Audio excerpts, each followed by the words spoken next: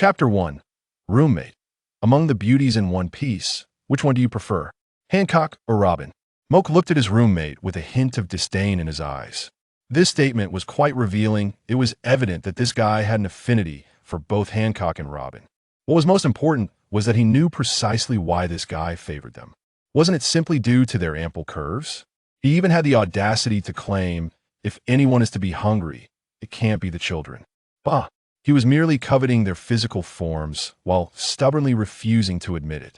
Seeing Moke's silence, his roommate, in a rather juvenile manner, declared, "I am the god of wishes.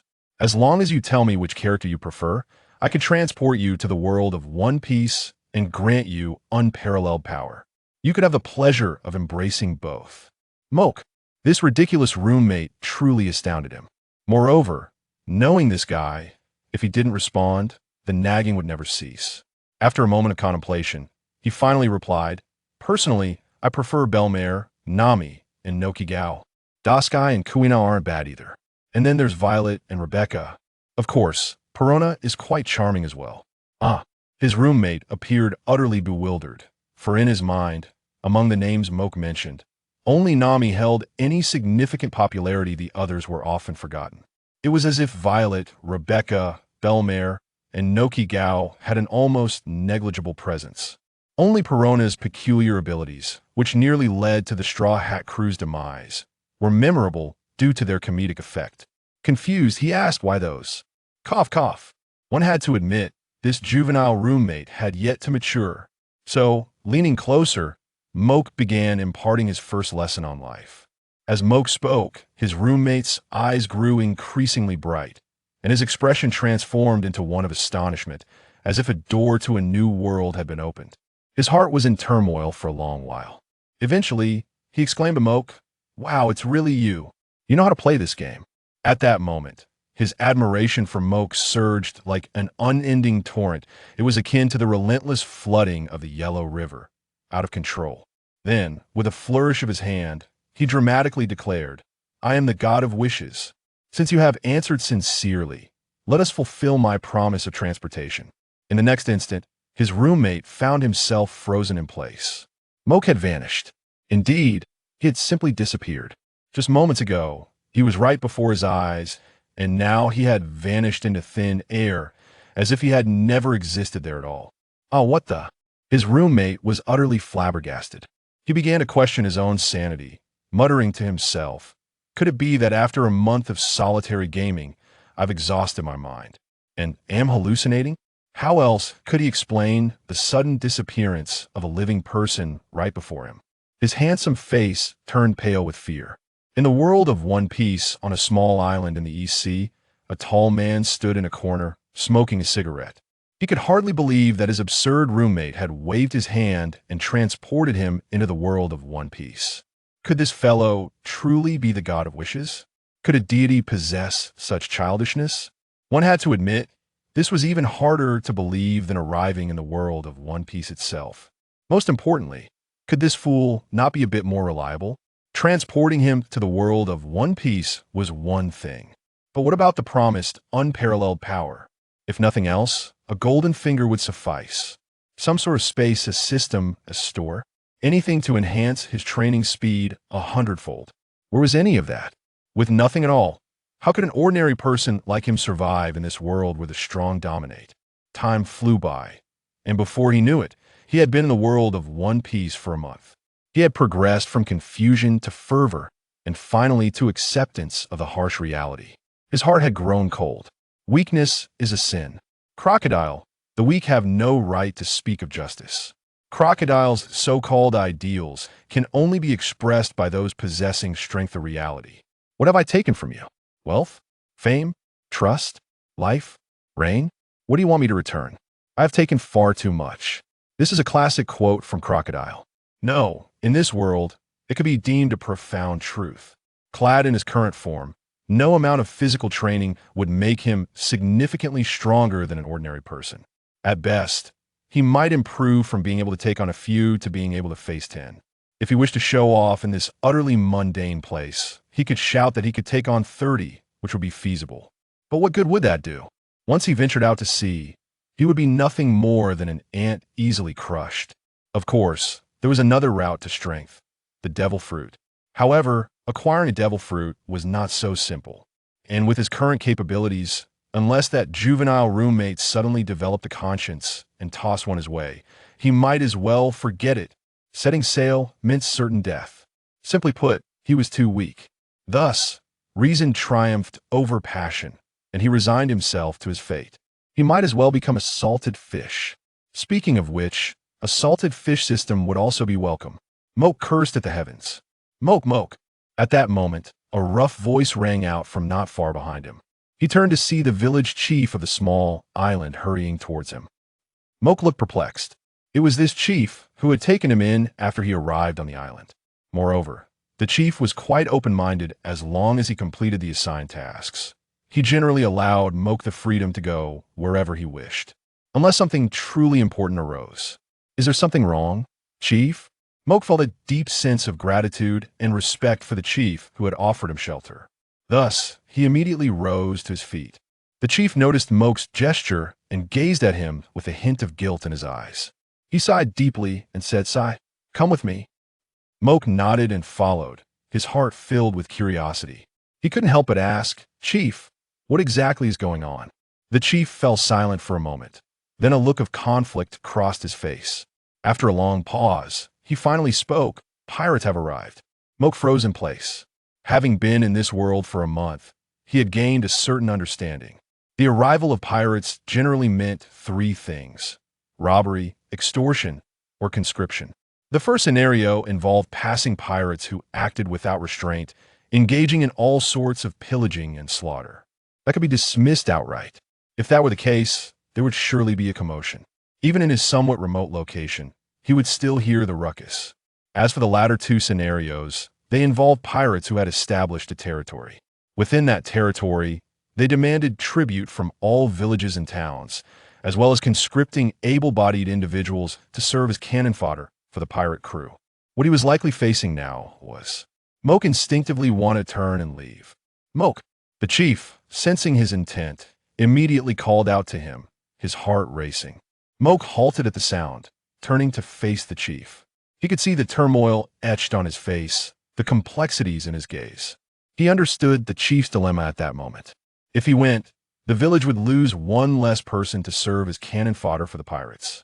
However, he would surely perish. If he didn't go, then another young person from the village would have to step up. Those were individuals the chief had watched grow up since childhood. The fact that the chief had come to find him indicated that he had already made a decision deep down. After all, how could an outsider be more valuable than the village's own youth? Yet, he chose to confide in Moke. This was because, for just a fleeting moment, his innate kindness and principles had taken precedence. After all, this action would effectively mean sending Moke to take the place of a villager in death. But as Moke prepared to leave, the chief called him back. Clearly, when faced with the value of life, he chose to abandon his principles, transforming himself into a villain. Such is human nature. Had it not been for this life or death choice, he would undoubtedly be a good person. But there are no buts. The reality lay bare before him. And now, this moral dilemma was laid before Moke. Given the chief's age, if he wished to leave, he would certainly not be able to catch up. However, following today, he would inevitably face the village's resentment and hostility. He would no longer have a place to stand on this small island. Moke furrowed his brow, caught in a dilemma. Nevertheless, he resolutely opted for the latter choice, reasoning that if worst came to worst, he could find a way to escape the island by boat. After all, boarding a pirate ship was akin to signing one's own death warrant. Just look at the original story, those petty minions. When they fell in droves. Should he find himself aboard a pirate vessel, he would undoubtedly be among those unfortunate souls. The village chief, perceiving Moke's firm resolve, immediately added, "It is indeed the Yarlita pirate crew that has arrived, and their captain, Yarlita, is a notorious pirate with a bounty of 5 million berries. Even the most seasoned Navy officers steer clear of her. If you were to board her ship, it should not." He intended to say that it should not lead to death. Yet, the words eluded him, for he felt a flush of embarrassment even at the thought. However, he could no longer dither otherwise. Another young man from the village would be lost, a fate he desperately wished to avoid. Who? Moke's eyes widened in astonishment. He could scarcely believe that the one demanding money and people was she. She was indeed a noteworthy supporting character in the saga of the Pirate King. Suddenly, a crucial thought struck him, igniting a fervor within. He promptly inquired, "Is she the one with a freckled face, a plump figure, and an unsightly appearance, wielding an iron club?" The village chief, momentarily taken aback, responded with surprise, "You know her?" At this moment, Moke was nearly bursting with excitement. If Yarlita remained unchanged, it indicated that she had yet to consume the slippery fruit of the Paramecia type. Did this not present him with an opportunity? Blackbeard had lingered within the Whitebeard pirates for decades in pursuit of the dark fruit. Moke, too, would not mind spending a spell aboard Yarlita's ship for the sake of that slippery fruit. Of course, given his current prowess, the danger of boarding Yarlita's pirate ship was exceedingly high. But fortune favors the bold. Previously, he had seen no glimmer of hope, thus resigning himself to fate. Yet now, an opportunity lay before him. As a time traveler, to remain stagnant would be a profound waste. With a determined nod, he declared to the village chief, "Very well, I shall go." "What?" The village chief stared at him in shock, his expression shifting as he regarded Moke. The transformation in Moke was too drastic, prompting him to think, could it be that this lad has longed to follow Yarlita? This was not merely a flight of fancy many in this world idolized pirates due to their notorious fame, even choosing to follow them. If that were indeed the case, it would greatly alleviate the chief's guilt. Yet he refrained from voicing his thoughts, fearing a negative response. Once they reached an accord, the duo made their way towards the island's sole port. The village chief led the way, with Moke trailing behind. Suddenly recalling something, the chief spoke up. "Ah, do remember, while Yarlita possesses a notoriously brutal temperament, if you incessantly compliment her beauty and cater to her whims, you may find her more manageable than other pirates. Once aboard, lavish her with praise, overwhelm her with it. As long as you keep her pleased, none aboard will dare to bully you, even if you are merely a newcomer." One could not help but admire the wisdom of age. Before long, the port came into view, with the Yarlita pirate cruise ship dominating the scene. It was impossible to miss. Adorned entirely in pink, the ship's sails were emblazoned with enormous hearts. Were it another beautiful female pirate, one might find acceptable. However, with Yarlita's appearance, coupled with such a vessel, it was simply outrageous. "Where's that old fool? We are still missing one. Has he forgotten the might of the iron club in my hand?" Yarlita, now growing impatient, lamented. The village chief immediately dashed forward, exclaiming, "Miss Yarlita, you are so breathtakingly beautiful. Old though I am, I could never forget you. By the heavens." Moke was utterly stunned by the chief's brazen flattery. He glanced at Yarlita, her face, her figure, and her fierce demeanor. How could the chief maintain such insincere praises? Was he devoid of conscience? Impressive indeed. It was undeniable that the village chief had expertly maneuvered his way into Yarlita's good graces. Indeed, the anger that had marred Yarlita's countenance dissipated at the sound of the chief's genuine compliments, replaced by a broad smile. "Old man, you have an eye for talent." Ha ha! Yarlita laughed heartily. She then cast a scrutinizing glance at Moke, who had followed the chief. "Is this the last one from your village?" Her gaze held a hint of appraisal, for she sensed that this young man was markedly different from the others on the island. The village chief eagerly affirmed, "He is a skilled individual from our village, and he holds you in high regard." As he spoke, he began to signal Moke frantically with his eyes. "It is almost as if it needs to be explicitly stated. You should lavish her with compliments, profusely dada."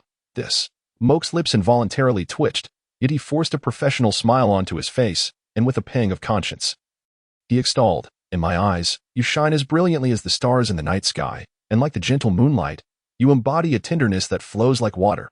Truly, there is no beauty in this world that can compare to you." The village chief remarked, "Young man, you have a promising future." The other villagers were left in stunned silence. He is even more shameless than the village chief, the pirates observed with a mix of intrigue and concern for their own positions. At that moment, Yarlita's gaze shifted from scrutiny to evident satisfaction. Although her crew praised her daily, none had ever stirred her emotions like this young man. Ha ha ha. Yarlita laughed heartily once more, though a hint of shyness crept onto her face. This, Moke felt a shiver run down his spine, thinking, had he perhaps overstepped? If this woman were to take a liking to him, he would find himself utterly defenseless, gazing at Yarlita's freckled face and her barrel-shaped figure. Moke's cheeks twitched. This was no longer merely a matter of light or darkness, but a matter of life and death. Fortunately, what he feared did not come to pass, as Yarlita quickly regained her composure. However, she kindly inquired, "What weapon are you proficient with?" Moke pondered briefly. "I excel in marksmanship. Within a range of 200 meters, I can hit my target every time." This was not mere bravado. During his military training at university, his shooting scores had been the highest in the entire school. Subsequently, he caught the attention of his instructor, who provided him with specialized training. Firing a rifle at 200 meters posed no challenge for him. His instructor had even suggested he had the potential to become a sharpshooter and had urged him to enlist. Alas, his ambitions lay elsewhere, and the instructor, though disappointed, respected his decision. Yarlita responded, "Very well. From this moment forth, you shall be the captain of my ship's musket squad." Ha! The pirates gaped in disbelief, their mouths agape. The village chief and the other villagers were equally astonished. Was she truly this capricious? Moke himself was taken aback. He had expected Yarlita to at least test his marksmanship before making such a decision. Instead, she appointed him outright, leaving him at a loss for words. However, what struck him most profoundly was the sheer authority that comes with being a formidable figure. With absolute power, every command issued is followed without question, no matter how whimsical or outrageous it may be. Thus, Moke found himself aboard Yarlita's pirate ship. Embracing his newfound identity as a pirate. As they watched the Yarlita pirate crew sail away, the villagers displayed expressions of concern. An elderly man could no longer contain himself and voiced his worries to the village chief. "Chief, do you think Moke will seek revenge on those young men from our village?" "Indeed. My son Xiaohai has also joined the crew. Now that Moke is the captain of the musket squad, if he targets my son, Xiaohai may very well meet his demise," a middle-aged woman lamented, tears streaming down her face. Such a scenario was all too plausible. The parents of the other young men turned their eyes toward the village chief, their gazes laden with malice. Then, their attention shifted to a young man standing beside the chief, the youngest among the eligible men in the village. Initially, they had felt sympathy for him, but now, due to his actions, their children found themselves in peril. Their stance had shifted dramatically. To sacrifice several young villagers for the sake of one individual was an exceedingly foolish choice. Even if they understood that becoming a pirate was essentially courting death, without Moke's involvement, there might have still been a glimmer of hope. But now, only despair remained. The village chief's expression darkened. Previously, he had focused solely on having Moke fill a vacancy, thus sparing one life in the village. Yet now, he realized that this was a matter of life and death. No matter his decision, he would be met with criticism. Should he refuse Moke's offer, villagers would accuse him of failing to discern kinship from strangers. If he allowed Moke to take the position, villagers would deem him unwise, for he would have endangered several young lives in exchange for one. However, if he permitted Moke to assume the role of their own child, their reactions would likely be even more severe, such as human nature. Sighing heavily, the chief felt an immense weight in his heart, for he had not anticipated that by forsaking his own goodness and principles, he would only invite misunderstanding and reproach from the villagers. Meanwhile, Captain Yarlita stood at the bow of the ship, half a treasure map in hand, gazing forward. "Straw Hat Kid, just you wait. Once I uncover the treasure of R'lyeh, I shall recruit an army and expand my dominion. Then, I will ensure you regret crossing me." The treasure of R'lyeh. Moke, standing not far from Yarlita, instantly grasped the significance of this revelation. His eyes brightened with excitement, as he considered the possibility that the superhuman smooth fruit Yarlita possessed might very well originate from this treasure. The mere thought of such a possibility sent a thrill through him, his hands unconsciously clenching. However, he suppressed his restless heart, mindful not to reveal his anticipation. Time swiftly passed, and in the blink of an eye, half a month had gone by. Yarlita had circled the nearby waters countless times, until at last, a small island, scarcely a few miles in diameter, came into view. Yarlita, driven by excitement, instinctively waved her iron rod. "Captain, trouble, a pirate ship has appeared on the left." "Huh." Yarlita was momentarily taken aback, but her expression quickly transformed with alarm as she turned to glance leftward. Moke mirrored her reaction. Before them approached a rather unusual pirate ship at a rapid pace. What made it distinctive? At first glance, its prow resembled the head of an elephant. Upon closer inspection, one could see that the elephant's trunk was capped with a clown's signature red nose, which, upon further scrutiny, turned out to be a massive cannon. Oh my! Moke was rendered speechless, for the ship was so distinctive that it was instantly recognizable. This must be the ship of the clown Buggy. Indeed, as Moke gazed at the pirate flag fluttering from the vessel, he noted the skull emblem adorned with a red nose. It was unequivocally Buggy the Clown. After all, such a pirate flag was unparalleled in the world of One Piece. His attention shifted back to Yarlita. Realizing that these two would meet here and subsequently form an alliance to hunt down Straw Hat Luffy. Thus, Moke's gaze fell upon the minuscule island nearby. This development significantly increased the likelihood of the smooth fruit being found on that island. Moke trembled with excitement. While many might dismiss the smooth fruit, it must be acknowledged that certain devil fruits are indeed underestimated. For instance, the time attribute slow fruit is an exceptionally formidable devil fruit. However, in the hands of Silver Fox Fukushi, it became a mere footnote. Similarly, the smooth fruit that Yarlita consumed not only possessed beautifying properties but could also deflect attacks. If developed to its utmost potential, it would be nothing short of miraculous. Therefore, the efficacy of a devil fruit largely depends on its wielder. Furthermore, in Moke's estimation, the smooth fruit far surpassed the three aforementioned devil fruits. Buggy the Clown? He was a notorious pirate with a bounty of 15 million berries. In the East Blue, pirates with bounties exceeding 10 million are exceedingly rare, and as a pirate from the East Blue, Yarlita was undoubtedly well aware of these formidable figures. Upon recognizing the Jolly Roger of the infamous clown Buggy, a shadow of distress immediately crossed Yarlita's face. The bounty, in a sense, serves as a testament to one's strength. Thus, at this moment, Yarlita's heart brimmed with caution. She glanced at the small island before her, then turned her gaze towards the swiftly approaching pirate ship belonging to Buggy the Clown. She found herself faced with a dilemma. Should she set foot on the island, it was inevitable that a battle would ensue over the treasure. Yet, should a confrontation arise, it could very well culminate in her defeat or even demise. However, the thought of relinquishing the treasure that lay within reach stirred a deep sense of reluctance within her. Nonetheless, Yarlita swiftly made her decision. With a fierce wave of her hand, she commanded, "Set sail at full speed. We must land on the island before Buggy the Clown and seize the treasure." Not only Yarlita, but Mock also felt a surge of tension. Although Buggy the Clown may be considered a minor character in the realm of pirates, he was far beyond what they could contend with at present. Under Yarlita's orders, the pirate ship promptly navigated towards the island and successfully docked before Buggy could arrive. Once ashore, Yarlita immediately followed the route indicated on the treasure map. Hastening towards the island's heart, the pirates, including Mock, trailed closely behind her. Before long, a vast cavern emerged before them. This was the place. A flicker of joy sparkled in Yarlita's eyes, and with another commanding gesture, she led her crew into the cave. However, upon entering, they were taken aback, for they were confronted with 6 divergent paths. Clearly, the choice of which path to take would lie within the missing half of her map. At this juncture, time was of the essence. She could not afford to search each path individually. Consequently, she promptly divided the crew into 6 groups, each entering a different passageway. Before they entered, Mock discreetly positioned himself at the rear. As they entered the cave, he seized the opportunity to slip aside, remaining out of sight while observing all that transpired within. Upon witnessing the division of the pirates into 6 groups, a smile crept onto Mock's face. The current situation was overwhelmingly favorable for him.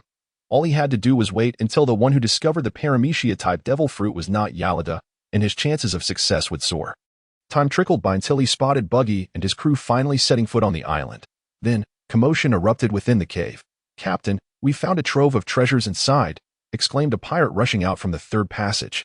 Mock's eyes lit up, and with the pirate's bewildered expression, he boldly strode into the 3rd passage. Being among his own, there were no suspicions raised. They simply assumed he was in a hurry to claim some riches. For after all, what pirate isn't greedy? Moreover, there were still 7 or 8 brothers guarding the treasure. As Mock rushed into the depths of the 3rd passage, he was startled by a blood-curdling scream. His expression shifted, clearly indicating that something had gone awry. This was not the turn of events he had wished for, and he dashed inside. TSK, a devil fruit. It truly is a devil fruit. When Mock reached the innermost recesses, he beheld a pirate standing there, cradling a devil fruit in his hands, laughing maniacally, though the grin on his face appeared grotesquely sinister. Most terrifying of all, 6 pirates lay lifeless in pools of blood around him. 4 of them had been stabbed in the back, evidently caught off guard by a rapid ambush before he directly attacked the remaining 2. Bang, without a moment's hesitation, Mock raised his gun and fired. Striking the pirate squarely in the chest, the pirate felt a sharp pain in his chest, instinctively looking down before turning to face Mock. Upon seeing him, he froze momentarily. In his final moments, his mind flashed with images of many faces, yet Mock, a mere rookie, was not among them. Gradually, he crumpled to the ground, his eyes filled with an expression of disbelief, despite being just a minor captain in Yarlita's crew. He was one of the few in East Blue who knew of the existence of devil fruits. He understood that consuming a devil fruit would instantly elevate him to a formidable force in East Blue. Thus, he had mercilessly ordered his subordinates to be eliminated, for this was his sole opportunity to gain power. After all, he was merely an ordinary person who had toiled for over a decade, barely achieving the status of a minor captain in Yarlita's crew, overseeing a mere handful of men. How could a man with ambition let such an opportunity slip away? Yet, unexpectedly, with the devil fruit now within his grasp, he found himself denied the chance to consume it. Mok swiftly approached, snatched the devil fruit from the pirate's hand, and consumed it without hesitation, cursing, "Fool! You should have eaten it right away. What's there to be smug about?" The ideal course of action with a devil fruit is to consume it immediately. The captain's final moments saw him closing his eyes completely, and in the face of death, he felt a deep pang of regret. Indeed, what a foolish mistake it was not to have consumed it at once. However, Mok chose not to dwell on him any longer. Instead, he began to explore the changes occurring within himself. In no time, he found his eyes widening in astonishment. Wait, this shouldn't be the Paramecia-type Slippery Fruit. Why has it transformed into the Paramecia-type Absorption Fruit? Had he mistakenly seized the wrong fruit? Or perhaps his arrival had triggered a butterfly effect, altering the very fabric of this world. Regardless, Mok soon found himself exhilarated, for compared to the Slippery Fruit, this Absorption Fruit was far superior. No, it was extraordinarily powerful. The abilities of the Tremor Fruit, the Dark Fruit, and the Rumble Fruit paled in comparison.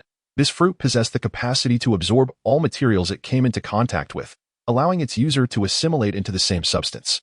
Touch iron, and become a man of iron. Touch lightning, and release thunder like It could even elementalize like a natural type user. If the Dark Fruit was the most unique existence among natural types, then this Absorption Fruit was undoubtedly the most extraordinary among Paramecia types. Even the Nika Fruit would have to take a backseat.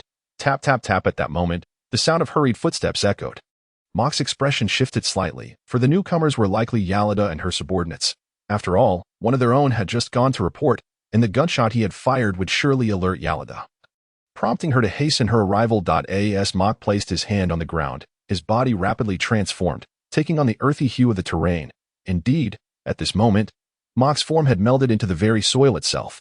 As the assimilation completed, a subtle smile crept across Mok's lips. If consuming the devil fruit merely granted him a preliminary understanding of its abilities, then experiencing it firsthand unveiled its terrifying potential. He raised his hand, and the ground shifted as if it were a rippling surface of water, swallowing the corpses and leaving no trace behind, not even a drop of blood. TSK, what a splendid ability for murder and plunder. It even spares the trouble of digging graves. When tranquility returned, Yarlita and her crew burst into the cave. The moment Yarlita entered, she was taken aback, for Mok stood there alone. This was peculiar. Each group had consisted of 7 or 8 members. Though she was a hot-headed individual, she was not foolish. A sense of wariness washed over her as she glared at Mok, demanding, "Mok, why are you the only one here? Where are the others?" Mok's lips curled into a slight smirk, revealing a hint of triumph. Just as he was about to respond, he caught sight of a box out of the corner of his eye, rendering him momentarily speechless. It was then that he noticed that those who had entered with Yarlita were laden with treasures, indicating that there were multiple paths leading to riches. Among them, the box he recognized was the very one lying by the feet of the pirate from whom he had stolen the devil fruit.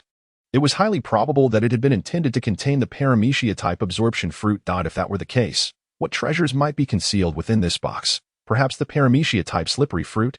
However, in that case, the Slippery Fruit still remains. What about the superhuman-type Absorption Fruit he consumed? Could it be that his eccentric roommate arranged this benefit for him? Upon hearing Mok's response, Yarlita's expression darkened instantly. She could not tolerate that a mere subordinate dared to disregard her. Furiously, she exclaimed, "Mok, are you asking me a question? Speak quickly. Where have the others gone? Otherwise, I'll let you experience the might of this iron rod." As she spoke, Yarlita advanced towards Mok, brandishing the iron rod in her hand. Mok's gaze finally returned to Yarlita. Observing her still plump figure, a smile spread across his face. With a sudden step, a gasp emerged from behind Yarlita, prompting her to instinctively turn around. In a fleeting glance, Yarlita's pupils constricted to pinpricks as she witnessed an exceedingly bizarre scene.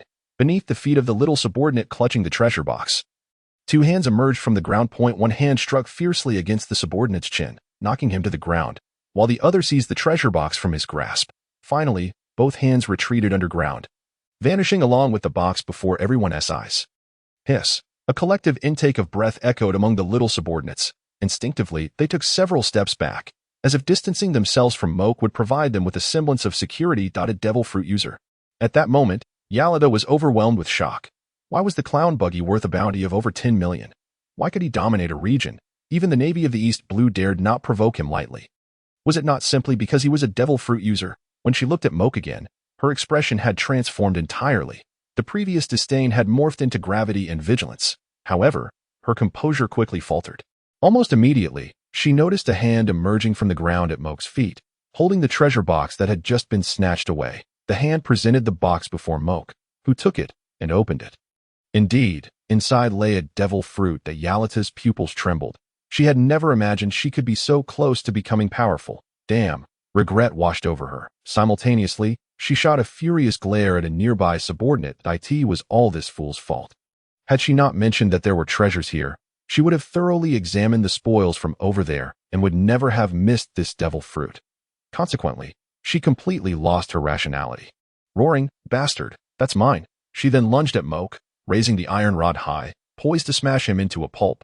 Boom! Just as she was about to strike Moke, a wall of earth, as hard as iron, surged from the ground, successfully blocking her blow. Not good. Having earned a bounty of several million as a pirate, Yarlita was no stranger to combat. She immediately sensed the ominous turn of events. But it was too late. Moke lightly uttered, "Thrust." In the next instant, a long spear shot forth from the center of the earthen wall. The attack was utterly unexpected, and they were positioned perilously close to one another. Moreover, Yarlita's strength was of the heavy-handed type, making it impossible for her to evade. The spear pierced through Yarlita's body. It must be noted that this was merely the East Blue, and Yarlita was just a pirate with a bounty of a few million. She would not possess the resilience to survive a gaping hole through her body, unlike those in the New World. The little subordinates were left in stunned silence, for in their minds, Yarlita was an invincible being. After all, they had never witnessed anyone capable of defeating her. Otherwise, they would not have willingly submitted to her authority. Run. The little subordinates finally regained their wits, abandoning their treasures in haste, turning to flee. Yet, how could Moke allow these individuals to escape? Earth release. Mud flow. The soil beneath Moke appeared to come to life, surging like waves toward the fleeing subordinates, ultimately engulfing them. When calm returned, the figures of the little subordinates emerged. But they were now encased in mud, frozen in the poses they had struck while fleeing, resembling statues of earth. If no one intervened to break the encasing mud and rescue them, they would be corroded by the soil, ultimately becoming true earthen statues. Observing this scene, Moke couldn't help but marvel at how the devil fruit truly served as a shortcut to power. At this moment, his strength was likely unrivaled in the East Blue. Even Smoker would find it challenging to contend with him. However, he still faced a significant shortcoming. His own strength had not been enhanced. He was relying solely on the fruit's abilities, making him susceptible to a counterattack should an opportunity arise. Just like Enel, who possessed strength nearing that of an admiral but was ultimately defeated by Luffy, whose power was inferior.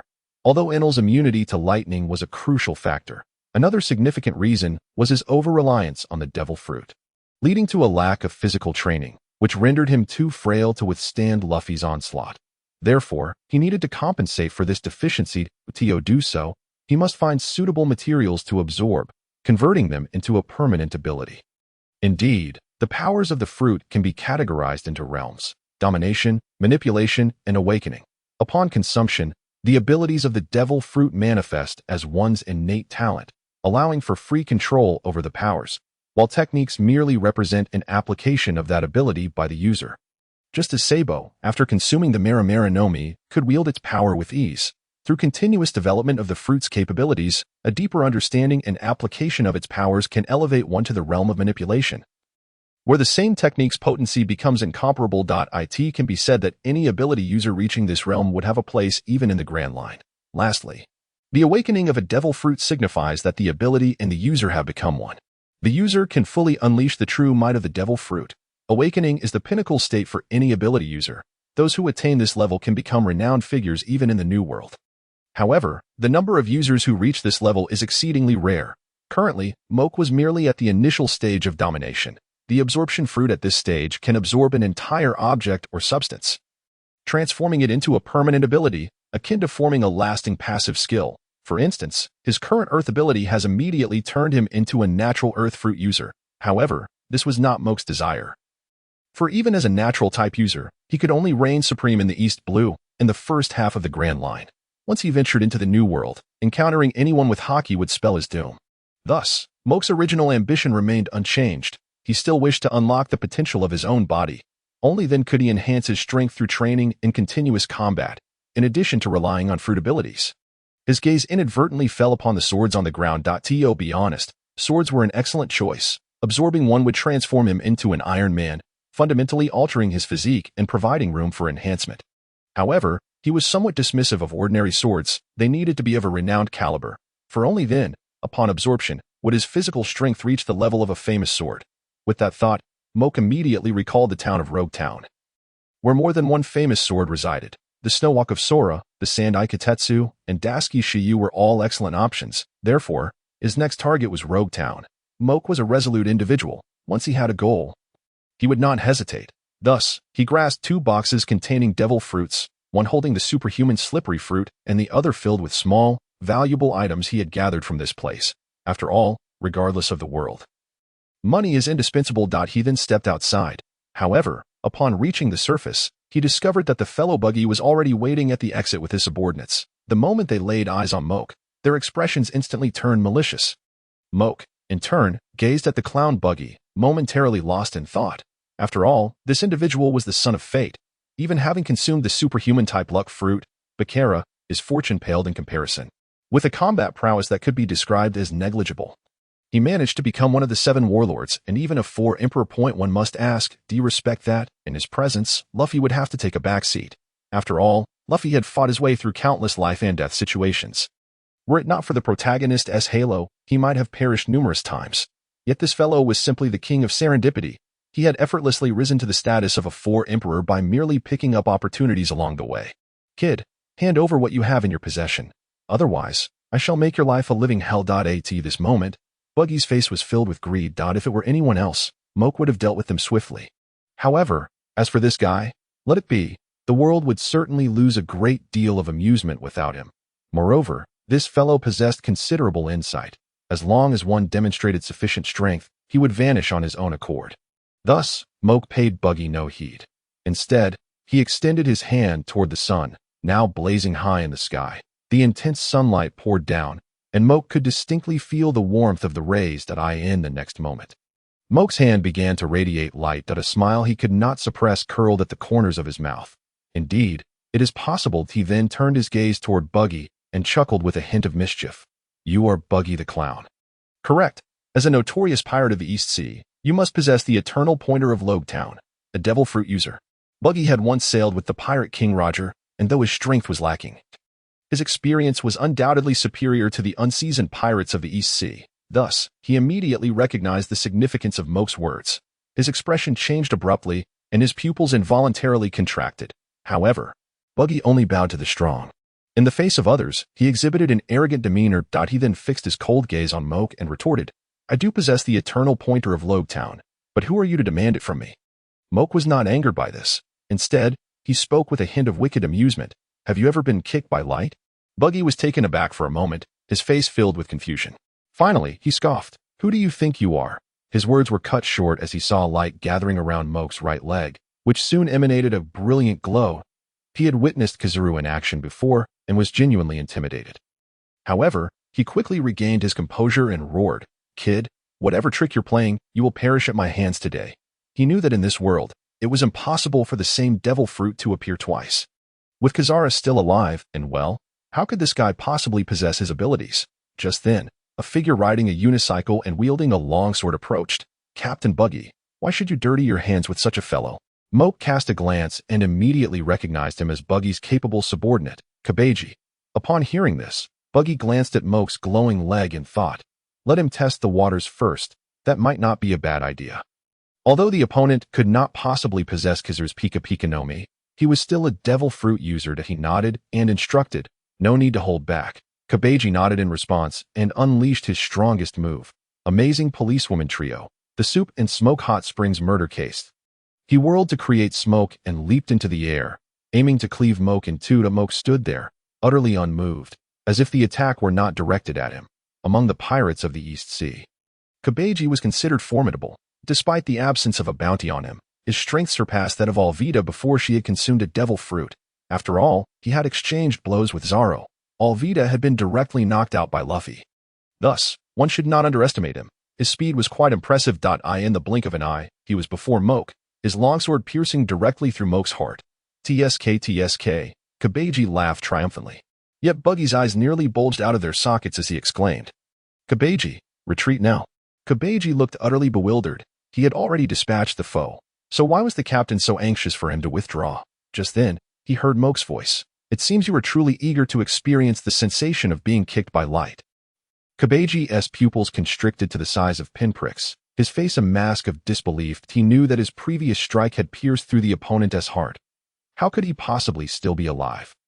Shocked, he turned to Moke, his gaze landing on Moke's chest.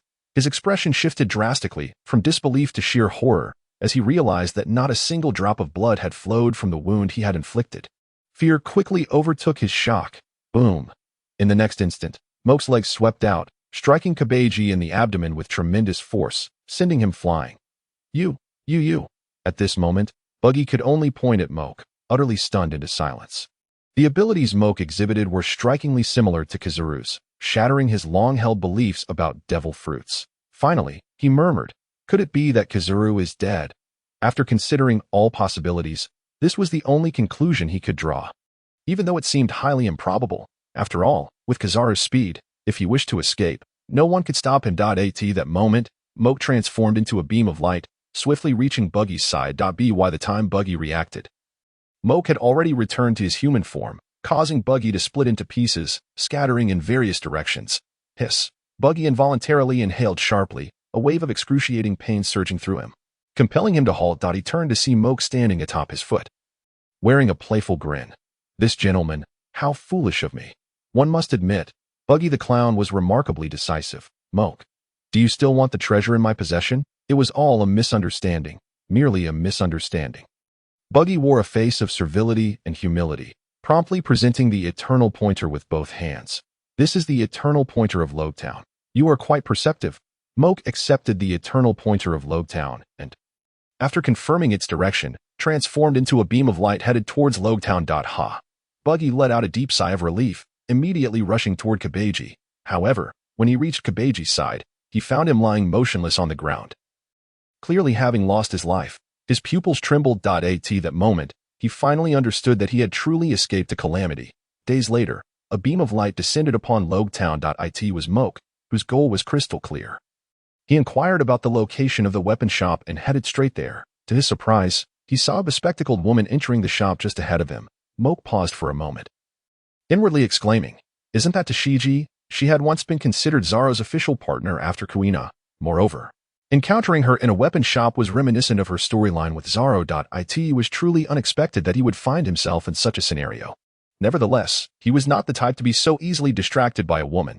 After a moment of surprise, he regained his composure and followed Tashigi into the store. Upon entering, he spotted the shopkeeper, balding, with a red nose. It was indeed him. A slight smile crept across Moke's face. He then surveyed the shop, his eyes gliding over the blades on the racks without pausing even for a second.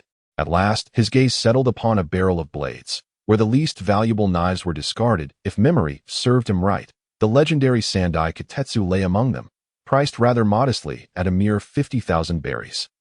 "Boss, I am here to collect Shiyu." At this moment, Dasky had already approached the proprietor. The owner nodded and handed Shiyu to Dasky, stating, "Your Shiyu has been sharpened, and the polishing fee is 5,000 berries." Dasky did not immediately pay. Instead, she withdrew Shiyu and scrutinized it carefully. She was a true blade enthusiast, utterly captivated by famous swords. The owner, clearly aware of Dasky's passion, refrained from urging her, shifting his attention to Moke with a broad smile. "Customer, what kind of sword do you wish to select? I have various grades available." Moke did not respond but approached the barrel of blades, touching each one in turn, upon his fingers brushing against a particular blade. He felt an ominous and domineering aura emanating from the white fabric strip adorning the hilt and sheath. The presence of cursed energy was palpable, such a strong aura of malevolence. Without a doubt, it was the Sandai Kitetsu. Moke swiftly extracted it and unsheathed the sword. With a swish, a chilling gleam erupted, accompanied by an even more oppressive force of cursed energy that left Moke momentarily stunned. He had not anticipated that this cursed aura could be so soul-stirring that it reminded him of the formidable aura of the original character, Sora. Perhaps it originated from the Sandai Kitetsu itself. Stop. Moke's action successfully captured the owner's attention. Upon witnessing Moke's attempt to touch the Sandai Kitetsu, the owner gasped in surprise. Dasky, who had been intently examining Shiyu, glanced over in response. With just one look, her eyes sparkled with intensity. She dashed to Moke's side, fixating on the Sandai Kitetsu in his grasp. Then, she retrieved a tome titled Swords from her pocket, quickly locating the entry for the Sandai Kitetsu. Hilt. No through hole, no rivets, features a carved mouth, adorned with a small white fabric strip on the hilt and sheath. Blade length, 88 centimeters. Width, 1.7 centimeters. Blade edge, relatively long, with a significant curve, devoid of blood grooves. The blade pattern is a typical flame patterned steel, forged through folding. Indeed. This was the Sandai Kitetsu. Meanwhile, Moke remained undistracted, his hand gliding over the blade's surface. In the next instant, his ability activated. His hand, now resembling a blade, emanated a cursed energy identical to that of the Sandai Kitetsu. In that moment, he seemed to transform into a wielder of formidable cursed abilities. This spectacle did not escape the notice of the owner and Dasky, both exclaiming in unison, "A devil fruit user." Moke then turned to the proprietor, offering a calm smile. "I shall take this Sandai Kitetsu." "How much?" The owner raised an eyebrow at the inquiry. He then cautioned, "Given your knowledge of the Sandai Kitetsu, you must understand that it is a cursed sword. Its previous owners have all met unfortunate fates." "You, just tell me the price," Moke interjected, cutting off the owner. The owner hesitated for a moment before stating, "The knives over there are all priced at 50,000 berries. Since you selected it, it seems fate is on your side.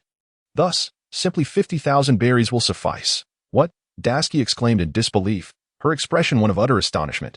She then straightforwardly insisted, "Buy it quickly. Normally, it is worth 10 million berries." Moke then turned to Dasky, revealing a radiant smile.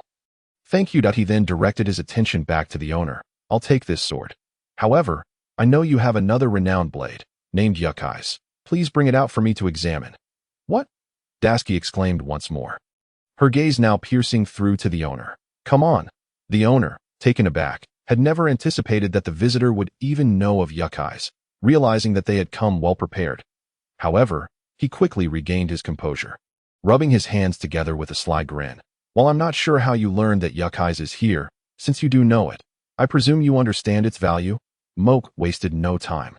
Pulling a sapphire from his pocket and flicking it with his thumb, the owner instinctively caught it. He was a businessman, and despite dealing in swords, he had a keen eye for value. He immediately recognized that this sapphire was of the highest quality. Swallowing hard, he realized that this sapphire could fetch tens of millions if sold to the right noble.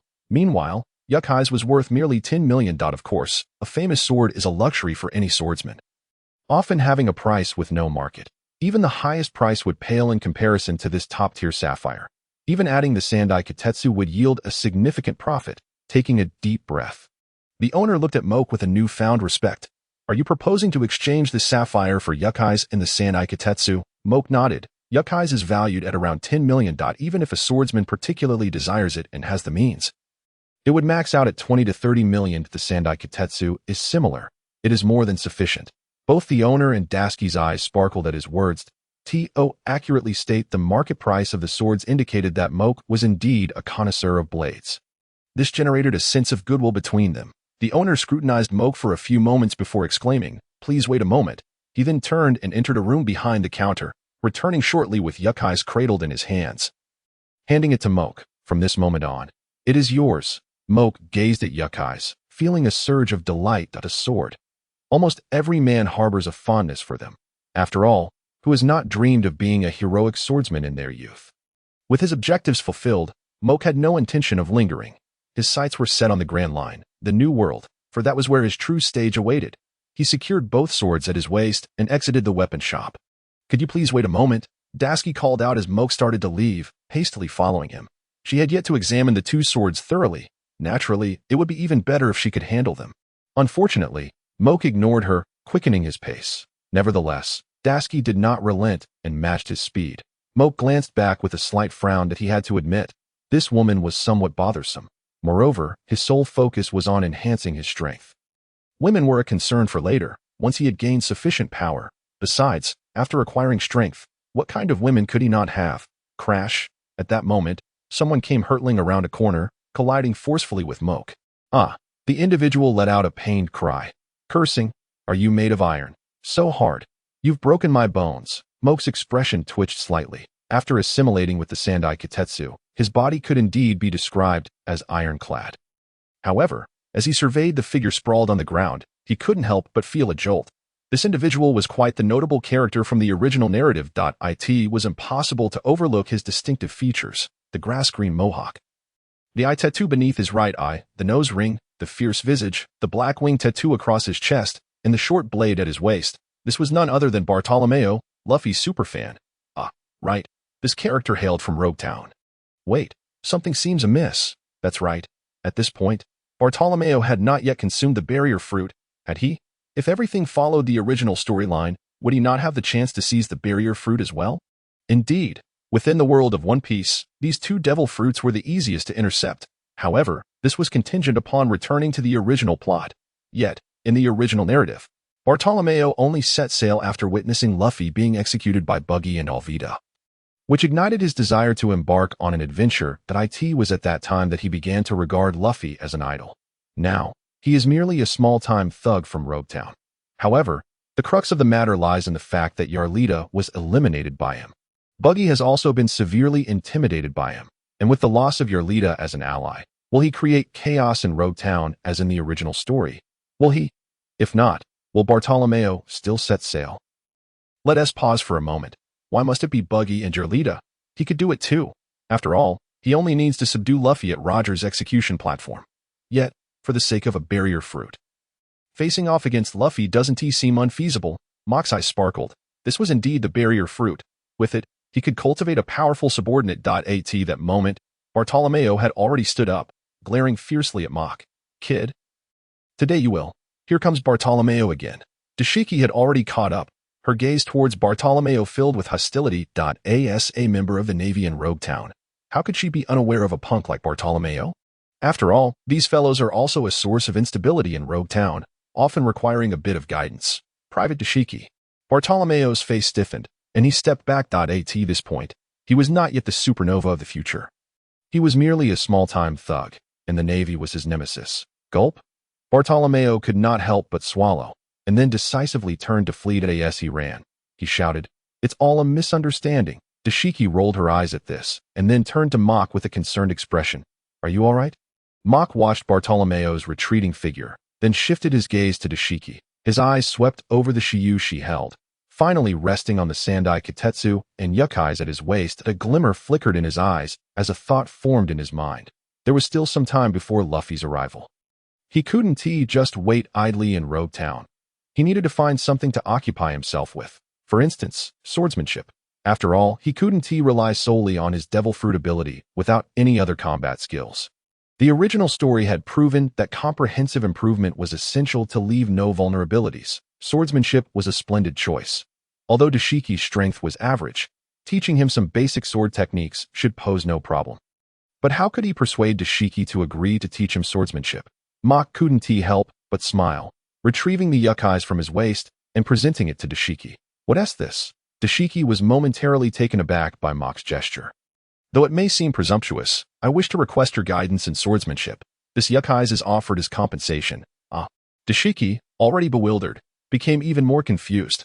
Mock then patted the Sandai Kitetsu at his waist, laughing. Surely. You wouldn't want this Sandai Kitetsu to gather dust in my hands, would you? That sounded a bit off. Something felt amiss. Time flew by, and in the blink of an eye, 3 months had passed. Smoker regarded Dashiki with a scrutinizing gaze. He had noticed that over the past 3 months, Dashiki had frequently taken leave, particularly in the last half-month. Even when present, she often seemed distracted, completely out of sorts.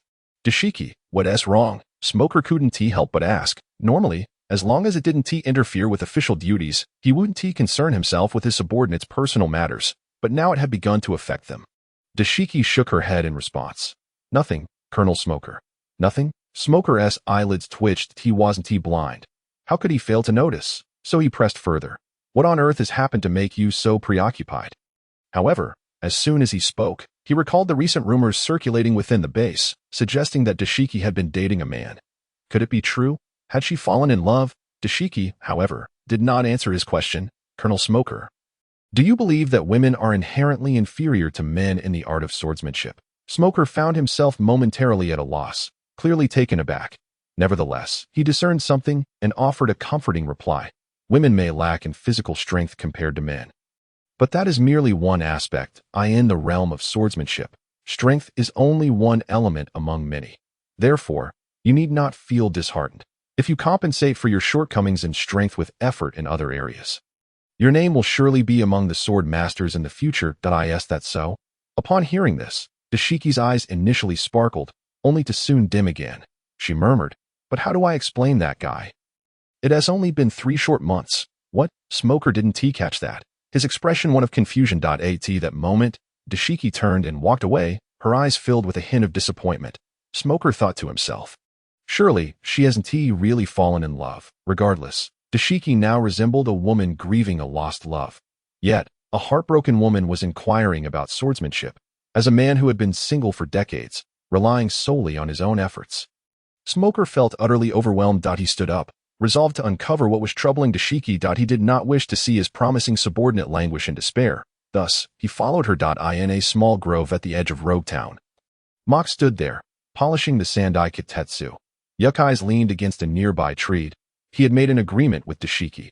She would teach him swordsmanship for 3 months. Today marked the conclusion of that period. If previously, Mach had merely sought to remedy his shortcomings through the practice of swordsmanship, now he had become a competent swordsman. Over these 3 months, he had fully immersed himself in this world. Cultivating the hearts of a hero, a strong man, and a sword master, he was no longer the university student who merely subsisted on instant noodles and watched movies in his dormitory. Mach perked up his ears. Turning to the side with a smile, Dashiki, you've arrived. Dashiki tightened her grip on the shiyu. Throughout these 3 months, the first month was spent teaching Mach the fundamentals of swordsmanship, while the latter 2 months had been filled with their continuous duels. Consequently, Mach's combat experience had skyrocketed. Dashiki pursed her lips. Mach, you are the most talented swordsman I have ever encountered. In just 3 months, you have achieved results that took me 6 years. No, you have already forged your own path in swordsmanship, while I am still confined to the techniques I learned. Thus, you have surpassed me. Today marks the final day. It is time to conclude. As she spoke, Dashiki approached Yukai's, taking it into her hands. As an avid sword enthusiast, she felt a surge of joy at the thought that this Yukai's would now belong solely to her. This was what she rightfully deserved. For over these 3 months, she had imparted her swordsmanship to Mach without reservation. She then looked at Mach. I know that for the past half-month, you have been holding back before you leave. May I see a technique that belongs to you? Upon hearing this, Mach nodded. He slightly bent his legs, adopting a stance for drawing his sword. In the next second, both he and the Sandai Kitetsu released an aura of demonic energy. Even his eyes transformed into a deep green hue.1 sword style, demon flame slash. In an instant, Mach disappeared from Dashiki's sight. When he reappeared, he was already 3 to 4 meters behind her, slowly sheathing the Sandai Kitetsu. Boom! Simultaneously, a 3-meter-tall tree beside Dashiki was cleaved in 2, and upon the severed tree, a flame of violet tinged with green erupted, rapidly consuming it. Of course, this demon flame was a manifestation of his demonic aura. Dashiki's eyes widened in shock. She couldn't believe that this guy, who couldn't even wield a sword correctly 3 months ago, was now unleashing such a formidable technique that it seemed he was but a step away from the realm of sword masters.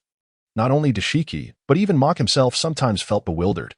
Why does he possess such an outrageous talent for the sword? After much contemplation, he could only conjure a rather unreliable possibility. He had absorbed the powers of the 3rd generation of the demon sword, transforming into the demon swordman, which might explain his exceptional prowess in swordsmanship. Of course, there was another possibility. Perhaps he inherently possessed this talent for the sword, but in his previous life, he had never had the opportunity to cultivate it. Nonetheless, he leaned more towards the former explanation. Tap, tap, tap. At that moment, a series of footsteps echoed, prompting both Moke and Dasky to turn their gazes. Upon seeing the approaching figure, they both stood momentarily stunned, for it was none other than Colonel Smoker. Although Moke had anticipated their eventual encounter, he had not expected it to occur here and under such circumstances. Dasky, on the other hand, felt a twinge of guilt. However, the very next second, both were left utterly dumbfounded. Smoker turned to Dasky and inquired, "So, this is your boyfriend?" He scrutinized Moke for a moment and then coldly remarked, If you are with Dasky, then you ought to be considerate of her. A grown man shouldn't compete with his woman." Moke looked completely bewildered. Dasky, equally perplexed, soon felt a flush of embarrassment. She cast a quick glance at Moke before dashing towards Smoker, exclaiming, "Colonel Smoker, it's not what you think. I'm just here to teach swordsmanship." "You re-teaching him swordsmanship?" Smoker replied incredulously. Having witnessed Moke's formidable sword strike just moments ago, it was nothing short of impressive. He could easily hold his own as a major in the Navy. While Dasky also had her own talents in swordsmanship, she was still quite inexperienced. Given her current abilities, it would be more plausible for this young man to teach her. Smoker's expression pierced Dasky's heart. Nevertheless, she recounted the entire situation to him. "What?" Upon hearing her explanation, Smoker exclaimed in shock.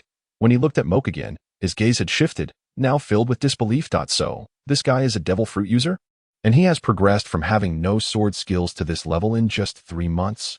Well then, Moke's talent for swordsmanship truly astonished him that he, being a disciple of Zifa, knew that in this world, as well as the 2 realms above and below it, there had never been such an extraordinary individual. Among all of Zifa's students, only the likes of Kizuru, Akainu, and Akiji possessed such monstrous talent.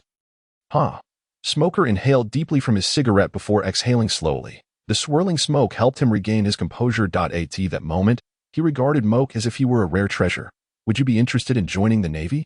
If you are willing, I will personally recommend you to the Navy headquarters. With your talent and strength, while I cannot promise much, securing a position as a major should certainly be within reach." Of course, this would merely be your starting point. However, Moke simply shook his head at those words. While joining the Navy had its merits, it also came with a significant loss of freedom. Just like Smoker, who was bound to stay in Loguetown at the behest of the Navy headquarters, Moke had no desire to be subordinate to others, let alone become a pawn for the Celestial Dragons.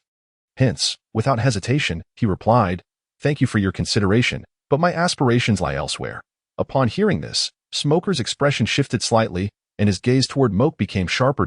In this world, one either became a Navy officer or a pirate, with little room for other possibilities. Thus, Moke's resolute refusal likely indicated that he had already made up his mind to venture out to sea as a pirate, given this young man's talent. Should he become a pirate, he would undoubtedly pose a significant threat, a scenario Smoker wished to avoid. However, as of now, Moke was neither a pirate nor had he committed any unlawful acts or harmed anyone. His principles prevented Smoker from eliminating this future potential threat under the current circumstances.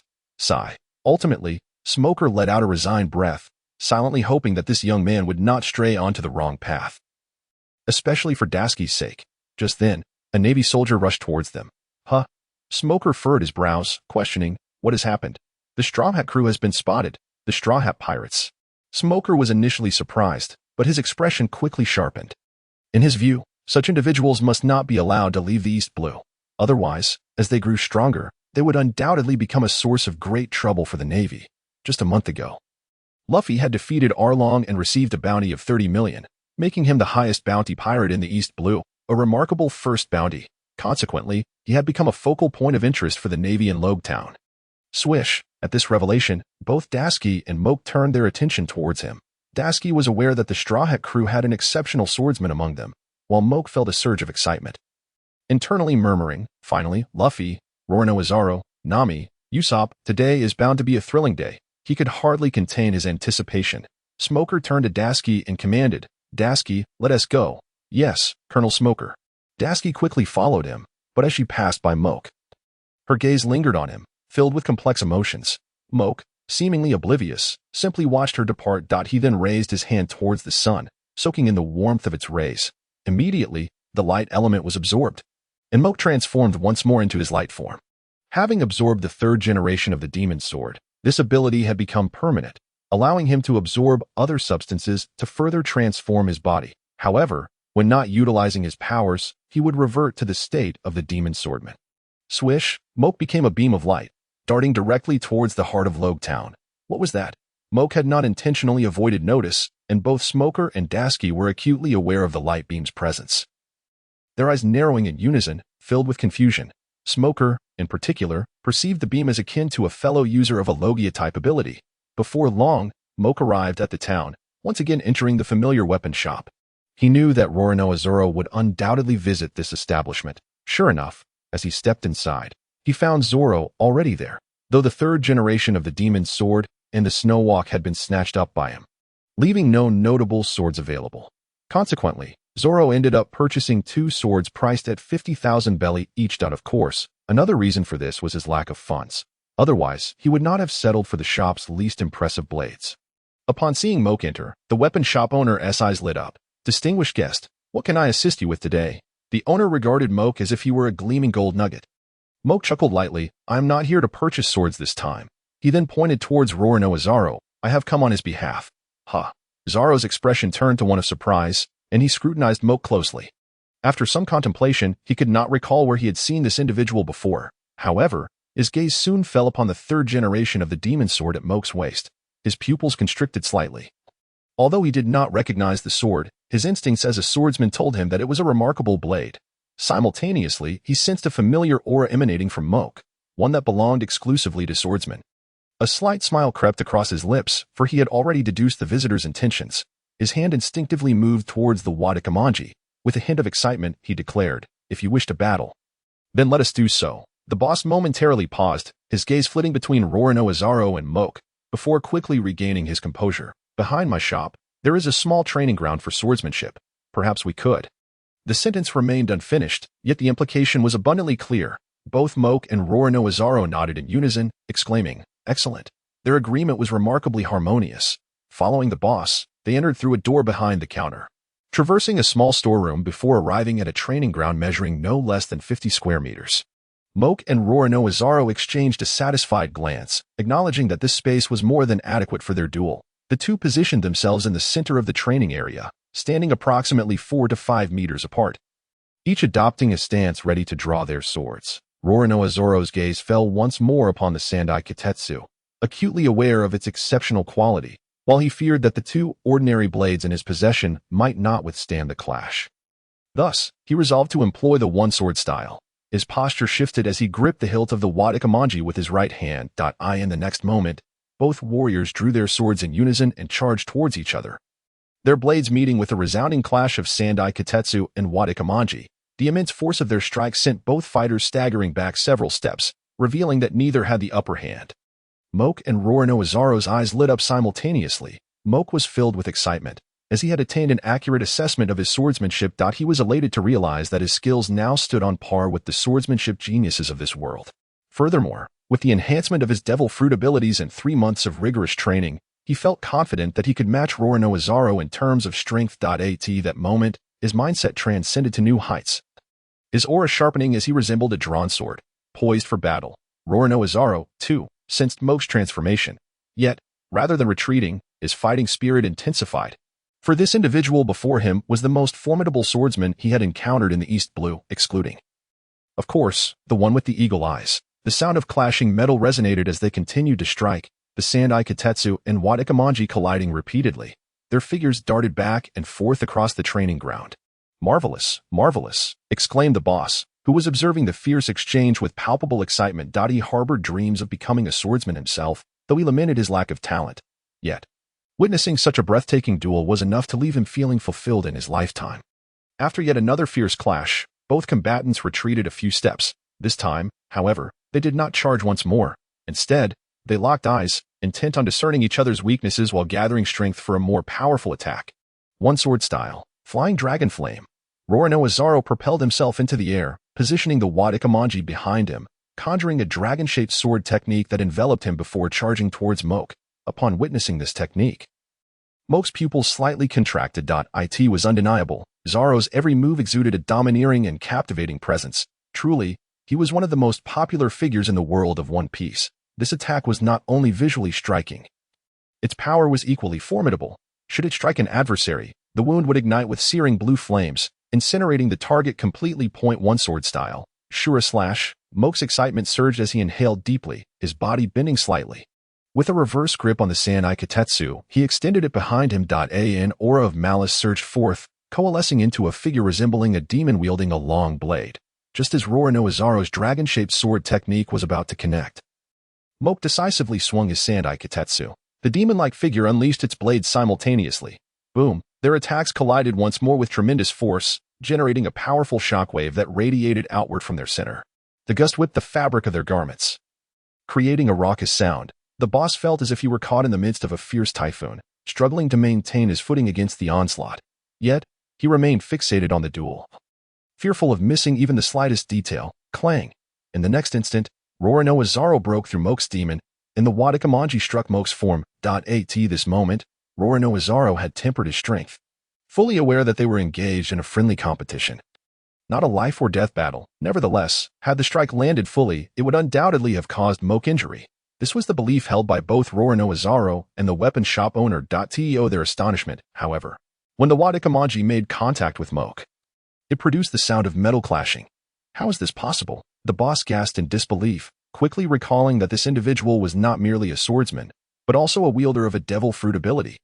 Roronoazaro was equally taken aback, his gaze falling upon the area where his sword had struck Moke. The fabric had torn, revealing Moke's fair skin, yet there was not a single mark to be found. I concede. Although Moke had been bested, he felt no dismay. In fact, he was somewhat pleased. How long had he been training? And what of Roronoazaro?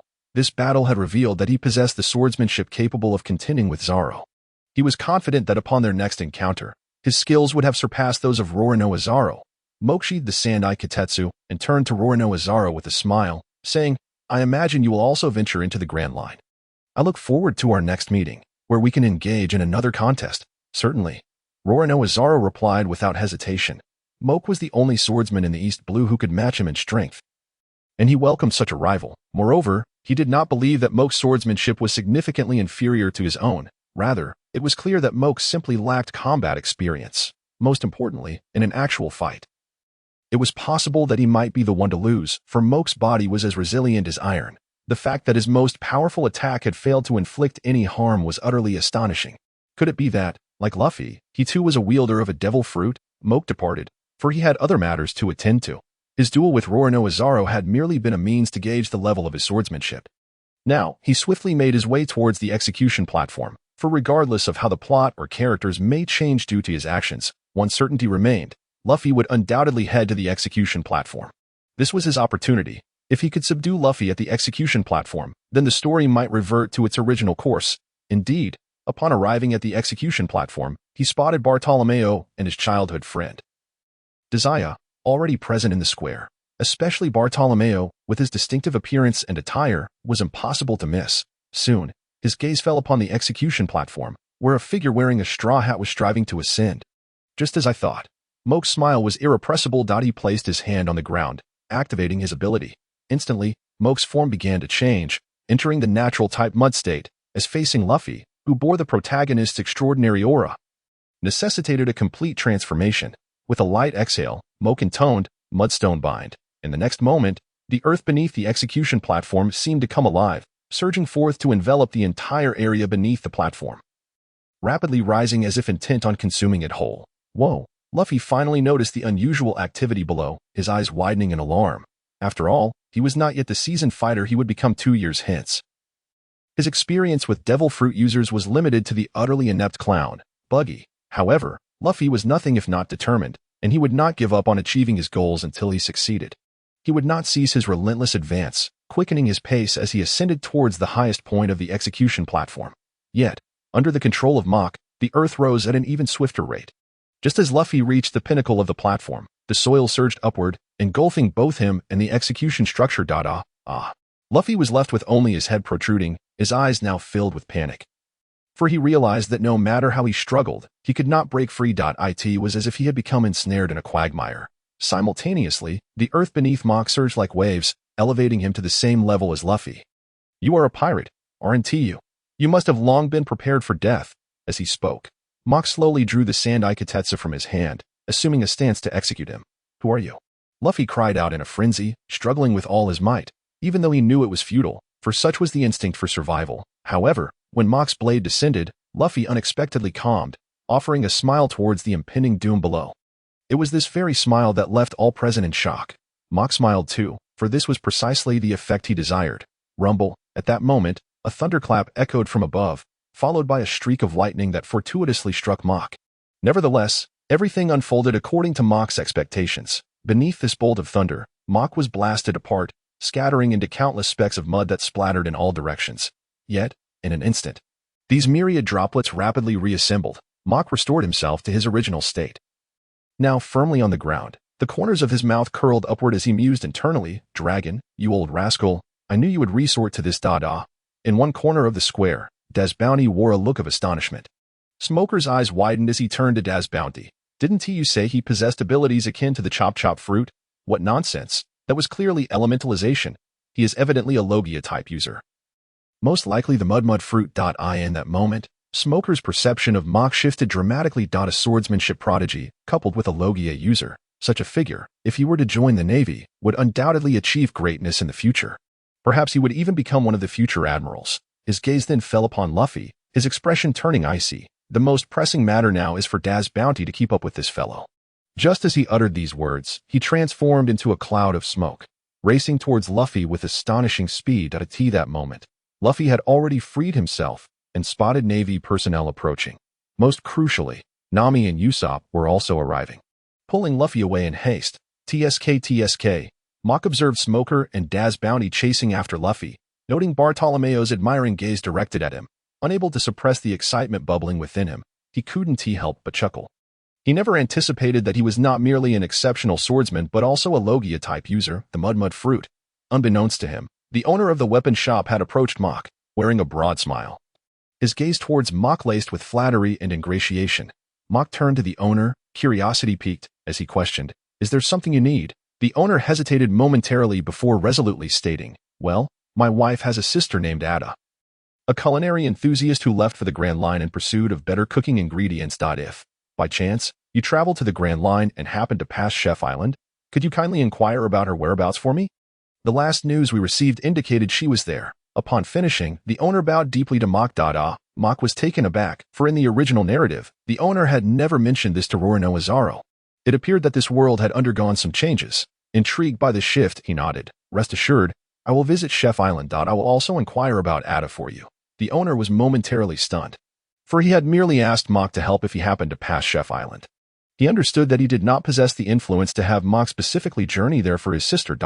Coming to his senses, the owner displayed an expression of disbelief before exclaiming in joy, "Thank you so much." Just as in the original tale, with the assistance of the formidable dragon, Luffy and his companions successfully broke free from Loguetown, setting their sights on the Grand Line.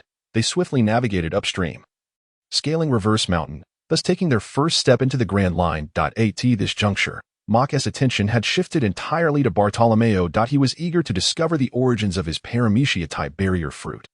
As time passed, with Smoker having departed alongside Luffy, Loguetown descended into chaos. After all, Loguetown had maintained its reputation as the weakest and most stable locale in the East Sea, significantly due to Smoker's influence.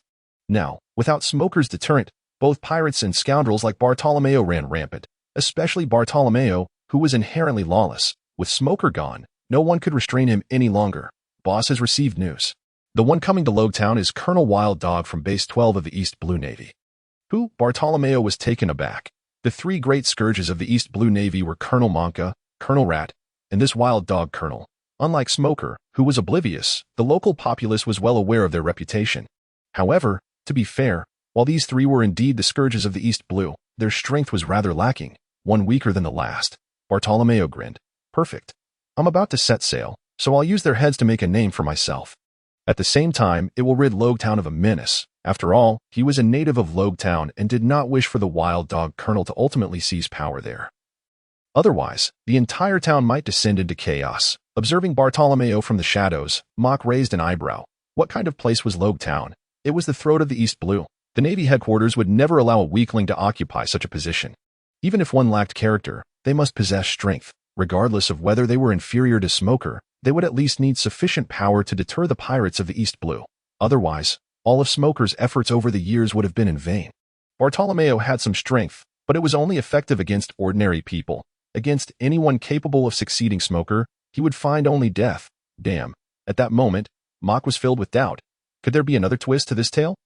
Or perhaps this fellow had acquired the barrier fruit prior to this. Otherwise, he found it hard to believe that Bartolomeo could possibly defeat the Navy personnel sent to replace Smoker. 3 days later, a small naval vessel docked at the port of Loguetown. Shortly thereafter, a contingent of Navy personnel disembarked, led by a notably tall naval colonel, TSK, as they emerged from the port and entered the town. Bartolomeo and his entourage encircled them, casting scornful glances at the Wild Dog Colonel, boldly declaring, "Wild Dog Colonel, I know you've hoarded quite a bit, so hand some over for the brothers. Otherwise, you won't make it through today." In the shadows, Mock couldn't help but twitch at this display of bravado from Bartolomeo, as if hearing the most comical joke in the world. Colonel Wild Dog erupted into boisterous laughter. However, Bartolomeo's expression stiffened, for the colonel's mirth truly unsettled him, instilling a profound sense of unease. In an instant, the colonel vanished from sight, reappearing directly before Bartolomeo, so close that a mere gesture could strike his face. Six styles. Moke could not help but slightly narrow his pupils. When it comes to the Navy, the six styles are an unavoidable topic. It can be said that most naval officers, with the exception of those who wield swords, have mastered a few techniques of the six styles. Even some sword users are proficient in them. Yet, it must be noted that every Navy officer who masters the six styles is no weakling. Mastery of the six styles requires a formidable 500 haki. Not underestimate this 500 haki. For instance, it serves as a standard to evaluate the combat prowess of naval personnel. The most common soldier possesses a haki value of merely 10. While exceeding 500 qualifies one as superhuman. Take a look at those in CP9. Few possess even 5 or 600 haki. Of course, this figure is neither rare nor top tier, but in the first half of the Grand Line. It signifies a moderate level of strength. In the weakest East Blue, it undoubtedly marks one as a formidable force, even a crushingly powerful one. Startled, Bartolomeo's eyes nearly bulged out of their sockets. Instinctively, he recoiled. Yet in his current state, he was no match for a Navy officer skilled in the six styles. With a swift kick, Colonel Wild Dog struck Bartolomeo squarely in the abdomen, under the immense force. Bartolomeo flew away like a kite severed from its string. The colonel did not pause. Shave. Another kick was unleashed. Shave. Again, another kick followed. The same technique, simple yet direct. However, none of the minions accompanying Bartolomeo could withstand even a single blow. Impossible. This cannot be. Bartolomeo, now sprawled several meters away, bore a visage filled with horror and dread. Soon, nearly 100 lackeys lay defeated on the ground, some with broken limbs, others with shattered ribs, illustrating that Colonel Wild Dog showed no mercy. Step by step, he approached Bartolomeo, a mocking smile curling at the corners of his mouth. Terrified, Bartolomeo sprang from the ground, wincing in pain as he backed away, still unable to believe. How could this be? You couldn't even defeat that fellow sheeping. Sheeping? Colonel Wild Dog, upon hearing this, seemed to recall something and burst into joyous laughter. Who granted you such audacity, little minion, to lay hands on me? So, you know sheeping. Do you? Now that I think of it, it makes sense. Sheeping hails from Rowtown, much like these ruffians before me. It is not surprising that someone knows him, but that fellow was merely his pawn. His defeat to sheeping was nothing but a show. After all, he had committed a significant crime that could not be overlooked, and that time was merely a chance encounter at sea. Capturing that fellow would only invite trouble. After letting him go, he would bide his time and kill him silently, reclaiming his ill-gotten gains and using that wealth to forge connections. The loss of a bit of reputation pales in comparison. Otherwise, how could he maintain his position as the most powerful in the East Blue? With this position, he could amass even greater wealth. When the time comes, the money to establish connections would multiply.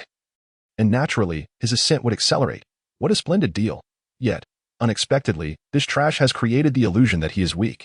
Please, although I may not rival Smoker, I am nevertheless an elite naval cadet of his caliber. While my strength may be insignificant in the Grand Line, in this East Blue, with Smoker gone, who could possibly contend with me? There is not a single worthy opponent, just like these rabble before me. I could extinguish them with but a flick of my wrist. I will fight you. At that moment, Bartolomeo regained his senses, his eyes ablaze with madness, his face contorted in rage, for he understood that he had no choice but to fight to the death. Even in death, he must retain some semblance of dignity, and thus, he lunged at Colonel Wild Dog. Alas, in the colonel's eyes, Bartolomeo's movement was akin to that of a tortoise, painfully slow. Colonel Wild Dog deftly evaded him with a sidestep. As Bartolomeo missed his target and brushed past him, the colonel raised his leg and delivered a swift kick to Bartolomeo's backside. With tremendous force, Bartolomeo was sent flying once more. A cold smile crept across Colonel Wild Dog's lips as he surveyed the surroundings. To him, Bartolomeo was no different than the other minions, easily dispatched with a single strike. This display was merely to intimidate everyone in Rogue Town, be they local thugs or incoming pirates.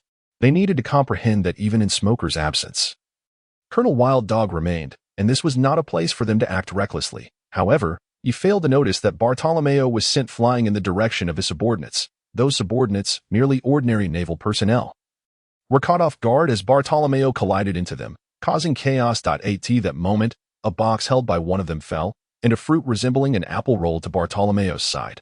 What the hell? Moke's eyes lit up.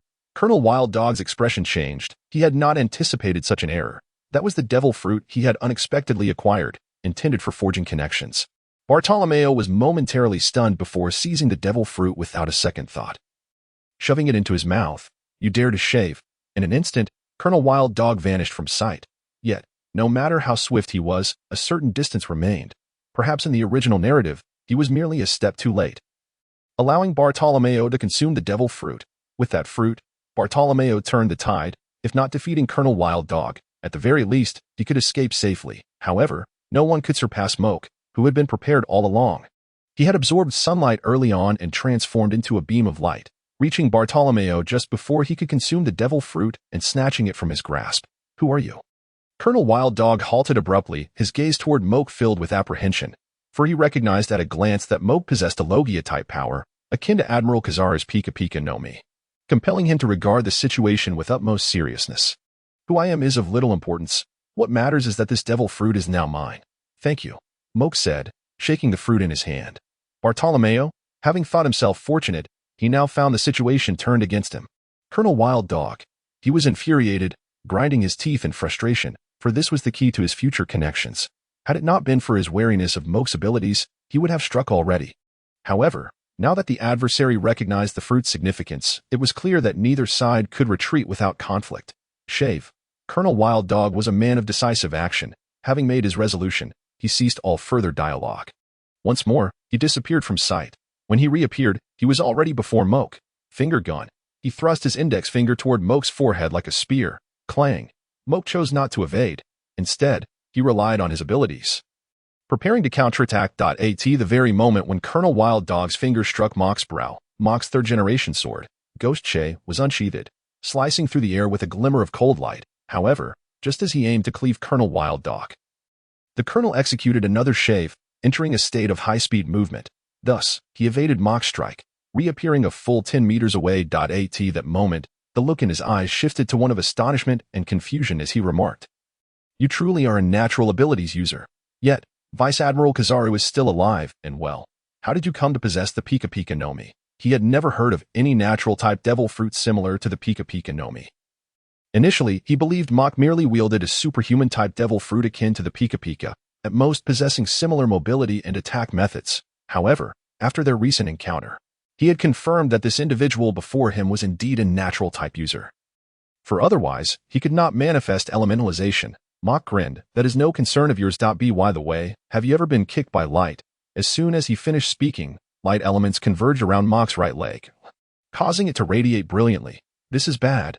Colonel Wild Dog's expression shifted drastically. Shave. Simultaneously, Moke's right leg was already extended, unleashing a beam of light. Boom.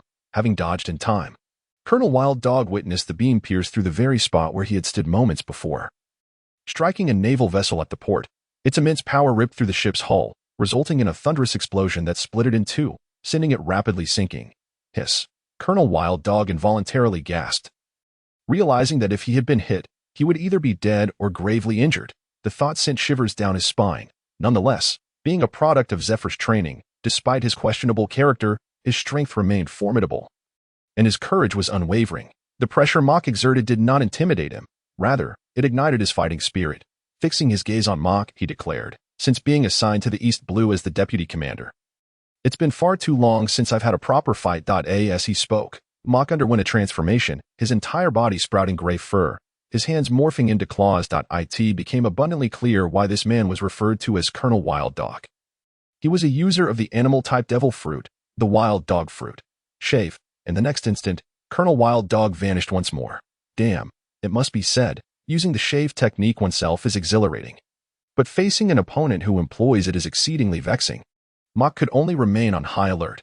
When the colonel reappeared, he was already behind Mach.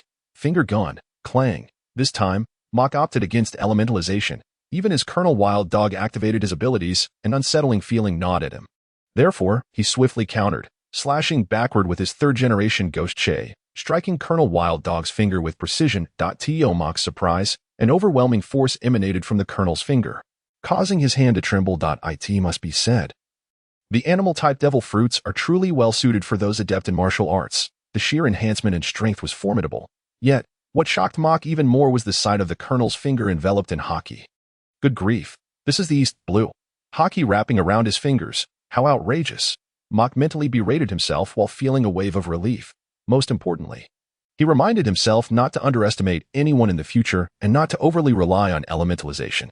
A misstep could lead to a tragic outcome in the form of iron block illusion. In an instant, Mach transformed into a beam of light, widening the gap between them. At that moment, his gaze towards Colonel Wild Dog shifted. The colonel's lips curled into a slight smirk, revealing a hint of pride.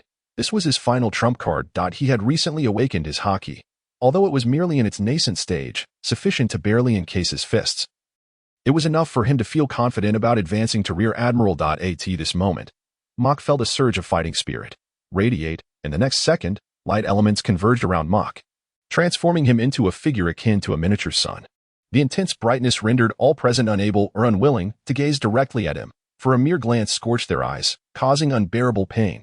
With a single sword technique, Demon Flame Flash, seizing the opportunity, Mach unleashed the combined might of his spirit and the sword. Coalescing into a singular force, swish, Mach's figure flickered and vanished, only to reappear behind Colonel Wild Dog, slowly sheathing his third-generation Ghost Che. As the radiance surrounding Mach dissipated, a wound erupted on Colonel Wild Dog's body. Blood gushing forth, the colonel wore an expression of disbelief. He had absolute confidence in his own strength within the East Blue. He never expected.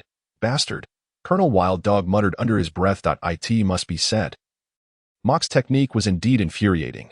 Blinded by the brilliance, he, having awakened hockey, could not rely on observation hockey to evade Mach's attack. Raging leg, Colonel Wild Dog retaliated by executing a sweeping kick, clang. Mach's reflexes were swift. His third-generation Ghost Che was drawn instantly, blocking the attack with sheer force. However, the immense impact sent him stumbling back 4 or 5 meters. Shave, how could Colonel Wild Dog allow such a prime opportunity to slip away? In a flash, he appeared behind Mach, finger gun, his index finger aimed at Mach's nape, thrusting forward. Yet in the next moment, he found himself frozen in place. His finger was less than 10 centimeters from Mach's head. Yet he discovered he could not move an inch. Looking down, he realized that his entire body was ensnared by the earth that had surged up from below, binding him tightly. His face was a mixture of shock and confusion. Swish! At that moment, Mach's third-generation Ghost Che traced a graceful arc through the air, aimed at Colonel Wild Dog's neck. This is bad.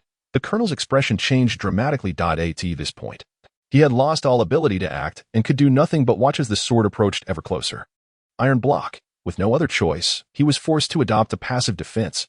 Swish! The third-generation Ghost Che sliced through Colonel Wild Dog's neck, and it was clear that his iron block could not withstand Mach's strike.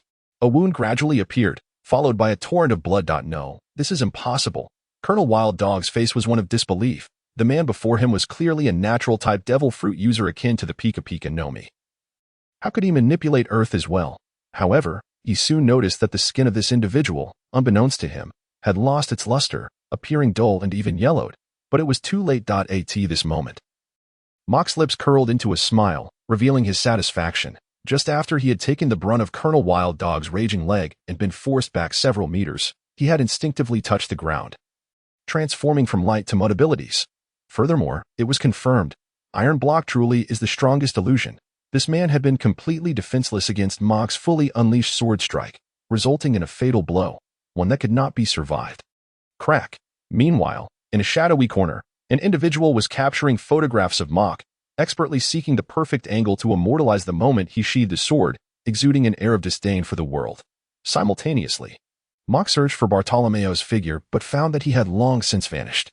Mach paused, mumbling to himself, truly worthy of being an important character. Their lives are remarkably resilient. However, at this moment, there was no longer any necessity to remain in Rogtown. He pointed his hand towards the sun in the sky, once again transforming into a shimmering entity. Ultimately, he morphed into a beam of light, hurtling directly towards Reverse Mountain. He swiftly traversed the Grand Line, arriving at the first island in no time, above the Grand Line. Several routes could be chosen, and on each route's first island, there existed underground factions dealing in information. One could nearly acquire the eternal pointer for every island, albeit at a rather steep price. Thus, as soon as Mach fell upon the island, he immediately sought out a tavern. A server greeted Mach with a broad smile, asking, "What can I get for you?" Without beating around the bush, Mach directly stated, "I require an eternal pointer to Chef's Island." Upon finishing, he involuntarily wrinkled his nose as an enticing aroma wafted through the air, igniting his appetite. He then added, "Also, bring me a table filled with your most renowned dishes. Certainly, please find a place to sit, and I shall return shortly." Mach casually chose an empty table, but soon found himself the focus of a group of onlookers, their gazes filled with ill intent. Accompanied by a chorus of derisive laughter, another naive newcomer has arrived, likely still dreaming of becoming the Pirate King. Such is the foolishness of newcomers. Mach raised an eyebrow, surveying the crowd with a hint of disdain. It was essential to note that the veterans present were primarily individuals stripped of courage, merely putting on a facade in front of newcomers. "Hey," a burly man rose and approached Mach, stating, "Kid, the eternal pointer to a specific island doesn't come cheap. I assume you have some funds. Why not cover the cost for our table as well? Leave a little for me to enjoy." His words masqueraded as inquiry, yet his tone brooked no dissent. Mach regarded the man, amused by his presumptuous demeanor. A coward who only dares to linger at the entrance of the Grand Line dares mock those who harbor dreams, although those fellows are mostly unsavory characters. They are far superior to you lot of wastrels. A hush fell over the tavern, the atmosphere thick with tension, regardless of whether they were the newcomer or those who had initially intended to observe. All expressions froze, for Mach's words were akin to a slap across their faces. In an instant, the way everyone regarded Mach shifted. No longer were they mere spectators, but rather individuals who seemed ready to devour him whole.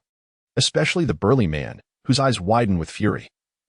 Yet, as he was about to unleash his wrath, he met Mach's gaze. At that moment, Mach's pupils had transformed into a shade of purple, and a malevolent aura surged from him. Sweeping across the room, the first to feel its impact was the burly man, who, upon uttering a single syllable, appeared as though struck by an invisible force. His face paled, and his body swayed as all further words were forcefully stifled. A chill swept through the tavern, causing everyone present to shudder involuntarily. Most importantly, the aura emanating from this young man had shifted, instilling in them an unprecedented sense of pressure. Gasps filled the air. These were seasoned pirates who had traversed the seas, and they recognized that they had encountered a formidable adversary today. Mach coldly declared, "Leave all your valuables behind, and you may depart. Otherwise, you shall pay for your insolence with your lives." Their faces stiffened. They had intended to bully a newcomer and share in the spoils, yet they found themselves on the receiving end of a robbery. Stupefied, they stood frozen. However, these were bloodstained pirates. Greed was in their nature, and they would not easily relinquish their possessions. With a crash, one pirate seated by the window shattered it and leaped out. But before he could revel in his escape, the tavern's patrons witnessed Mach's finger pointing directly at him. Gathering a massive amount of light energy. In the next moment, a beam of light shot forth, piercing through the escaping pirate's back, continuing unabated until it collided forcefully with a tree 100 meters away, splintering it. The sheer power of the attack left the tavern in stunned silence once more. Gulp, hiss, some swallowed hard, while others inhaled sharply, their gazes towards Mach transformed entirely. No longer was there a hint of disdain or resentment. Only awe remained. They promptly placed all their treasures respectfully upon Mach's table before retreating. At that moment, a distinctive laughter echoed from a corner of the tavern. Ha ha ha. The Mach's expression remained unchanged. His heart raced. Many characters in the realm of the Pirate King possessed unique laughter. One could often identify them by it. This particular laughter undoubtedly belonged to Blackbeard, one of the future 4 emperors. Mach's pupils constricted in disbelief. He had not anticipated encountering such a grand boss upon entering the Grand Line. Given his current strength, he was no match for him. Mach exhaled slowly, striving to regain his composure. He then turned to face the source of the laughter. Indeed, a large man who had initially had his back to him was now facing him, his gaze tinged with admiration. Beside him sat a frail individual, on the brink of death. Poison Q. Mach recognized him immediately. The initial 4 commanders of Blackbeard were Lafitte, Jesus Burgess, Van Augur, and this Poison Q. However, why was Blackbeard at the entrance of the Grand Line? On the contrary, this was the entrance to the East Blue. If memory served correctly, Lafitte hailed from the West Blue, previously serving as a police officer under the moniker Devil Sheriff, and was now the navigator of Blackbeard's crew. destined to become the captain of the 5th ship. Considering that Blackbeard was accompanied only by Poison Q, did this imply that Blackbeard had journeyed to the West Blue to successfully recruit Lafitte? But what could have driven him to the West Blue? Was he truly attempting to court Lafitte? Was the likes of Lafitte worth such a trek? By now, most of the tavern's patrons had fled. Blackbeard rose from his seat and approached Mock, scrutinizing him closely. You are absolutely correct. Those who can abandon their dreams have no right to insult those who still hold on to them. Mock, however, silently furrowed his brow. Ha ha ha. Blackbeard, noticing Mock's silence, quickly added, how about joining my pirate crew? He had observed Mock's earlier display, noting not only his impressive aura capable of intimidating others but also his formidable devil fruit powers. He then noted the sword, Sandai Katetsu, in Mock's grasp, suggesting that he possessed considerable swordsmanship as well. Such a person was certainly worthy of his recruitment. Mock paused for a moment before chuckling, adopting a slightly juvenile tone as he replied, that won't do. My dream is to become the Pirate King. Ha ha ha. Blackbeard was momentarily taken aback by Mock's reply, but soon erupted into hearty laughter. His gaze towards Mock transformed, now laced with scrutiny. Finally, he said meaningfully, I look forward to our next encounter. With that, he exited the tavern, fully aware that this young man was not one to bow beneath another's shadow. Poison Q followed closely behind. Once outside, Poison Q glanced back before remarking to Blackbeard, this kid is still raw, but he will undoubtedly become a rival one day. Rather than. Before he could finish his words, he was abruptly interrupted by Blackbeard. Such individuals are as numerous as the stars in the sea. Should I slay them all? Am I capable of such a feat? At this point, he glanced back and declared with great authority, moreover, if he ever stands against me, I shall personally sever his head. Ha ha ha. In this moment, Mock, in Blackbeard's eyes, is not even worthy of being called a rival. Or perhaps, from his perspective, it remains uncertain whether Mock will ever reach a level where he could oppose him. After Blackbeard departed, Mock could not help but take a deep breath. To be honest, at this juncture, he had no desire to confront Blackbeard directly, for he had no chance of victory. Yet, he had already prepared himself for action. However, TSK, Mock's hand, which rested on the hilt of the 3rd-generation sword, tightened unconsciously. The urge to grow stronger had never been so fervent, lacking sufficient power. He did not even possess the qualifications to be considered an opponent. In fact, others might not even harbor any interest in engaging him. Not long after Blackbeard left, the same attendant approached. This is the Eternal Pointer from Chef Island, costing 300,000 berries. Mock's expression twitched. It was not that he lacked the 300,000 berries, but rather he sighed inwardly, lamenting the exorbitant prices of the black market. To put it into perspective, Zwada had purchased 2 swords in Rogtown for a mere 100,000 berries. Nonetheless, he paid without hesitation, for he could spare that amount. He then inquired, do you have any information available for purchase? The attendant nodded. Of course. Are you looking for someone or seeking to learn about a particular matter? Mock responded, Chef Ada, born in EC Rogtown. She has previously surfaced on Chef Island. I require all information regarding her current whereabouts. The attendant replied, please wait a moment, and turned to leave. Mock furrowed his brow slightly, sensing that this attendant had changed, no longer wearing a humble smile but rather exuding a subtle air of superiority. This left Mock puzzled as to what had caused this transformation. He had just demonstrated his strength. Logically, he should have inspired more reverence. How intriguing, Mock mused, observing the attendant's departing figure with a contemplative expression. Shortly after, the attendant returned with a piece of paper, offering a polite smile. The Chef Ada you seek is quite a character. Therefore, the price is somewhat steep. In the underworld, the value of information is often determined by the strength and status of the individual. Mock's face displayed surprise. After all, he had only agreed to search for her due to the 2 renowned swords he had received from the weapon merchant. He had not anticipated such unexpected fortune. Provided the information was accurate, the price was of no concern. The attendant raised a finger. 1 million berries. After stating this, he produced a den mushy, though it may be pricey. There is a reason for it. Once we receive your million, our people will keep a close watch on her. Should her position change, we will notify you immediately until you find her. Mock was momentarily taken aback. Indeed, this service warranted the cost. He nodded and then retrieved a sapphire from his pocket. The attendant examined it carefully, internally assessing. While it may be somewhat ordinary, it is still worth 1 million. He then handed the paper to Mock. Chef Ada, 30 years old.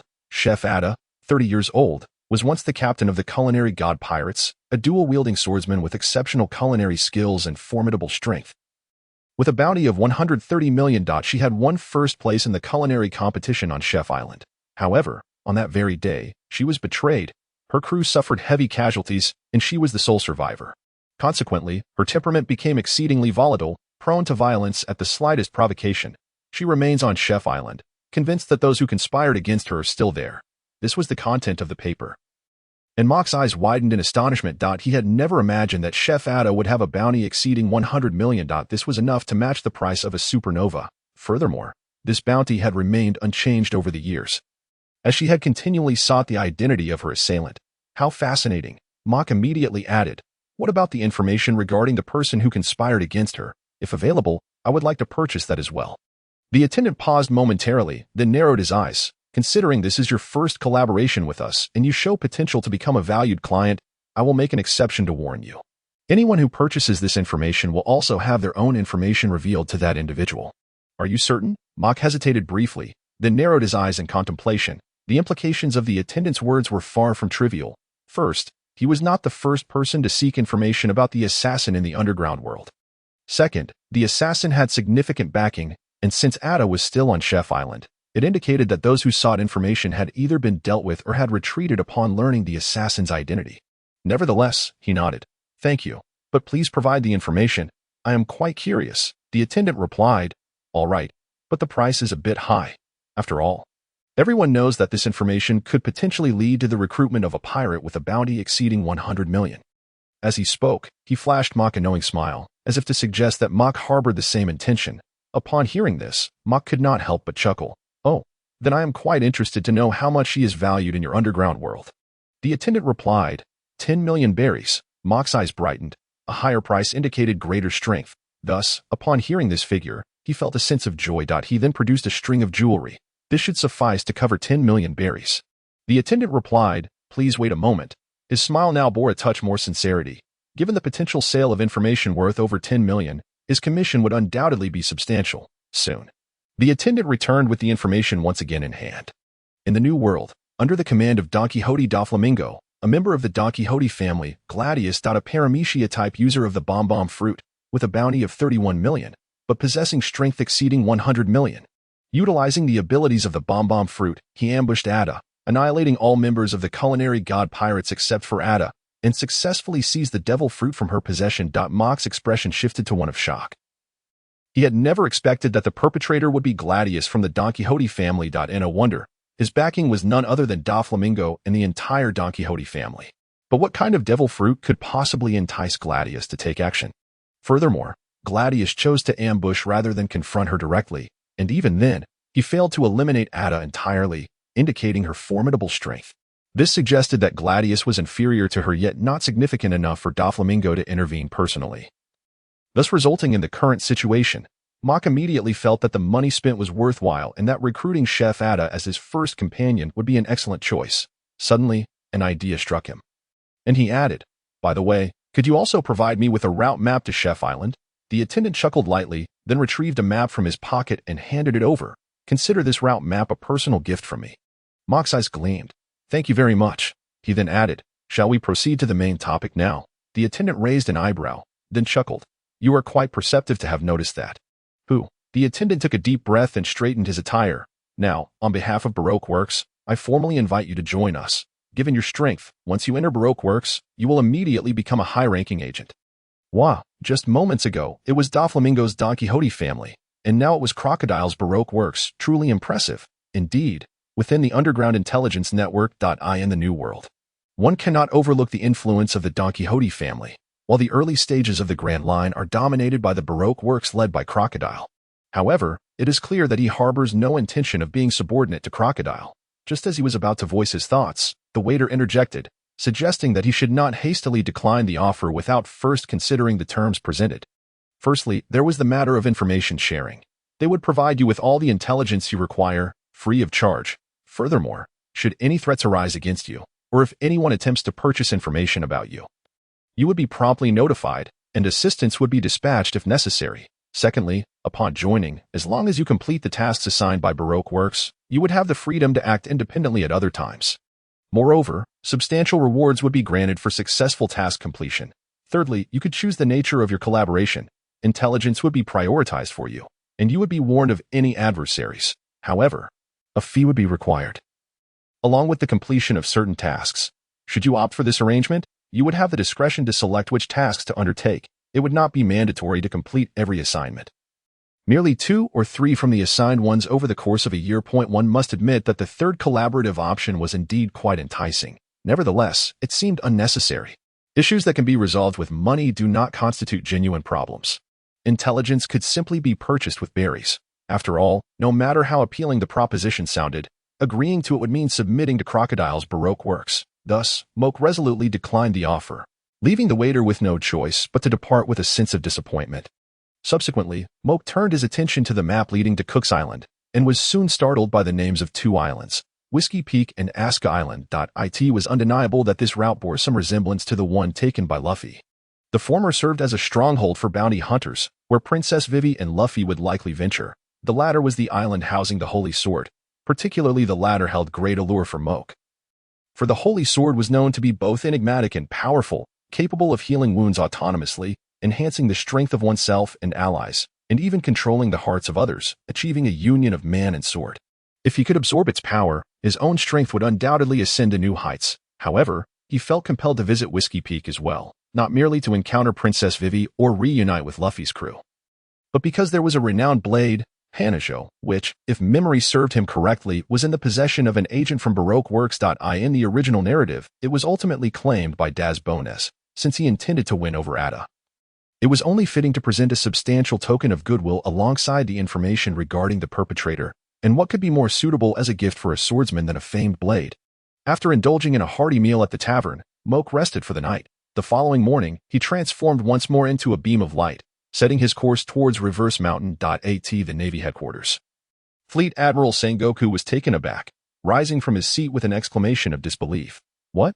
Coincidentally, both Garp and Vice Admiral Tsuru, who were present in his office, turned to him in surprise.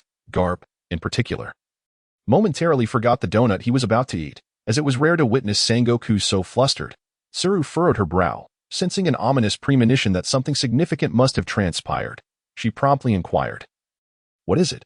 Sengoku exhaled slowly after hanging up the transponder snail, attempting to regain his composure. The East Blue's replacement for Smoker, Colonel Wild Dog, has been killed. How is that possible? Garp responded with astonishment, for he frequented the East Blue and was well aware of its dynamics. There were only a handful of pirates with any semblance of power in the entire East Blue, yet none would dare, nor possess the strength, to slay the highest authority of the East Blue Navy. Tsuru shared this sentiment, pondering that if there were any significant stronghold among the East Blue's pirates, they would not be so easily dismissed as the weakest of the 4 seas. Thus, she voiced her concerns. Could it be that a formidable figure has emerged in the East Blue? Sengoku nodded. Moke, age and birthplace unknown, possesses commendable swordsmanship and is also a devil fruit user. He paused momentarily before adding, according to intelligence, his swordsmanship was learned from Smoker's subordinate, Tashiji. His devil fruit ability is particularly unusual, as it grants him not only the powers of light and earth but also the elemental transformation characteristic of the Logia type. Ah, both Tsuru and Garp exclaimed in astonishment. Garp outright questioned, Sengoku, you must be mistaken. How could a Logia user control both light and earth? Even Sengoku himself doubted it. Had he not confirmed the information multiple times, he would have found it hard to believe. Nevertheless, even after repeated confirmations, a deep-seated incredulity lingered within him. He murmured to himself, Logia, Logia. A Logia is supposed to represent a natural element of the world. How could 2 natural abilities manifest in a single individual? Could it be that such a devil fruit truly exists? Or is it possible that this person possesses 2 distinct devil fruit powers? Regardless of the scenario, it transcended their long-held understanding. At that moment, Tsuru regained her focus and suggested to Sengoku, since this individual's swordsmanship was learned from Smoker's subordinate, why not inquire with them? They might possess insights into the matter.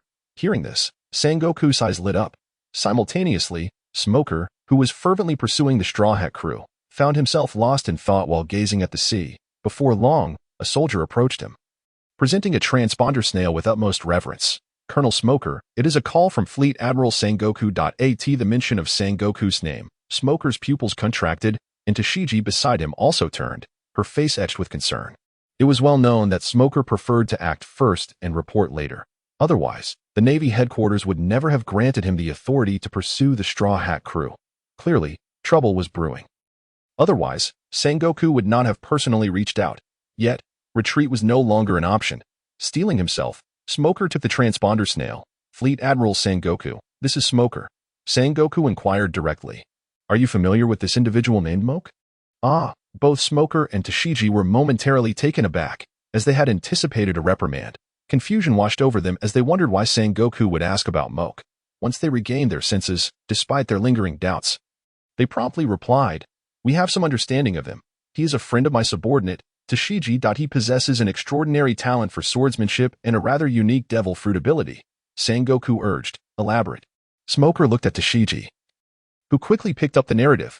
3 months ago, I encountered him at a weapon shop in Loguetown, where he purchased 2 renowned swords. He used one as payment for me to teach him swordsmanship, which I agreed to. At that time, he was completely inexperienced with swordplay, yet in just 3 months, his skills have surpassed mine, bringing him a mere step away from becoming a swordsman of legendary status. His talent is unparalleled, even exceeding that of the skilled swordsmen among the vice admirals at headquarters. The devil fruit ability is quite peculiar. When we first met in the weapon shop, he exhibited powers akin to a Paramecia type. Specifically, the / fruit, enabling him to turn others into blades. Later, during the pursuit of the Straw Hat crew, he also demonstrated elemental transformation and control over Earth. She glanced at Smoker before continuing. Smoker and I suspect that he might possess multiple devil fruit abilities. What? Tashiji's revelation elicited a gasp from Sengoku. The conversation quickly shifted back to Tsuru. This individual possesses such an extraordinary talent for swordsmanship, and also wields powers similar to the Paramecia type. / fruit? Coupled with earth and light, does that mean he is a 3-type user with formidable swordsmanship? The implications of such abilities are staggering, especially the light element, akin to Kazara's powers. Anyone facing him would undoubtedly find themselves in a precarious situation, as he would dictate the terms of engagement. This predicament prompted Smoker to voice his concern. Fleet Admiral Sengoku, what has this individual done to warrant your personal call? Sengoku stated bluntly, because this individual has killed Colonel Wild Dog, who was slated to replace you. What? Both Smoker and Tashigi exclaimed in unison, their expressions laced with disbelief. Tashigi interjected, that can't be right. In the 3 months we've known him, I've sensed no malice towards the Navy from him. In the Warring States period, he seized the devil fruit that Colonel Wild Dog was supposed to hand over. Upon hearing this, both Smoker and Tashigi's pupils dilated in shock. The devil fruit, a strategic resource of utmost importance across all factions, is coveted by all except the celestial dragons. Just one devil fruit can swiftly cultivate a formidable warrior, or even directly entice one to their side.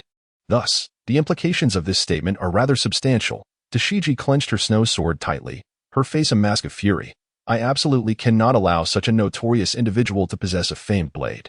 One day, I shall reclaim the Sandai Kitetsu from his grasp. Back in Admiral Sengoku's office, he had just ended a call with the snail phone, yet his brow furrowed deeper than before. 3 months away from becoming a swordsman of unparalleled skill? What extraordinary talent in the way of the sword is this? And the ramifications of his abilities left Sengoku feeling overwhelmed. Meanwhile, Admiral Tsuru wore a grave expression as well. It is worth noting that her dear sister, Peach Rabbit, does not possess such talent in swordsmanship, including Garp. The 3 of them fell into a brief silence. Then, Admiral Tsuru spoke first. Sengoku, I propose a bounty. Sengoku raised an eyebrow, intrigued. Admiral Tsuru continued. Sengoku, I suggest a bounty of 100 million berries. 100 million berries, Garp exclaimed, astonished. It was not that he was unfamiliar with the world, but this was a first bounty. Admiral Tsuru nodded affirmatively. Indeed. A direct bounty of 100 million berries. Upon receiving a clear answer, Garp was momentarily taken aback. He then chuckled, realizing that this young man named Moke not only possessed terrifying swordsmanship but was also suspected to be a user of 3 devil fruits. A bounty of 100 million is hardly excessive. Even a single nature-type ability akin to the Garo Garo no Mi is worth that much. However, Garp did not immediately express his opinion and instead pondered for a considerable time. After reaching a conclusion, Sengoku declared, why not set the bounty at 300 million berries and elevate him to the status of a legend? Ah. Garp and Admiral Tsuru exchanged incredulous looks. Notably, Admiral Tsuru was aware of Sengoku's typically cautious demeanor. The 100 million berries she proposed was a carefully considered amount that Sengoku could accept. She had never anticipated Sengoku would deviate from his usual composure. Suddenly, a glimmer of understanding lit up Admiral Tsuru's eyes, tinged with surprise. Are you suggesting we elevate him to the ranks of the 7 warlords of the sea? At this, Garp couldn't help but scoff. He held little regard for the 7 warlords of the sea. Yet he refrained from vocalizing his disapproval, Sengoku affirmed. Precisely, given his relationships with Smoker and Tashigi, the likelihood of his acceptance is quite high. Of course, he must first weather this storm. Otherwise, no matter how lofty his talents or how many devil fruit abilities he possesses, it would all be for naught. Admiral Tsuru smiled. Then let us add fuel to the fire. In his bounty notice, we shall illustrate the manifestation of his 3 devil fruit abilities. Moreover, we must explicitly state that he is a user of 3 devil fruits and that he is suspected of having mastered the methods to wield multiple abilities. Upon hearing this, Sengoku was initially taken aback, but soon his spirit soared. He could already envision various factions flocking towards Moke. Meanwhile, in the New World, Quixote Doflamingo had just received underground intelligence. A nature-type user akin to the Garo Nomi? How dare he challenge me? Quixote Doflamingo. Such arrogance from a newcomer. He turned to his companion, Gladius. That little chef you left behind. Eliminate her as well. Gladius nodded. Yes, master. Days later, at Reverse Mountain, a pirate ship adorned with a straw hat sailed into the harbor. At that moment, a new seeking seagull soared above them. Noticing this, Nami tossed a coin into the air. The seagull caught it, dropping a newspaper right at Nami's feet. She picked it up and gasped in astonishment. Luffy. Come quickly. Is this the person you and Zoro encountered in Loguetown? Whoosh. Nami's words instantly captured the attention of everyone aboard, who gathered around to examine the paper. They beheld a bounty notice showcasing a swordsman sheathing his sword. Exuding an air of disdain for the world, the immense bounty figure was displayed prominently. 300 million, Luffy exclaimed. Yes, that's the guy who helped the Navy capture me in Loguetown. But isn't he a Navy officer? Why is he being offered a bounty?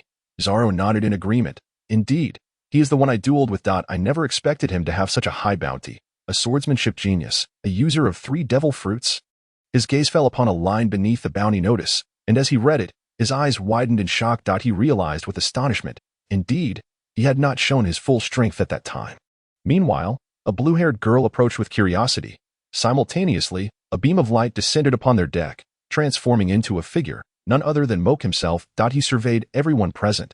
Luffy, Zoro, Sanji, Nami, Usopp, and Princess Vivi. It was quite the coincidence that they all converged at Reverse Mountain. Considering he had arrived 3 months later than them. After all, they relied solely on their ship for navigation, and without a permanent pointer, they were at the mercy of fate, unlike him, who had a defined route and a reliable eternal pointer. Are you looking for a fight? Luffy immediately adopted a combative stance. Clearly, Moke had left a lasting impression on him. Yikes, Nami and Usopp recoiled behind Zoro. Sanji skillfully positioned himself in front of Princess Vivi. Adopting a chivalrous demeanor, Princess Vivi, rest assured, I will not allow him to harm you in the slightest. Moke thought to himself. Honestly, among the Straw Hat Pirates, the one I look down upon the most is Sanji. Although Nami and Usopp may be timid, they truly step up in times of crisis. But Sanji, just a pretty face, instantly kneeling at the side of any beautiful woman, even when he knows his comrades are in danger. He remains passive and indecisive. If it weren't for the main character aura that surrounds the Straw Hat crew, he would have long since perished countless times while dealing with individuals like Nami and Usopp who lack any real power. Under the guise of chivalry, he simply exemplifies the most shameless form of infatuation. Calm down. I won't engage with you this time. Moke's words were interrupted when a figure descended from above, landing on the deck. Eyes locked onto Moke with an insatiable greed, as if Moke were not a person but a rare treasure. With a sinister grin, the newcomer exclaimed, Ha! I didn't expect to find you here. What luck? Who are you? Moke inquired, utterly perplexed, as he had never encountered this individual before. Zoro, having taken the newspaper from Nami's hands, tossed it to Moke. This must be the reason. Moke took it and, upon reading, was struck with disbelief. A bounty of 300 million, and it even states he possesses the methods to wield multiple devil fruits. Sengoku, you sly fox. The newcomer chuckled, having read the newspaper. I trust you understand why I am here. Hand over the methods to wield multiple devil fruits, or else. The unspoken threat hung heavily in the air. Heh, bald eagle, this is not something you can monopolize. Let us share this discovery, shall we? At that moment, a group emerged, standing at the ship's base, fixating their gazes on Moke. The 2 leaders were a man and a woman. The man bore the appearance of a rock singer, while the woman was tall and slender, with short golden hair. She wore a yellow hat and lemon slice-shaped earrings, donning a dress pattern with lemon slices and white high heels, clad in white gloves. She held an umbrella decorated with yellow and blue stripes. Captivating in appearance, she always wore a smile, embodying the essence of a sweet girl. However, When it comes to physical confrontation, their ferocity is undeniable. Mach immediately recognized the pair before him. The man and woman were none other than the elite operatives from Baroque Works, Mr. 5 and Mr. 11. Behind them loomed another figure, Mr. 11, with a knife in hand that Mach instinctively identified as the famed Huazhou. He dismissed the threats posed by these individuals, considering them inconsequential. In fact, he regarded Mr. 5 and Mr. 11 with equal disdain. Two pathetic wastes of the exceptional Paramecia-type exploding fruit and the kilogram fruit, both of which were formidable devil fruits. The hawk-faced man wore a look of contempt. One of you has a bounty of 10 million berries, while the other stands at 7.5 million. Do you dare to act so brazenly before me? What gives you the audacity? Baroque Works. With a swift motion, Mach transformed into a beam of light, appearing beside Mr. 11 before anyone could react, seizing the knife from his grip and admiring it. Yikes! Mr. 11 stumbled back in fright, taking several steps away in anger. Return Huazhou to me. He exchanged a glance with his companion, both recognizing the terror reflected in each other's eyes, and instinctively retreated a few steps. You scoundrel! Mr. 5, Jim, and Machida seethed with rage. To them, Mach's blatant disregard was a profound insult, especially for Jim. If looks could kill, Mach would have been slain countless times over, with a nonsensical gesture. Jim dug deep into his nose, extracting a sizable booger. Utilizing the abilities granted by the exploding fruit, he flung it towards Mach, intending to unleash a violent explosion upon impact, an attack of considerable might. Yet, the utter repulsiveness of it all left him devoid of any desire to wield his sword. Once again, Mach transformed into a beam of light, evading the grotesque projectile and appearing directly before Jim. He placed a finger on Jim's forehead, gathering luminous energy at his fingertip. Not good. Jim's expression shifted dramatically. He attempted to dodge, but it was already too late. Just then, Mach sensed a powerful wind rushing towards him, causing him to alter his stance and retreat several meters. At that moment, a tall, muscular figure adorned in monk-like attire took the spot where he had just stood. Mr. 1, Dasbones. Mach's face reflected surprise. He had not anticipated that Crocodile would send him as well. It was well known that Dasbones was one of Crocodile's most formidable subordinates. Dasbones scrutinized Mach, a hint of appraisal in his gaze. I initially believed you to be merely fortunate enough to consume a strong fruit, but it appears you possess some genuine skill to have evaded my dust slash. As Dasbones spoke, a woman with an explosive hairstyle sauntered forth, looking at Mach with a knowing expression. The Navy's bounty isn't just empty talk, is it? Hey, enough already with Baroque Works. The hawk-faced man leaped down, landing between the two factions, exuding arrogance as if he deemed everyone present beneath his notice. However, Dasbones didn't even spare him a glance, his focus unwaveringly fixed on Mach. Jim, Machida, this one is yours to handle. Mach observed the individuals before him, each wearing expressions that suggested they were certain of his defeat. He quickly grasped a crucial realization. He had yet to showcase his true capabilities. Thus, no matter how high his bounty, they would not take him seriously. He needed to engage in a battle that would instill fear in the majority. Otherwise, even the most insignificant of foes would come seeking him. He was now acutely aware of the power of being underestimated. Foam daisy slash. Dasbones transformed his palm and fingers into razor-sharp blades, lunging toward Mok. At that moment, Mach's eyelids flickered as realization dawned upon him. Dasbones had yet to awaken his haki. Therefore, no matter how strong he was, he could inflict no harm upon Mach. This raised a question in Mach's mind. Why would Crocodile send Dasbones? He was no mere henchman. Suddenly, Mach's intuition sparked with a hypothesis. Could it be that Crocodile had also arrived? No one comprehended the invincibility of Logia users better than he did. Thus, Mach made no attempt to evade and allowed Dasbones' attack to strike him. As anticipated, under his elemental form, Dasbones dealt him no damage whatsoever. Dasbones' pupils constricted. You truly are a Logia user.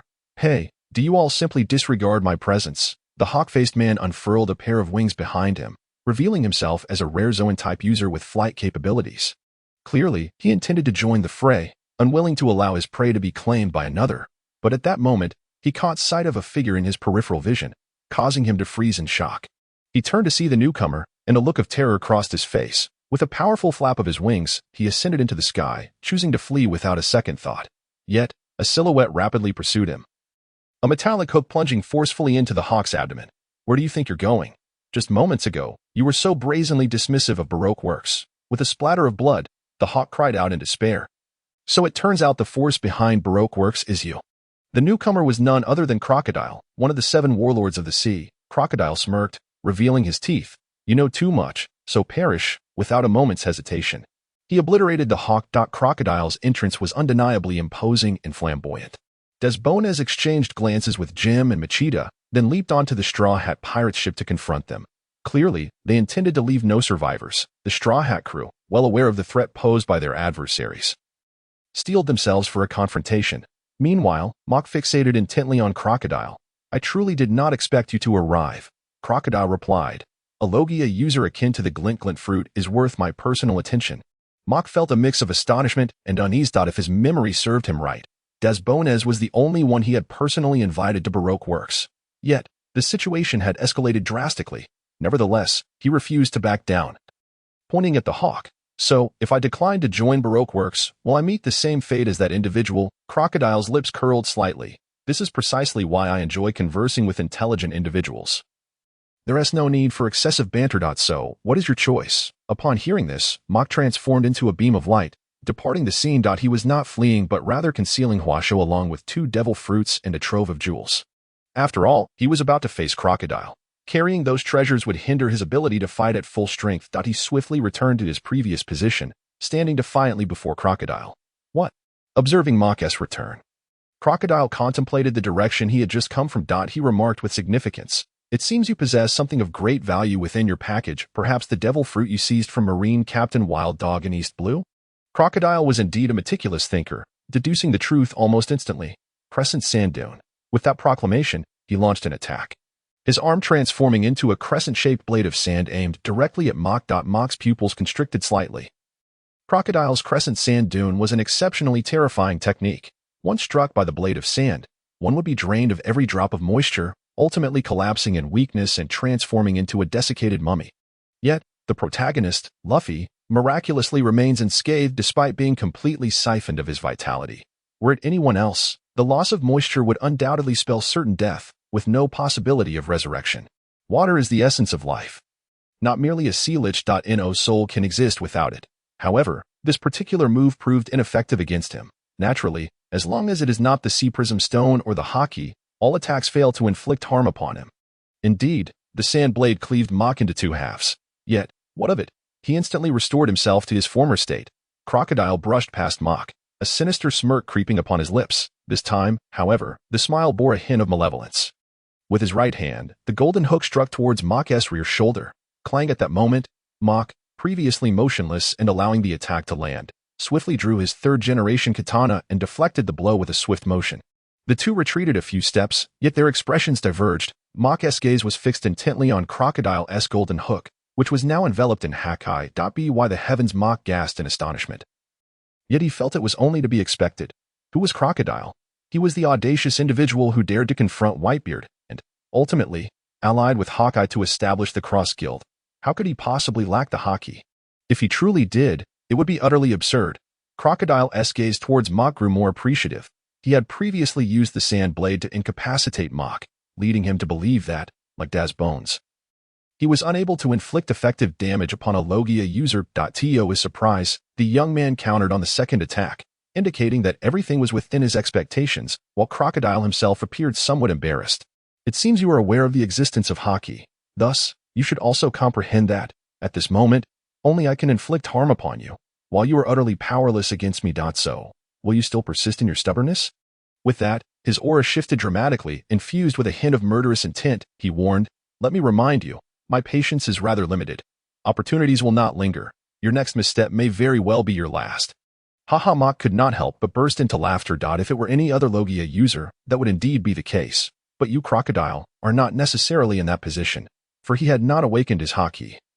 Were it another Logia, they would indeed be helpless. What do you mean? Crocodile raised an eyebrow, a sense of unease creeping into his heart. As a user of the Sand Fruit, he understood well that his powers differed significantly from others of the same class, harboring a tremendous flaw. Mock, with a knowing look, inquired, Crocodile, do you ever take a bath? Have you ever experienced the sensation of surfing? Crocodile's expression darkened, for the implications in Mock's words were unmistakably clear. At this moment, Crocodile's gaze towards Mock shifted entirely. If there had been any inclination to recruit him before, now he truly harbored murderous intent. He would not allow his vulnerability to be revealed to anyone. If you seek death, then I shall oblige. Crocodile's lower half transformed into sand, swiftly darting towards Mach with incredible speed. In the blink of an eye, he was upon Mach, his golden hook, still shrouded in haki, aimed unhesitatingly at him. Mach had long been prepared. He crouched down, successfully evading the strike. His hand reached the ground, and in an instant, his body underwent a transformation. The next moment, the earth began to ripple, ultimately morphing into a colossal fist that launched itself toward Crocodile. This sudden assault caught Crocodile off guard. Nevertheless, he quickly retaliated. He swung his golden hook to meet the oncoming fist, evidently intending to engage in a direct confrontation.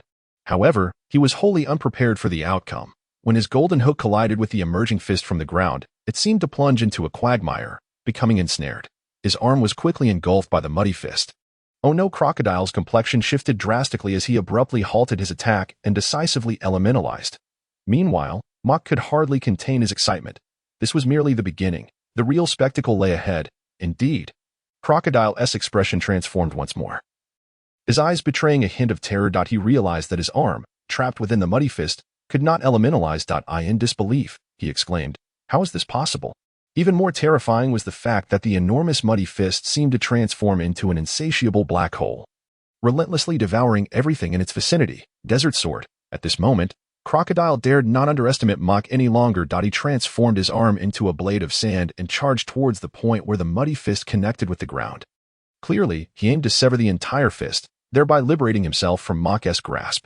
Swish! This move was undoubtedly one of Crocodile's most formidable attacks. Not only was it executed with tremendous speed, but its power was equally fearsome. He successfully achieved his objective, severing the connection between the muddy fist and the ground. Rumble! Yet in that instant, the muddy fist erupted violently. The ensuing splatter of mud struck Crocodile directly, enveloping him in Mach. Now was the moment. One sword style, Azura slash. Mach had awaited this opportunity, unleashing the full power of his third-generation katana, which erupted with a ghostly aura, forming a spectral warrior behind him wielding a demonic blade. Swish! This strike directly cleaved into Crocodile's abdomen, where the mud had pooled. Splurt! Blood gushed forth from beneath the muddy surface. How could this be? Crocodile gasped in shock. As he forcefully shook off the mud, he finally grasped the crux of the matter. The area where the mud had receded was inexplicably wet. Crocodile's pupils constricted sharply. When he glanced at Mach again, his expression shifted. Indeed, this fellow had discerned his flaw. He could not afford to let him live. At this juncture, Crocodile's intent to kill Mach intensified. Mach, however, only smiled. As long as there were green plants above ground, a water source must inevitably lie beneath. Where there was water, the earth would be damp. He could create and manipulate the soil he touched. Thus, for him to deal with Crocodile, he merely needed the moist earth from deep underground. Of course, he had previously encased the wet soil and dry earth to bait Crocodile, leading him to underestimate the trap he had set. Crocodile's arm, ensnared within the muddy fist, could not elementalize precisely because it had been rendered wet by the moisture within the mud. Endless swamp. As Crocodile's murderous intent surged, Mach seized this fortuitous moment, unleashing a powerful attack. Under the influence of his ability, the ground transformed into a vast swamp, ensnaring Crocodile's feet. Crocodile's expression shifted once more, alarmed. Cracked earth, not daring to take any chances. Crocodile swiftly placed his right hand upon the now swampy ground. The water within the swamp was immediately siphoned away. This technique was Crocodile's signature move, capable of rendering the earth parched and converting structures and trees into lifeless sand. Yet when Crocodile lifted his gaze, his expression changed drastically, for before him stood no trace of Mach. Simultaneously, the entire harbor began to tremble violently. Moments later, he observed enormous muddy hands rising from the depths of the sea. Oh no. Although Crocodile could not foresee what would transpire next, he knew it would not bode well. He retreated without hesitation. Boom! His instincts proved correct, as the next instant, over a dozen colossal muddy hands emerged from the ocean. Each of the colossal mud hands loomed an impressive 20 meters in size, accompanied by a deluge of seawater cascading towards him. The multitude of giant hands, akin to massive waves, surged forth towards Crocodile. His eyes widened in disbelief. He had never witnessed a devil fruit user employing such a method of attack. Meanwhile, Mach, who had retreated to a high vantage point, let out a sinister laugh. The powers granted by the devil fruit are inherently abhorred by the sea. Yet as long as one's body isn't extensively submerged, those abilities can still be wielded. Even contact with seawater does not negate their powers, as exemplified by Big Mom, who could conjure tidal waves. Thus, Mach's current display of prowess was hardly surprising. At that moment, Crocodile found himself with no retreat. Although he had the ability to fly, as a Logia user, he needed to enter his elemental form to do so. But with most of his body drenched, he was utterly unable to transform, rendering flight impossible. With a grim expression, Crocodile proclaimed, "Desert Sword." He transformed his arm into a massive sand blade, sharp enough to cleave through the ground and even the desert itself. This time, however, his target was the oncoming torrent of seawater. His only hope lay in slicing through the waves, allowing them to pass harmlessly on either side, thus granting him a sliver of survival. With a swift motion, the sand blade shot forth, aimed directly at the crashing waves. Simultaneously, the immense mud hands seemed to lose control, crashing down into the ocean, their colossal mass sending up a surge of water that formed yet another wave. Barreling towards Crocodile, while he had successfully severed the first wave with his sand blade, he now had to contend with the second. Crocodile's expression darkened. He had no choice but to unleash his sand blade once more. Attempting to slice through this new wave, however, the chaos of the mud hands signified that Mach had transformed his abilities, taking on a gleaming form and soaring into the sky.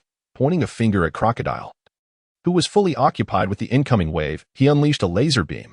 Boom, the laser struck Crocodile, resulting in a violent explosion. In the aftermath, Crocodile was engulfed by the oncoming wave, and when tranquility returned, he had vanished without a trace.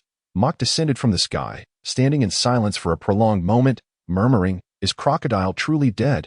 The mighty Warlord felled so easily." Even Mach himself found it hard to believe. On the merry, Desbones widened his eyes in shock. To him, Crocodile had always epitomized strength. It was precisely this reputation that had compelled him to accept Crocodile's invitation without hesitation. Yet now, damn it, Desbones muttered under his breath, losing all desire to fight, as the battle had lost its significance. How is this possible? A woman wearing a cowboy hat stood in a distant corner, her eyes filled with disbelief. She could hardly fathom that Crocodile, a warlord, had fallen to a newcomer. This was Crocodile, one of the 7 warlords, akin to a nightmare for her, a natural devil fruit user, an entity she had always regarded as invincible. Robin observed Mach from afar, her gaze flickering. Her tragic past evoked sympathy. As a child, she had seen her entire clan slaughtered, left to endure a solitary existence in this world. Her childhood was marred by suffering. Branded as the child of the devil and pursued by the Navy, with a bounty on her head worth millions. Thus, wherever she went, she was hunted. She continuously sought allies for temporary refuge, only to face relentless betrayal. Shaping her current mistrustful demeanor, her relationship with Crocodile was merely one of mutual exploitation. She needed his protection while seeking the historical texts of the Alabasta Kingdom, while Crocodile required her ability to read ancient texts to locate the Pluton. Now, with Crocodile gone, her safety net had vanished, leaving her in urgent need of a new protector, one stronger than Crocodile. Who could fulfill that role? A newcomer to the seas, desperate for intel and seeking powerful, useful allies. Was there anyone more suitable than herself? A smile crept onto Robin's lips as a brilliant idea formed in her mind. Meanwhile, Mach, having successfully dealt with Crocodile, made his way towards the location where he had hidden his belongings.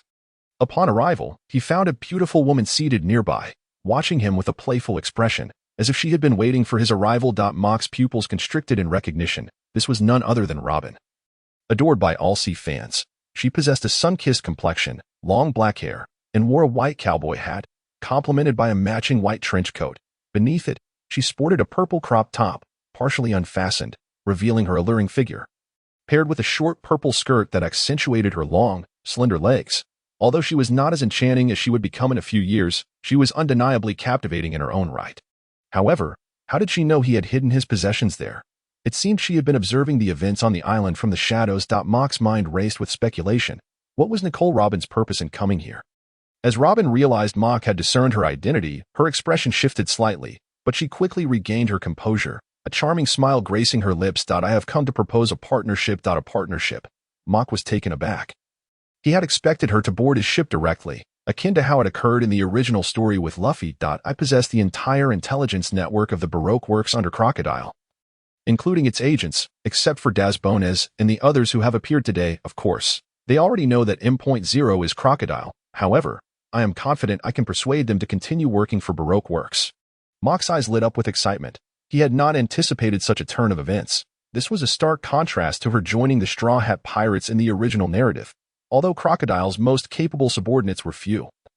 Baroque works had a plethora of intelligence operatives. While they might not excel in combat, they were adept at gathering intelligence in the first half of the Grand Line. Acquiring such a vast intelligence organization was indeed advantageous. Mock's gaze towards Robin shifted. What must I offer in return? After a moment of silence, Robin replied candidly, you must protect me when I am in need. Mock chuckled. Are you referring to the Navy? Robin's pupils widened in surprise, as she suddenly felt that this man had an uncanny understanding of her. Hesitation crept into her mind. Yet Mock continued, with a knowing smile, as long as you genuinely join my ranks without ulterior motives, you shall be my comrade.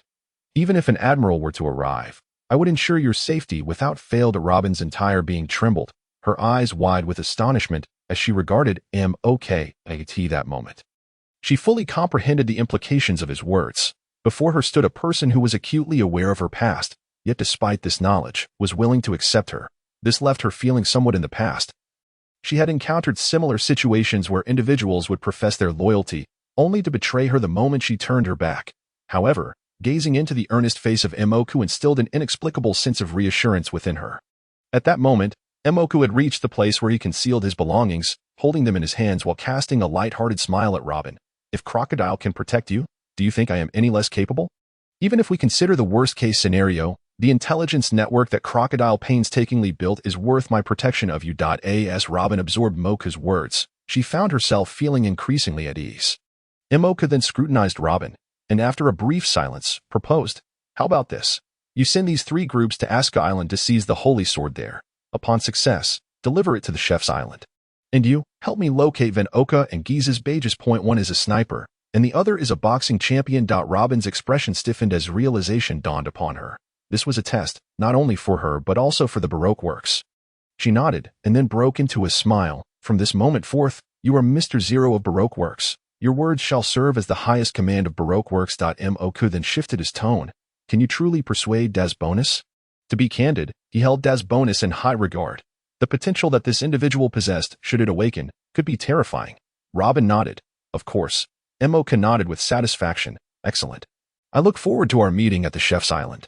Meanwhile, at the Navy headquarters, Sengoku's expression was darker than ever, for he had received intelligence regarding Emoku's elimination of Crocodile. Vice Admiral Tsuru interjected.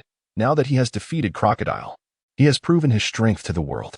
I recommend that we promptly send Smoker and Tashiji to invite him to join the 7 Warlords of the Sea. Afterward, she added, we must act before he encounters further conflict with the Navy.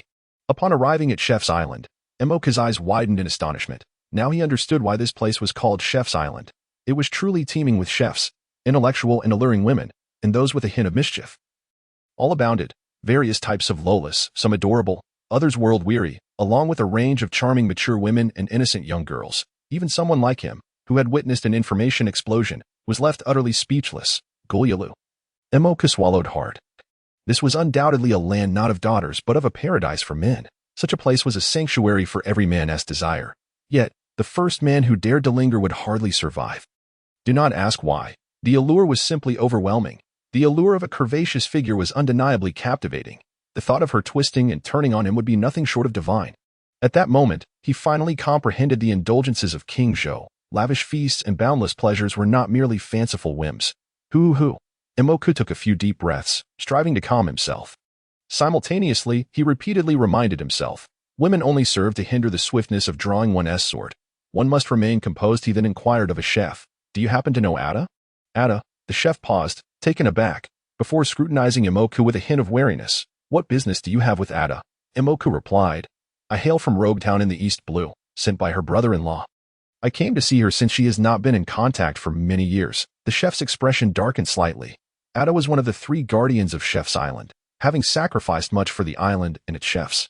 Consequently, she sighed softly. Please wait a moment. I will inquire if Ada is willing to meet you. Thank you. Emoku silently mused, realizing Ada's prominence on this island, as well as the respect she commanded. Soon, a tall woman veiled in a scarf approached him. Ada, Emoku inquired, puzzled, for it was rare for women in the world of pirates to wear veils. The woman nodded. Are you the one sent by my brother-in-law? Emoku affirmed with a nod, then waved the sand-eye katetsu in his hand. This sand-eye katetsu was obtained from your brother-in-law. Ada's gaze shifted as she recognized his words, indicating her brother-in-law was indeed the owner of a weapon shop. This instilled a degree of trust in her. However, having endured much over the years, she was not easily swayed, and thus pressed further. Do you have any proof? Emoku replied. Your brother-in-law mentioned that originally. Snow would have been the most suitable master for you. However, your sister vehemently opposed your leaving Roguetown. So, at this point, Ada was thoroughly convinced, for this matter was known only to her and her sister and brother-in-law. Hence, her gaze toward Imoku softened considerably, evoking a sense of familiarity. Ada, how are my sister and brother-in-law? Imoku nodded. Aside from your brother-in-law losing a bit more hair, they are all quite well. Pahaha. Ada couldn't help but laugh. If you were to say that in front of my brother-in-law, he would undoubtedly be furious. Afterward, she added, I am truly grateful for your effort to come here. I have no means to repay you, so how about I prepare a sumptuous meal for you to enjoy? Imoku's eyes sparkled. Excellent. He was eager to sample the culinary skills of the future chef on his ship. Ada led Imoku into an opulent restaurant. Imoku, feeling a bit bold, asked, If I may be so bold, why have you maintained communication since you set sail, only to suddenly cease? Ada stiffened at his words. Because just then, a voluptuous woman approached them. Ada, this is not your fault. Blame those wretched slave-capturing teams. Imoku, not one to be easily fooled, grasped the situation immediately. Here, in a place overflowing with beautiful women, all adorned in uniforms, it was evident that without a few formidable individuals to maintain order, these beauties would be vulnerable. After all, in the world of pirates, beautiful women were a form of wealth. Not to mention the notorious teams dedicated to capturing beautiful women across the globe, only to sell them to auction houses or noblemen, even the celestial dragons. This was enough to keep them on their toes. Given the ongoing conversation and Ada's veiled demeanor, it was clear that she had likely sustained injuries in a past battle, scars that were particularly painful for a woman, as one's appearance could equate to life itself. While he empathized with Ada's plight and admired her protective instincts towards her comrades, he couldn't help but feel a sense of triumph, for Ada's facial scars only increased his chances of winning her over. Thus, he boldly proposed, Would you be willing to join my pirate crew? If so, I will avenge your former companions, and I will heal the scars on your face. What do you say? Upon hearing this, Ada's expression shifted. The way she looked at Imoku changed significantly. So you were just like the others. Your true intent is to recruit me into your crew. Imoku was candid. Initially, that was not my intention, but as I learned about your strength and character, coupled with the fact that I possess precisely what you need, it became hard not to be tempted. Ada furrowed her brow. About to speak when Hela interjected with delight. You can heal her scars. It was known that Ada had been haunted by her disfigurement for far too long. Thus, for her, the vastness of the world pales in comparison to the prospect of Ada restoring her beauty. Moke pondered for a moment, recalling that the fruit possesses rejuvenating properties. With just that round face and a complexion dotted with freckles, transformation seemed entirely feasible. What were mere injuries in comparison? He nodded in agreement. I cannot claim absolute certainty, but I hold a considerable degree of confidence. Clearly, he chose not to make definitive statements. After all, it is said that one should not dismiss the possibility of the unexpected. Hyla, brimming with excitement, declared, Very well. I shall give my consent on her behalf. Ada interjected, Sister Hyla, what if those slave-capturing teams? Before Ada could finish her thought, she was cut off by Hyla. Fear not, you have both me and Siji here. She added, Furthermore, have you not considered avenging your companions? You will eventually depart, will you not? Ada's heart trembled upon hearing this. Yet, when she thought of all the chefs on Chef Island, a flicker of hesitation crossed her mind.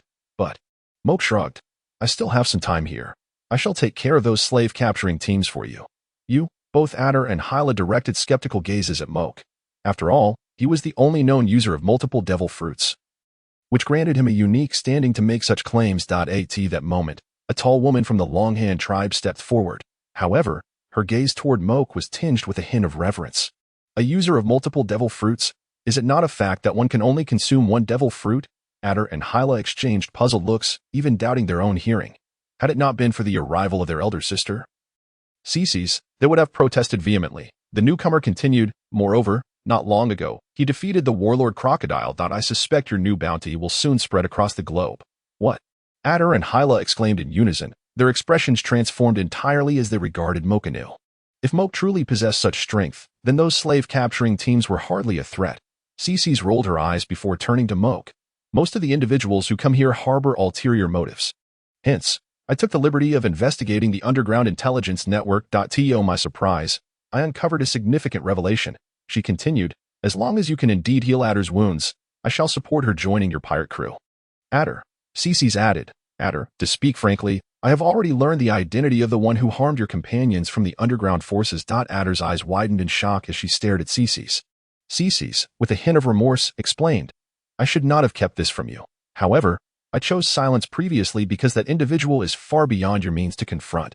Your impulsive nature worries me. I fear you might act recklessly. At this juncture, she turned her gaze back to Moke.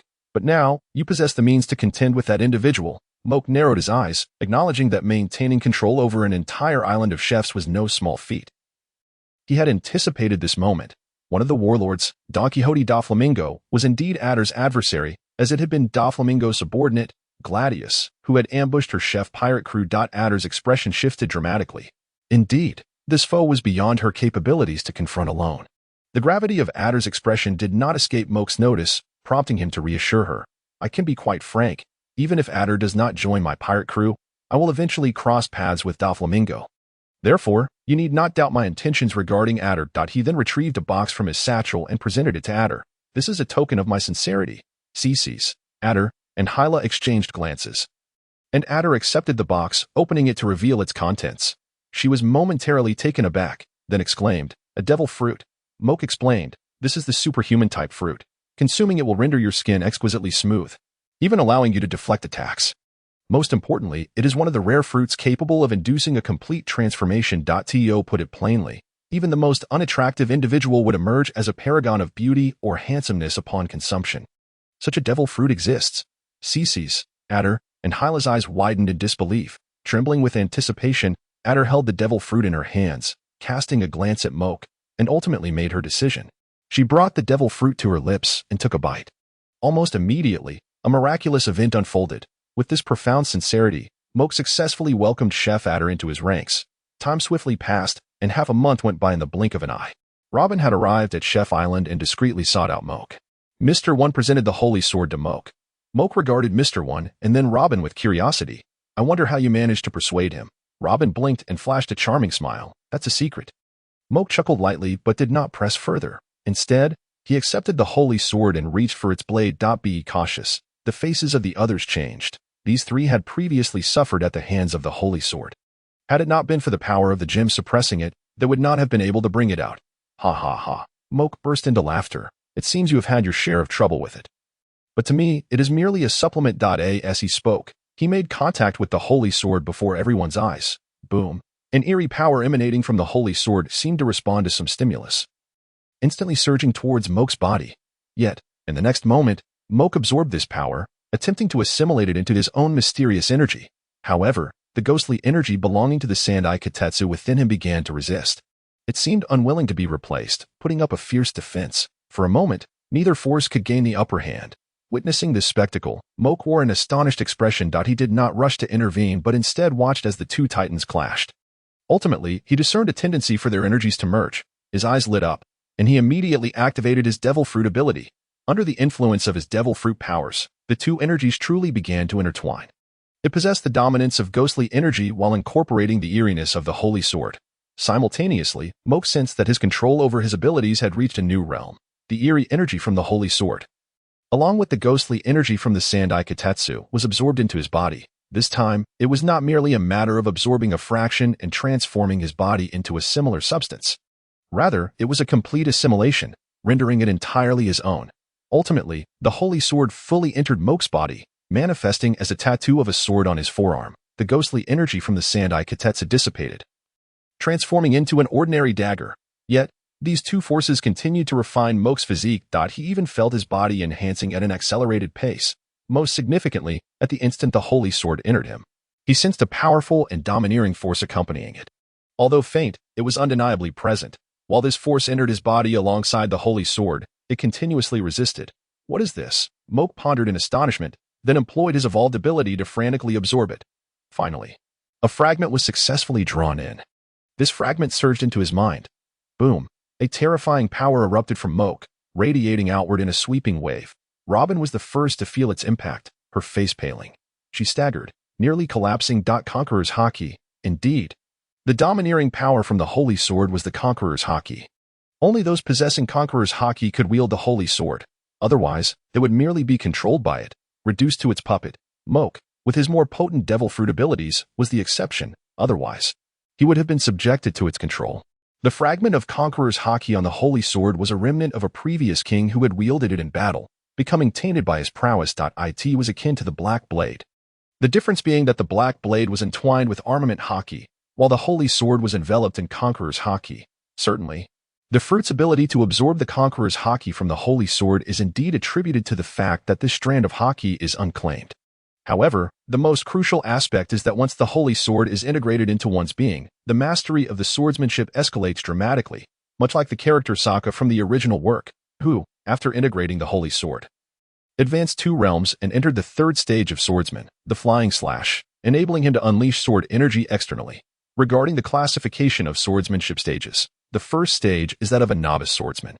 Initially, Zoro, while training at the dojo of Yusaku and prior to encountering Mr. One, could be considered at this level. In simple terms, being able to wield a sword and execute basic techniques qualifies one as a novice swordsman, representing the foundational level of swordsmanship. Nonetheless, Zoro's debut already placed him at the pinnacle of this tier, just a step away from the 2nd stage. The 2nd stage, that of a swordsman, is achieved when Zoro, during his confrontation with Mr. One from the Baroque works, comprehended the ability to slice through iron, thus officially entering this stage as an iron-cutting swordsman. The 3rd stage is that of a master swordsman. The Flying Slash is a technique that virtually all master swordsmen possess, allowing them to project sword energy externally. Zoro attained this after reaching Skypiea. The 4th and final stage is the Black Blade. One must at least reach an intermediate level of armament haki to potentially attain this. To envelop the sword with armament haki to the point of hardening requires an intermediate level of haki. Achieving true omnipresence in cutting means that any target with a lesser haki intensity than one's own can be severed effortlessly. Presently, Mach has similarly reached the 3rd stage, signifying that he has now become a bona fide master swordsman. Mach inhaled deeply, and in an instant, the 3rd generation Onikiri was drawn forth, aimed at the sea, and with a swift motion, he unleashed a slash. A towering wave of energy, nearly 2 meters in height, surged forth, cleaving a chasm upon the ocean's surface, eliciting astonishment from Robin. Subsequently, Mach closed his eyes, savoring the moment. He realized that his fruit ability had ascended to a new level, and his swordsmanship had surged 2 stages. Entering the realm of the master swordsman, his body underwent a transformative change under the influence of the Holy Sword and the spirit of the 3rd generation Onikiri. At this moment, Mach felt a renewed confidence to confront the true monsters of this world. Rather than resorting to underhanded tactics like against Crocodile, he soon perceived his conqueror's haki gradually amplifying. After absorbing that strand of haki, he successfully awakened his own, and astonishingly, post-awakening, it began to consume the unclaimed haki with the aid of his fruit ability. Mach couldn't help but erupt in laughter. He pondered a tantalizing question. If he could do this with the conqueror's haki, what about the armament haki? Moonlight Moria, I am coming. Are you prepared? He was filled with anticipation, wondering if, after absorbing the unclaimed armament haki, he could awaken it just as he did with the conqueror's haki. He was particularly eager to see how potent his armament haki would become after absorbing all the haki from the Black Blade. Once he calmed down, Mach addressed Robin. Return to the original base and continue your intelligence operations and infiltrate the New World. I hope that by the time I enter the New World, your intelligence network will have made significant progress. The 4 responded in unison. Understood, Mach added, and do not forget to enhance your own strength. You are still too weak. Once your strength reaches the threshold of 300 million, you will qualify to step into the limelight and become a member of my crew. Upon hearing this, Robin's expression changed, particularly Mr. One, who was known for his competitive nature. Suddenly, as Mach attained the realm of a master swordsman, he became exceedingly perceptive and exchanged glances with the 4. They understood immediately. They could not reveal their connection to Mach at this moment. Consequently, the 4 made a swift exit. Before long, 2 imposing figures approached Mach. The individual on the left bore 4 X-shaped scars, with 2 on his face and neck, his split and twisted beard complementing his flowing brown hair that cascaded to his shoulders. Notably, his left eye lacked a pupil. The figure on the right sported a mohawk hairstyle, dark purple long hair tied at the back, forming a bun. He had a handlebar mustache, donned a light purple striped suit, a deep blue shirt beneath, and a white tie. Draped in a white naval coat, he carried a katana at his waist. These 2 individuals were strikingly distinctive, and Mach recognized them instantly. They were Vice Admiral Doberman and the Weasel. These 2 were elite Vice Admirals of the Navy headquarters, and their joint arrival surprised him. It was evident that Doberman and the Weasel had also recognized Mach, their expressions shifting simultaneously. Doberman spoke coldly. So, it seems you are the one who just unleashed the Conqueror's haki here. As he spoke, he placed his hand on the hilt of his sword. and the weasel did the same. To think that two vice admirals from the headquarters would come together. I am truly honored. Mock's hand also rested on the hilt of the third-generation Onigiri. The weasel smirked. We just happened to come to this chef island to enjoy some delicacies, but encountering you is quite unexpected. Both sides had locked onto each other, tension thick in the air. Suddenly, the sound of a transponder snail rang out from the weasel. The weasel looked puzzled, and Doberman appeared equally perplexed, unable to fathom who would be calling at this moment. The weasel glanced at Mock and ultimately decided to answer the call. This is the weasel. Who is speaking? The next moment, the transponder snail took on a relaxed demeanor. Vice Admiral Weasel, this is Smoker. I encountered your subordinates on the island, so I wanted to inform you. If you come across Mock, do not engage. Admiral Sengoku has asked me to invite him to join the 7 warlords of the sea. The weasel, Doberman. This call couldn't have come at a more opportune time. The two exchanged glances. The weasel replied, Smoker, I've never received a call from you before. After speaking, he didn't wait for Smoker's response and hung up. This is bad.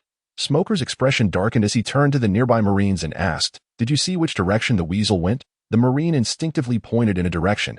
Smoker immediately transformed into smoke and rushed in that direction. With Tashiji following closely behind. My goodness. Mock was somewhat astonished, realizing the weasel's intent was clear. They aimed to eliminate him. Otherwise, there would be no reason for such urgency. Mock slowly drew the third-generation Onigiri. Since they wished for his demise, he would naturally reciprocate with no courtesy. After all, with his newfound strength, he was not intimidated by a 1 versus 2 scenario. Moreover, these two were powerful figures among the vice admirals, making them ideal for him to hone his skills against. The first to strike among the three was Doberman, who swiftly drew his longsword. Armament hockey wrapped around the blade as he understood that this individual before him was of the Logia type. Without the application of armament hockey, no attack could inflict even the slightest damage. With a powerful leap, Doberman shot forth like a cannonball.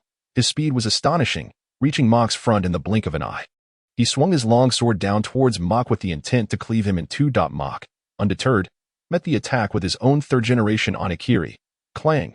Their clash was devoid of any embellishments, purely a direct and fierce engagement. The force of the impact caused Mock to tremble slightly, while Doberman was forced back several steps. A smile crept onto Mock's lips. At this moment, he was able to confront a vice admiral of the Navy head-on. And he was effortlessly gaining the upper hand, relying solely on his own strength. Indeed, with the dual swords enhancing his power, he was no longer the same. Although Doberman found himself at a disadvantage, he was far from accepting defeat. With a fierce swing of his sword, he unleashed a slash that hurtled towards Mock. Yet, Mock stood resolute, seemingly unfazed, as if the incoming attack was not meant for him at all. Regardless of whether it was Daoboman or Wushu, they gazed at Mock with a look of confusion, as if he had resigned himself to defeat. In the next instant, Daoboman's strike landed forcefully upon Mock. At that moment, Mock resembled a black hole, absorbing the blow without a trace of resistance. Though Daoboman and Wushu had seen much in their time, they were nonetheless taken aback, exclaiming, "What kind of ability is this? This is not good." Years of combat experience had endowed Daoboman with an extraordinary intuition, which now warned him of Mock's extreme danger. He braced himself for what was to come. Sure enough, in the next heartbeat, Mock swung the third generation of Guache, unleashing a strike that was double the power of his own. Not only that, but his speed had also doubled. In the blink of an eye, he was upon them. Fortunately, Daoboman had anticipated this, raising his katana in defense. Boom! Under the immense force of the doubled strike, Daoboman struggled to hold his ground, retreating step by step, leaving deep gouges in the earth beneath his feet. Daoboman. Witnessing Mock suppress Daoboman with a single blow, Wushu could no longer remain passive, his face betraying his concern. Simultaneously, he swung his katana with vigor, launching a strike even more formidable than Daoboman's. The target was none other than Mock's incoming attack. This was an attempt to assist Daoboman, but Mock would not allow it to go unchallenged. He swung the third generation of Guache once more, countering Wushu's strike with ease. At that moment, Daoboman was at his limits. Unleashing a roar that summoned every ounce of his strength, barely redirecting Mock's strike towards the sky. Pant, pant, pant. Afterward, Daoboman stood there, gasping for breath. At this juncture, the way he looked at Mock had completely transformed. Previously, when they had seen the reports of Mock vanquishing Crocodile, they had been led to believe that Mock had merely exploited Crocodile's fear of water and his underestimation of Mock to achieve victory. Given another chance to face Crocodile, Mock would never have had a sliver of hope. Yet, it was now evident that they had been mistaken. Setting aside everything else, Mock's prowess in swordsmanship, coupled with that peculiar ability, was enough to contend with Crocodile, especially considering that he was a wielder of multiple devil fruit powers. Gulp. Deo Bowman swallowed hard as the realization dawned upon him. This time, he had undoubtedly encountered a formidable opponent. Swish, Wuxia swiftly moved to stand beside Deo Bowman, understanding that in a one-on-one confrontation, they had little chance of success. Only by joining forces could they hope to stand against Mach. They exchanged a glance. And in the next moment, both raised their katanas in unison, one vertical and one horizontal. Their strikes advanced toward Mok.at. That moment, Mach sheathed the third generation of Guha, adopting a stance for a counterattack. Just as the two strikes were about to connect, he moved. One sword style, Demon Flame Slash. Mach vanished from sight, entering a state of focus. The two incoming strikes were effortlessly cleaved apart. This is bad.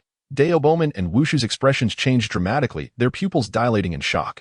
Although their observation hockey had detected Mach's high-speed movement, his velocity was simply too overwhelming. When Mach reappeared, he was already behind them. Slowly sheathing the third generation of Guha, thud, a wound appeared on Deo Bowman's chest, blood gushing forth, only to be ignited by flames. Although Wuxia remained unscathed, his hand gripping the katana trembled uncontrollably. The disparity in their strengths became starkly apparent. Despite having sensed Mach's movement, Deo Bowman could not evade. Meanwhile, Wuxia had managed to block with his trembling hand, which clearly indicated that absorbing that blow had not been easy for him. Mach, however, wore a cold smile as a murderous intent flickered in his eyes. He was no saint. He would show no mercy to those who sought to take his life. Absolute void. Mach unleashed his ability, instantly absorbing all the oxygen within a 100-meter radius, rendering the area a death trap for living beings. Although Deo Bowman and Wuxia continued to breathe, they quickly realized it was ineffective. A sensation of suffocation enveloped them. They exchanged a glance, fear flashing in their eyes. They were terrified, yet they understood there was no retreat. Only a desperate fight could offer a glimmer of hope. They held their breath, their faces contorted in grim determination, the aura emanating from their grips on the katana shifting dramatically. Stop. Just as the situation reached a critical juncture, Smoker rushed into the 100-meter zone. Upon entering, he immediately sensed the anomaly, his face paling in shock. Wu. Following closely behind, Tashigi stumbled in, rapidly clutching her neck in distress, collapsing to the ground in agony. Sigh. This scene did not escape Mach's notice. Although he had engaged Tashigi as his instructor in swordsmanship in exchange for the bounty on her head, he still held a degree of affection for her as his mentor. He could not bring himself to eliminate her. Ultimately, Mach chose to retract his ability. Deo Bowman and Wuxia finally felt a sense of relief, breathing freely once more. Smoker and Tashigi were also recovering. At that moment, the way they regarded Mach had completely changed. For they realized they were no longer on the same level, especially Tashigi. However, with her fiery temperament, she stormed up to Mach, indignant. How could you kill Colonel Dog? He is a Navy colonel, as she spoke. Her gaze fell upon the third generation of Guha in Mach's hand. Your actions are a disgrace to it. Upon hearing this, Mach's lips twitched in annoyance. He had to admit, this girl was truly naive. Thus, he did not indulge her, responding bluntly. So, does that mean the Navy can do as they please in the East Blue? While you criticize me for the third generation of Guha, you ought to understand what kind of person that Colonel Dog truly is. A man like him, draped in the guise of justice, is nothing but a grand joke. What do you mean? Tashigi asked, perplexed. Smoker's expression shifted slightly, his gaze becoming complex. Unlike Tashigi, he was more aware of the darkness in the world. Yet, he felt a flicker of joy, for this meant that Mach's motives were not merely driven by a desire for a devil fruit. He held some goodness in his heart. For this reason alone, his ascension to the position of Warlord of the Sea would be far more commendable than that of other pirates. Smoker took a deep drag from his cigar, then slowly exhaled. Finally, he cast a warning glance at Deo Bowman and Wuxia. Admiral Sengoku has issued a decree. Tashigi and I are here to invite Mach to join the Warlords of the SEA. He concluded. His gaze shifted to Mach. Are you willing, Warlords of the Sea? Mach's expression revealed surprise. For he had not anticipated Sengoku to employ such a strategy. Having read the original work, he was well aware that the Warlords of the Sea would eventually be disbanded, leading to the Navy targeting them one by one, ultimately forcing them to unite and form a new Yonko faction. If he were to join the Warlords of the Sea, could he not leverage that identity to recruit one or two of them? The notion of gathering them all under his command suddenly intrigued him, especially the thought of the Empress. Mach found himself contemplating that perhaps delaying his strike with the sword was not such a bad idea after all. Noticing Mach's silence, Tashigi immediately played the emotional card. Considering the bond we have formed over this period, please give it some thought. I, along with Colonel Smoker, would prefer not to find ourselves at odds with you one day. At this moment, Moke had made up his mind, and thus promptly replied, my target was originally Colonel Wild Dog, not the entire Navy. Moreover, between us lies a bond forged through the art of swordsmanship. Which is why I agree to join.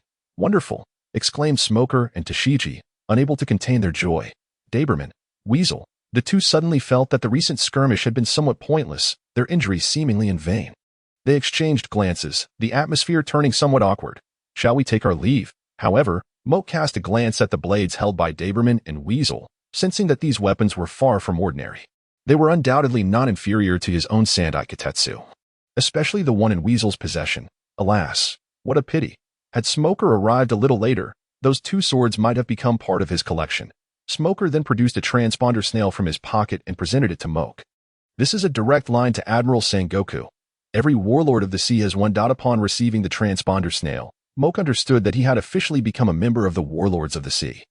Smoker then handed him a bounty notice. Moke's pupils constricted. He recognized this as a declaration of allegiance. However, the individual on the bounty notice was certainly extraordinary. A month later, Ada exclaimed in astonishment. Captain, your talent in swordsmanship truly puts me to shame. During this month, Moke had sought Ada's guidance on the dual-wielding technique, his progress so rapid that it left Ada questioning her own existence. Ada presented Hualu to Moke. Captain, now that you two wield two swords. This Hualu is still. Before she could finish, Moke interrupted. This is your initiation gift for joining the crew. There is no taking it back. Besides, my second blade will soon be in my possession. However, we must first complete the mission assigned by the naval headquarters. After all, now that I hold the position of warlord, I ought to put on a show. Upon hearing this, Ada chuckled softly. Indeed, delaying further would be unreasonable. At that moment, not only had her facial injuries healed, but her beauty had also intensified. Confidence had returned to her demeanor. She then added, Captain, once you deal with this fellow, will you not seek to recruit powerful allies to strengthen the crew? By the end of her statement, her eyes sparkled with anticipation, for she understood that defeating Don Quixote Doflamingo would require more than just herself and the captain. It necessitated a coalition of formidable companions. Moke nodded. A month has passed. I trust the intelligence I sought will soon arrive. When it does, I will bring you two strong allies. However, he then shifted his tone. But before that, I must secure my second prize sword. As a swordsman, my love for blades is innate. Ada's eyes brightened at his words. I am curious, which famed sword could possibly hold such significance for the captain? You shall not be disappointed, Moke replied, rising to gaze into the distance. A slight smile gracing his lips. At last, they have arrived. Following Moke's line of sight, Ada's expression shifted dramatically. The murderous intent in her eyes was unmistakable as she gritted her teeth. Those scoundrels have finally come.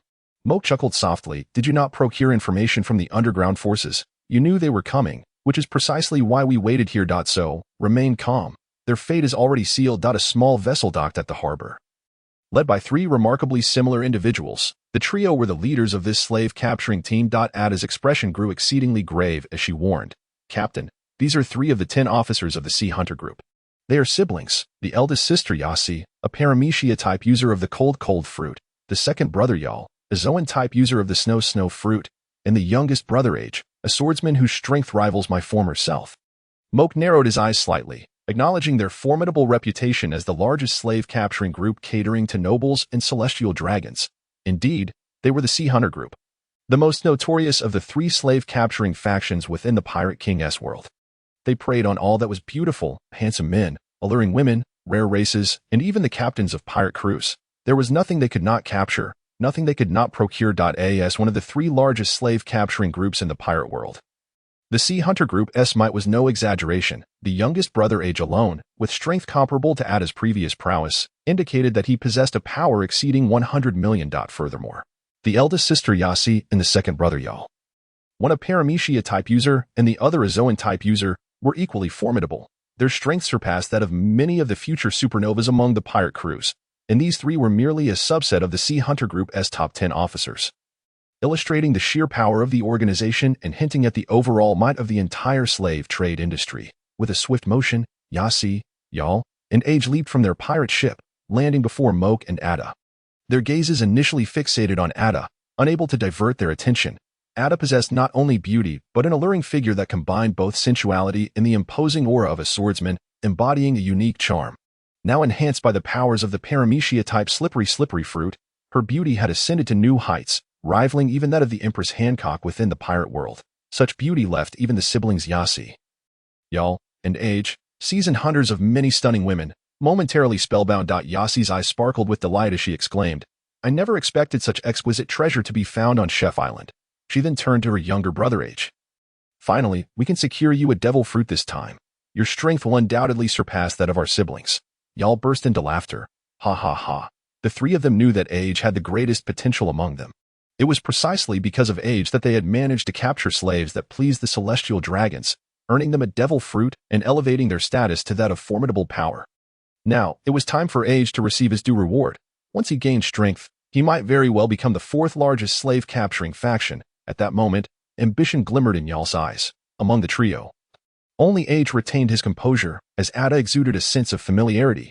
His gaze fell upon the blades at her waist, and his pupils constricted upon recognizing one of them. He suddenly looked up, a hint of shock in his voice. "You are the dual-wielding Ada." After a brief pause, he added, "No wonder you seem familiar." "What?" Yasi and Yal exclaimed in unison, their expressions shifting dramatically as they became alert. They were seasoned individuals who understood that such a significant transformation in someone likely indicated the consumption of a devil fruit, given that dual-wielding Ada's strength already rivaled Age's. Her newfound powers were undoubtedly formidable. Fortunately, the three siblings shared an innate synergy, so even if Ada grew significantly stronger, they remained undaunted. Hey, are you three so enchanted by beauty that you forget about me, a living person right here?" Moke interjected, somewhat exasperated. After all, he was now a warlord. Was it truly appropriate for them to disregard him so? The trio finally turned to him, their expressions shifting from curiosity to shock as their faces paled. Their eyes widening in disbelief, the eldest sister Yasi gasped. The new warlord, Moke, disinterested in further dialogue, pointed at Age and turned to Ada. "He was the one who injured you, wasn't he? You should take revenge on him. Leave the other two to me, Captain. Thank you immensely." Mock's words resonated deeply within her heart. Axie, Yal, and Yaj exchanged knowing glances, and in perfect synchrony, launched their assault. Yaj unsheathed his long blade in an instant, propelling himself forward with explosive force, reaching the front of Bishkek Tower in the blink of an eye. "Ice seal." Axie stomped her foot, causing the ground to become instantly encased in ice, swiftly advancing towards Ada. Wherever it passed, the earth was frozen solid. At that moment, the Zoan-type user, Yal, transformed instantaneously into his beast form, Zoro. In the next heartbeat, he vanished from sight. When he reappeared, it was already behind Mock. Finger gun.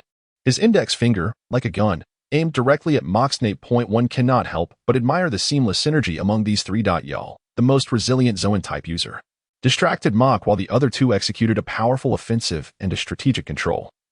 A flawless combination. Had it been anyone else, they might have succumbed to their tactics. Mock swiftly drew his third-generation blade, Gotch, and with a fierce swing, unleashed a devastating slash towards Axie. The force of the blow cleaved through the ground, threatening to split the very earth itself. Faced with such a terrifying strike, Axie's expression changed dramatically, forcing her to halt her attack on Ada. The icy power she wielded came to a standstill merely 3 to 4 meters before Ada. Meanwhile, Mock did not retract his Gotch. Instead, he continued the arc of his swing, targeting Yal's outstretched finger. "Bastard," Yal muttered under his breath, narrowly evading Mock's blade at the last moment. At this juncture, Ada found herself solely confronting Yaj. A cold smile crept across her lips as she drew her large sword, parrying Yaj's onslaught. The blade, Huazhou, sliced through the air towards Yaj's neck. Yaj's pupils constricted. Ada's strike was astonishingly swift and executed from a most peculiar angle, making it exceedingly difficult to evade. Alarm coursed through him.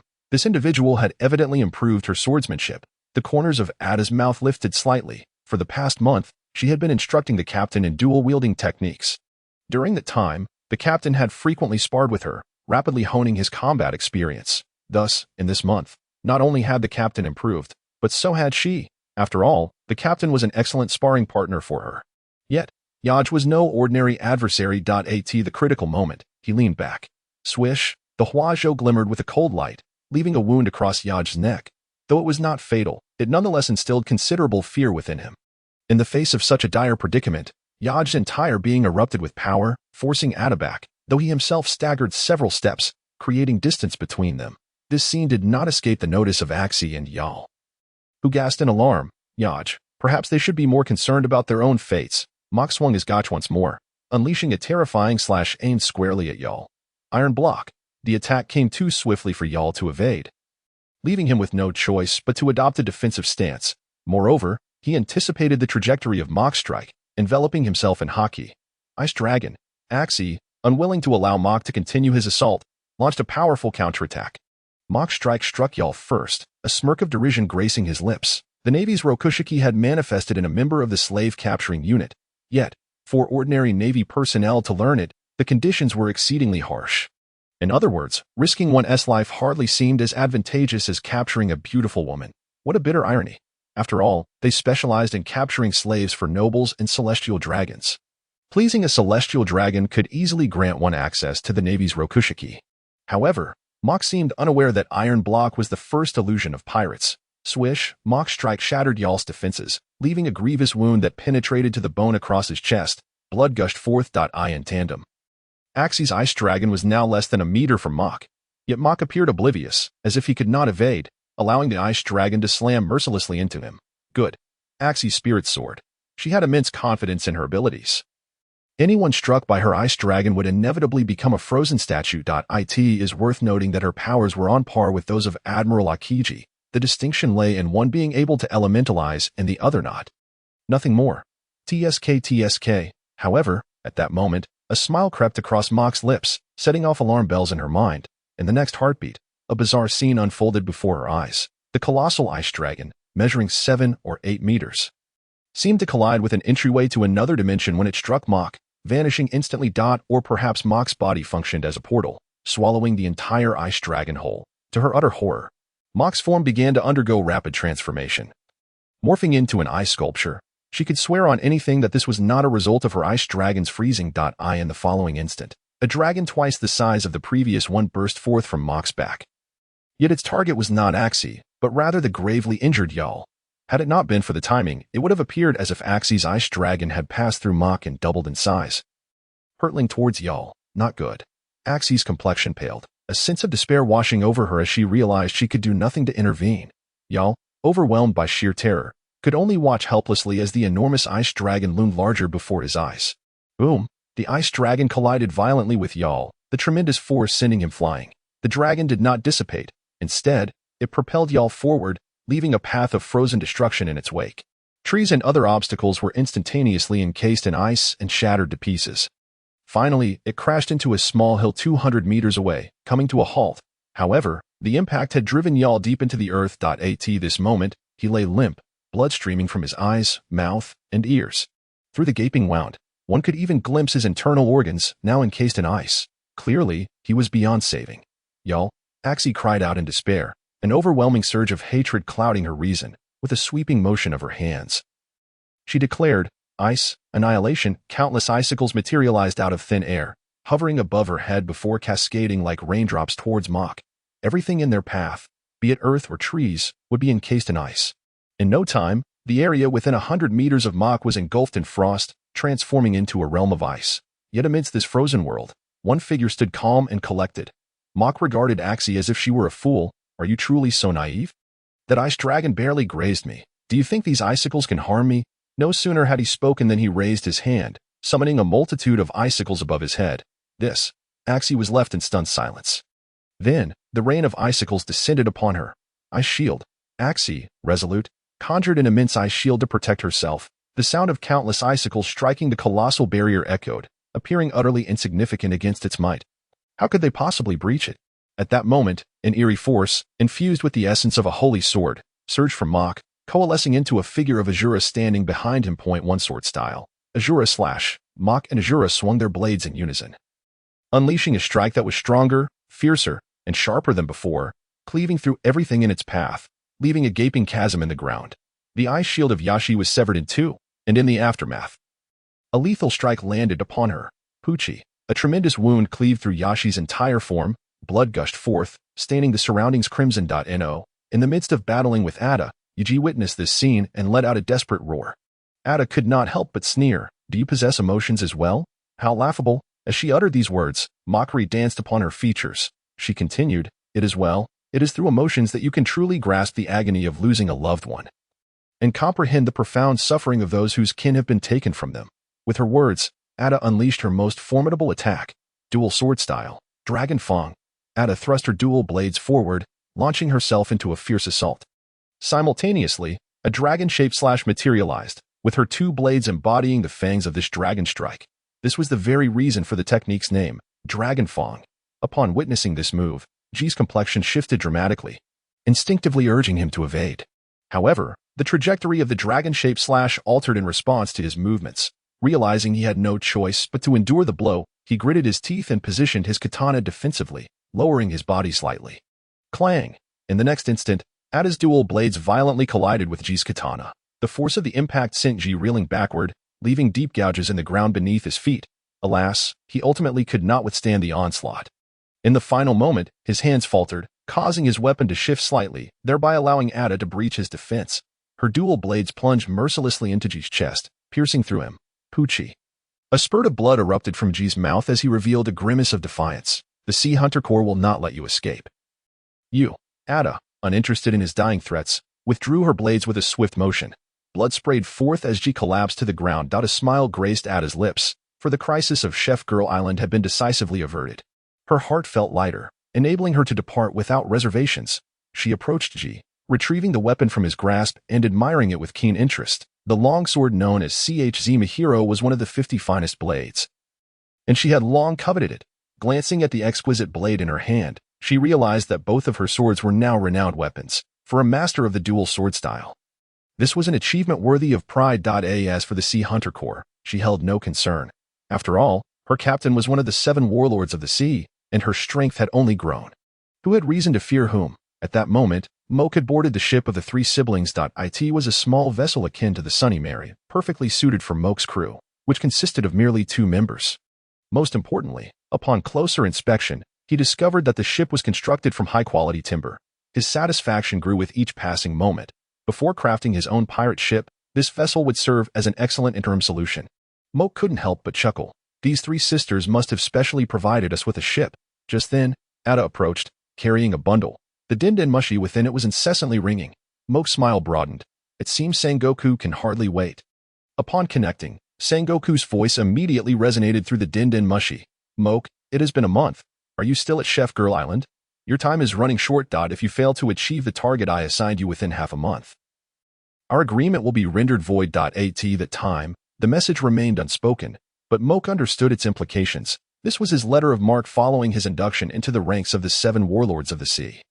Failure to complete it would naturally result in the loss of his position. Moke replied, Isn't there a group of oblivious slave capturers assaulting my protected Chef Girl Island? So, I've taken my time, but I've already locked onto the target. He wants to escape. Sengoku responded, That is good. After disconnecting the din-din mushi, Ada furrowed her brow slightly. Captain, half a month is rather tight. Perhaps. Moke waved his hand dismissively. We shall proceed as planned. We must await news of success from Mr. 3 regarding the target.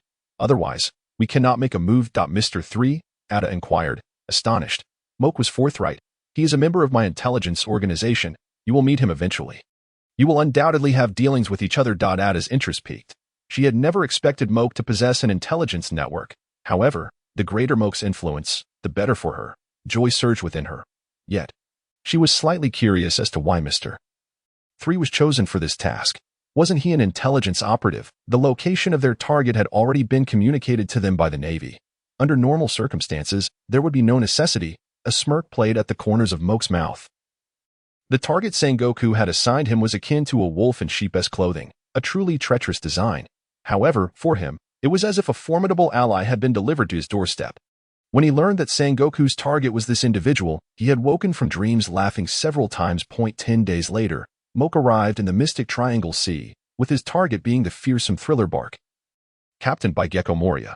Yet, as Moke entered, he couldn't help but furrow his brow slightly. The Mystic Triangle Sea was shrouded in dense fog, rendering it impossible to discern direction.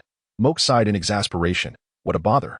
Ada's eyes twitched, and she proposed her first suggestion since joining the crew. Captain, I believe our first order of business upon exiting this fog should be to find a navigator. Moke nodded in agreement, recognizing the wisdom in her words. Indeed, once we have resolved this situation and dealt with Sengoku's target, acquiring a navigator will be a priority. However, for now, Moke extended his right hand to touch the pervasive fog surrounding them. To Ada's astonishment, she noticed that Moke's form began to take on an ethereal quality. Soon after, she witnessed an unforgettable spectacle. The fog surrounding them seemed to respond to some unseen force, dispersing outward. Particularly above them, a ray of sunlight broke through. "Captain, what is this?" Moke smiled softly. "I am a user of the superhuman-type absorption fruit. Whatever material I come into contact with, my body transforms into that substance, granting me similar abilities. For instance, if I absorb a block of iron, I become akin to a user of the iron fruit. And now that I have absorbed this fog, I possess the ability of the natural-type fog fruit. Controlling the fog becomes effortless." "What?" Ada gasped, her eyes wide with astonishment. It dawned on her that the supposed multiple fruit abilities listed on Moke's bounty poster were merely a misunderstanding by the Navy regarding his powers. Yet, such a devil fruit existed in this world. Did that not equate to possessing numerous capabilities? Fire, light, magma, ice, earth. The possibilities were endless. At this moment, Ada felt an immense sense of gratitude. Grateful for joining the captain's pirate crew. With such a devil fruit ability, achieving the status of a Yonko or even the Pirate King was merely a matter of time, wasn't it? What was a mere Don Quixote Doflamingo in comparison? Aboard the thriller bark, Gecko Moria and his three subordinates, Absalom, Hogback, and Perona, looked up at the sky, their faces etched with shock. Their fearsome ship had anchored in the heart of the Devil's Triangle. While this location was not as engulfed in fog as others, the area directly above them had been perpetually shrouded in mist. Yet, now the fog had lifted, revealing the blazing sun. The sunlight illuminated the entire thriller bark, making it difficult for them to keep their eyes open. Hee. Gecko Moria chuckled to himself, though a hint of confusion crossed his face. Strange. Traditionally, the Devil's Triangle has been cloaked in fog for centuries. Why has it suddenly cleared? Hogback nodded in agreement. The Devil's Triangle is quite similar to the Doldrums, both being regions with remarkably stable weather. Such a drastic change should not occur. In the end, he found himself gripped by an inexplicable sense of foreboding. Absalom, with an air of indifference, shrugged it off. What does it matter? After all, it has little impact on us, so why concern ourselves? Ho ho ho. Perona also wore her signature smile, though at that moment, a hint of confusion clouded her expression, coupled with her naturally naive demeanor. She appeared remarkably endearing. At this juncture, Moonlight Moria finally regained his composure. He turned to Absalom and instructed, "Absalom, go to the edge of the ship and see if the mist over the sea has dissipated." Absalom responded eagerly, "Yes." Meanwhile, Mock and Ada had already arrived at the port of the terrifying three-masted ship. Ada's eyes widened in shock as she exclaimed, "Captain, is this truly the terrifying three-masted ship?" Had it not been for the absence of mist, her ability to clearly see the ship's sails might have led her to doubt Mock's words. Even now, she found herself grappling with self-doubt, questioning whether her vision was compromised. Mock nodded in affirmation. Not just Ada, he too was profoundly astonished. Although he had seen the anime and was aware of the ship's formidable size, likening it to a small island, it was only upon witnessing it firsthand that he could truly appreciate its grandeur. Indeed, it deserved its reputation as the largest pirate ship in the world. Suddenly, he considered that this terrifying three-masted ship would serve as an excellent secret base. The thought of establishing it as an intelligence hub for Robin and her crew was quite appealing. What is that? Ada was soon stunned once more, for she had spotted an enormous spider. What was most unsettling was that the spider bore a human upper body, once again shattering her understanding of this world. Trash, Mock scoffed disdainfully, recognizing it as a zombie created by Moonlight Moria. With a swift motion, he drew his sword and cleaved it in two, feeling a twinge of regret. This Moonlight Moria had once roamed the seas as a formidable pirate. Yet now he was reduced to this pitiful state. Who was this wretch that dared to belittle our captain? He is one of the 7 warlords of the sea. A figure materialized in the spot where the spider had just been, casting a sharp glance at the slain creature before turning his piercing gaze upon Mock and Ada. However, upon laying eyes on Ada, his demeanor shifted to one of excitement, his eyes transforming into heart shapes. Clearly enamored. Without delay, he propelled himself into the air, landing gracefully before Mock and Ada. Absalom was a perverse lecher, frequently exploiting his abilities to spy on women, preferring the delicate over the strong, and thus often ridiculed Perona and Sandori. At that moment, Mock and Ada recognized the newcomer as a flamboyantly dressed man with a terrifying visage. Absalom, one of the 3 oddities. Mock immediately identified him, harboring a strong aversion towards this individual. Absalom was notorious for his lecherous behavior, often taking advantage of his powers to invade women's privacy. Compared to him, Sanji appeared almost innocent. Among pirates, he consistently ranked as the 2nd most despised figure, only behind Momonosuke. No, perhaps it was more accurate to say that prior to Momonosuke's appearance, he was the one everyone wanted dead. He had infamously assaulted Robin and later attempted to take advantage of Nami while she was bathing. catching her completely unawares. Had it not been for Sanji's timely intervention, Absalom would have succeeded. However, one cannot overlook the fact that this man had seen Nami in her most vulnerable state. How could one tolerate that? Thus, Mach leaned closer to Ada, whispering, "This man is one of Moonlight Moria's 3 officers, a Paramecia-type user of the transparent fruit. He is a pervert who uses his abilities to spy on women." Upon hearing this, Ada's expression darkened. Her gaze towards Absalom transformed with disdain, for she had always loathed men who shamelessly exploited women. A murderous intent surged within her, drawing her twin swords, Hanazawa and Chz Mihoko. Their blades gleamed with cold light. Twin sword style, rapid slash. Ada entered a state of high-speed movement, appearing as if she had vanished from the eyes of ordinary observers. "This is bad." Absalom, who had previously been leering, suddenly sensed danger and heightened his vigilance. Yet, it was already too late. Ada had materialized behind him, her swords slowly retracting into their sheaths. An X-shaped wound appeared on Absalom's chest, deep enough to expose bone, cleaving his torso into 4 distinct parts. How is this possible? Absalom collapsed. Disbelief etched across his face. He could hardly fathom that this woman possessed such formidable strength. After all, he was one of the 3 officers under the 7 warlords of the sea. How could he not withstand even a single attack? Not just him. Even Ada herself struggled to believe it. Turning to Mach in astonishment, she questioned, "Captain, is this truly one of the 3 officers under the 7 warlords of the sea?" She was aware of the caliber of the officers, having encountered the likes of Gladiolus, who had ambushed her and nearly taken her life along with her companions. Though she despised him, Gladiolus's strength was indisputable. In stark contrast, the man before her seemed to belong to an entirely different realm. Mach replied, "Indeed, however, do not compare him to Doflamingo's subordinates, for they belong to entirely different tiers. After all, we are only in the first half of the Grand Line, whereas Doflamingo operates in the New World." Meanwhile, Moonlight Moria's expression darkened as he noticed a shadow returning, signifying the death of one of his creations. Hogback and Perona exchanged glances, their eyes betraying their realization. "We have intruders." Moonlight Moria turned to Perona, instructing, "Go investigate, but do not reveal your true self. Use your abilities." Ho ho ho. Perona let out her signature laugh before activating her powers. Negative, negative, negative. One by one, ghosts materialized under her control. Heading towards the port. En route, they encountered Mach and Ada, who had already disembarked. Ghosts. Ada's eyes nearly bulged out of her head. It was no secret that many in the pirate world feared such entities.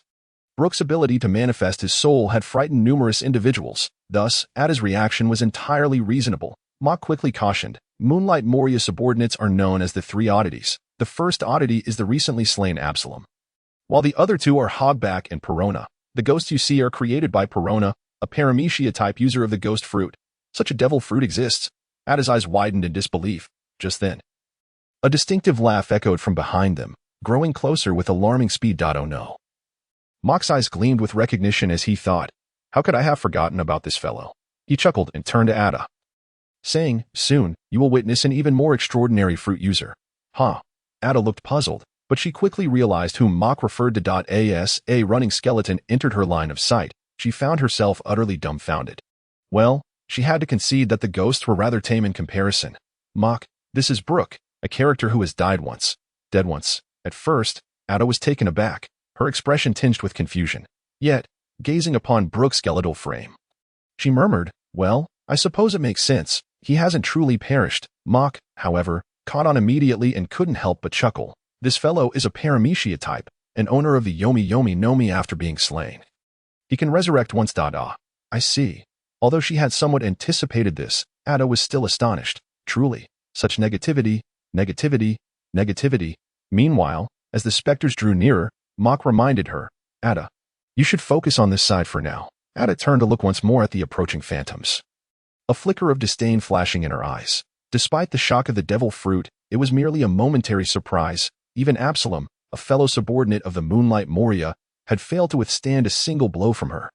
The disparity in strength was glaring, a waste of such potent devil fruits. The Paramecia type, Suk Suk Nomi, and this Paramecia type, Wai Nomi, were surely not inferior to her own Paramecia type, Nagi Nagi Nomi. Huajo, with a swift motion, unsheathed his twin swords, his legs slightly bending as he launched himself towards the drifting specters. Swish, just as the 2 sides were about to collide, his blade sliced through the air, emitting chilling gleams. "This is bad."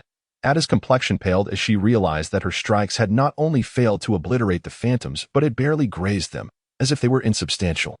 Her swords passed right through them. The suddenness of it all, compounded by her earlier arrogance, left her unable to retreat or evade. She could only watch helplessly as the phantoms collided with her. Yet, they remained intangible, passing through her body. In that fleeting moment, all her negative emotions surged within her heart, shattering her will and the spirit of a swordsman. She sank to her knees. I shouldn't exist in this world. If there is a next life, I would rather be a small bird. At that very moment, Brooke arrived, observing Ada kneeling on the ground, and couldn't suppress a gleeful chuckle. He quickly adopted a serious demeanor, stating, Perona's abilities are quite troublesome. Over the years, countless individuals have fallen prey to them. Negativity, negativity, negativity. Just then, the phantoms altered their course, drifting towards Mach. Mach narrowed his eyes. Haki. Conqueror's Haki. A surge of ominous energy erupted from Mach's body, his pupils transforming into a deep crimson, as if ignited by violet flames. Simultaneously, the Conqueror's Haki exploded forth, the already fearsome aura of the ominous energy, augmented by the peculiar power of the Holy Sword, intensified even further. Combined with the Conqueror's Haki, the effect was far beyond mere arithmetic. Far away within the castle, Perona let out a shriek. It was known that she shared a visual connection with the phantoms, or perhaps a spiritual one, perceiving these negative spirits as part of her own soul. Thus, she not only saw Mach clearly but also felt the overwhelming pressure emanating from him. Her already pale face grew even paler, a bead of cold sweat trickling down her forehead.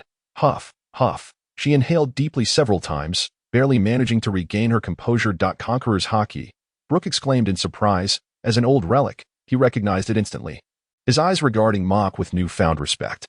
What had just occurred? At this point, Ada had emerged from her negative state, rising to her feet. Though her expression was still one of great displeasure, she remained perplexed. Mach chuckled lightly. What just happened was Perona's negative phantoms. They lack substance, and ordinary attacks are ineffective against them. Moreover, once they pass through you, you'll be engulfed in boundless negativity, left at their mercy. If you were alone today, you might not have made it out alive. Ada's pupils constricted in alarm. Mach quickly added, I intentionally refrained from warning you. Remember, in the New World, there are many devil fruit users, each with bizarre abilities. A moment's carelessness could lead to disaster. Therefore, regardless of how weak your opponent may seem, always give it your all. When attacking a devil fruit user, ensure your blade is imbued with Haki. Take heed, take heed. Ada nodded solemnly in response. She had to admit, the sensation of negativity she had just experienced would likely haunt her for a lifetime. She had no desire to relive it. This lesson was truly unforgettable. Subsequently, Ada turned her gaze to Brooke. The living skeleton was indeed a remarkable sight. Earlier, as Ada knelt, Brooke had not discerned her true form.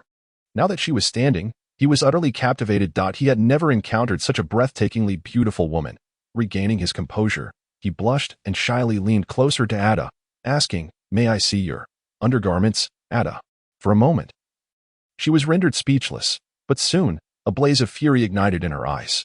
Perverted skeleton, you shall perish. Brooke was sent flying through the air. TSK. Mach chuckled to himself, finding amusement in the antics of the Straw Hat Pirates' two fools, Sanji, utterly devoid of boundaries, and Brooke, embodying the quintessential male curiosity. It was harmless enough. When facing a woman, he would strike without mercy, unlike Sanji, who became weak-kneed at the mere sight of one. To be honest, Brooke's strength was somewhat lacking at this moment. However, even in weakness, he could still measure up to a high-ranking officer of Doflamingo, and he surpassed several of them by a considerable margin. Most importantly, Brooke still possessed notable potential. His growth rate was commendable, and 2 years into the original story, he remained relatively competent. Moreover, he needed allies, and with both he and Ada being swordsmen, enhancing Brooke's strength would not prove difficult. A thorough beating would surely elevate his prowess. After much deliberation, Mach extended an invitation. If I am not mistaken, you have come here to reclaim your shadow. How about this? I assist you in retrieving it, and you join my crew. Brooke, having been knocked to the ground, sprang back to his feet. Yo-ho-ho, count me in. Brooke had visited this place numerous times, each time meeting with failure. He understood that reclaiming his shadow alone was nearly impossible. Huh. Ada gazed at him in astonishment, truly not expecting the captain to take a liking to this perverted skeleton. Mach continued, this fellow is a decent swordsman, just a step away from becoming a master. Once he joins us, you can train him well. I believe his strength will rise rapidly. When the time comes to confront Doflamingo, we will have an additional formidable ally. Upon hearing this, Ada, who had previously been somewhat agitated, immediately shifted into a sage-like demeanor, her gaze towards Brooke taking on a different quality. Yo-ho-ho, Brooke let out his signature laughter once more, though this time it lacked its usual vigor, instinctively taking 2 steps back due to Ada's intense gaze, which left him with an unshakable sense of foreboding. Meanwhile, within the castle, Perona had regained her senses and wasted no time. She dashed outside, releasing all the zombie generals under Absalom's command. The zombie generals were undoubtedly the backbone of Moria's undead army, and they moved swiftly. Just as Mock, Ada, and Brooke arrived at the castle's entrance, they found themselves confronted by the generals. Leading the charge were Ryuma and Captain John, the 2 strongest among the zombie generals, albeit one less than in the original tale. However, these 2 were more than sufficient for Brooke at this moment. Mock turned to Ada. The 2 zombies ahead are Ryuma and Captain John. Both were remarkable individuals in life, and even as zombies, they retain considerable strength. It is just the perfect opportunity for Brooke to practice his skills, while you observe from the sidelines. After saying this, he added, as long as he doesn't die. Even if he suffers a fracture, a bit of milk will suffice for recovery. Brooke, can you believe this is how a person speaks? Upon hearing this, Ada nodded earnestly. Brooke, you don't have to take it so seriously. Mock chuckled lightly, then remarked, you all can play here. I shall go and have a word with Moonlight Moria. With that, he transformed into a billowing mist, dissipating into the air. Huh? In the next moment, the dragon on the opposite side felt a looseness in his grip. Looking down, he realized, to his astonishment, that his sword had vanished. Ada happened to witness this scene, her eyes lighting up with intrigue. So, the captain had his eyes on that sword. I wonder what kind of sword it is. Her gaze then shifted to Captain John. Both individuals had been acknowledged by the captain, known to be formidable figures in their former lives.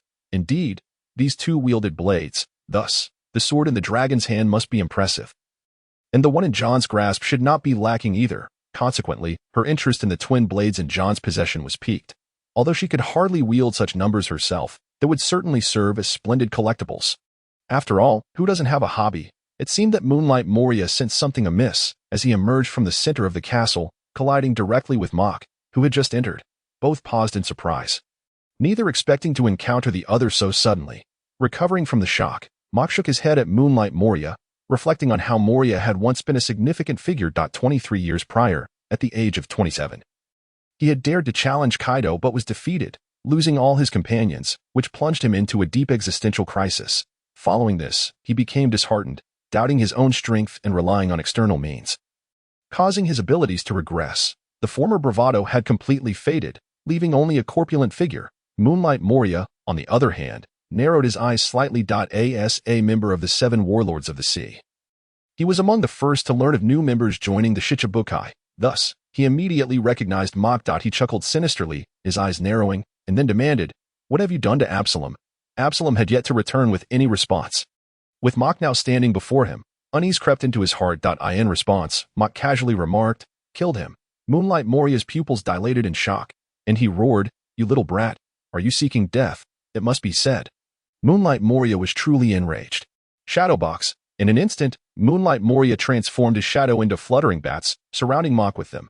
Mock smirked coldly. He transformed into mist, dispersing in all directions. The next moment, where he had stood, the bat shadows coalesced into a cube resembling a black box.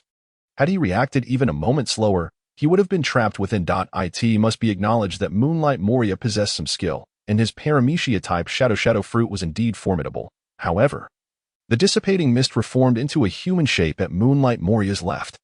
His gaze then fell upon the shadow beneath Moonlight Moria's feet, pondering. This shadow ability seemed to hold potential.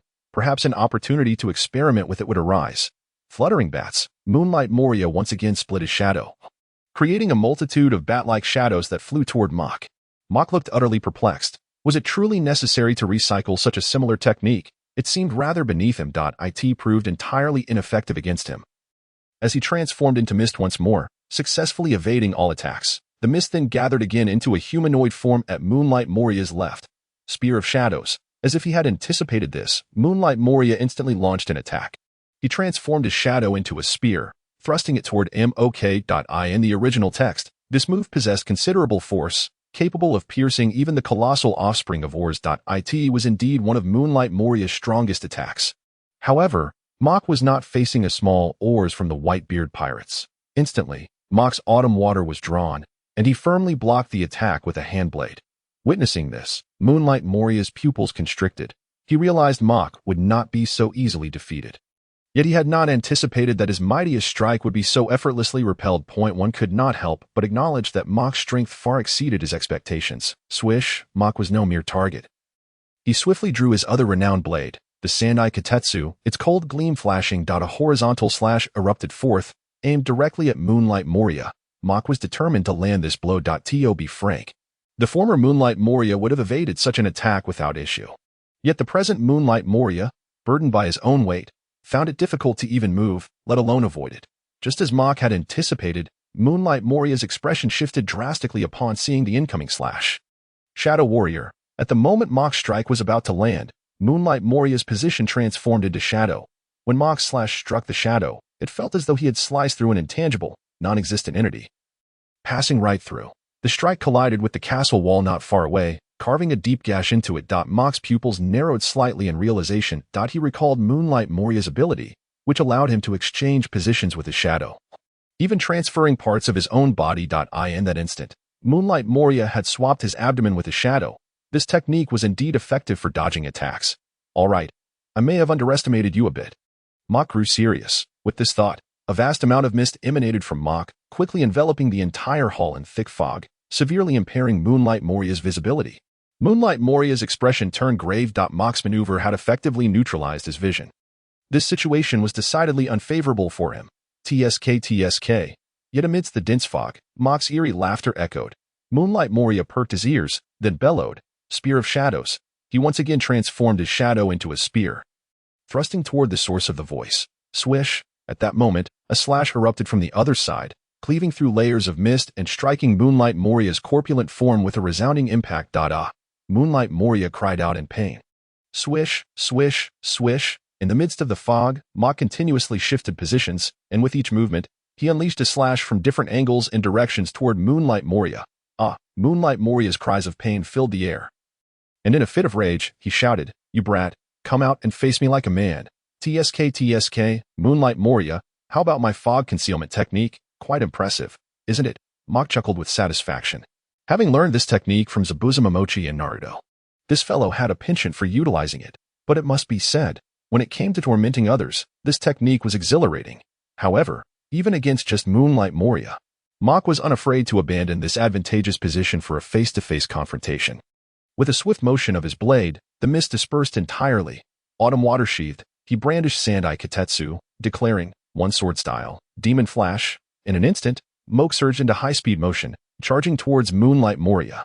With a swift motion, Moke brushed past Moonlight Moria, his third-generation blade, Chichu, leaving a trail of blood on Moria's body. Yet, this was far from over. Moke executed a sharp turn, and once more, Chichu carved another gash into Moonlight Moria. 1, 2, 3, Moke circled around him, unleashing a total of 13 slashes, each inflicting a grievous wound upon Moonlight Moria.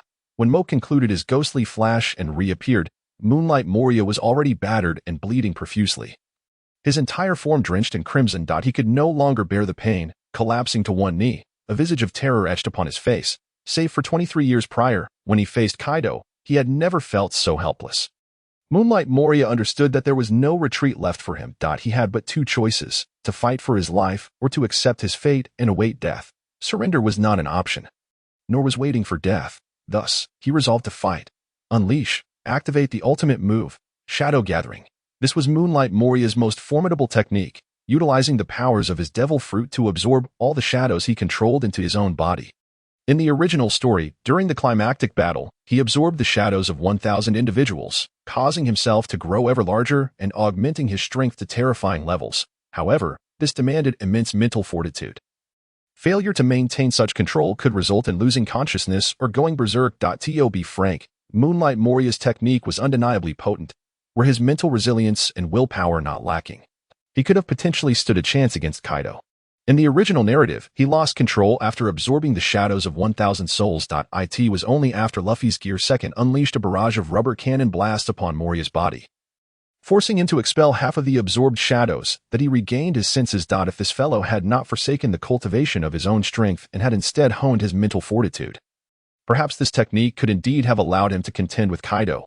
Although this move seemed somewhat reliant on external forces, it was undeniably effective. Yet, Moke showed no intention of halting him. Watching Moonlight Moria continuously absorb shadows and grow in strength, Moke felt a surge of excitement. He murmured, "Now this is more like it. After all, he is one of the 7 warlords." As Moonlight Moria absorbed more shadows, his body swelled at an alarming rate. Eventually, he towered to a gigantic stature, even causing a corner of the castle to burst asunder. Meanwhile, Moke had already exited the castle, his hands tightly clasped around his dual blades. When Moonlight Moria reached his limit, Moke drew his swords, dual blade style, Abaddon Hell, dual blade style, Abaddon Hell. An aura of malevolence erupted from Moke, manifesting a spectral image of Abaddon Hell around him. He stood as a formidable deity of the underworld, exuding an air of authority and ferocity, disdainful of all. Boom! Purple flames ignited upon his blades. Moke slowly crossed Chosei and Chichu before him, then with a fierce sweep, unleashed a colossal X-shaped strike imbued with blazing ghostly flames. The speed was astonishing. Moonlight Moria barely had time to react before the formidable attack struck his chest. An immense X-shaped gash instantly marred his torso, strangely, though the wound was deep enough to reveal bone. No blood trickled forth. The purple flames seemed to possess a life of their own, desperately burrowing into the wound. Moonlight Moria let out a blood-curdling scream. The shadows he had just absorbed erupted from the wound, causing his form to shrink rapidly until he returned to his original size. At that moment, Moonlight Moria knelt, blood pouring from his mouth in torrents. He comprehended his defeat, utterly and completely defeated. For Moke had merely awaited him to reach his limit. Otherwise, Moke would have acted long before. In this world, the vanquished have no right to speak, such is the prevailing rule. Yet, he found himself pleading, if possible, please spare Hogback and Perona. Just as he spoke, a violent cough racked him, blood gushing from his mouth before he collapsed to the ground. Thus, one of the 7 warlords was no more. Moke gazed at Moonlight Moria with a sense of reflection. He had not anticipated that. In his final moments, this man would concern himself with Hogback and Perona. Sighing, he muttered softly, "In light of your deep regard for your comrades, I shall grant you a favor. I will allow Perona to remain. However, as for that perverse Dr. Hogback, he shall accompany you to the grave. If he continues to live for the sake of his beloved Sindori, who knows what madness he may unleash." As Moke made his way towards the direction of Ada and Brooke, his transponder snail began to ring. Buru buru. Moke paused momentarily, a smile creeping across his face, for this transponder snail belonged exclusively to the Baroque works, and only Robin could connect to it. The caller could either be Robin or Mr. 2. In either case, it boded well. With this thought, Moke's spirits lifted further as he answered, "This is Mr. Zero." The voice of Mr. 2 resonated through the transponder snail. "Mr. Zero. This is Mr. 2. I have arrived at Sia Island and have locked onto the target." Moke nodded in satisfaction. "Excellent. You have arrived 2 to 3 days earlier than I expected. Remain hidden. Do not allow anyone to perceive your true identity." Mr. 2 responded, "Mr. Zero. Rest assured. I altered my appearance upon arrival. And not just once. Currently, I bear the visage of a local resident. I haven't even donned my ballet attire. No one will recognize me." Moke felt even more pleased. "Good. Then stay there and wait.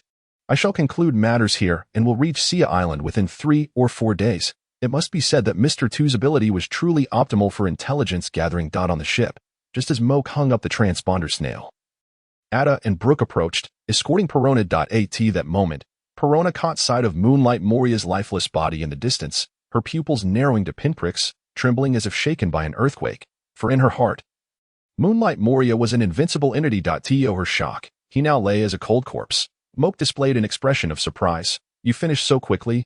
Ada replied, "Well, this skeletal figure and that dragon horse were merely practice for Captain John. As for the rest, I handled it." Moke nodded in acknowledgement. With Ada's awakened haki, dispatching these foes was akin to child's play. His gaze then fell upon Brooke, whose bones bore cracks, evidently injured. TSK. Seems you've been through quite the ordeal. However, this would serve him well." Ada exclaimed excitedly, "Captain, are we going to deal with the target now?" Moke nodded. "Coincidentally, Mr. 2 just contacted me. It is indeed time for us to depart." As he spoke, he glanced at Perona. Ada quickly added, "Captain, though this little girl's strength is lacking, her devil fruit ability is quite useful. We might as well take her along like Brooke. She could be a valuable asset against Doflamingo." Moke regarded Perona, then turned back to Ada. Somewhat astonished, she agreed to join. Ada looked at Perona, who immediately seemed to be spurred into action, nodding vigorously. I'll join. Moke's expression shifted to one of amusement. It appeared that Perona had suffered significantly at Ada's hands, enough to leave her with a psychological scar. Seizing the opportunity, he declared, "Then it shall be as you wish. From this moment forth, she is our companion." His gaze settled on Perona, his tone meaningful. "However, to be my companion, your current strength is insufficient. You must diligently improve your abilities." Perona replied, "Yes, Captain." Brooke cast a sympathetic glance at Perona, fully aware of the trials that lay ahead. It would indeed be a harsh journey. In the blink of an eye, for days had passed, Mach and his crew navigated their pirate ship to the harbor of Shia Island. They had finally arrived. Brooke and Perona had endured a relentless barrage of beatings from Mach and Ada over these 4 days, a veritable tragedy of human existence. Thus, their eagerness to reach Shia Island surpassed even that of Mach and Ada. Yet, a curiosity lingered in their hearts. For whom had the captain come to this place? At that moment, Mach produced 2 bounty notices. The first was for Edward Weevil, the second generation of Whitebeard, with a bounty of 480 million berries, and the second was for Miss Bakken, with a bounty of 230 million berries. What? Brooke and Perona's eyes widened in disbelief. One had a bounty of 33 million berries, while the other had 41 million berries. To them, both 480 million and 230 million berries represented insurmountable foes. Gulp. The two instinctively swallowed hard. At that moment, they grasped a crucial truth. Joining a pirate crew led by a powerhouse like Mach meant that the adversaries they would face in the future would likely be of such caliber. They exchanged a glance, an unspoken resolve igniting within them, the desire to grow stronger, for in battles of this nature, lacking power could lead to death, and to avoid such a fate, they had no choice but to strive tirelessly to match the pace of their captain and Ada. Indeed, Sengoku had set his sights on Edward Weevil and Miss Bakken. For Mach, this was akin to receiving a grand gift from Sengoku, Captain. Just then, a man with a rather unsavory countenance hurriedly approached. Captain. Perona, Brooke, and Ada exchanged glances of shock before turning to Mach, as if to say, "Is there really someone so unsavory in our crew?" Even Mach couldn't help but twitch at the corners of his mouth. This face was reminiscent of Kizaru. However, he knew who had arrived, so he got straight to the point. "Mr. 2, where are Edward Weevil and Miss Bakken?" Mr. 2 replied, "Captain, they are staying at an inn on this island." Mach asked, "Is that why they have been here for over half a month?" Mr. 2 nodded. "Miss Bakken seems to be searching for a treasure on this island." Treasure? Mach was taken aback. He had risen to prominence in this world due to a treasure. Could it be that another one awaited him here? He couldn't help but smile. "Have you found out what treasure it is?" Mr. 2 replied. "It appears to be something left behind by a captain named John." John? Mach turned to Ada and Brooke, recalling that if his memory served him right, this Captain John had been turned into a zombie general by Moonlight Moria and subsequently defeated by these two. The 2 knives belonging to this fellow were still displayed in the collection room of their pirate ship. Ada, realizing this, returned to the ship and retrieved the 2 knives. Mach examined them closely and noticed that the cloth wrapped around the handles seemed to have been changed. It was not the original, as subtle traces indicated a more aged fabric. Intriguing. Mach tore off the cloth from both handles and discovered a groove in the middle of each, about the width of a fingernail. Within the grooves lay a piece of paper. Mach immediately pulled it out. One paper chronicled his life experiences, while the other detailed the location of his treasures from when he was alive. Ada, Perona, Brooke, and Mr. 2 gathered curiously around. Ada, puzzled, asked, "Captain, since these 2 papers are here, how did Miss Bakken find out about them?" Mach pondered for a moment. Miss Bakken and Captain John were originally part of the same pirate crew. Perhaps they had some previous connection, or maybe Miss Bakken obtained information from elsewhere. At this moment, Mach felt a surge of anticipation, for this treasure of Captain John was the very one sought by the clown Buggy in the original tale. It promised to yield significant rewards. Then, Mach handed the 2 knives to Mr. 2. "Use these to lure Miss Bakken out. I prefer not to engage in battle in a crowded place, as it would endanger many innocent lives." "Understood, Captain." As time passed and the sun reached its zenith, a remarkably tall figure appeared on the horizon. Accompanying him was a diminutive individual. The towering figure bore a crescent-shaped white mustache reminiscent of Whitebeard. With a robust and corpulent physique, his appearance grotesque, a constant stream of mucus flowing from his nose and thick lips. The short figure was an elderly lady, her lips painted bright red, wearing sunglasses and leaning on a cane. Her face wrinkled and draped in a leopard print coat. These 2 were so distinctive that Mach recognized them at once. They were none other than Edward Weevil and Miss Bakken, and at that moment, Mr. 2 was being held aloft by Edward Weevil. Miss Bakken, having spotted Mach's group, regarded them with a look of grave concern. Turning to Mr. 2, she asked, "Did you steal those 2 knives from their ship?" Mr. 2 nodded vigorously. "Yes, I snuck aboard while they were on the island buying supplies, taking advantage of the fact that only one of them was on the ship." Upon hearing this, Miss Bakken turned her gaze to Mock, her eyes sharpening as she declared fiercely, "Return Captain Johns." Before she could finish her sentence, Mr. 2 made his move. Seizing the opportunity while Weevil was distracted, he activated his powers, wax pouring forth from his hands to ensnare Weevil. He then dashed towards Mock. Miss Bakken, taken aback at first, quickly became enraged. She wasn't foolish. It was clear she had been deceived. "Weevil, this guy has tricked us. Kill him for Mother." Weevil, still dazed from the sudden turn of events, wore a confused expression until he heard Miss Bakken's words, which ignited an immense fury within him. His immense strength shattered the wax binding him, and with a fearsome slash, he aimed a deadly strike at the fleeing Mr. 2. The ground itself was cleaved as the terrifying force of the attack surged forth. Mock swiftly unsheathed his blade, Autumn Water, and countered with an equally formidable strike, successfully intercepting the lethal blow aimed at Mr. 2. Mr. 2, narrowly escaping death, inhaled sharply as a chill raced from his feet to the crown of his head. He finally understood why Mr. Zero had repeatedly warned him not to overreach. This power was beyond what someone of his caliber could withstand. Miss Bakken's pupils dilated as she was compelled to confront Mock directly. The power Mock displayed was now on par with Weevil's, who was her greatest support. Mock, sensing the shift in dynamics, smiled and said, "I have come to make an acquaintance." Eh? Miss Bakken was momentarily bewildered. However, her expression quickly changed, for a thick mist began to envelop Mock, shrouding the surroundings in obscurity, rendering both her and Weevil unable to see anything. Weevil cried out, "Mom, I can't see anything. This is bad." Miss Bakken, displaying her seasoned cunning, reacted swiftly, "Weevil, retreat." Yet, before she could finish her warning, a chilling sensation gripped her neck. She understood that someone had a knife poised at her throat. Gulp. Miss Bajin swallowed hard, completely unaware of how her assailant had approached. Crash. The intruder was none other than Moke. Mom. At that moment, Weibel's observation hockey detected something amiss, propelling him into a state of frenzy. Upon witnessing this, Moke raised his leg and delivered a powerful kick, sending Miss Bajin flying. He then shouted, "Ada, Perona, Brooke, Mr. 2, proceed as planned." The four, Ada, Perona, Brooke, and Mr. 2, exchanged knowing glances and rushed toward the airborne Miss Bajin. Negative Ghost. Perona was the first to launch her attack. Meanwhile, Moke, once they had distanced themselves, waved his hand to disperse the mist. He was prepared to confront Weibel head-on, eager to test the limits of his own strength. Previously, Moonlight Moria had fallen too easily before he could truly showcase his abilities. Weibel, however, appeared to be a worthy opponent. Weibel initially turned his head, searching frantically. "Where's Mom? Where's Mom?" Eventually, his gaze landed on Moke. "Where's Mom?" Swish. He raised the enormous sword in his hand and swung it directly at Moke.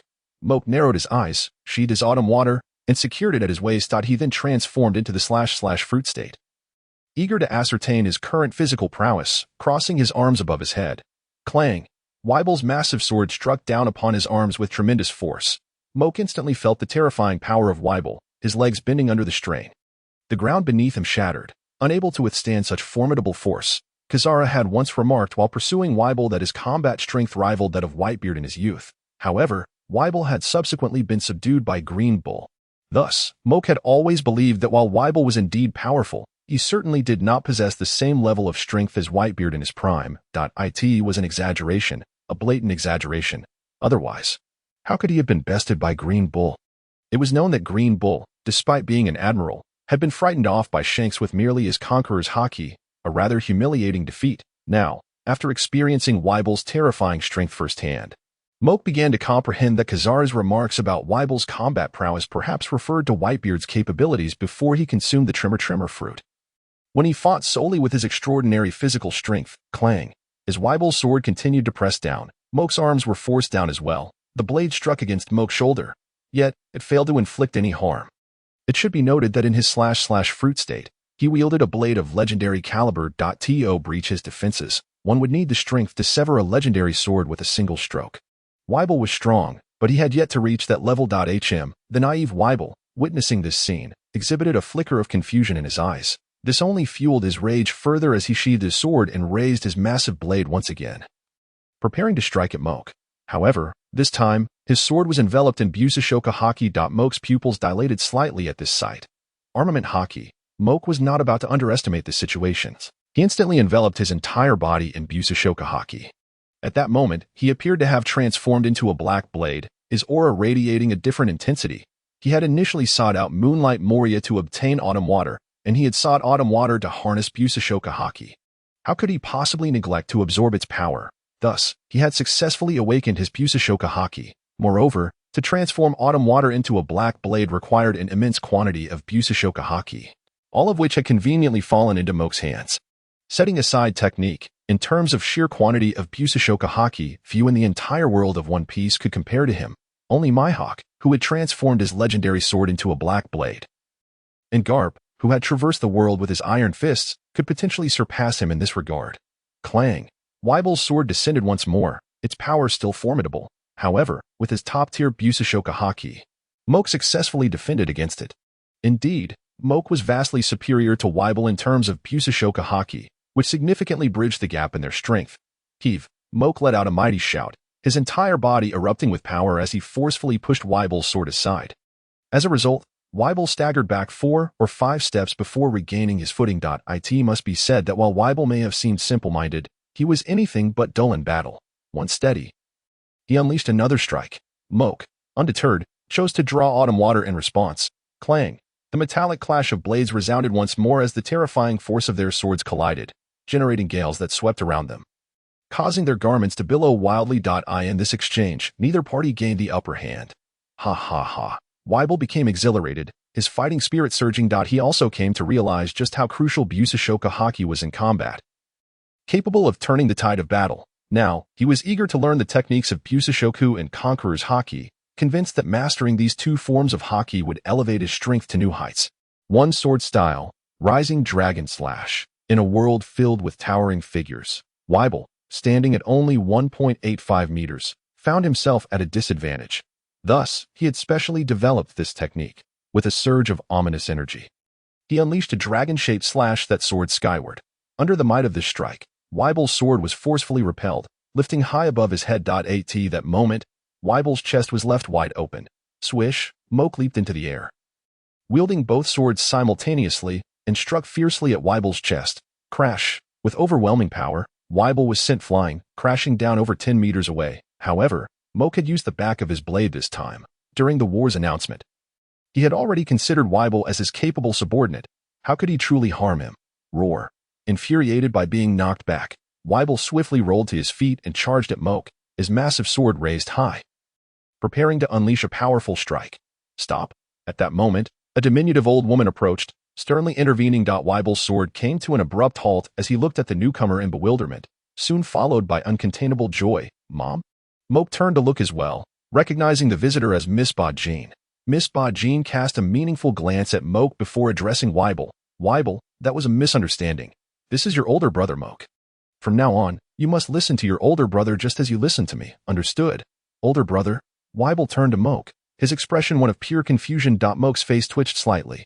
That title was truly something else. After all, Weibel was considerably older than him. He was simply taking advantage of Weibel's navet. Otherwise, any other person would have given him a couple of hefty punches. Miss Bajin's expression darkened. Weibel, aren't you going to address him? Weibel immediately replied meekly, Mom, please don't be angry. Then he turned to Moke and called out, Older brother. Miss Bajin nodded in satisfaction. Remember, from today onward, when Mom isn't around, you must obey your older brother. Understood? Weibel nodded, but his limited intellect still turned. Why isn't Mom around? Miss Bajin replied, I need to find your father, Whitebeard. Don't worry, once I sort things out with him, I'll come back for you. Then you can finally meet your father. Moke, that excuse was truly absurd. Weren't you afraid Whitebeard would come and give you a punch? Oh, Weibel nodded, somewhat understanding. Miss Bajin quickly added, Don't worry. Mom will contact you every day using the Din Din Mushi. Din Din Mushi. Weibel tilted his head, appearing somewhat perplexed. Nevertheless, the fact that Moke was his elder brother had already been established. At Navy headquarters, Major Branna hurriedly entered Admiral Sengoku's office. Admiral Sengoku, I bring urgent intelligence, he said, respectfully handing a document to Sengoku. Sengoku raised an eyebrow, a slight smile forming at the corners of his mouth. This urgent intelligence at such a moment must pertain to Moke's resolution with Weibel. However, upon glancing at the beginning of the report, Sengoku's smile froze in place. Fury surged within him as he slammed his fist on the table, exclaiming, Bastard! He quickly dialed Moke's number, which connected almost immediately. This is Sengoku. On the other end, Moke's voice responded, Admiral Sengoku, it seems the Navy's intelligence is quite impressive. I've just settled matters, and you already have the news. Sengoku suppressed his anger. I instructed you to deal with Weibel, not to recruit him as a subordinate. Moke replied nonchalantly, what's the problem? After all, from this moment on, he is no longer a nuisance to the Navy, is he? He then added, no, it should be said that from this instant, he also counts as a force within the Navy. Shouldn't you be pleased? You. Sengoku was momentarily at a loss for words. On the surface, Moke's statement was indisputable. Who was Moke? He was one of the 7 warlords of the sea. And the 7 warlords were allies of the Navy. Now that Weibel was his subordinate, it was undoubtedly beneficial for the Navy. However, that was merely on the surface. In reality, the Navy did not desire the influence of the 7 warlords to become excessively powerful. Moke himself was already a formidable force among them, and now, with the addition of Weibel, who possessed similar strength, the situation had become somewhat unmanageable. This was something Sengoku absolutely did not wish to see. But there were certain things one could do yet never openly discuss. Thus, Sengoku found himself at a loss for a rebuttal. He couldn't very well say, you are my ally, but you cannot strengthen your power. That would be utterly shameless. Moreover, such a statement would be pointless. Click. Sengoku, infuriated, abruptly ended the call. He took several deep breaths to suppress the fury within him, then resumed reading the intelligence report. Ada. Bounty exceeding 100 million. Skeleton swordsman? Where did he come from? Investigate. Perona, a Paramecia-type ghost fruit user. Bounty over 40 million. Now, with Weibel, the bounty rises to 480 million berries. How much time has passed? Moke's power is growing rather swiftly.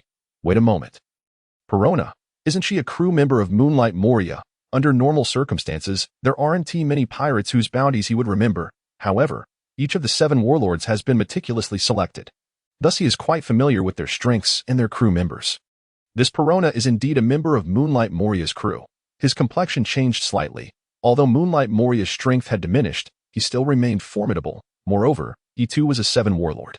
While the 7 warlords were part of the same organization, each one was notoriously proud and would not submit to another. If they were to unite, the consequences would be dire. He abruptly looked at Major Brano. Immediately send Kuma to investigate what is happening with Moonlight Moria. I refuse to believe that Moonlight Moria would allow his crew member to follow Moke without any reason. Major Brano's expression turned serious upon hearing this. Yes, Admiral Sengoku. He quickly exited to relay the orders to Kuma. On the other end, Moke smirked, still calling me Admiral, yet lacking any grace. Ho ho ho, yahora hora hor. Upon hearing Moke's words, both Perona and Brooke erupted into their signature laughter. Moke, drawn by their laughter, turned to face them. The moment he laid eyes on them, his expression shifted. I let my guard down. He immediately issued a command. Miss Bakken, come with me. Ada, Brooke, Perona, Miss Bakken, and Mr. 2 all displayed expressions of surprise, especially Mr. 2, as the previous plan had not been this way. He was supposed to take the opportunity to leave, yet he refrained from questioning, understanding that Moke had his reasons. Thus, he promptly followed Moke aboard the ship. Once aboard, Moke quickly stated, Perona has revealed herself. The Navy must have caught wind of it, and will certainly send someone to Moonlight Moria. Therefore, I must return once. Now, you will take on my appearance. Remember, you need to create some commotion on this island to ensure everyone sees me here. Do you understand? Upon hearing this, Mr. 2 immediately grasped the seriousness of the situation. After all, their captain was a 7 warlord, and it would be untenable to eliminate another 7 warlord, unless the captain wished to renounce his status as a 7 warlord. This matter must remain concealed. Mr. 2 nodded promptly. Understood, Captain. After giving his instructions, Moke absorbed the surrounding air, transforming into a gaseous form, dissipating into the atmosphere. Mr. 2. It appeared as though Moke had simply vanished. Seconds later, Moke found himself soaring at an altitude of 100 meters, absorbing sunlight and transforming into a luminescent entity. Finally, he became a beam of light, racing toward the Devil's Triangle. For only at the speed of light could he possibly return to the terrifying 3-masted ship before the Navy's arrival. At the terrifying 3-masted ship within the Devil's Triangle, a beam of light descended from the sky, landing within the castle. Shortly thereafter, a burly figure, wearing a trapezoidal white hat and holding a book with Bible inscribed on the cover, appeared out of thin air. Observing everything from within the castle, Moke's pupils constricted in shock. He whispered, Kuma. Indeed, the newcomer was Bartholomew Kuma. Hailing from the South Blue, he was the former king of the Sorbet Kingdom, known to the world as the Tyrant. Afterward, for certain reasons, he joined the Revolutionary Army, becoming a cadre within it, and eventually became one of the 7 warlords. prior to the great incident. He voluntarily underwent complete transformation at the hands of Dr. Vegapunk, losing his self-awareness and becoming a rented slave of the celestial dragons. After being rescued by Sabo and others, he returned to the Revolutionary Army's headquarters. He was a tragic figure, deserving of sympathy. Yet, Moke could never comprehend why he would consent to becoming a cyborg. That seemed quite irrational. Perhaps their ideals and goals differed, making it impossible to empathize with each other. Kuma, you are not welcome here. Moke did not feel threatened. Rather, he remained within the castle. Kuma looked on in confusion at the castle. Swarming bats. Countless shadowy bats surged forth from the castle, racing toward Kuma outside. In an instant, they were upon him. Swish, Kuma's figure vanished, reappearing several meters away. Whoa, instant teleportation. Moke observed with envy. One could not deny that Kuma's Paramecia-type paw fruit was an exceptionally practical devil fruit. Combining both offense and support, when activated, palm pads resembling those of a bear would emerge. Capable of repelling anything they touched, even the strikes of opponents or the slashes of swordsmen. Furthermore, he could expel all pain and fatigue from a target's body, forming a red paw-shaped bubble that could be transferred to another target, causing that target to endure all the pain and fatigue of the initial target. Kuma's mind was filled with questions, although he still retained his thoughts at this moment and was not entirely under the Navy's control. He was nonetheless curious to uncover the truth. Pressure cannon. Kuma opted for a forceful attack. Utilizing his devil fruit ability, he struck the air at high speed, generating a powerful shockwave in the shape of a bear paw. Directed toward the castle's walls, Shadow Blade.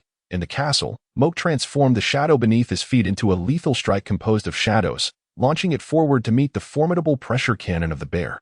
The collision erupted into a violent explosion, generating a powerful shockwave that swept across the surroundings, causing the bear's garments to flap and crackle in the wind. How intriguing! At that moment, the bear's curiosity intensified. For the strength displayed by Moonlight Moria within the castle surpassed his previous understanding of the man. Yet, he could affirm that this was indeed the power of the shadow fruit. Thus, he harbored no doubts about the identity of the individual in the castle. After all, while a person may deceive, a devil fruit cannot. Glancing towards the opposite side of the castle, the bear observed the marks left upon the walls, as well as the corner that had been shattered at the highest point.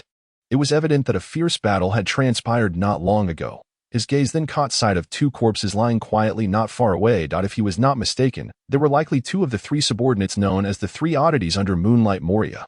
With the presence of these two bodies, the relationship between Moonlight Moria and Moke became painfully clear. It was a matter of life and death. A conjecture formed in his mind as he murmured to himself. Could it be that this fellow was beaten by Moke, and now vents his anger upon me? Or perhaps he bears injuries, rendering him unable to face anyone. Indeed, it would be rather shameful to be bested by a younger opponent. With that, the bear swiftly teleported away. Upon witnessing the two corpses, his mission had already been accomplished. The reason for Perona's association with Moke had become less significant. Surely, Moonlight Moria would not resort to sacrificing two of his trusted subordinates merely for a ruse to collaborate secretly with Moke. Would he? After a considerable time, the bear finally emerged from the castle, casting a glance at the distant corpses of Absalom and Hogback. He had intentionally left these bodies in plain sight to quell the suspicions of any who might come across them. With the display of abilities akin to shadow manipulation, he could likely conceal the truth of the matter. In the office of Fleet Admiral Sengoku, the bear's report eased his heart. Among Moonlight Moria's crew, there were only 3 members, Perona, Absalom, and Hogback. Given Moria's history, it was inconceivable that he would orchestrate a charade involving the lives of 2 of his men. It seems I have overthought this, he murmured. However, we must impose some restrictions on Moke. The first half of the Grand Line cannot accommodate such individuals. Let him clash with the foes in the New World instead. With this thought, he began to devise a plan. Just then, Moke's transponder snail rang, causing him to pause momentarily before promptly answering. The snail transformed into Robin's visage. Mr. Zero, I have located information regarding Jazaris Bejas. Moke's eyes brightened with interest. Where is he? Robin replied. On Champion Island in the New World. Champion Island. Moke's expression shifted to one of confusion. Robin clarified. Champion Island, originally known as Gallon Island, is a venue for fighters to hold combat competitions. It is here that champions are born, and thus the island has come to be known as Champion Island. He is currently participating in a fighting tournament and will remain there for at least half a month. Moke nodded. Understood. Excellent work. He added, do not forget about Vanoka, and it would be best if you could find a capable navigator as well. Robin assured him, Mr. Zero, rest assured, I have some leads on Vanoka. It won't be long before we locate him. I will also keep an eye out for a skilled navigator. Once their conversation concluded, Moke contacted Ada via transponder snail. You are to set off now. Our target is Champion Island where we will meet. Perhaps we can find a worthy ally there. Ada's eyes lit up at the news. Very well. I shall gather the crew and head there immediately. A smile crept upon Moke's lips, for this attempt had confirmed that even his own shadow could be absorbed and transformed into power. What else was beyond his reach? This endeavor had granted him newfound insights into his absorption fruit abilities, leading him to contemplate a potentially formidable power. However, it was time to venture into the new world. His target was Caesar Clown, as the intelligence network there had yet to be established. Thus, he would need to rely on the underground world for information. This was precisely why he had sent Ada and the others ahead to Champion Island, allowing him to save time. Why seek Caesar Clown, you may ask? Because there lay a mythical zoan-type fruit, the dragon fruit. Observing how Momonosuke, after consuming it, came to wield power nearly equivalent to Kaido's Azure Dragon Fruit, it was an opportunity too valuable to miss. Once acquired, he could have Jazaris Bages consume it, instantly elevating his strength to that of a warlord of the sea, becoming another valuable asset to his pirate crew. At that point, he and Weevil would stand as the two foremost commanders within his fleet. Thus, this artificial devil fruit was a prize he was determined to obtain. Moke transformed into a beam of light and sped towards the comm belt, choosing to traverse it directly into the new world. Soon enough, he alighted upon a small island and quickly found it and bustling with pirates. The moment the waiter spotted Moke, a broad smile spread across his face as he approached. Welcome, esteemed guest. What can I get for you? Moke inquired. Do you have any information on Caesar Clown? At the mention of Caesar Clown, the waiter's expression shifted momentarily, quickly realizing that Moke was not there for drinks, but rather for business. This was a significant opportunity. Please hold on. I will check on that right away. Moke nodded and chose an empty table to sit. Hey, isn't that the newly appointed warlord, Moke? Moke's entrance immediately captured the attention of several pirates within the tavern, some recognizing his identity. Their initial shock quickly transformed into a sense of reverence. Though not as formidable as the four emperors, the warlords still commanded respect. Yet, a few gazes bore a hint of provocation, with some seeming eager to test their mettle against him. In the new world, there was never a shortage of those who were both powerful and audacious, nor of those who, despite possessing some strength, failed to recognize their own folly. In a corner, a tall, muscular figure paused mid-bite, glancing at Moke, his eyes glinting with a cold light that even his sunglasses could not conceal. Moke sensed something and turned to look at the individual, catching only a glimpse of a face framed by short black hair, adorned with lightning-like sideburns. He raised an eyebrow, feeling an inexplicable sense of familiarity, as though he had encountered this person before. However, shaking his head, he dismissed the thought. He had no acquaintances in this world and thus paid it no further mind. Before long, the waiter returned, holding a box. Esteemed guest, here is the information regarding Caesar Clown. His identity is quite significant, hence it comes at a premium. Moke simply inquired, how much? The waiter replied, 2 million berries. Without hesitation, Moke produced a jewel of similar worth and handed it over. The waiter, grinning broadly, examined it carefully before presenting the information on Caesar Clown to Moke. After perusing the details, Moke chuckled lightly at the waiter. Now, please provide me with an eternal post to Sicilian Island. Indeed, at this juncture, Punk Hazard has yet to transform into the Ice and Fire Island. Thus, the only option is to seek out Caesar Clown, who, according to the intelligence at this time, is currently in Sicily.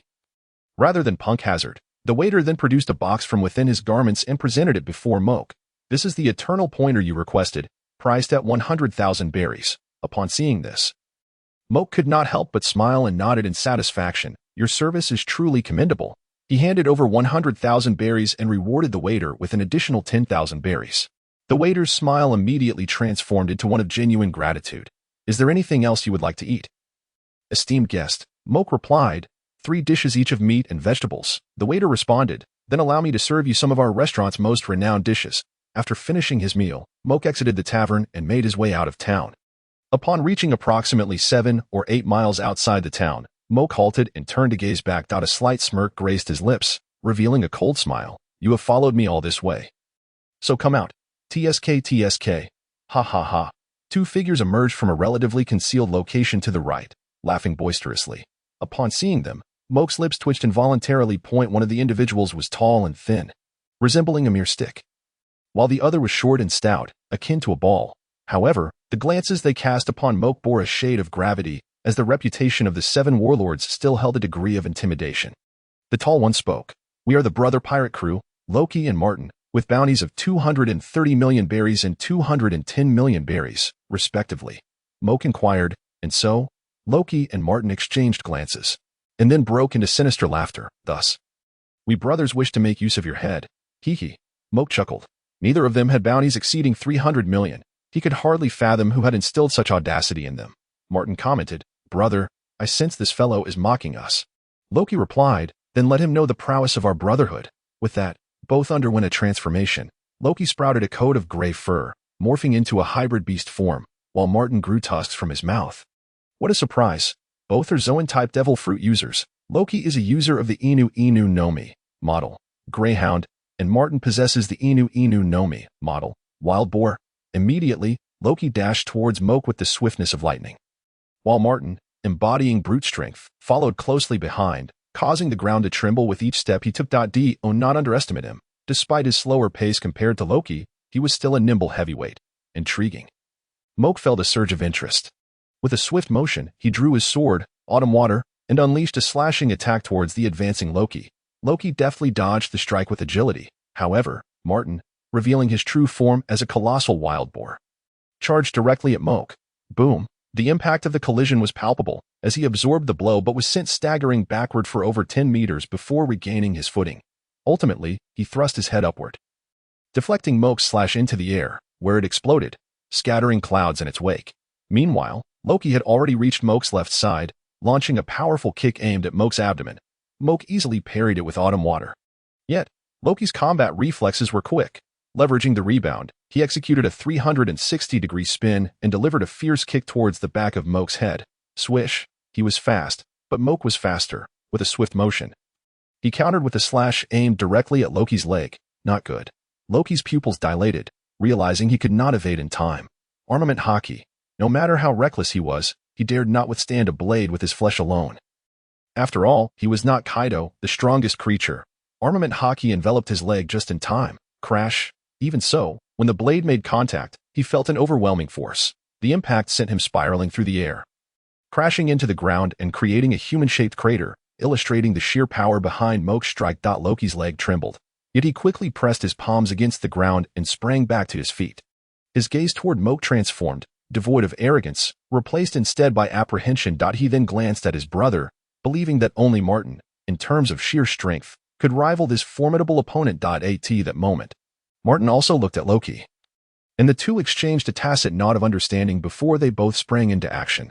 Loki bent his legs slightly, then leapt into the air, launching a series of whirlwind kicks towards Moke. Damn! Moke was momentarily taken aback, muttering, Is it true that 2 moves from the 6 styles can make one a villain? The previous slave-capturing crew had been the same.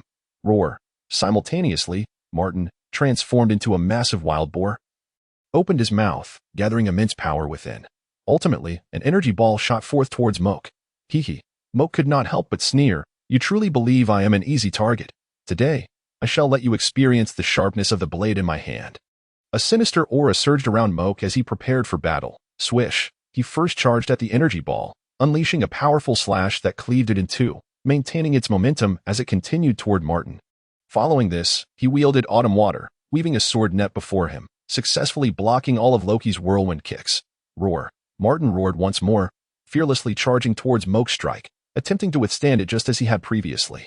Unfortunately, he failed to comprehend that a serious Moke was far beyond his capacity to withstand. As he lunged forward, the 2 tusks in his mouth were severed, and he was sent hurtling away, crashing over 10 meters away and reverting to his original form, a massive gash spanning from his crown to his abdomen, nearly bisecting him. Martin! Loki cried out in anguish when he looked at Moke again. His eyes were filled with hatred and terror. If Moke could dispatch Martin with a single stroke, he certainly possessed the capability to do the same to him. However, at this moment, Moke furrowed his brow, his gaze fixed intently upon a shadowy corner. I initially thought you were affiliated with them. It seems you are merely seeking to reap the benefits. What? Loki exclaimed in shock, never having anticipated that someone would be lurking in the shadows while they trailed Moke. Hee. With a cold laugh, a tall figure emerged. Indeed, the 7 warlords are quite vigilant. Moke's eyes widened as he recognized the newcomer. It was none other than Virgo, a trusted subordinate of Don Quixote Doflamingo. Suddenly, a realization struck him as he recalled the silhouette he had seen in the tavern earlier. It must have been this individual. No wonder it felt familiar, though he had never encountered this person. Having read the original work, he was quite familiar with him, as he was one of the more prominent characters within One Piece. But how did this individual end up here, at this moment? Virgo glanced at the fallen Martin and then at the airborne Loki, adding, I must thank you for assisting me in completing half of my task. You have saved me considerable trouble. Moke was momentarily perplexed. But realization dawned quickly. Virgo was after Loki and Martin. Loki now found himself increasingly uneasy. Virgo, however, merely smiled faintly, saying, on the day you and General Martin defected. You should have anticipated this moment. Moke's eyes involuntarily narrowed. It turned out that Loki was a traitor of the Navy. Martin. I knew it. He thought. And no matter how advanced the Six Styles are, they remain Navy secrets. It's impossible for them to be utilized by a mere pirate. With a sudden burst, Virgo moved, causing the ground beneath him to crumble. In an instant, he lunged toward the airborne Loki. Loki's expression changed drastically, soon contorting into a vicious glare. Do you truly think I fear you? Armament Haki. His legs once again enveloped in Haki, he unleashed a powerful kick toward the oncoming Virgo. You were still so naive, believing that consuming a devil fruit would enable you to join forces and eliminate the 7 warlords in your place? That you could contend with me? Allow me to clarify. Trash is trash. And no matter what devil fruit you consume, you remain worthless. As his words echoed, he swung his leg in retaliation. The 2 legs collided violently in midair. With a sharp crack, a sound reminiscent of bones breaking rang out, causing Loki to grit his teeth in agony. At the same time, his leg could no longer withstand Virgo's relentless assault. Bang! Loki was forcefully kicked away. Piercing gun. Having landed a hit, Virgo was not one to let go easily. He pursued Loki relentlessly, delivering a potentially fatal strike. Moke's pupils involuntarily constricted. Virgo truly lived up to his reputation as the top officer under Don Quixote Doflamingo. His strength was formidable, however, he possessed such prowess. In the original story, he single-handedly defeated Smoker and Law. Had he not been overly careless, overly confident in his Haki, or underestimated Law's abilities, he would have left Law no chance for a counterattack. Whoosh! A slashing attack hurtled toward Moke.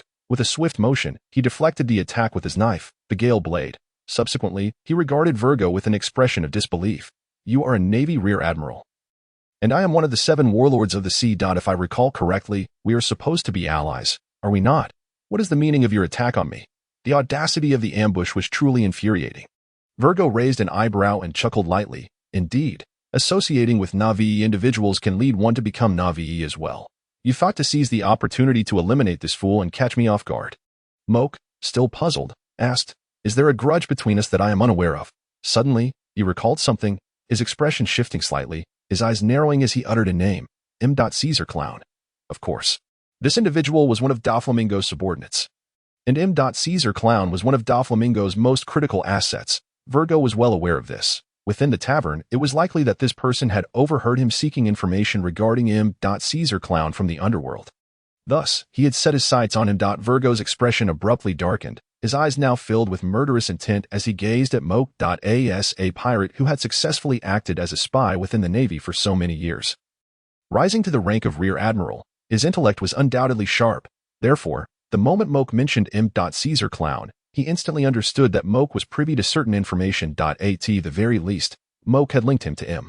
Caesar Clown. For this reason, even if it meant fighting to the death, Moke had to be silenced today. Virgo was a man of decisive action, and he had already made up his mind. He immediately sprang into action, propelling himself rapidly toward Moke on the ground. His speed was astonishing. In his hand, a jade-like bamboo staff, enveloped in Haki, swung toward Moke's head. To be honest, Moke also wished to eliminate Virgo, as this man was a capable subordinate of Doflamingo. However, his identity as a Navy officer made him hesitant. After all, as one of the 7 warlords, it was not yet time to sever ties with the Navy completely. However, since Virgo initiated the attack, the situation was different. He couldn't simply endure the assault without retaliating, could he? With Virgo's overwhelming strength, should he let his guard down, he could easily meet his demise. Even Sangoku could not hold him accountable. Moke wielded his autumn water to intercept, simultaneously wrapping it in Haki. Clang! Their weapons clashed violently in the air, the immense force creating shockwaves that reverberated in all directions. Not only did their clothing billow from the pressure, but the ground beneath them also shattered. As the two separated, Virgo's gaze fell upon the autumn water in Moke's grasp. Observing the Haki enveloping it, his pupils narrowed slightly. Physical techniques and hockey had always been his pride. The Navy's 6 styles had even surpassed the 100-year genius Rob Lucci before him. How much advantage could he possibly gain, in terms of hockey, outside of Iron Fist Garp and Black Arm Zephyr? Even the admirals of the Navy would pale in comparison to him. His hockey had reached the pinnacle of mastery. The only drawback was that he had yet to master the technique of emitting hockey externally. Otherwise, his strength could easily qualify him as a candidate for admiral. This was the source of his confidence. Yet, the hockey displayed by the individual before him seemed to surpass his own. How could someone so young possess such power? The more he considered it, the more he realized he could not afford to underestimate this opponent. Sara, Virgo vanished from his original position, reappearing in front of Moke's left side. His bamboo staff swung once more. Aimed directly at Moke's face, with a swift horizontal motion, Moke effortlessly blocked the attack. He then drew his 3rd-generation sword, Go-I, unleashing a graceful yet chilling arc in front of him. Iron block. Virgo's expression shifted slightly as he employed a defensive technique from the 6 styles. Clang! The 3rd-generation sword was deflected, and Virgo sustained no injuries. The only result was that he was forced back several steps from Moke's force. Virgo chuckled coldly. Your hockey is indeed superior to mine. But I still possess the iron block as a defensive measure. You will not break through my defense. Upon hearing this, a glint of cold light flashed in Moke's eyes. Is that so? One sword style, Azura Slash. He first sheathed Autumn Water, inserting it into his waist, and then wielded the 3rd-generation Go-I, unleashing a terrifying aura that manifested a figure behind him, brandishing the 3rd-generation Go-I. Swish, Moke slashed out, targeting Virgo directly. Not good. Virgo's expression changed dramatically. He had not anticipated that Moke possessed such an unusual power. However, this was not enough to deter him. His bamboo staff was held in front of him. Ready for defense, intimidation. At that moment, Moke's eyes glimmered with a ghostly aura, turning a shade of purple. A mere glance instilled immense pressure upon Virgo. Boom. Almost simultaneously, a terrifying force erupted from Moke, sweeping outward in all directions. Conqueror's hockey. Under the dual pressure, even someone as strong as Virgo felt significantly affected, a bead of cold sweat trickling down his forehead. Swish! The situation grew more alarming as the bamboo staff, wrapped in hockey, was effortlessly cleaved in two beneath Moke's blade. Indeed, it was severed. Virgo's pupils trembled with shock, revealing the extent of his astonishment. Most crucially, Moke's blade continued its relentless advance toward him, having had his bamboo staff severed. He lacked the confidence to absorb this strike with his body. Sara. Nonetheless, he had gained his combat experience step by step. With a wealth of battle experience, at the last moment, he successfully entered a state of high-speed movement, vanishing just before the 3rd-generation Go-I could strike. Virgo narrowly evaded this deadly attack. When he reappeared, he was already over 10 meters away. Ha!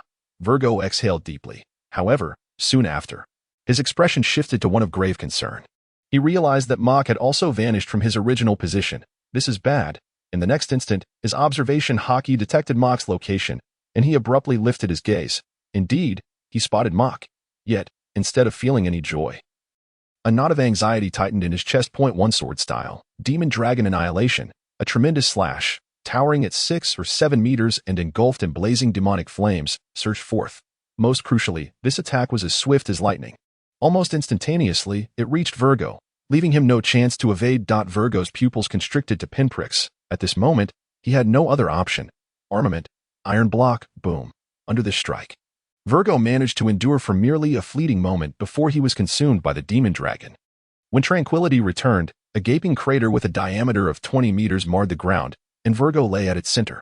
Yet, at this moment, he was devoid of the calm and confidence he once possessed.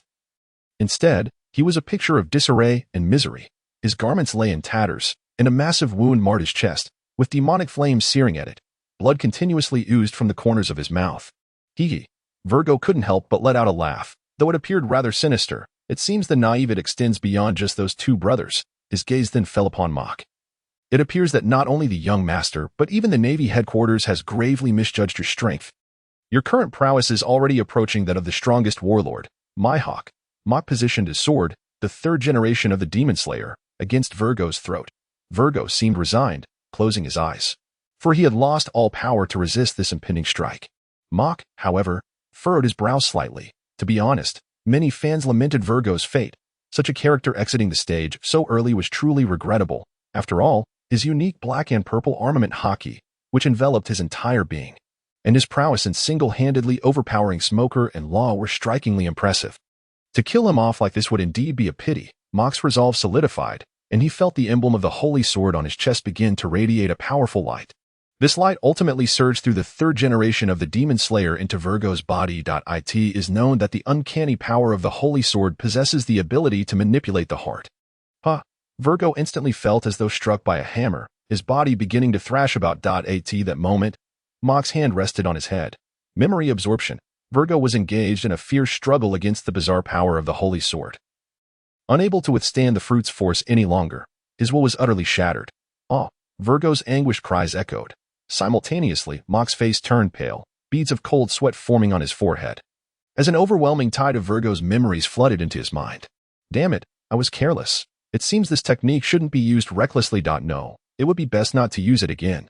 Nevertheless, he did not relent, gritting his teeth and persisting until he felt as though his head would explode. This was the entirety of a person's memories throughout their life, including those buried deep within, which even the individual might not recall. The burden was immense when the last vestige of Virgo's memory was drawn into him. Mock staggered, his eyes bloodshot. Memory returned. Mock returned the memories, but those restored had been altered by him, many fabricated from thin air, while leaving Virgo with a complete recollection of the Don Quixote family. Huff, huff. Once everything was completed, Mock found himself panting heavily, needing to sit down and recuperate. At that moment, he truly understood the meaning of having a splitting headache. His head felt as if it were swelling. If he felt like this, Virgo must have been even worse off. At this time, he had lost consciousness. Fortunately, Mock had used the power of the holy sword to heal his wounds. Otherwise, he might have been finished. After a considerable time, Virgo slowly regained consciousness. Upon opening his eyes, a flicker of confusion crossed his visage. However, the moment he spotted Mock seated nearby, his expression immediately shifted to one of respect, and he rose to his feet. Young master. Mock had also begun to feel better, though he remained a bit dizzy. He vowed never to undergo such an experience again. It was far too uncomfortable. He then turned to Virgo, finally allowing a smile to grace his face. This hardship had not been in vain. The strongest subordinate of Don Quixote's crew, the finest spy, was now his. He nodded with satisfaction. Take these two brothers back to the Navy. In due time, I will send a devil fruit your way. By then, I hope your standing within the Navy will ascend further. Virgo, upon hearing this, initially furrowed his brow slightly, but then nodded.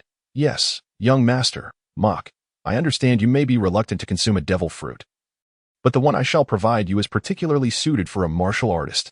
Moreover, you must realize that a devil fruit is merely one means to gain strength. It will not hinder your training. Virgo nodded once more. After Virgo departed for G1, Mock felt exceedingly pleased. With this, he had a hidden piece on the chessboard within the Navy. Furthermore, he had secured an absolutely loyal subordinate. He wished for more such loyal followers. But recalling the earlier sensation, he decisively abandoned the thought. He certainly did not want his head to explode. Even if it didn't explode, he feared becoming like Vegapunk with such a large head. Half a month later, Mock arrived at Champion Island. This was a sanctuary for martial artists, thus considered a no-man's land. No faction would dare to disrupt it lightly, for disturbing this place would equate to inciting the entire martial artist community. Upon entering the island, a person immediately approached him. May I ask if you are here to participate in the fighting competition or to spectate?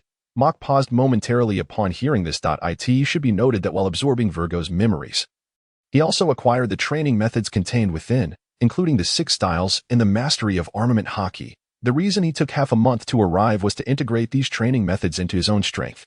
Thus, he suddenly became interested. Is it still possible to register? As far as I know, the fighting competition has long since commenced. Our fighting competition has 2 modes. Point 1 is to advance step by step, while the other is a challenge mode.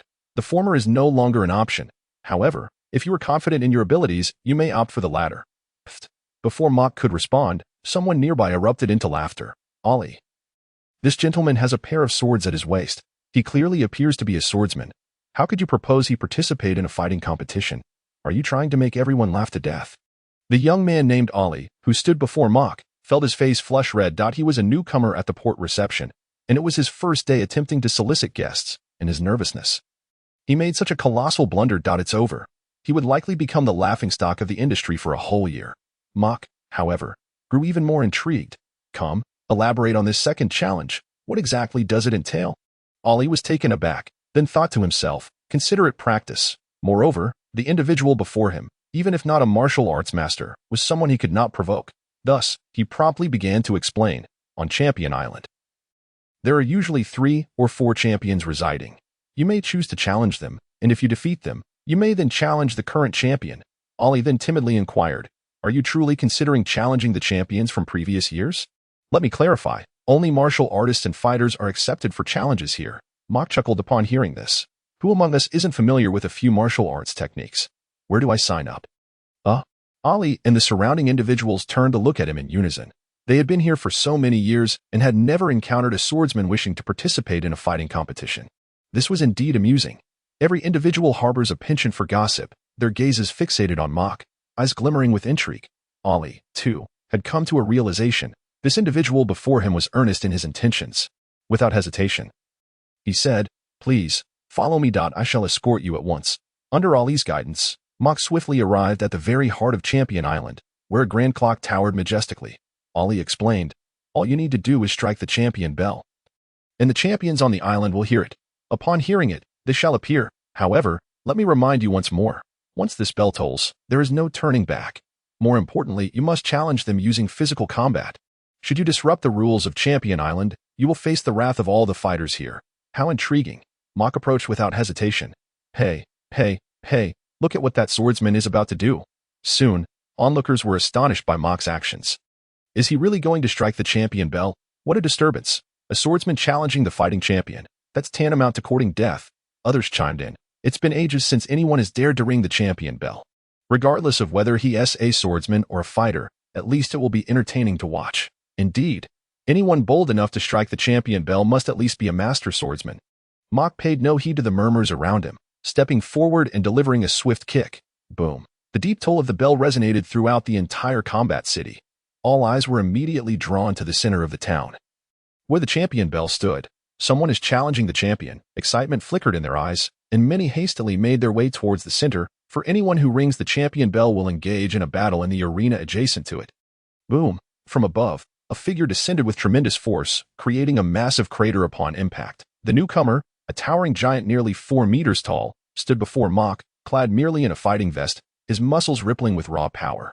Yet Mach discerned that these muscles were not merely the result of fitness training. They were the embodiment of terrifying strength, the strongest champion, the Baboon King. The crowd fell silent for a moment before erupting in exclamations of recognition. They had identified the formidable figure before them as the most powerful champion in a century. It's over for him. The Baboon King. Good heavens, this swordsman is truly unfortunate. He seldom shows himself these days. The strongest champion, the Baboon King. Mach's eyes gleamed as he regarded the formidable opponent before him. For this very target, Giza's Buggy's, bore no such title. He was eager to ascertain just how formidable this individual truly was. The Baboon King, towering over Mach, cast a scrutinizing glance at the dual blades at Mach's waist, his brow furrowing in contemplation. So, it was you who struck the champion bell. Mach nodded in affirmation. The Baboon King's expression darkened, and he growled, "You lad, have come to Champion Island seeking trouble, haven't you?" The crowd murmured in anticipation. The Baboon King was poised to unleash his fury. A splendid spectacle awaits today. Hurry and buy your tickets. They'll sell out swiftly, and you'll miss the excitement. Clever souls dashed toward the ticket booth for the arena. Mach, however, merely chuckled lightly, then turned his hand, pointing his index finger at the Baboon King. Flying finger gun. A wave of energy surged forth, racing toward the Baboon King with astonishing speed. The Baboon King squinted, momentarily taken aback. The 6 styles of the Navy. As he spoke, he seemed to disregard the approaching wave entirely. Standing firm until the moment of impact, with a subtle shudder, a shockwave erupted from him, shattering Mach's energy wave. 8 burst fists. A glimmer of surprise flickered in Mach's eyes. TSK, the Baboon King chuckled ominously. "You've got some skill. I won this technique in a bet against Green Pepper 10 years ago." His expression shifted, becoming laden with meaning. "But you, young man, are rather intriguing. A dual-blade swordsman who also wields the 6 styles. How rare." He continued, "However, since you possess physical combat skills, you haven't violated the rules." Bet? Mach was momentarily taken aback. Seizing upon the key point, the Baboon King erupted into laughter. "Ha ha ha. I am not just the champion of fighters. I am also a gambling king, victorious in every wager I've partaken. What do you say? Are you interested in a bet?" Mach's interest piqued. "What shall we wager?" The Baboon King replied, "I have an agreement with an old friend to duel shortly. If you lose, you will serve as my guardian on Champion Island for a year. What do you say? Am I to lose?" "Ha ha ha. What a jest." The Baboon King's laughter echoed, but he quickly stifled it, clearing his throat. Very well. If I lose, you may impose your will upon me. Mok chuckled at this proposition. Then if you lose, you shall join my pirate crew. How does that sound? The Baboon King was taken aback. His gaze towards Mok shifting entirely. You didn't come to Champion Island merely to confront me, did you? Mok replied. I am here for another individual. You are merely a delightful surprise. A delightful surprise? The Baboon King laughed, his tone laden with significance. You are also a pleasant surprise for me. If I win, I will have 7 warlords to help me govern this place. Ha ha ha. Mok was momentarily dumbfounded. Realizing that the Baboon King had recognized him from the onset, his intent was to have Mok guard Champion Island while he stepped out to settle a bet with an old friend. But, are you so certain of your victory over me? The Baboon King replied. Under normal circumstances, I might not stand a chance against you. However, the rules here dictate that only physical techniques may be employed. Thus, your swordsmanship is prohibited, and your natural fruit abilities cannot be utilized. This diminishes your strength significantly. Under these conditions, I might just be able to contend with you. Working with you isn't entirely unacceptable. Ha ha ha. Mok burst into hearty laughter. Then let us put it to the test, the Baboon King declared. Follow me. As his words fell, he propelled himself skyward with powerful legs, landing in the nearby arena. Mok followed closely. Entering the combat arena as well, their arrival caused those still engaged in matches to retreat, for it was the custom of the arena. When a champion arrives, all must yield the ground. Regardless of ongoing battles, among those retreating was Giza's Buggy. Mok noted this and couldn't help but smirk, the corners of his mouth curling upward. It seemed that Champion Island was indeed his lucky place. Not only leading him to Giza's Buggy, but also possibly introducing him to an even stronger adversary. His focus shifted back to the Baboon King, who proclaimed, "Let the battle commence." With that, he beckoned Mok forward, stating, "Per the rules of challenge, the challenger strikes first." Shave. In an instant, Mok vanished from sight, reappearing directly in front of the Baboon King. With a powerful leap, he aimed a kick at the Baboon King.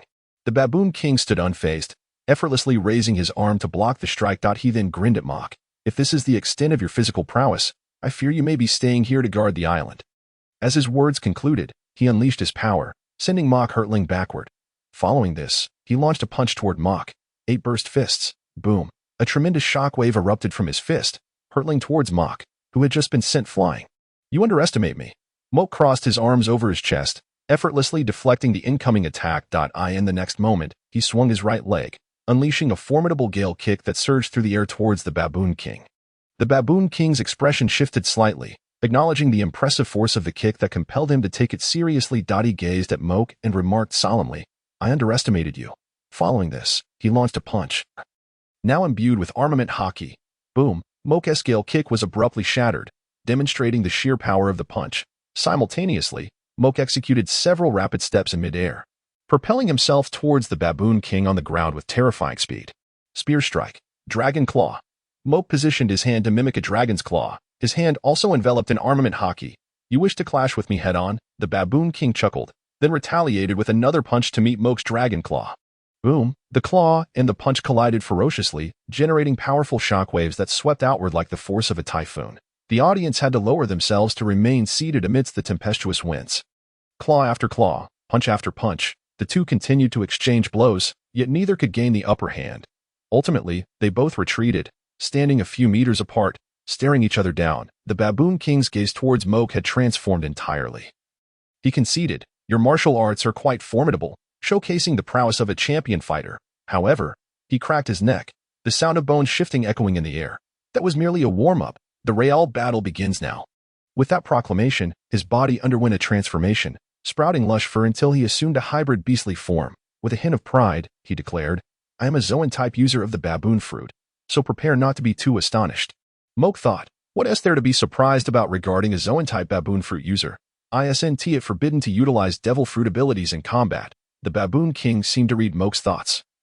The rules of the fighting arena permit the use of Zoan-type fruits that enhance physical capabilities. Regrettably for you, you possess none, thus it is you who is destined to lose. Before he could finish, his eyes widened in shock, for at that moment, Mok had transformed into a state reminiscent of the / fruit, his arms and legs becoming razor-sharp blades, his body turning into an incredibly hard metallic form. Mok chuckled, "Although this is a Paramecia-type ability, it too enhances my physique, and should be permissible." This, the Baboon King was momentarily flabbergasted, then burst into laughter. "Even if you have it, what of it? Soon, you shall understand the might of the Zoan-type Baboon King fruit. For I deem it the strongest of all Zoan types. The notion of the strongest Zoan type puzzled Moke. After all, this fruit appeared to be merely a common animal devil fruit, nothing extraordinary. Lacking even the allure of mythical or ancient varieties. Even among ordinary Zoan types, it paled in comparison to the likes of tigers, lions, rhinos, and elephants. Yet, despite his confusion, Moke did not cease his assault. Shave. Moke vanished from sight once more, reappearing directly in front of the Baboon King. Spear strike. Dragon claw. The blade-like claws were undeniably more potent. However, in the next instant, the Baboon King too disappeared, causing Moke to strike nothing but air, leaving him astounded. For if his eyes had not deceived him, the Baboon King had executed the shave technique as well. In the blink of an eye, Moke sensed a gust of wind approaching from behind. His expression shifted dramatically as he instinctively countered with a finger thrust. Yet, he found himself met with a colossal dragon claw. The finger and claw collided once more, and the immense force propelled them both backwards several steps. At that moment, Moke's pupils narrowed to pinpricks as a thought flickered in his mind. However, it required confirmation, so he immediately launched a powerful kick, sending forth a massive gale kick aimed at the distant Baboon King. Shave. The Baboon King vanished again, reappearing on Moke's left side, executing a swift kick of his own, sending a slightly faster gale kick toward Moke. Is that a Pirate King version of Kakashi? Moke exclaimed in shock. For he had now confirmed that this individual could indeed replicate his techniques, truly astonishing. Yet, how could a Zoan-type baboon fruit user possess such an ability? Surely, it could not be that the baboons in the world of pirates were inherently different from ordinary animals. Wait, perhaps they truly were. He recalled the baboons from the eagle family, who could imitate their opponent's moves, just like how Zoro's techniques were swiftly learned by one of those baboons. So, did this mean that the one who consumed the Zoan-type baboon fruit also gained such capabilities? Remarkable.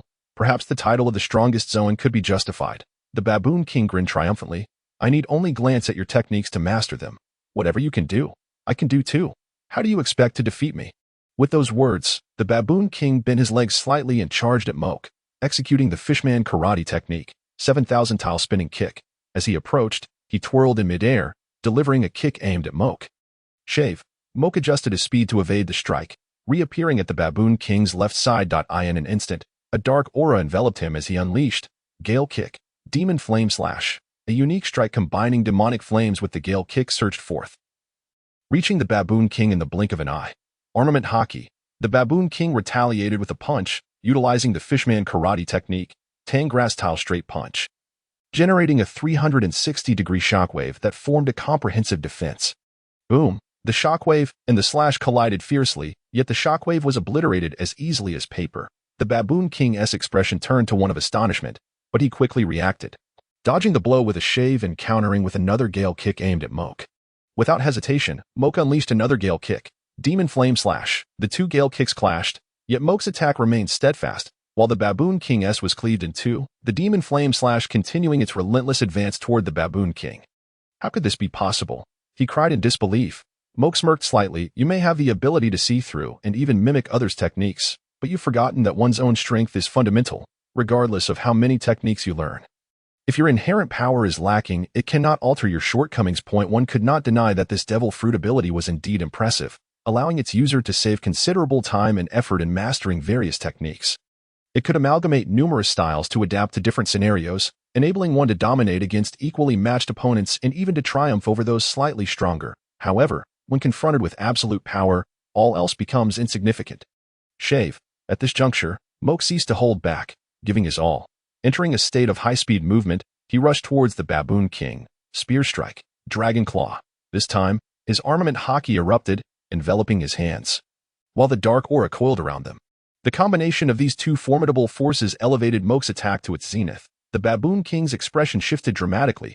Moke's words rang true, yet he remained somewhat unconvinced. After all, who was he? He was the strongest fighting champion of Champion Island for a century. How is it possible to lose to someone who cannot wield their greatest strength? If that were the case, he would truly be defeated. What does that make him? As this thought crossed his mind, his eyes narrowed instinctively. At the same time, he summoned his most formidable trump card. The armament Hockey enveloped his fist, and with a powerful punch, he met Moke's Dragon Claw head-on. For his final and most potent strike, he chose the technique he excelled at most, his fist. Boom! The two attacks collided with tremendous force. The Baboon King's expression stiffened as he sensed the overwhelming power emanating from Mok's hands. Mok, too, felt a jolt of realization as he endured a heavy blow. Clang! He was sent flying, yet miraculously, he suffered no injuries. In midair, he executed a graceful somersault and landed steadily on the ground. Casting an incredulous glance at the Baboon King. If he was mistaken, that was indeed armament hockey. His astonishment was palpable, while the Baboon King was left utterly shocked. No, he was questioning his very existence. After all, that punch had been delivered with full force. Yet, he never anticipated that even the opponent's defense would be impenetrable. Good heavens, he had inadvertently breached his own defenses. What a blunder! Realizing his miscalculation, he lamented that he had dug his own grave. Initially thinking he had gained a significant advantage, he had now effectively shot himself in the foot. Mok perceived that the Baboon King's fighting spirit had dissipated and couldn't help but chuckle lightly. Are you conceding? The Baboon King glared. You're just a freak. This battle is quite unsatisfactory. Who would have guessed that this fellow possesses such formidable physical prowess? He actually withstood my strongest attack without a scratch. It's utterly absurd. Surely, only Kaido could accomplish such a feat. Mok queried. Are you a man of your word? The Baboon King rolled his eyes. I've always kept my promises, but prior to that, I must fulfill a bet with an old friend. After that, I shall seek you out. Mok nodded without hesitation, of course. His gaze shifted to the figure of Jesus Bejas standing by the sidelines. The Baboon King immediately caught on, following Mok's line of sight. Raising an eyebrow, he remarked, Jesus Bejas, it seems you've come for him. You have a keen eye. If nothing goes awry, he should be this year's champion of combat. Moreover, judging by his displayed strength, he stands out among previous champions. No wonder you made a special trip. Yaha. Jesus Bejas laughed heartily upon noticing the two gazing at him. Truth be told, he had witnessed their battle and felt his blood boiling with excitement. Yet, he understood that both of them surpassed him in strength, particularly Mok, a swordsman who had managed to overpower the so-called strongest champion, the Baboon King. Using sheer physical techniques, it was simply unbelievable. Mok continued. To rapidly enhance your strength, one must not confine themselves to this small champion island. You must venture out to encounter formidable warriors from all corners of the world. If you are willing, join my pirate crew, and I shall take you to battle against the strongest. Jesus Bejas paused momentarily, genuinely taken aback by Mok's invitation. Then, bursting into his trademark laughter, he approached Mok, though he did not verbally respond. His actions spoke volumes. Mok was astonished. He had not expected Jesus Bejas to agree so readily. Standing before Mok, Jesus Bejas exclaimed, Captain. He then cast an excited glance at the Baboon King. In his view, what could be more exhilarating than constantly challenging this champion, renowned for his strength? Furthermore, he had a captain equally terrifying in martial prowess. For a fighter, the temptation was immense. After all, even the thrill of becoming a champion on this island was exhilarating. However, at that moment, a distinctive voice echoed from the side. Huh! Another individual with a signature laugh appeared, and anyone familiar with the sea would immediately recognize who it was. Mok turned to see a flamboyant figure striding towards them. Golden hair, sunglasses, a pink feather coat, cropped pants, and pointed shoes, walking with an air of arrogance. Who else could it be but the notorious pirate Don Quixote Doflamingo? Goodness, what is he doing here? Mok quickly glanced at Jesus Bejas. Recalling that to find this man, he had acquired the eternal pointer to Champion Island from an underground faction, possibly even from Doflamingo's network. Conversely, the information he needed about Champion Island would naturally be at Doflamingo's fingertips. As this realization struck him, Mok's pupils constricted slightly. Indeed, maintaining his own information network was essential. Otherwise, it would prove quite inconvenient. A single misstep could lay his secrets bare before others. Yet, if this man had come for him, what was his intention? Jesus Bejas and the Baboon King exchanged glances, silently wondering what day it was for two warlords of the sea to appear on Champion Island simultaneously. Ha ha ha. Doflamingo approached the trio, laughing once more while extending his long tongue to lick his lips maniacally. You truly have a knack for gathering impressive crew members so swiftly. He had witnessed the battle between Mok and the Baboon King and recognized their remarkable strengths. Particularly, Mok had not even utilized his natural devil fruit abilities or swordsmanship to defeat the champion, the Baboon King. Originally, he had come to deal with Mok, as Mok's recruitment of the chef Ada had created a natural opposition between them. After all, Ada would never abandon her quest for vengeance against him and the Don Quixote family, and thus, they would inevitably clash. Given this situation, it would be prudent to eliminate Mok while he had the chance, ensuring that no future threats would arise. After all, with Mok out of the picture, one Ada would hardly pose a significant challenge. However, Mok's displayed prowess had rendered Doflamingo uncertain. while he had confidence in defeating Mach. He no longer felt assured of successfully killing him. Nevertheless, he had to make an appearance to assert his dominance. Otherwise, they might mistake him for an easy target. A terrifying aura erupted from Doflamingo. Sweeping through the area, those caught in its wake appeared to lose their very souls, collapsing without warning, while only a handful managed to maintain their consciousness, albeit with pallid faces, as if they had been subjected to some form of trauma. The Baboon King and Jesus Bagus both felt their pupils constrict. Conqueror Shaki. Simultaneously, they were profoundly affected. Mach, noticing this, allowed a slight smile to play on his lips as he reveled in the situation. Was this man attempting to intimidate him?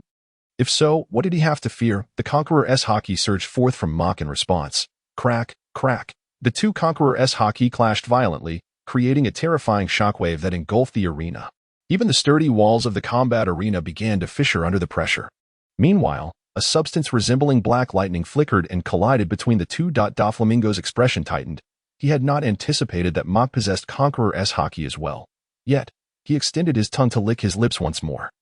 Ha ha ha.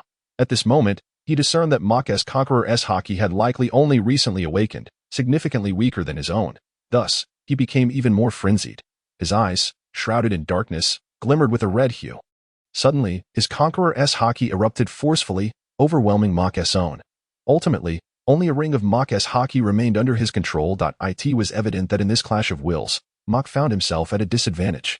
Mach felt the pressure, yet his resolve remained unshaken, bolstered by his unwavering belief. Suddenly, a ghastly aura enveloped him, and his eyes flickered with a violet flame. With a fierce glare, he uttered, intimidation. The demonic energy intertwined with the Conqueror's haki, astonishingly pushing back Doflamingo's own haki. The crimson glow beneath Doflamingo's glasses intensified momentarily, only to fade almost instantly, causing him to withdraw his haki first. Mach was somewhat perplexed. He had thought this man was about to strike. After a brief silence, Doflamingo inquired, "Are you searching for Caesar clown?" Mach fell silent. The extent of this man's intelligence was indeed remarkable. He was aware of this matter. Thus, it seemed he had come for that reason. After all, Caesar clown was the foundation of his collaboration with Kaido. Mach did not deny it and nodded. "Is he one of yours? It appears you've recruited a fine crew member. However, rest assured, my intent in seeking him is merely to acquire an object from him, and not for his sake. An object." Doflamingo's expression turned quizzical. Mach waved his hand dismissively. "Fear not. That item is inconsequential to both you and him. Of course, should he refuse to part with it when I go to retrieve it, I shall have no choice but to take it by force." Upon hearing this, Doflamingo's pupils constricted sharply, his mind swirling with curiosity over what could possibly compel Mach to risk a complete falling out with him. Nevertheless, Mach's demeanor incited his ire, prompting him to declare, "Kid, do not be so arrogant." Yet unexpectedly, Mach shifted his tone. "Let us not be so confrontational. I have a business proposition for you." Doflamingo nearly twisted his waist in surprise, his face darkening. "Are you trying to play me for a fool?" Mach responded with utmost sincerity. "I genuinely wish to engage in a business deal with you." Doflamingo's interest piqued. "Do elaborate," Mach continued. "Devil fruits in the underground world, that's your domain. What do you think? Are you interested?" "Devil fruits?" Doflamingo's pupils narrowed to pinpricks, and he remarked with a knowing chuckle, "It seems you have grand ambitions. I fear that merely being a warlord may not suffice to meet your desires." Mach retorted, "We could also collaborate on intelligence." He added, "Berries are not a concern." Doflamingo scrutinized Mach deeply and cryptically stated, "I recall that your captain's cook harbors a blood feud with my Don Quixote family. Will you simply overlook that?" Mach replied, "That is a matter between her and Gladius." Doflamingo's expression shifted slightly. He understood. The enmity between Ada and Gladius was theirs to settle, and neither he nor Mach should interfere. This was Mach's implication. After a moment of contemplation, he asked, "How many devil fruits do you require?" Mach answered, "I'll take as many as you have."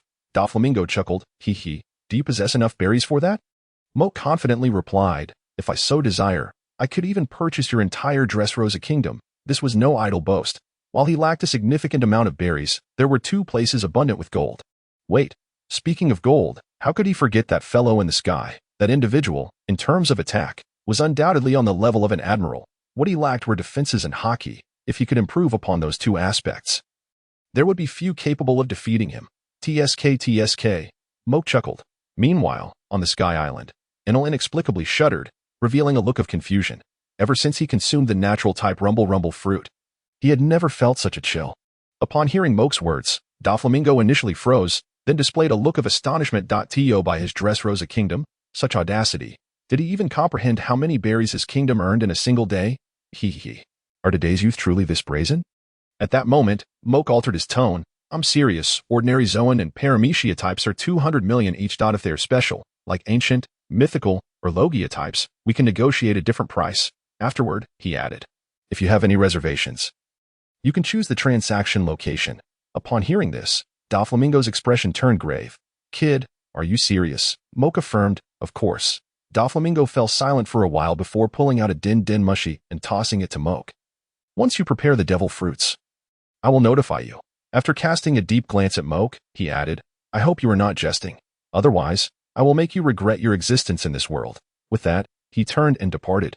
After Doflamingo's exit, Gises Bages queried with curiosity, Captain, are you truly planning to purchase devil fruits from him? The Baboon King, Burns, remarked, I have a feeling something is amiss. This fellow wouldn't he be attempting a black market scheme?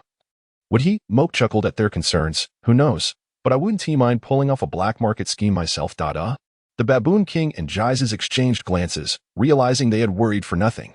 No, perhaps he had foreseen it all along. Who would outsmart whom remained uncertain.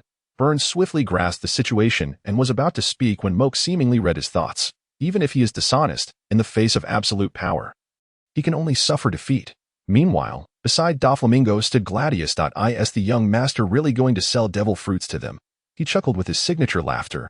Those who are destined to be enemies cannot possibly part with devil fruits.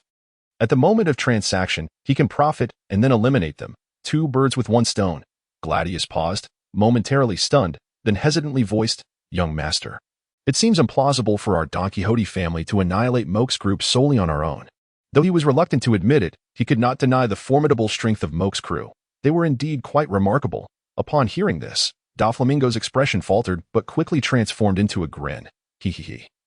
This time, the items traded with Kaido include not only artificial devil fruits but also several Zoan-type devil fruits, among which is a mythical type. Therefore, I will personally oversee this transaction.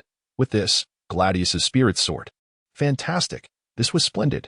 If Kaido possessed the title of the world's strongest creature, being one of the 4 emperors of the New World, an absolute dominator, then while Moke's crew was strong, they paled in comparison to Kaido's beast pirates. He could already envision the annihilation of Moke's group. Ha ha ha. He could not help but join Doflamingo in laughter. Indeed, the young master was formidable. So, young master, where shall we arrange to meet him? Is there a need for an arrangement? He's searching for Caesar Clown. Just provide him with the information, and he will come knocking at our door.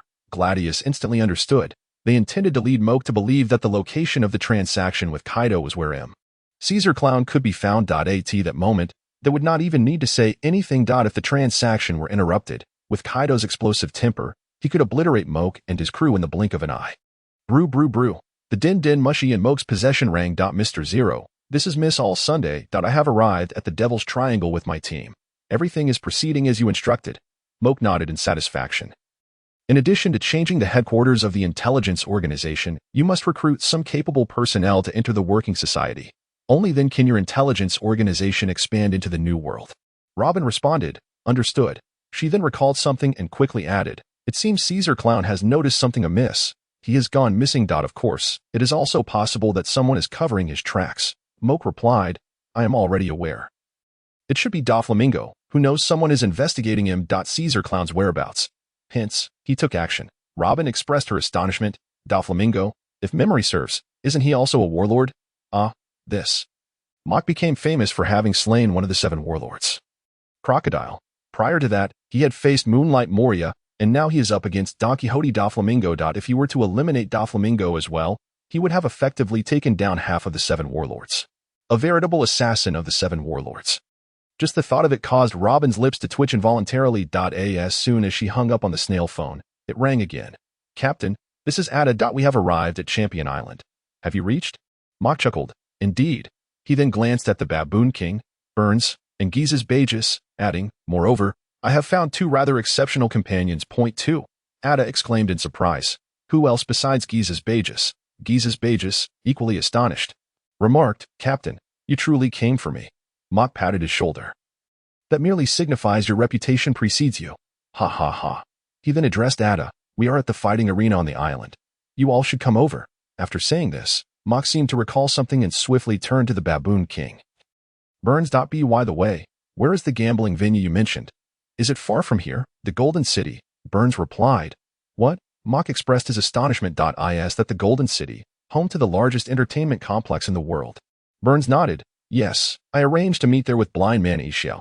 Mock stood frozen for a moment, slowly regaining his composure. He turned his head. Did you just say you were gambling with whom? Ishiel. Do you know him? Burns asked, his expression one of disbelief. Ishio is not well-known. To say he is insignificant would not be an exaggeration. I truly do not understand how the captain is aware of him. Ha ha ha. Mock erupted into hearty laughter. What a stroke of luck. I never anticipated to unexpectedly gain such a talented ally in the Baboon King. Burns, along with this revelation, truly, fortune smiles upon us. Burns raised an eyebrow. Captain, are you taken with him?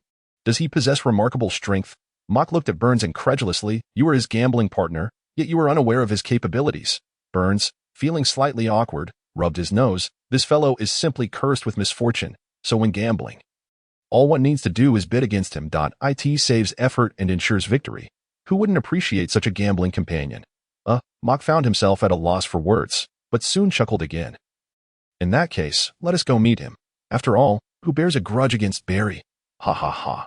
Laughter erupted from everyone present. Barry, who does not like him?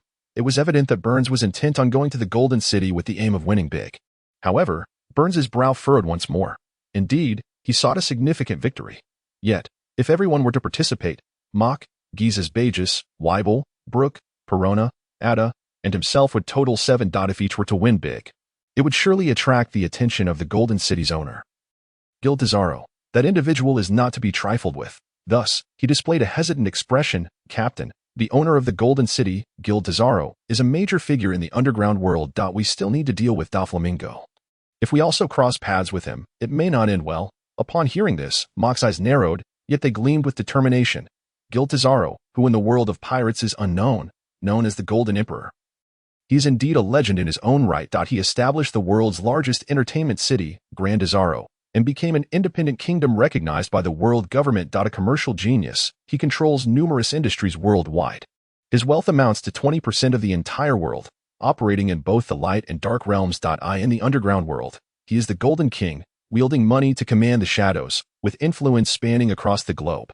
On the surface, he is recognized as the king of an independent kingdom by the world government, utilizing the power of wealth to manipulate the celestial dragons and even exerting influence over the world government itself. Rising from a penniless slave to the world's richest man, he became a sovereign in the underground, capable of freely maneuvering the celestial dragons and even leveraging the power of the world government. Isn't that impressive? Absolutely formidable. He has a profound saying, those without money will achieve nothing, destined only to be subjugated. This statement is harsh yet realistic, encapsulating the essence of every realm. However, to recruit such a person would be akin to adding wings to a tiger. To take over his Grand Zoro would yield immense wealth, even if one could not successfully recruit him. Gil Zoro is indeed an extraordinary figure, not only possessing formidable strength but also commanding immense influence. To conquer him and his Grand Zoro, one must possess sufficient strength. With the likes of us alone, it may prove difficult. You all go ahead. I will seek out a capable ally so that we can create quite the ruckus together. You intend to challenge Grand Zoro? Burns' eyes widened in shock. Ha ha ha. Mock laughed heartily. Our pirate crew must establish our own territory. I believe Gil Zoro's Grand Entertainment Complex is an excellent choice.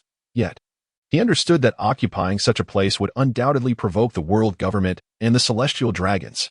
Although he held great confidence in his abilities, he was not so arrogant as to believe that he could maintain this territory against the special scrutiny of the world government and the celestial dragons with his current strength and influence.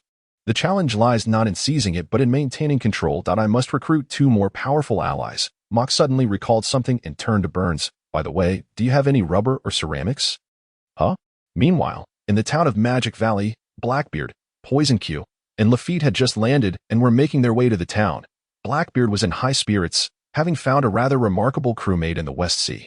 Most importantly, Lafitte had proposed a truly astonishing plan that left him intrigued. Now, all he needed was to find a bountiful target to present as a gift on Sengoku's desk at the Navy headquarters. That would mean they had succeeded halfway. Hee. Blackbeard chuckled. However, his smile quickly faded as he sensed an ominous presence nearby, one that was chillingly formidable. Even he felt the need to be cautious. He turned his gaze skyward, only to see a beam of light descending into the heart of Magic Valley. Light? Blackbeard raised an eyebrow. The light reminded him of two individuals, one being Admiral Kizaru, wielding the power of the Pika Pika Nomi, and the other being the newly appointed warlord, Mach, who possessed multiple abilities. Regardless of who it was, it warranted careful consideration. He mused internally. Who could it be? What brings them here? Simultaneously, on the other side of the island, the Straw Hat crew had also landed and was heading toward Magic Valley. Mach, who had already arrived, wore a slight smirk, revealing a playful grin. Magic Valley truly is a place of significance. He never imagined that he had already recruited Robin and slain Crocodile. The plot had already shifted, and the two future emperors, Blackbeard and Luffy, would encounter each other in this very place. How intriguing. He entered the Soul Tavern in Magic Valley, only to find a group of pirates causing a ruckus. Goodness, Mach recognized them immediately. Wasn't that Bellamy, Doflamingo's fervent little fan? It seemed this fellow was destined to be on the receiving end of a beating. However, at times, although the plot remains unchanged, it subtly transforms. Take, for instance, the moment Mach arrived. Bellamy's first mate, Sachis, heard a commotion and instinctively turned to glance over. Then, with an air of indifference, he turned back. Yet, almost immediately, he cast another look in that direction. His gaze fell upon the two blades in Mach's hands. He, too, was a wielder of blades. Although the knives he wielded resembled the curved blades of Nepal, he could still be considered a swordsman. Swordsmen possess an innate admiration for fine and renowned swords. Thus, with a mere glance, his attention became somewhat ensnared. Sachis boisterously exclaimed, "Hey, kid, show me the knife at your waist." "Me?"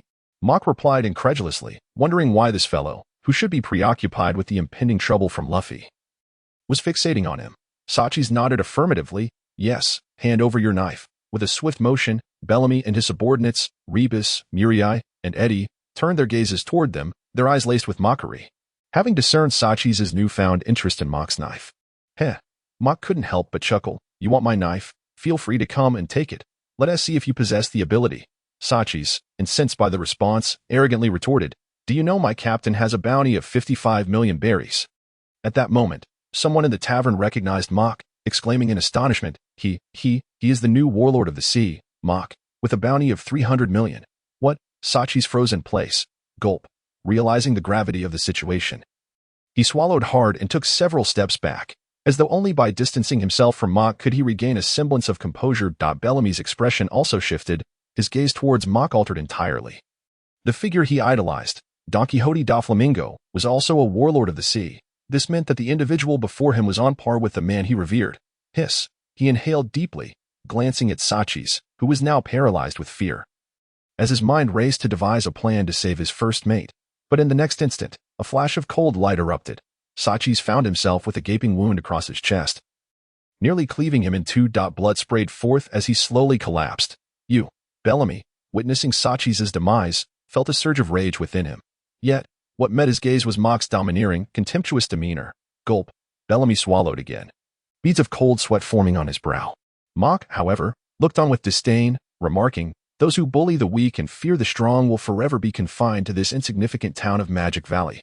Bellamy clenched his fists, for this was the greatest humiliation he had ever endured in his life. It ignited within him the ferocity of a pirate. Spring shot. Bellamy transformed both of his legs into springs, compressing them against the ground to store immense potential energy. Then, he released that energy, converting it into kinetic force. Propelling himself towards Mach, the more energy he accumulated, the greater the force behind his strike. However, in the face of absolute power, all his efforts were rendered futile. Mach merely extended a hand, effortlessly grasping Bellamy by the neck. To be honest, this fellow did possess some potential, albeit just a little. That it was a pity that such ability was squandered. If developed properly, it could have been quite formidable. With a sharp crack, Mach twisted Bellamy's neck, discarding him like refuse from the tavern. Outside, Blackbeard, Poison Q, and Lafitte happened to arrive just as Bellamy was flung before them. Blackbeard, Lafitte, Poison Question, they all turned their gazes towards the tavern. Locking eyes with Mach, their expression shifted slightly, and then Blackbeard broke into a grin. "Ha ha ha. I never expected to encounter you here, the newly appointed warlord of the sea." Mach. At that moment, his eyes turned menacing. It was well known that this individual had defeated Crocodile to ascend to the rank of warlord. If he could eliminate Mach, he too could claim that title. As for Mach's multiple abilities, Blackbeard considered them not much different from possessing a single power. For in the face of his dark fruit abilities, they were all the same. Mach furrowed his brow slightly. sensing the murderous intent in Blackbeard's gaze, which was far from concealed. Even a fool could see it. He mused inwardly. This fellow wouldn't dare to challenge him, would he? Indeed. At this moment, it appeared that Blackbeard was aiming for the title of Warlord, intending to use his head as leverage. Who gave him the audacity? If Blackbeard had possessed the Tremor Fruit, Mok would have genuinely felt apprehensive, but without it, what was there to fear?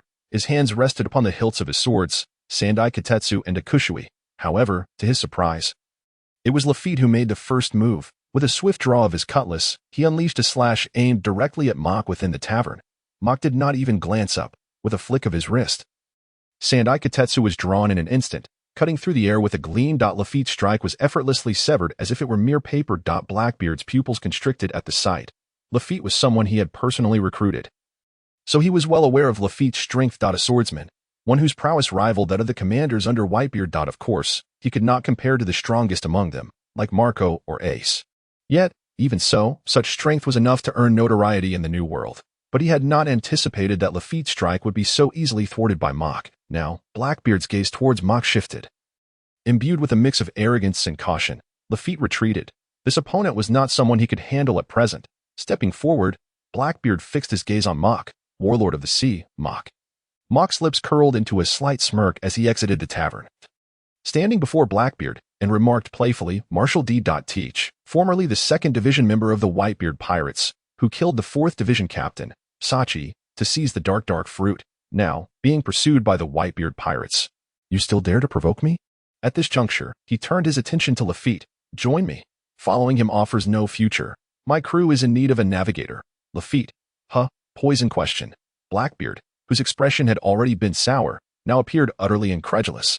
Of course, stealing his crew member was the greatest humiliation for a pirate captain. You seek death. At that moment, Blackbeard extended his left hand, activating his dark abilities. A black, fan-like vortex materialized in his palm. Mok's expression shifted slightly, for he instantly felt an overwhelming force pulling him towards Blackbeard. Having seen the anime, he knew all too well that this move, Dark Water, was Blackbeard's signature technique. It possessed the nature of a black hole, exerting infinite gravitational pull to draw opponents closer, making escape impossible regardless of distance, even at the speed of light.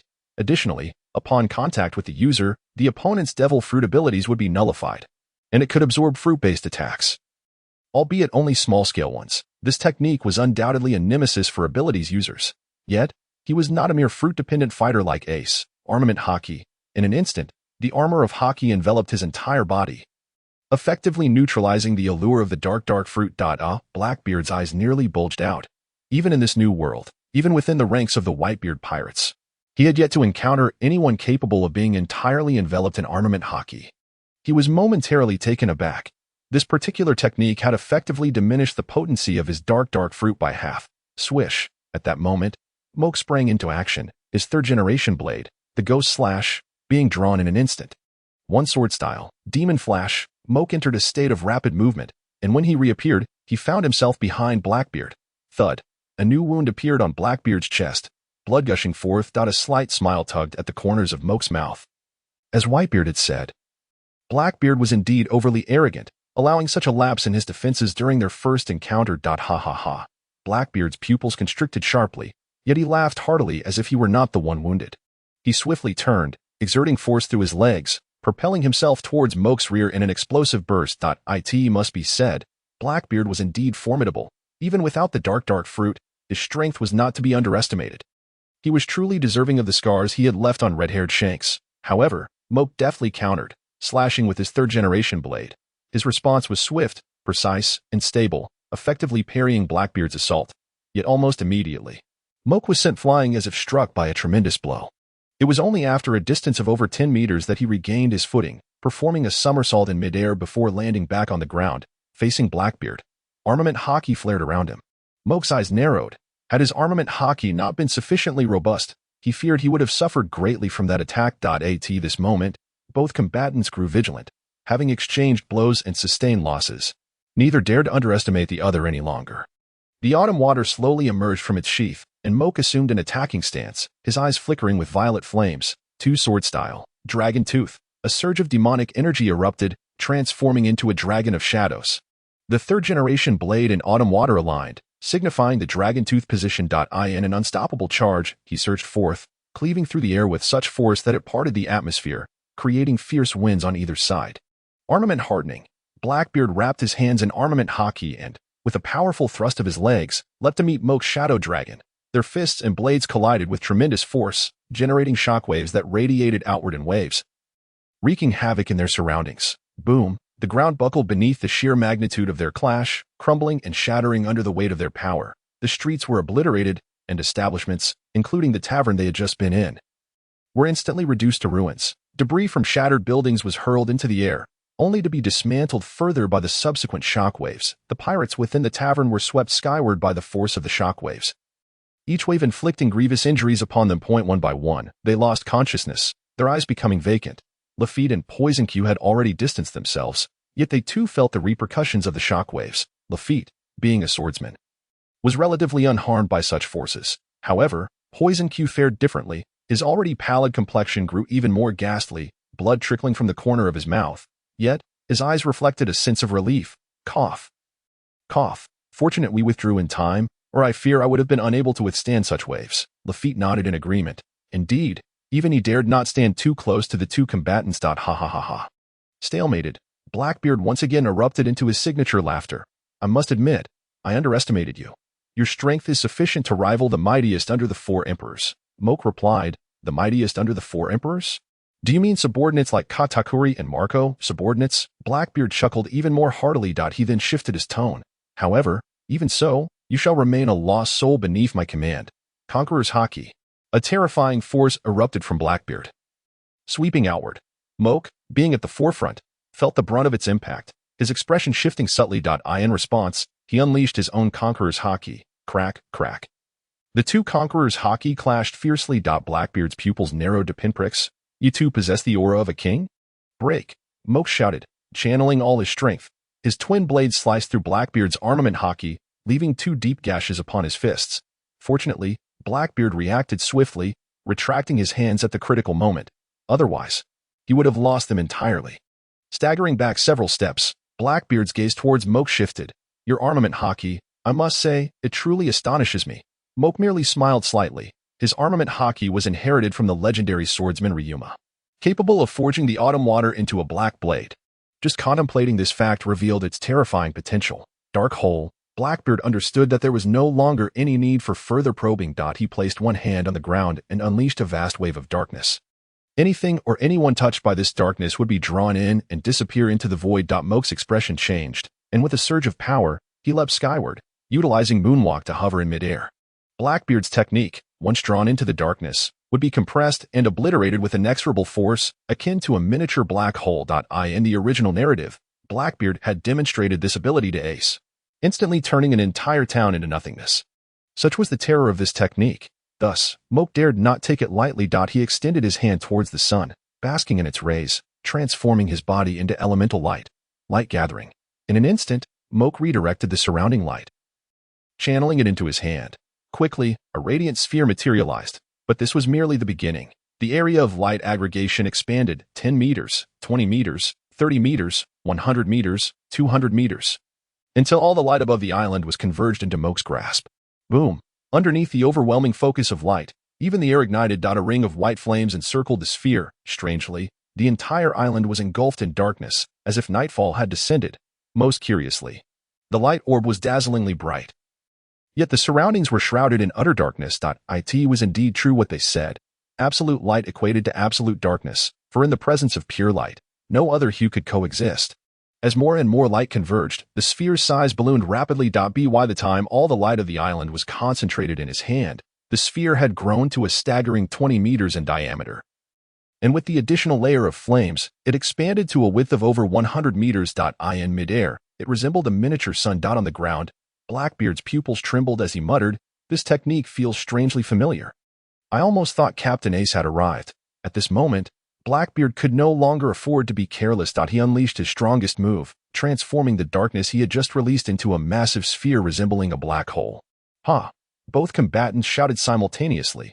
Moke declared, "Holy light, flame emperor," while Blackbeard shouted, "Dark star." One hurled the flaming sphere towards the ground, while the other sent the black sphere skyward. The the Straw Hat crew, walking towards the town, widened their eyes in disbelief. Due to the intensity of the battle, it had long surpassed their comprehension at that moment. Whether it was Luffy or Zoro, they were all taken aback. Nami, Chopper, and Usopp, the timid trio, had huddled together, their tongues out in fear. Ron, Luffy, Zoro, and Sanji were the first to react, swiftly turning to hoist the frightened trio, racing away with a frantic urgency, terrified of lagging behind. Yet it was evident that there was no time left. Over there, Sanji pointed towards a small hillside on the left, immediately changing direction and speeding towards it. Boom! Simultaneously, two spheres collided violently in midair, as if cleaving the world into realms of darkness and light, delineating two starkly contrasting worlds. When tranquility returned, Blackbeard had vanished without a trace. Mock, goodness, what a remarkable escape. However, Mock quickly reasoned that it was only to be expected. Who was this individual? Marshal D. Teach, a member of the D family, a future emperor of the sea. Even without having consumed the Tremor Fruit, he had managed to elude after injuring red-haired Shanks. This indicated just how formidable his strength was. Luffy and his companions rose from behind a hillside.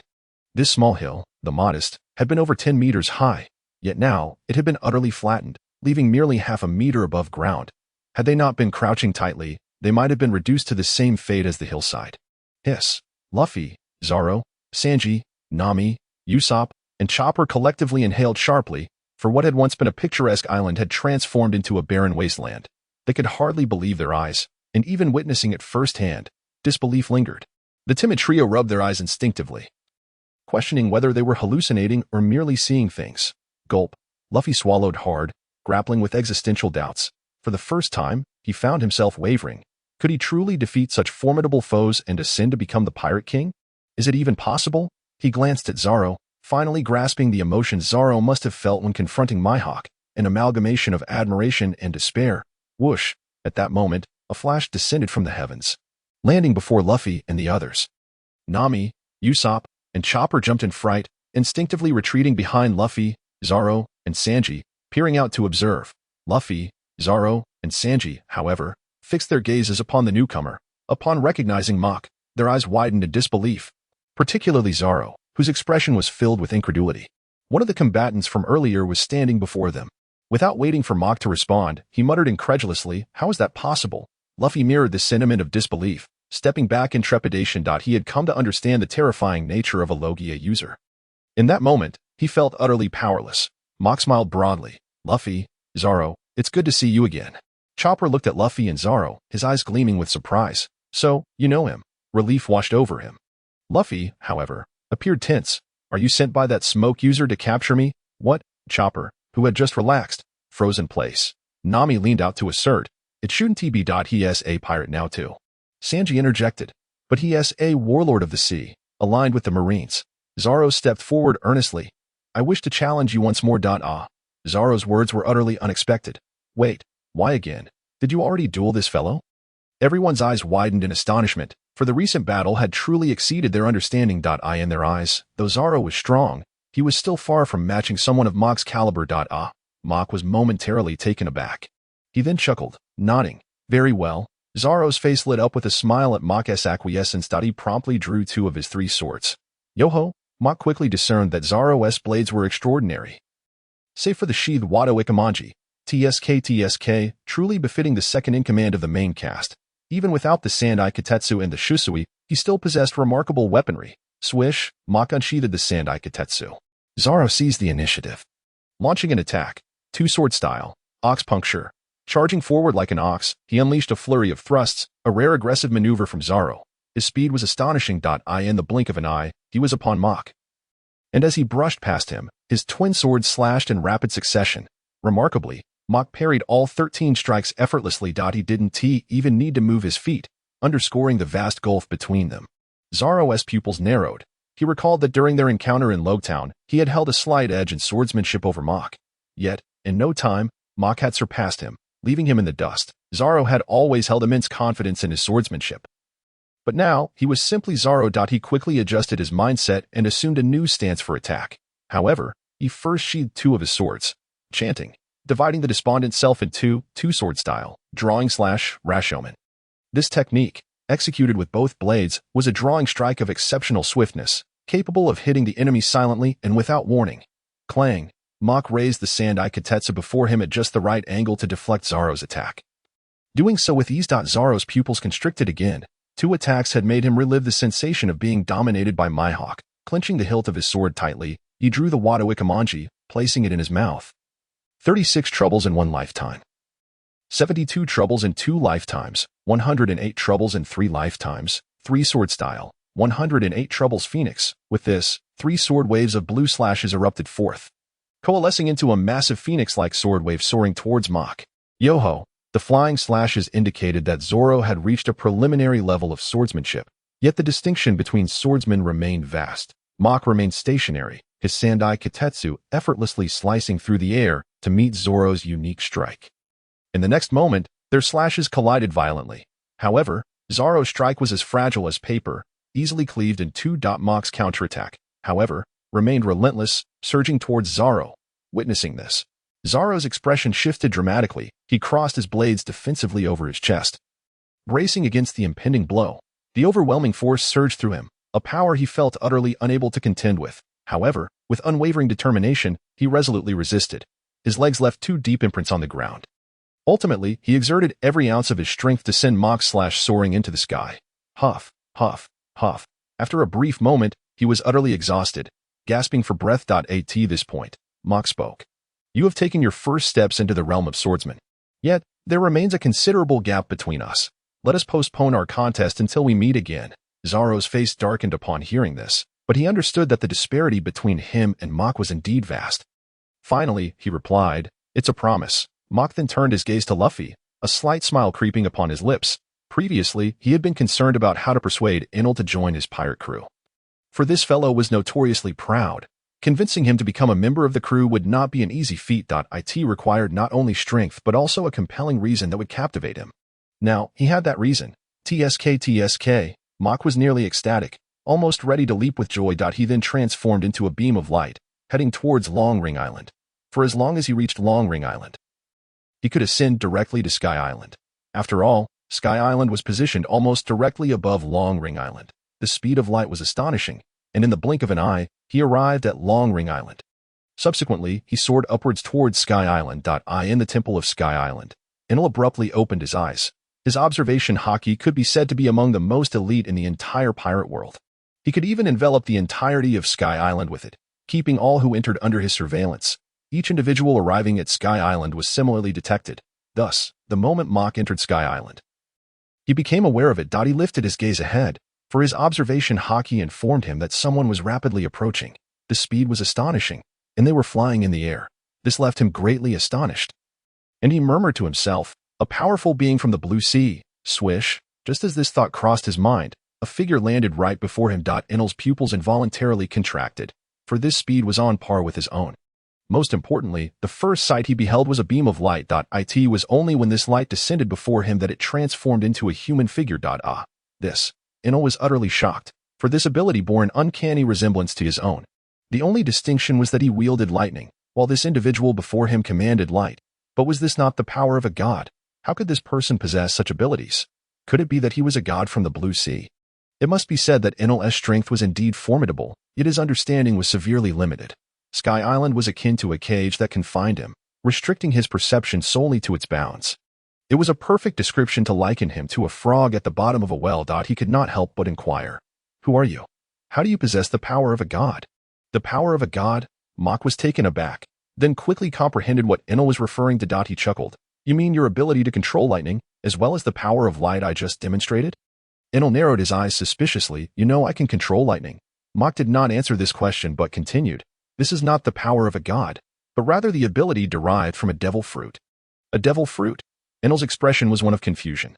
Mach produced the barrier fruit from his possession. This, for instance. Of course, yours is a Logia type, which will naturally differ. However, you undoubtedly acquired your ability to control lightning after consuming a devil fruit. I suspect you mistook it for an ordinary fruit at the time. Upon hearing this, Enel's expression shifted subtly, for Mach's words rang true. He had indeed obtained his divine powers after consuming a fruit. He raised an eyebrow. So what, regardless of whether it is divine power or not, I am currently the god of Sky Island. A god. TSK. Mach displayed a look of disdain, then playfully suggested, let us make a wager. Enel asked. A wager on what? Mok replied, that you will lose to a blue sea dweller whose strength is not inferior to yours. Enel's face darkened at this statement. I am the omnipotent god. Do not speak of those whose strength pales in comparison to mine. Even you, as a fellow god, are not my rival. Crackling. Electric currents danced in Enel's hand. Discharge at 20 million volts. An electric column materialized in Enel's grasp, instantly striking Mok. However, Mok was well prepared. Activating his barrier fruit ability, he absorbed the entire 20 million volts into his body, much to Enel's shock. How is this possible? Enel gasped. Crackling. Even more astonishing events unfolded as Mok's body began to transform. Arcs of electricity surging across him. Finally, he raised his hand, releasing an electric column that struck Enel directly. Enel could feel that this was a full 40 million volts, double what he had just unleashed. What was most difficult for him to accept was that Mok now extended his hand, with electric currents flickering around it. Clearly, at this moment, Mok possessed the ability to control electricity just like he did. Enel was rendered speechless. It was well known that his greatest reliance was his control over electricity. Losing this advantage would have his strength. What was the point of fighting now? Yet, he quickly regained his confidence. The currents he wielded could not harm Mok, just as Mok's currents could not harm him. They might as well fight to a standstill. Mok paused for a moment, then swiftly grasped Enel's thoughts. Intimidation. Dark energy surged from Mok, his eyes glowing with violet flames. Simultaneously, his conqueror's haki erupted, sweeping through the entire temple. Enel was at the forefront of this onslaught. Under the dual impact of the dark energy intimidation and conqueror's haki, Enel, who had never experienced such an attack, momentarily found himself in a state of blankness. Swish! In that fleeting moment, Mok drew his sword, the third generation of the ghostly blade, enveloping it in armament haki. By the time Enel regained his senses, Mok had already sheathed the third generation of the ghostly blade. Hiss. Enel inhaled sharply, for he felt pain. Since consuming that fruit and attaining divine powers, he had not felt pain once. This left him deeply unsettled. He then looked down, and his pupils constricted to pinpricks, trembling as if an earthquake had struck. For he now noticed a wound on his chest, though small and shallow. The blood trickling from it ignited his nerves. He was injured. He had actually been injured. He lifted his gaze to Mok, his eyes filled with disbelief, as if witnessing the most astonishing event in the world. How could you injure me? I am a god, an all-powerful god. At this moment, Mok had already sheathed his sword, but immediately enveloped himself in armament haki. As I mentioned before, you are not a god. You are merely a user of a Logia-type devil fruit, and this technique called armament haki specifically counters Logia types. Enel gazed at Mok's enveloping armament haki, his eyes wide with astonishment and disbelief. Mok then said, you might as well try elementalizing your hand. Upon hearing this, Enel hesitated for a moment but ultimately chose to transform into his elemental form. Subsequently, he witnessed a scene he would never forget in this lifetime. His elemental hand was grasped tightly by Mok. The element had inexplicably failed. Time passed swiftly, and in the blink of an eye, several days had gone by. Enel sat within the temple, still struggling to believe that the world was vastly larger than he had ever comprehended.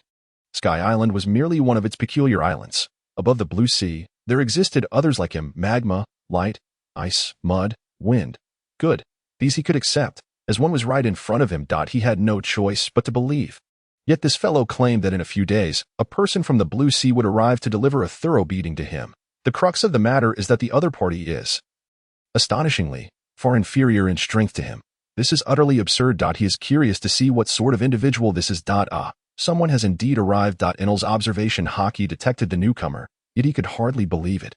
How could someone of such lesser ability possibly pose a threat to him? Rumble. In disbelief, Mok returned to Skypiea after transporting the gold, his expression one of surprise. Whoosh! Mok transformed into a bolt of lightning and arrived at the temple, only to find Enel sprawled on the ground, already defeated and unconscious. Meanwhile, Luffy appeared to be unsatisfied with the fight. Mok could not help but shake his head, thinking to himself, this fellow is a user of the Nika Fruit. How could you possibly believe he would not be utterly defeated? It. Upon seeing Mok, Luffy displayed an expression of astonishment, tilting his head and asking, do you know this guy? Mok nodded in tacit acknowledgement, just as he was about to take Enel away.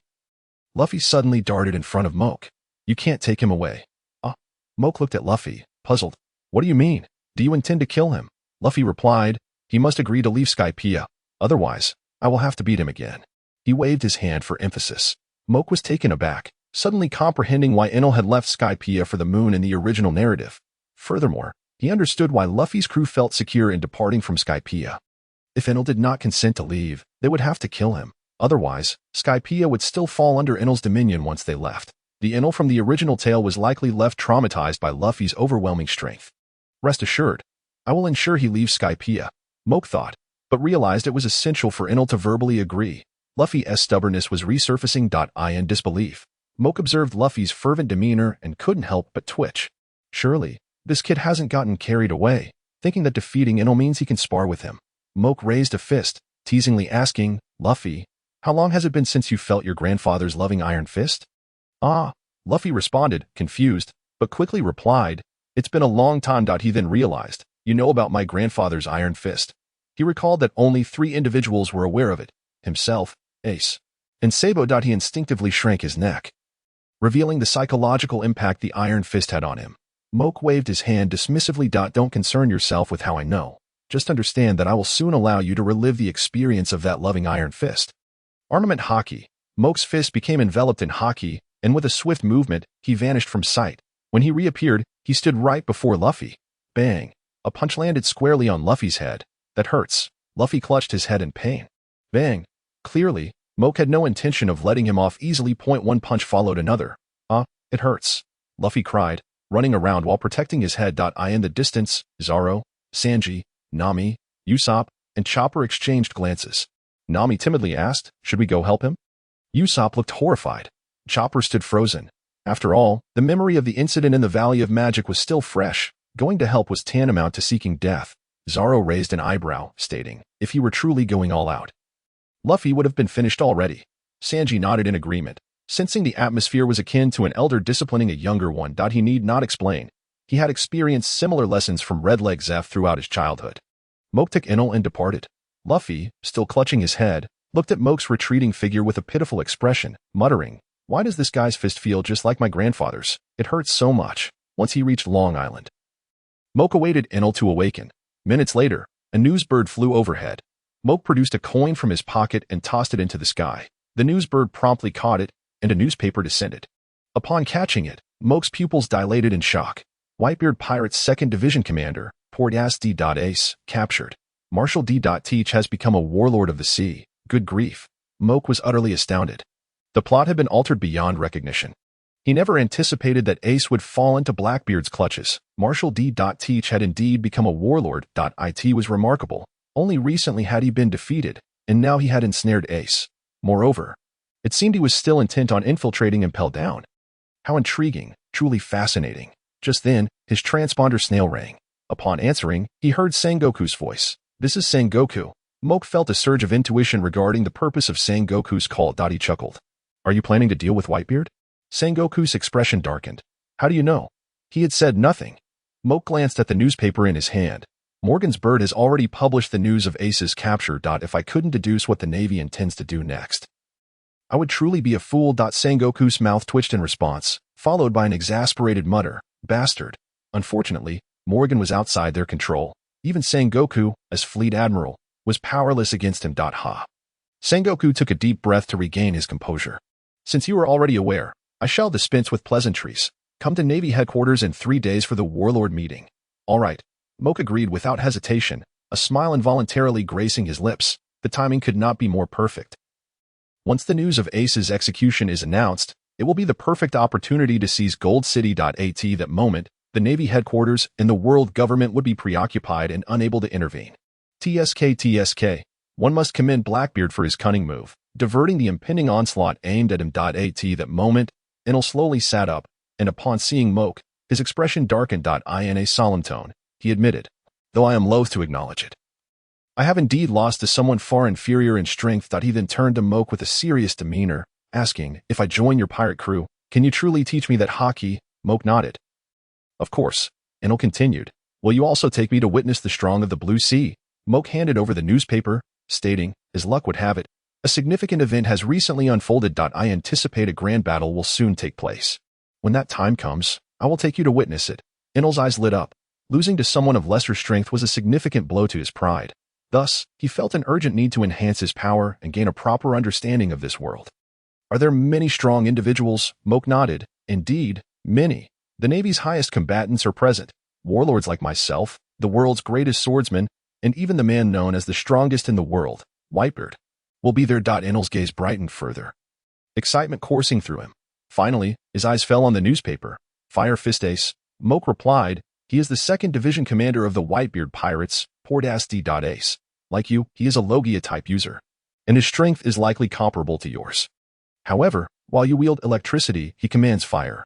Notably, both of you have developed your abilities to an exceedingly high level but have yet to awaken Haki, resulting in relatively weaker physical strength. In short, your over-reliance on your devil fruit abilities has left you vulnerable. This explains why such a powerful individual was captured so easily, and why you were defeated by someone of lesser strength. For once your devil fruit abilities fail to inflict harm, your vulnerabilities will be exposed. Alternatively, one might say that temporarily losing the ability to bear fruit would result in a direct loss of more than half of your strength. Upon hearing this, Enel fell into a moment of silence. He could not help but acknowledge that Mock's words struck true. The Whitebeard Pirates. Is it the same Whitebeard you just mentioned, the one regarded as the strongest in the world? Mock affirmed. Indeed. Enel remained silent. A fellow user of a natural-type devil fruit, someone whose power was not far from his own, merely a captain under Whitebeard. He glanced at Mock again. It seemed that joining Mock's crew and becoming the vice captain was not as difficult to accept as he had initially thought. Thus, he nodded, I am willing to join your crew. After finishing, he added with a smirk, however, you must teach me that Haki. Ha ha ha. Mock could not help but burst into laughter, finally bringing down this proud individual. In Golden City, Mr. Tanaka stood before Guild de Zoro. He reported, this time, some remarkable individuals have arrived. Guild de Zoro raised an eyebrow in surprise. Oh, who has come that warrants such caution? Mr. Tanaka replied. Edward Weevil, with a bounty of 480 million berries, was once a candidate for the Warlords of the Sea by the Navy headquarters. The Baboon King, Burns, the strongest champion of Champion Island in a century, with a bounty of 320 million berries. The Dual-Blade Chef, Ada, has a bounty of 130 million berries. Although Giza's Bagus has a mere bounty of 20 million berries, he is the newly appointed champion of Champion Island. Brooke and Perona, though they are relatively unknown, are both users of devil fruits. Most importantly, their captain is Mock, the new Warlord of the Sea. Upon hearing this, Guild de Zoro's expression shifted, his brows furrowing. The Warlord of the Sea Mock, the candidate Weevil, the mightiest champion Burns. This indeed poses some challenges. It was true that only these three caught his eye. Others, even Ada with her bounty exceeding 100 million, were beneath his notice, let alone Giza's Bagus, Brooke, or Perona, with their bounties in the tens of millions. Despite his arrogance, he possessed such strength. Guild de Zoro's superhuman-type gold fruit had reached the level of awakening. His power was undoubtedly on par with the Warlords of the Sea, not falling short of Doflamingo by much. After pondering for a moment, he turned to Mr. Tanaka. Have Bakala keep an eye on them. He added, let them win a bit. Mr. Tanaka immediately understood. A little money to ensure these fellows enjoy themselves and leave without causing a ruckus. It would be unwise to let them incur losses. If things were to escalate into a conflict, it would be troublesome. This was not a matter of cowardice on Guild de Zoro's part, but rather the question of worth.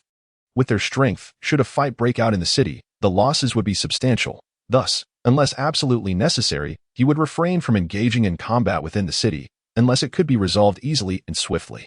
Furthermore, Guild de Zoro had no shortage of berries. Matters that could be settled with money were hardly matters at all. The Baboon King, Burns, swiftly arrived at the casino, promptly locating the already present Ichiyo. He approached immediately. Ichiyo, today we must indulge ourselves. Ichiyo responded, you finally arrived. My gambling skills have improved recently. This time, who wins and who loses is truly uncertain. Ha ha ha. The Baboon King, Burns, laughed heartily and then turned to Giza's Bagus. Brooke, Ada, and the others, you all find yourselves a place to enjoy. I shall catch up with this old friend. Brooke chimed in, Yo-ho-ho, I'm off to play roulette. Perona added, Ho-ho cook, I'm off to play fruit slots. Weevil followed closely behind Perona, as she was the one most in need of protection among them. Thus, before Mock departed, he instructed Weevil to keep an eye on Perona. Giza's Bagus and Ada exchanged glances. One cherished combat, the other culinary arts. Neither had the slightest interest in gambling, so they chose to accompany Brooke and Perona, respectively. Once they departed, Ichiyo turned to the Baboon King, Burns, and inquired about his curiosity, why have you brought so many people this time? In the past, you and I were both lone wolves. The Baboon King, Burns, did not conceal anything. Recounting the events leading up to this moment, he concluded with a wry smile, I suppose I have been dragged into this by you. In order to honor our bet, I ended up bringing everyone along. Ichigo was momentarily at a loss for words. His brow furrowed, for he held little regard for pirates.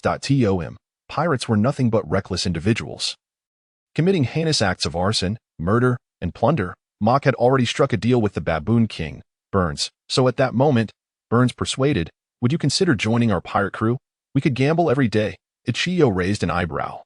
"I shall not comment on your choice, but I will never become a pirate," the Baboon King, Burns, replied. "I know you well enough. If I were to join a crew of those who commit atrocities, I would never dare to approach you." Ichigo could not help but chuckle.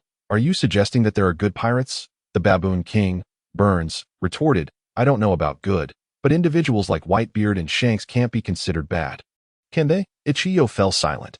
These two pirate crews treated the residents of the islands under their command quite well. As long as a certain amount of berries was paid annually, they would receive protection and would not be subjected to random oppression. Especially from Shanks, the Baboon King, Burns, added quickly. "Though our captain is a pirate, he aspires to establish a peaceful kingdom. Therefore, he requires a person of justice to serve as the kingdom's peacekeeper. I believe you would be quite suitable. And should you join us, your sense of justice could be executed throughout this kingdom. You could govern all the islands under our crew's control." "What?" Ichigo exclaimed, taken aback. Once he regained composure, his expression shifted, and he cautiously asked, "Your captain is not a member of the Revolutionary Army, is he?" For the Baboon King's words were reminiscent of the ideals upheld by Dragon and his revolutionaries. The Baboon King, Burns, replied, "No, our captain has stated that he merely wishes to protect the people within his controlled territories. He does not aim to overthrow the world government, as that would lead to greater casualties and plunge the world into chaos. However, he withheld one crucial detail. With absolute strength, he could wipe out all the celestial dragons and become the new creator, ruling over the entire world. Why bother toppling the world government if he could become a new celestial dragon? The world government would belong to him." Ichigo's expression changed once again. Though he held a sense of justice, theoretically, Dragon and his revolutionaries would suit him better. Yet, why had he ultimately chosen the Navy? The answer was simple. He did not wish to see the world descend into chaos. By joining the Navy, he hoped to change the organization from within and, in turn, influence the world government. It must be said that he was somewhat swayed, for at that moment, he had entertained the thought of joining a certain faction, realizing that no matter how strong he was, he could not help more people on his own. Seeing that Ichigo had not immediately rejected the idea, the Baboon King, Burns, felt a glimmer of hope. This indicated that Ichigo was genuinely considering the proposition. This was his first step towards success. He quickly added, "Our captain is the newly appointed Warlord of the Sea, backed by the world government and the Navy, coupled with the strength in our crew. I believe it won't be long before we establish our own power. If you were to join us, we could create our own nation, and your sense of justice could permeate throughout it." A subtle change appeared on Ichigo's face. The Baboon King, Burns, continued, "Our captain also stated that rather than pursuing unrealistic dreams of saving the entire world, it is better to protect the kingdom he controls as best as he can, allowing its citizens to live peaceful lives." Ichigo's expression transformed completely, yet he remained silent. "Ha ha ha, let us go and gamble a bit." Baboon King, Burns understood that a response from a smile could not be expected so swiftly. Thus, there was no urgency for an answer. He led the smile towards a gambling table that determined size. An elderly gentleman, adorned with a top hat, was engrossed in his game, initially facing away from Burns and the smile. Just as Burns was about to leave with the smile, the gentleman turned his head. Casting a glance at them, his eyes sparkled with an unusual brilliance, and a subtle smile crept upon his lips. How intriguing. He had come simply to play but was unexpectedly met with such fascinating occurrences. The 7 warlords, Moke. His gaze swept the surroundings, filled with astonishment. Truly, this was the world's premier entertainment hub, resplendent and thriving with wealth. If only the Revolutionary Army could seize this place, commanding the world's largest treasury, funding would never be a concern again. The thought exhilarated him. It seemed prudent to observe closely before reporting to Dragon, to see if they could secure Guild Tesalo and turn this venue to the Revolutionary Army's advantage. Meanwhile, 2 bolts of lightning descended from the heavens, landing in this golden city. Who could that be? Mr. Tanaka, from a distance, witnessed this scene with a flicker of shock in his eyes. Are there others with similar abilities? This was beyond his comprehension. He immediately dashed towards the 2, unhindered even in this bustling entertainment establishment due to his ability as a Nika Fruit user. Upon reaching them, Mr. Tanaka's eyes widened in disbelief. Moke? He momentarily overlooked Enel. Just then, Enel glanced his way, and the disdainful demeanor instantly intimidated him. He sensed that this individual was not merely arrogant in expression, his strength was undoubtedly formidable. For that single glance made every hair on his body stand on end. Gulp. He swallowed hard, overwhelmed with trepidation. Could this fellow also be one of Moke's crew, with the likes of Weibel, Baboon King, Burns, Ada, and Giza's Bagus among them? Their collective might was indeed considerable, though few in number. Each was an elite. Perhaps this was yet another red-haired pirate crew. Wait. His gaze returned to Moke. If his memory served him correctly, the Navy's bounty poster indicated multiple abilities, yet only 3 had been confirmed. Earth, light, and a slashing-like ability. But what was that lightning just now? Could it be that this fellow has acquired yet another power? Mr. Tanaka inhaled deeply. Moreover, the entourage beside him, could they also be Logia users? And could one be the legendary Thunder Fruit, reputed to have the mightiest destructive power among Logia types? The thought sent shivers down his spine. He had to immediately report this to Teselo. Enel asked, someone was watching us just now. Shouldn't we deal with him? Moke waved his hand dismissively. This is the largest entertainment venue in the world. We must enjoy ourselves thoroughly. To start a fight now would be a waste. Enjoy? What are we enjoying? Enel looked bewildered. Moke grinned broadly, reminiscent of Jego, and patted Enel on the shoulder. Today, Captain will show you the sights. I guarantee you an experience fit for an emperor. Enel was even more confused. Soon, Moke led Enel to a tavern, which was not only extravagantly decorated but also featured several young ladies in revealing outfits, each with a distinct style. Hey there, gentlemen, looking to have some fun. Moke, youthful and handsome, had gained a unique charm after ascending in power in this world. Enel, too, was not lacking in appearance, especially with his air of superiority that marked him as a person of significance. Young, attractive, and with wealth to boot. What could possibly be more appealing to them? Hence, the young ladies gazed at the duo with sparkling eyes, eager to draw near and let them experience their ample bosoms. One leading lady approached promptly. What would you like to play? Gentlemen, Moke smoothly placed an arm around her slender waist, playfully commenting, what do you think we can play? To his delight, her waist was indeed slender and delightfully soft. He cast a glance downward, noting her well-rounded posterior. How naughty. The woman expertly played along, not only failing to evade but instead rubbing against Moke's arm with her soft curves. Goodness. This was rather lacking in volume. At that moment, Moke spotted a woman exiting from within as she walked. It seemed that each step ignited a yearning within the hearts of onlookers. Her graceful figure epitomized the very essence of seduction. TSK. Moke couldn't help but smile wickedly. Another stunning beauty has arrived. He then turned to a few other charming women and said, I entrust my brother to your care. Serve him well, and there will be rewards. Rest assured, we will ensure your brother is utterly comfortable. One of the women responded, as the lady in Moke's embrace gracefully departed, directing the others to surround Ainulu. Ainulu, however, felt a sense of annoyance as he regarded the approaching women, having no interest in them. Yet Moke insisted, this too is part of one's cultivation. Ainulu raised an eyebrow in disbelief. Could women truly serve as a means for self-improvement? Having arranged Ainulu's company, Moke paid him no further mind and strolled towards an approaching figure. Embracing Karina, the newcomer met Moke with a raised brow, her tone laced with haughtiness as she remarked, this place has its own rules. I trust you will adhere to them. Her gaze swept over Karina, whom Moke held close. She is a songstress, not a mere plaything. Who was she? Bakara, one of the 2 high-ranking officials under Teselo. Her status was unmatched, placing her just below the highest echelons of power. Furthermore, her bond with Teselo transcended mere partnership. Thus, even in the presence of Moke, she maintained an air of superiority. Knowing they could manipulate even the celestial dragons and the world government. A warlord meant nothing in their eyes. Had they not feared the potential losses far outweighing the gains, they would have shown no hesitation. TSK. Moke's gaze roamed shamelessly over Bakara's figure, causing her brow to furrow immediately. No one in the entire establishment had ever dared to treat her with such disrespect. She reiterated, I hope you will respect the rules here, or else. Before she could finish, Moke interrupted, what if Karina is willing? As he spoke, his hand slid down to her slender waist, giving her shapely posterior a gentle pat.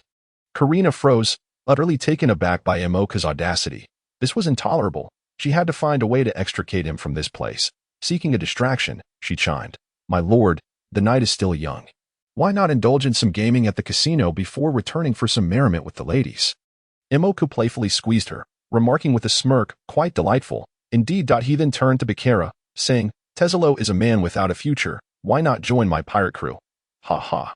A cold laugh echoed, drawing the attention of Moke, Karina, and Bakara to a tall figure approaching them. With gray-green hair, clad in pink attire and purple sunglasses, he radiated an air of ostentation, adorned with gold chains and earrings. Tezzolo, Karina gasped. Having spent considerable time in this realm, well aware of the formidable reputation Tezzolo commanded, she had even witnessed the world government intervening on his behalf against troublesome pirates. Who would believe it? Even after witnessing it firsthand, she struggled to accept the reality. Her fear of Tezzolo had always lingered. However, Bakera's lips curled into a slight smile, convinced there was no problem Tezzolo could not resolve. He approached Imoku, his expression serious. Kid, I acknowledge you possess some strength and a few capable subordinates.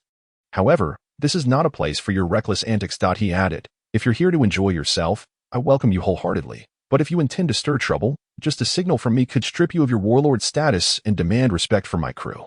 Your crew? Imoku inquired, casting a meaningful glance at Bakera, a smirk playing on his lips. Tezzolo's words were not mere bluster. Under his financial prowess, he could indeed enforce his will. Yet, Imoku felt no fear. He considered, the time is not yet ripe. Let you revel in your arrogance. Once the news of Ace's impending execution breaks, I will have your woman kneel and sing for my conquest. His thoughts drifted back to Bakera. Realizing why she exuded such an alluring charm, she was a married woman. He could never buy into the notion that Tezzolo and Bakera shared a purely platonic relationship. When a man possesses strength, status, power, and wealth, the allure of women becomes an inevitable topic, unless he is not a man.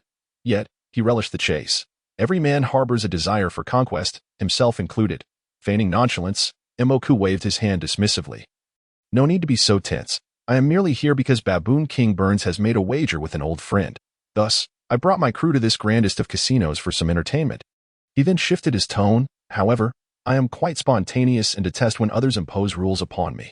Bakera may belong to you, but this lady beside me is a songstress. Is she not worthy of amusement? After all, should a queen find herself enamored by a king, she ought to grant him the chamber for a night of revelry. As he spoke, his eyes fixated on Bakera. Her expression darkened, as did Tezzolo's. For his words carried an unmistakable insinuation. Such matters were intolerable for any man, a sentiment Tezzolo could not dismiss. He shot Imoku a piercing look before coldly stating, enjoy yourselves. I hope your revelry is to your satisfaction. Turning to Bakera, he commanded, let us depart. TSK. Imoku chuckled at the scene, then turned to Karina in his embrace. My dear, where did you suggest we go for our entertainment? In that moment, Karina realized she had unwittingly entangled herself with a formidable adversary. Even Tezzolo had been put in his place. Gulp. Karina swallowed nervously, her palms growing clammy with anxiety. Taking a deep breath, she sought to steady herself. I suggested we visit the casino. Imoku gave her posterior a playful pat. Your reasoning is sound. Let us proceed. Yet, he swiftly changed the subject. I am in need of a secretary aboard my ship. Would you care to join? Secretary? Karina inquired, her expression one of confusion. When did a pirate crew require a secretary? Such roles were typically reserved for corporations and the affluent. Moreover, such secretaries were often of dubious repute, existing to serve only when necessary. Realizing this, Karina felt a flush of embarrassment creep across her face, tinged with a hint of indignation. Yet, being a woman of intellect, she recognized the reality. The power had shifted to Imoku the moment he set his sights on her. Unless she found a way to escape, she would remain at his mercy. Clenching her fists, her mind raced. Imoku seemed to read her thoughts. You are no less than Bakera, yet she wields authority here, possessing untold wealth, while you can only leverage your beauty for scraps. Are you content with that? At this point, Imoku's gaze bore into hers, and he continued, if given the chance to ascend to her level, would you seize it? With a resounding slap, he smacked her shapely rear, sending waves of surprise coursing through her, prompting a startled cry from Karina. However, it soon became apparent that Mok had released her. Mok gazed at Karina, imparting a meaningful admonition. Give it some serious thought. As he spoke, he discreetly gestured for her to lead the way. Karina promptly complied, guiding Mok, while internally grappling with turmoil, for she understood that Mok was allowing her to make her own choice. Bakala, filled with indignation, exclaimed, Tezzolo, this fellow has gone too far. Are we truly going to let him off the hook? Gilded Tezzolo narrowed his eyes and scoffed. How could that be? Anyone who dares to provoke me must pay the price. With that, he dialed the snail phone. This is Tezzolo, the voice on the other end replied. I understand this call. What is it you wish to discuss? Gilded Tezzolo continued, the new warlord of the sea. Mok is currently here with his crew. I expect you to send someone to deal with him. The reply came with evident surprise. The new warlord Mok? Has he crossed you? Gilded Tezzolo, slightly irritated, retorted, I ask you. Can you resolve this? Well, the voice on the other end chuckled. With my power and status, as long as the bounty is sufficient, I can eliminate anyone except for the 4 emperors. However, the tone shifted.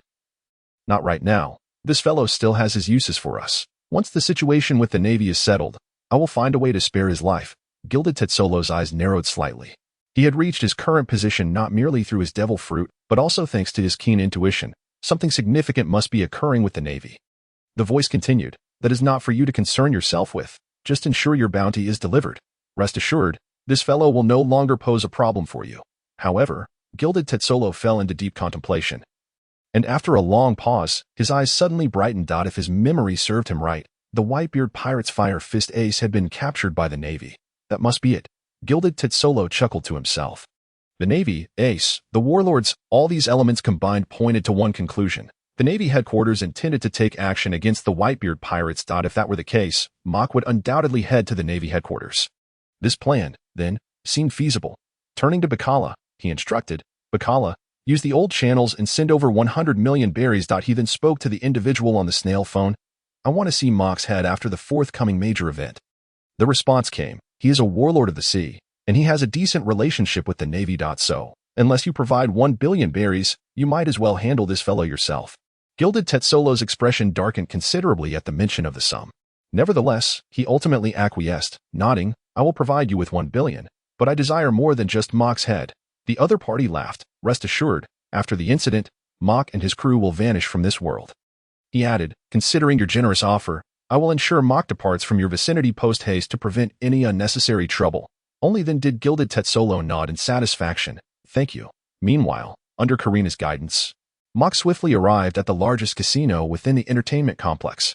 Before he could step inside, his snail phone rang. Mach raised an eyebrow, his expression shifting slightly, for someone was calling at this moment, stirring some speculation within him.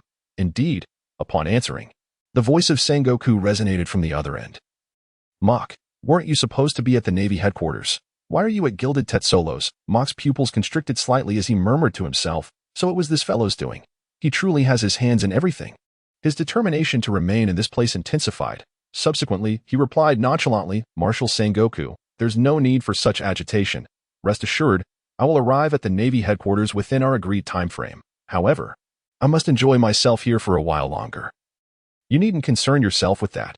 Sengoku paused for a moment, then his tone turned authoritative. I said, come here immediately. Mach's demeanor shifted as he retorted, Sengoku, you must understand this. I am not your subordinate. I will go to the Navy headquarters, but my affairs are not for you to dictate. With that, he hung up the call. In Sengoku's office, another snail phone remained connected, capturing the entirety of Mach and Sengoku's exchange. On the other end, a voice chuckled, so what do you think?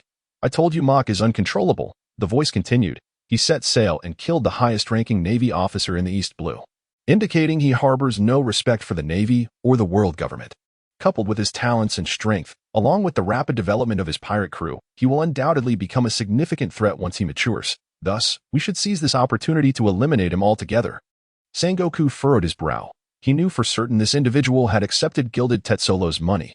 Yet, he could not deny one fact. Allowing Mach to develop unchecked would pose a grave danger to the Navy and the world government. Intelligence indicated that Mach had already recruited numerous crew members, clearly exhibiting immense ambition. Unlike Kuma or Mihawk, who preferred solitude, or Hancock, who remained in her tranquil haven, or Jinbei, who harbored a desire for peace. Mach was distinctly different. What did you say? Gilded Tetsolo received a report from Mr. Tanaka. His eyes widened with excitement. Mr. Tanaka replied, Jack the Drought from the Beast Pirates has arrived at the port with his crew, including Runty and Peggy 1. Gilded Tetsolo snapped back to attention and inquired, how did they come to be here? Mr. Tanaka explained, they are likely here for the auction of the Zoan-type devil fruit. Gilded Tetsolo furrowed his brow. The auction house belonged to Doflamingo, or rather, it was a joint venture with him, hosting 1 or 2 auctions for devil fruits annually to attract customers. Reflecting on it, today seemed to be auction day. Devil fruits were crucial strategic assets for any faction. Over the years, he had acquired several. The Paramecia-type Pamu fruit chosen by Tanaka and Bacala's Paramecia-type Lucky Fruit were among them.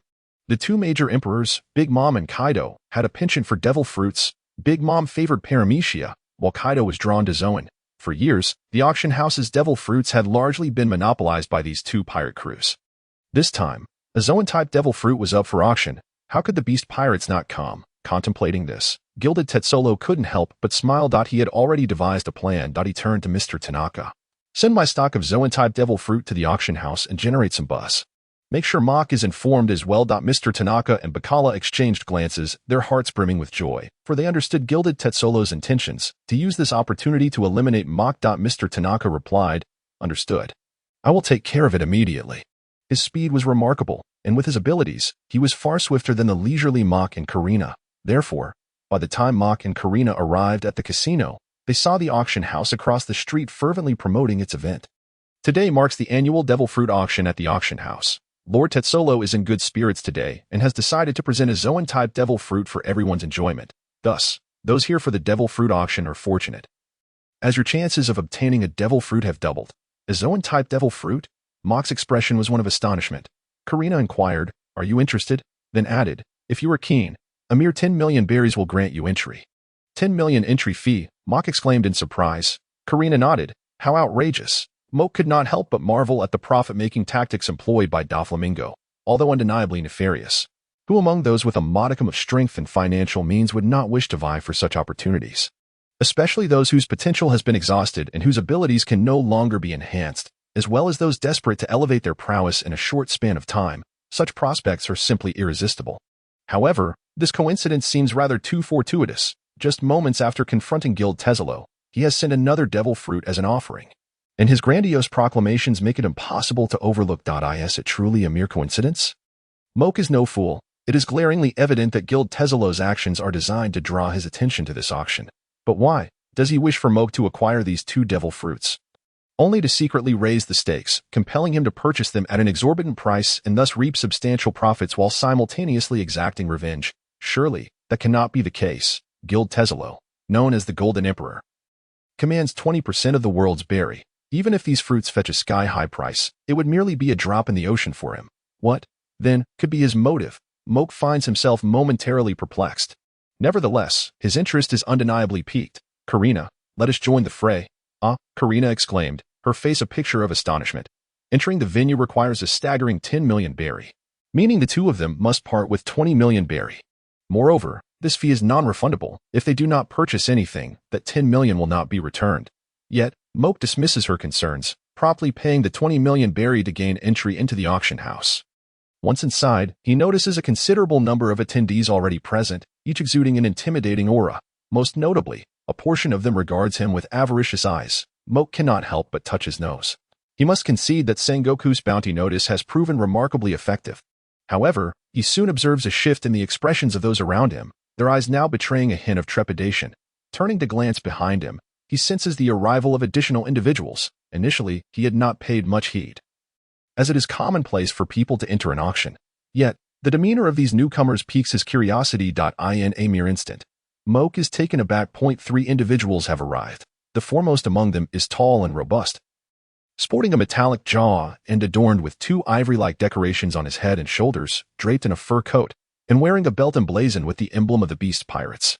To his left stands a young woman of striking stature, with long legs and a superb figure, particularly notable for the pair of horn-like protrusions atop her head, concealed by a light pink floral mask. To his right is a young man, also masked, but his mask is a contrasting black and white. These 3 individuals are unmistakable. They are Jack the Drought, Smoothie, and Page 1 from the Beast Pirates. In this moment, Mock finally comprehends the cunning intention behind Guild Tezolo's ploy. He aims to incite a conflict between him and the members of the Beast Pirates, thereby fostering enmity, should a feud arise. Even if he manages to defeat these 3, he will subsequently face the wrath of the deranged Kaido. That man is truly insane. One cannot help but admire Guild Tezolo's clever machinations. Now, I am most curious to discover what type of Zoan devil fruit you have so confidently brought forth, believing it would incite a confrontation with the Beast Pirates. Excuse me, do not block the way. At that moment, Jack's gaze fell upon Mock, who stood in their path, his expression tinged with impatience. Were it not for the fact that this is Doflamingo's and Guild Tezolo's territory, he would have already sent flying anyone daring to obstruct his path. Of course, it is not out of fear. Rather, it is a matter of maintaining decorum among the 3 factions involved. At this juncture, Smoothie and Page 1, who stand behind Jack, recognize Mock, their eyes widening in surprise before exchanging glances. This fellow is none other than the newly appointed Warlord, Moke. The newly appointed Warlord, Moke. Jack pauses momentarily, then scrutinizes Moke with newfound seriousness. Since the Navy established the Warlords of the Sea, each individual who has attained this title has been an extraordinary powerhouse. Thus, he dares not underestimate Moke. Yet, he holds unwavering confidence in his own abilities. Kid, just as Jack is about to speak, an auctioneer approaches the podium with a microphone, followed by an assistant carrying a box containing a devil fruit. Welcome, esteemed guests, to this year's devil fruit auction. The first devil fruit we present is one prepared by the auction house itself, the Zoan-type Black Bull fruit. The starting bid is 100 million berry, with subsequent increments of no less than 10 million berry. Jack, Smoothie, and Page One's eyes all gleam with interest. The Zoan-type Black Bull fruit, while not on par with the ancient varieties they possess, is nevertheless a commendable offering among ordinary Zoan fruits. Jack glances at Moke and states, "We shall converse after this auction concludes." With that, he bypasses Moke and takes a seat in the front row. 110 million berry, 130 million berry, 160 million berry. The bidding commences, as the Zoan-type Black Bull fruit captivates the attention of all present. A smirk plays upon Jack's lips, his face tinged with disdain as he raises his hand, declaring, 200 million berry. At this proclamation, silence descends upon the room. It is not that the others are unable to match the bid. Rather, they are wary of Jack's formidable strength and the beast pirates backing him. They ponder whether it is worth incurring the wrath of the beast pirates for a single devil fruit. Moke, however, merely scoffs. While the Zoan-type Black Bull fruit is indeed commendable, it does not pique his interest. He is far more eager to see what Guild Tesalo has to offer. Thus, he refrains from placing a bid. Is there anyone else willing to bid? The auctioneer calls out loudly. The attendees glance at one another, momentarily rendered speechless. Indeed, they desire this devil fruit, yet they believe themselves ill-equipped to bear the inevitable backlash from the beast pirates, not to mention Kaido, even Jack, Smoothie, and Page One alone could easily sweep through the entire assembly. Heh, Jack lets out a cold chuckle, turning his gaze back to Moke, his eyes gleaming with a mix of arrogance and disdain. In his view, Moke's presence at the auction signifies a desire to acquire a devil fruit. Yet he dares not even utter a bid. 200 million berry, once. 200 million berry, twice. 200 million berry, thrice. Bang! The auctioneer strikes the gavel. Sold. He then gestures to the assistant, who promptly approaches Jack, reverently presenting the box. From this moment forth, it is yours. Jack nods in satisfaction as he accepts the fruit. As for the berry, the auction house will retrieve it directly from their pirate ship, adhering to the customary arrangements. Next, the auctioneer announces the second devil fruit. This devil fruit is a prized possession sent by Lord Tesalo, and it is sure to astonish you all. With that, he claps his hands, and another individual emerges, holding a box containing yet another devil fruit. The auctioneer then proclaims, "Behold, this is the Zoan-type mythical beast fruit, the Hito no Mi model. Buddha." What? A chorus of astonished exclamations erupts from the crowd. Upon entering, they had seen the promotional material and were aware that Tesalo had contributed a Zoan-type devil fruit for auction. Yet they never imagined it would be of mythical caliber. It must be noted that such fruits are rarer even than Logia types. The crux of the matter is that, thus far, no beast of illusion that has emerged is weak. Gulp. One individual involuntarily swallowed, his eyes brimming with avarice. Another, brimming with excitement, rose to his feet, fists clenched. Were it not for the rational voice in his head reminding him that this was Tesalo's territory, he would have already lunged to seize it. Even the faces of the notorious Jack the Drought, Runty, and Page One shifted in color. The beast of illusion is far rarer and more powerful than the ancient varieties they had consumed. Ha ha ha. Jack the Drought burst into laughter, for in their eyes, this beast of illusion was destined to become the bounty of their 100-beast pirate crew. Holy SHT, Mock was utterly stunned. The creature known as Widow is a mythical beast, a harbinger of calamity. Much like the Shoutian dog, it is a divine beast under the command of a deity. The Shoutian dog serves as the battle beast of Erlangshin, while Widow is the battle beast of the fire god. Zhu Rong. Widow symbolizes flames, its entire body cloaked in darkness, capable of spewing forth blazing infernos. Its appearance heralds great fire. It sustains itself on flames, often lurking behind Zhu Rong, voraciously consuming fire to satiate its hunger. Well then, Mock was tempted. After all, this devil fruit could be likened to a Zoan type combined with a Logia type flame fruit. Absolutely astounding. The key is that this devil fruit is particularly suited for the combat champion Jaiza's Bayas. With it in his possession, Jaiza's Bayas' strength would undoubtedly soar to new heights, reaching the level of the 7 warlords of the sea. At that time, the might of his pirate crew would be further augmented. After the initial shock, he muttered to himself, Tesla truly deserves the title of the wealthiest in the pirate world. To offer up a beast of illusion, at this moment, the auctioneer sensed the atmosphere had reached its peak. He promptly announced, the starting bid for this beast of illusion is 500 million berries, with increments no less than 50 million berries. Bang! He struck the gavel. The auction begins. Jack immediately stood up. 550 million berries. After placing his bid, Jack scanned the room, his eyes radiating murderous intent, leaving no room for pretense. Those who were previously eager to act immediately fell silent. The auctioneer frowned slightly. Jack's behavior was somewhat against the rules. Once you place a bid, others fear to counter. There was nothing the auction could say, but standing up to threaten others was unacceptable. 600 million. Mock decisively raised the bid. Whoosh! Everyone turned their gaze toward the position of the bidder. When they saw it was Mock, they were momentarily stunned, especially Jack. Previously, he had regarded Mock as nothing but rubbish. Otherwise, he would have contended for the first devil fruit. Thus, Mock's sudden bid took him completely by surprise.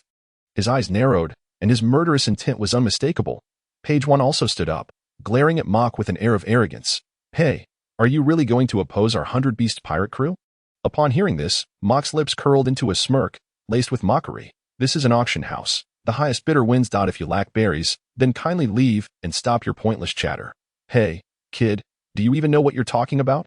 The hot-tempered Runny glared with eyes wide open, clearly ready to brawl at the slightest provocation. However, Mock turned his attention to the auctioneer. Isn't this auction house governed by the principle of highest bid wins?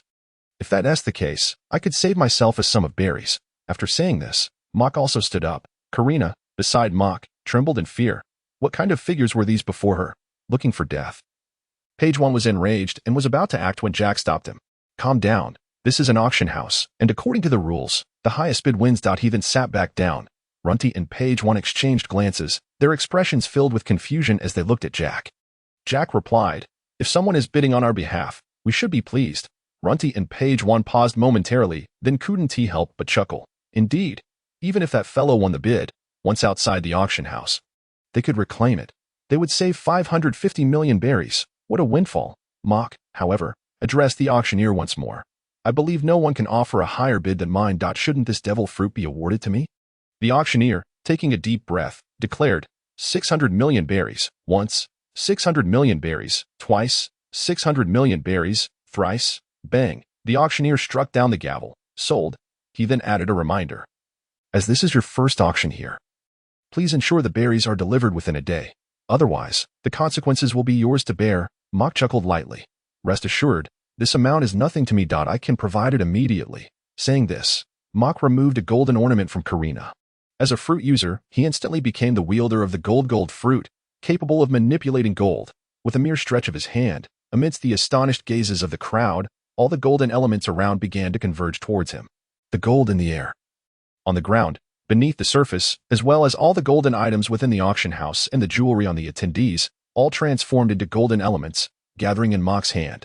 Soon, a golden sphere took shape, expanding at a visible rate. Mock's range of manipulation extended for a full kilometer. Within that kilometer, a bizarre spectacle unfolded. All the gold transformed into golden sand, converging together to form a golden cloud directed towards the auction house. Tesla, fury flickered across the faces of the crowd, yet none dared to voice their anger. Their lives were far more valuable than gold. It was evident they had misunderstood. This place was the most prosperous entertainment district in the world, and within it lay the wealthiest individuals. Could gold truly be scarce? Soon, a golden sphere the size of a tabletop materialized before the astonished eyes of the crowd. Amidst their disbelief, Mock grinned widely and addressed the auctioneer. This should suffice. This. The auctioneer was left speechless. This was akin to stealing someone else's berries to settle a bill. Such manipulation was exceedingly brazen. Logically speaking, why not just seize people directly? Did they truly consider them mere clay? However, he cast a glance at the notorious Jack the Drought, Runty, and Page 1. Tesla had given the order. The price of the devil fruit was inconsequential. What mattered was inciting a confrontation between Mock and Jack, Runty, and Page 1. Thus, he waved his hand. The individual carrying the devil fruit immediately presented it to Mock. Upon receiving it, Mock beamed with delight. He then turned to Jack the Drought, Runty, and Page 1, saying, Thank you for your generosity. With that, he scooped up the already weakened Karina and made his exit. Jack, Runty, and Page 1 exchanged astonished glances, their expressions filled with shock. They never anticipated that this fellow could manipulate gold as well. Was T that Teselo's ability? TSK. They quickly rose to follow, smirking with ill intentions. Jack advised Runty and Page 1. When you make your move, exercise some restraint. Don't kill him. Runty and Page 1 nodded, their eyes gleaming with excitement. With that ability just now, once they captured him, their 100-beast pirate crew would never again be in one of Barry's. Everyone present was acutely aware of their intentions. Mock delivered Karina to the entrance of the casino across the street. He then turned to face Jack the Drought, Runty, and Page 1. Conqueror's Haki. A terrifying force erupted from his being, sweeping outward. People on the street began to collapse one after another, without warning. Meanwhile, those with strength turned in terror to look at Mock's position. Within the depths of the casino, Weibel, Brooke, Perona, Gizes Bages, Baboon Kingburns, and Adazichi displayed expressions of perplexity. A smile graced their lips, accompanied by a raised eyebrow. Subsequently, with a knowing glance, one remarked, "It seems there's about to be quite a commotion here." Baboon Kingburns rose from his seat, saying, "I shall step outside to investigate. Perhaps the captain has arrived. Oh. Then I shall accompany you to witness this." With that, one stood up in unison. Weibel, Brooke, Perona, Gizes Bages, and Adazichi swiftly rushed to the entrance of the casino, just in time to witness a standoff between Mock, Drought Jack, Runme, and Pejuan.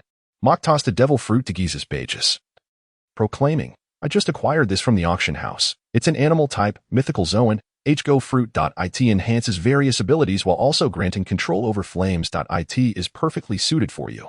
Gizes Bages' eyes sparkled at the revelation. Animal type, mythical zoan, Nika Fruit? Baboon Kingburns, Brooke, Perona, and Adazichi gasped in astonishment. They exchanged glances, silently questioning the validity of such a high-ranking devil fruit being available at an auction. Surely, had it not been for the captain's words and the fruit now resting in Gizes Bages' hands, they would have burst into laughter at the absurdity of it all. In the auction house. To acquire an animal-type mythical zoan? Was there a more ludicrous joke than this? At that moment, Mock added, "I spent 600 million berries on this, so make sure to enhance your strength post-haste." 600 million berries, Gizes Bages exclaimed, his hand trembling as he grasped the devil fruit. At that moment, he felt a profound sense of belonging to this pirate crew and immense gratitude towards Mock, their captain. This sentiment was shared by the others, their sense of belonging to the crew surging. Meanwhile, Drought Jack, Runme, and Pejuan were growing increasingly anxious. Jack yelled, "Runme, Pejuan, seize that devil fruit," in unison. Runme and Pejuan responded, "Yes." They charged forward, their legs propelling them toward Gizes Bages, who held the devil fruit. Baboon Kingburns' expression shifted dramatically. He exclaimed, "Drought Jack of the Beast Pirates, Runme, Pejuan, the Beast Pirates, Gizes Bages, Brooke, Perona." And Adazichi furrowed their brows, recalling Mock's thorough briefing on the members of the 4 Emperor's crews upon their arrival in the New World. Gizes Bages quickly swallowed the devil fruit, believing that the only safe option was to consume it immediately. "You dare." As Runme and Pejuan lunged, they transformed into their beast forms, their speed surging. Baboon Kingburns exchanged a glance with Adazichi before they both leaped forward, positioning themselves in front of Gizes Bages. "Run headbutt." Runme bellowed, charging at Baboon Kingburns with a powerful headbutt infused with armament haki. Unfazed, Baboon Kingburns prepared to counter with a fist. Fishman karate, sharkwave fist. This technique utilized the full strength of his body. Their heads and fists collided with tremendous force. Baboon Kingburns staggered back 2 steps, while Runme was propelled 3 to 4 meters into the air before crashing back to the ground. Meanwhile, Pejuan threw a punch at Adazichi, who stood her ground, seemingly unaffected, as if the punch was not directed at her at all. Pejuan's eyes filled with confusion, yet he pressed on with his attack, his fist drawing perilously close to his target. In that moment, there was no time for evasion, defense, or counterattack. Sure enough, his fist connected with her. But Pejuan's expression shifted dramatically as he realized his punch had struck something incredibly smooth. Offering no resistance whatsoever, he watched helplessly as his fist slid off to the side, failing to inflict any harm. Not good. As a cadre of the Beast Pirates, Pejuan had experienced countless battles, and his instincts and experience screamed of danger. But it was too late. Adazichi had already anticipated the outcome, unsheathing her twin blades. Two-sword style, double wolf thrust. She raised her blades, forming a shape. As Pejuan's fist slid past her, she struck in an instant. Swish, Pejuan was instantly cut, sent flying. It was important to note that Adazichi's blades were intertwined with armament haki. Caught off guard, Pejuan had not even had the chance to defend himself with haki, resulting in a gaping-shaped wound on his chest, blood gushing forth. Pejuan, The protective fury of Rummy surged as he rushed to catch Pejuan, his face a mixture of pain and concern. Meanwhile, Jack had already leaped into the air. Determined not to allow this mythical zoan fruit to be consumed by anyone else, armed with a weapon resembling a scythe above and two downward-facing blades, he aimed to strike Giza's Bagus and prevent him from consuming the devil fruit. Perona, go, Weibel, take him down. Whoosh, Weibel sniffled before swinging his large blade horizontally, targeting the airborne Drought Jack. Clang. Both fighters were powerhouses, making their clash a mere contest of brute strength. Weibel trembled as the ground beneath him cracked.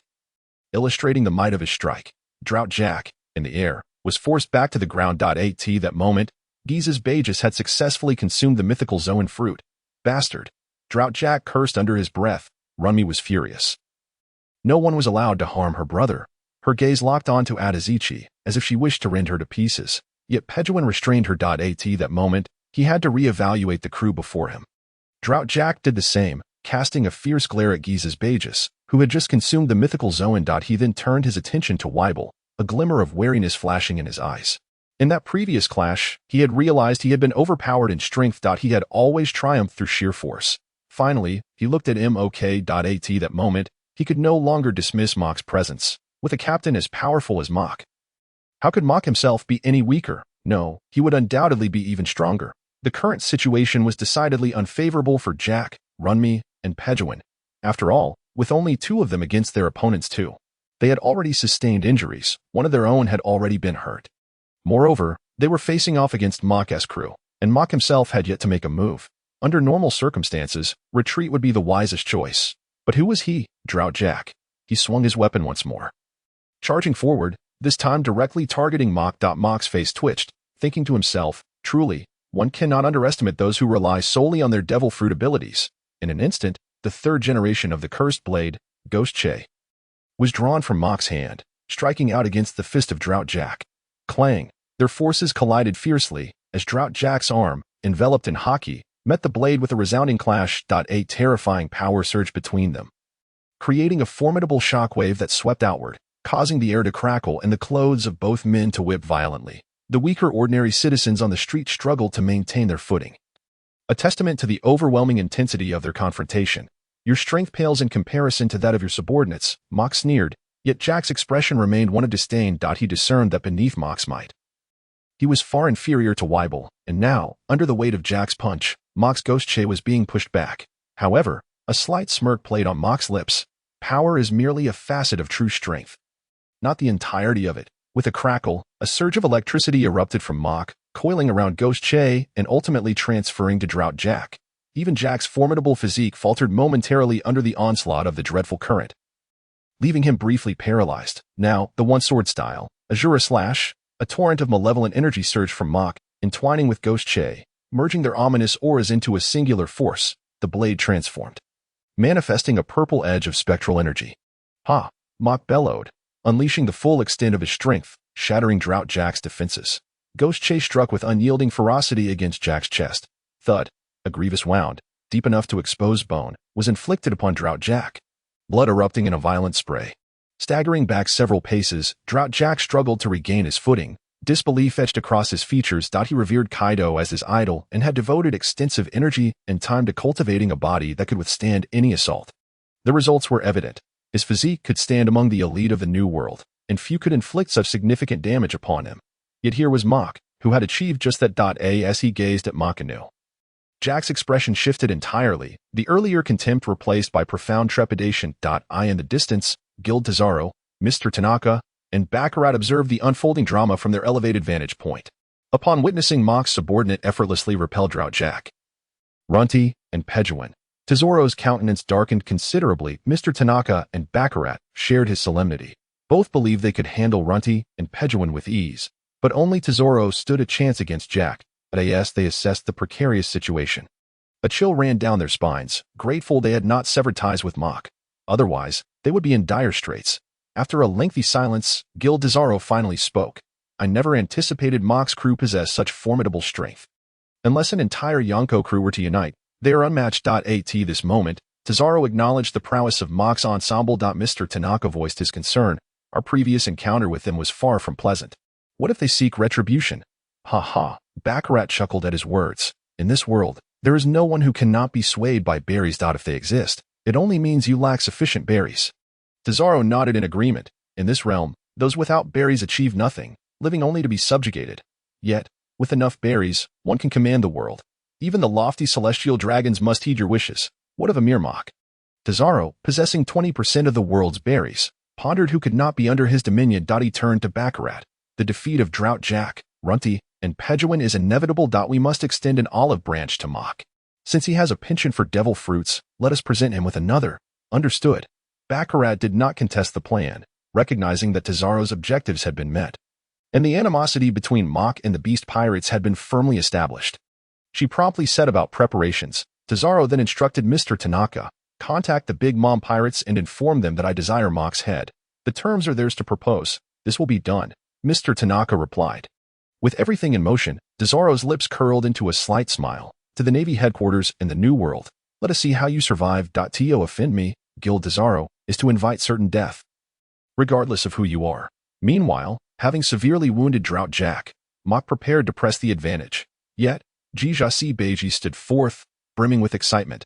Captain, allow me to test the power of this devil fruit. As he spoke, Jijasi Beiji immediately transformed into his hybrid beast form, his fist engulfed in flames. Upon witnessing this, Mock's eyes sparkled with curiosity. Excellent. I too am eager to witness the might of this devil fruit.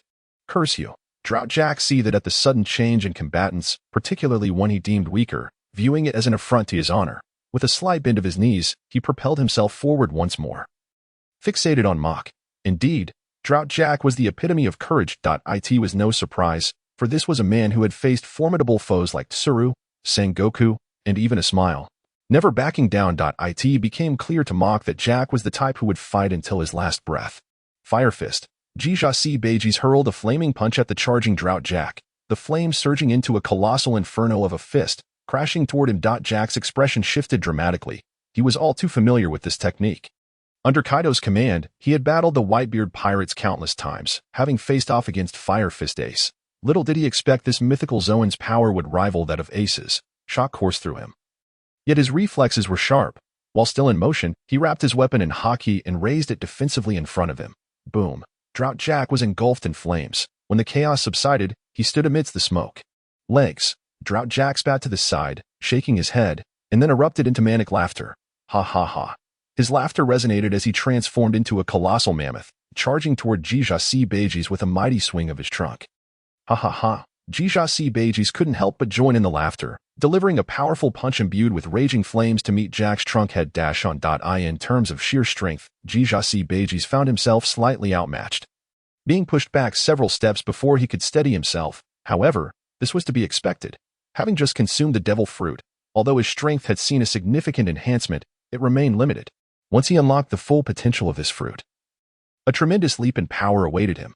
Flame explosion. In the midst of their clash, Jijasi Beiji realized this fact and made a wise choice to utilize his devil fruit abilities. He bent his legs slightly, gathering force, and launched himself skyward.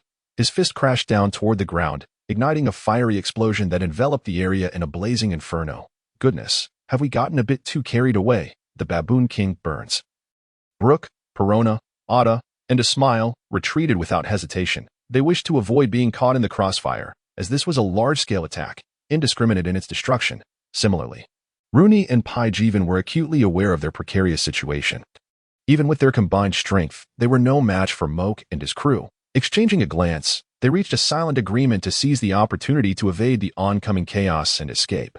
They had no desire to accompany Drought Jack in his madness. Moke, standing still, naturally noticed Rooney and Pai-Jivan. In an instant, he transformed into a bolt of lightning, swiftly pursuing them. He had no concerns regarding Drought Jack.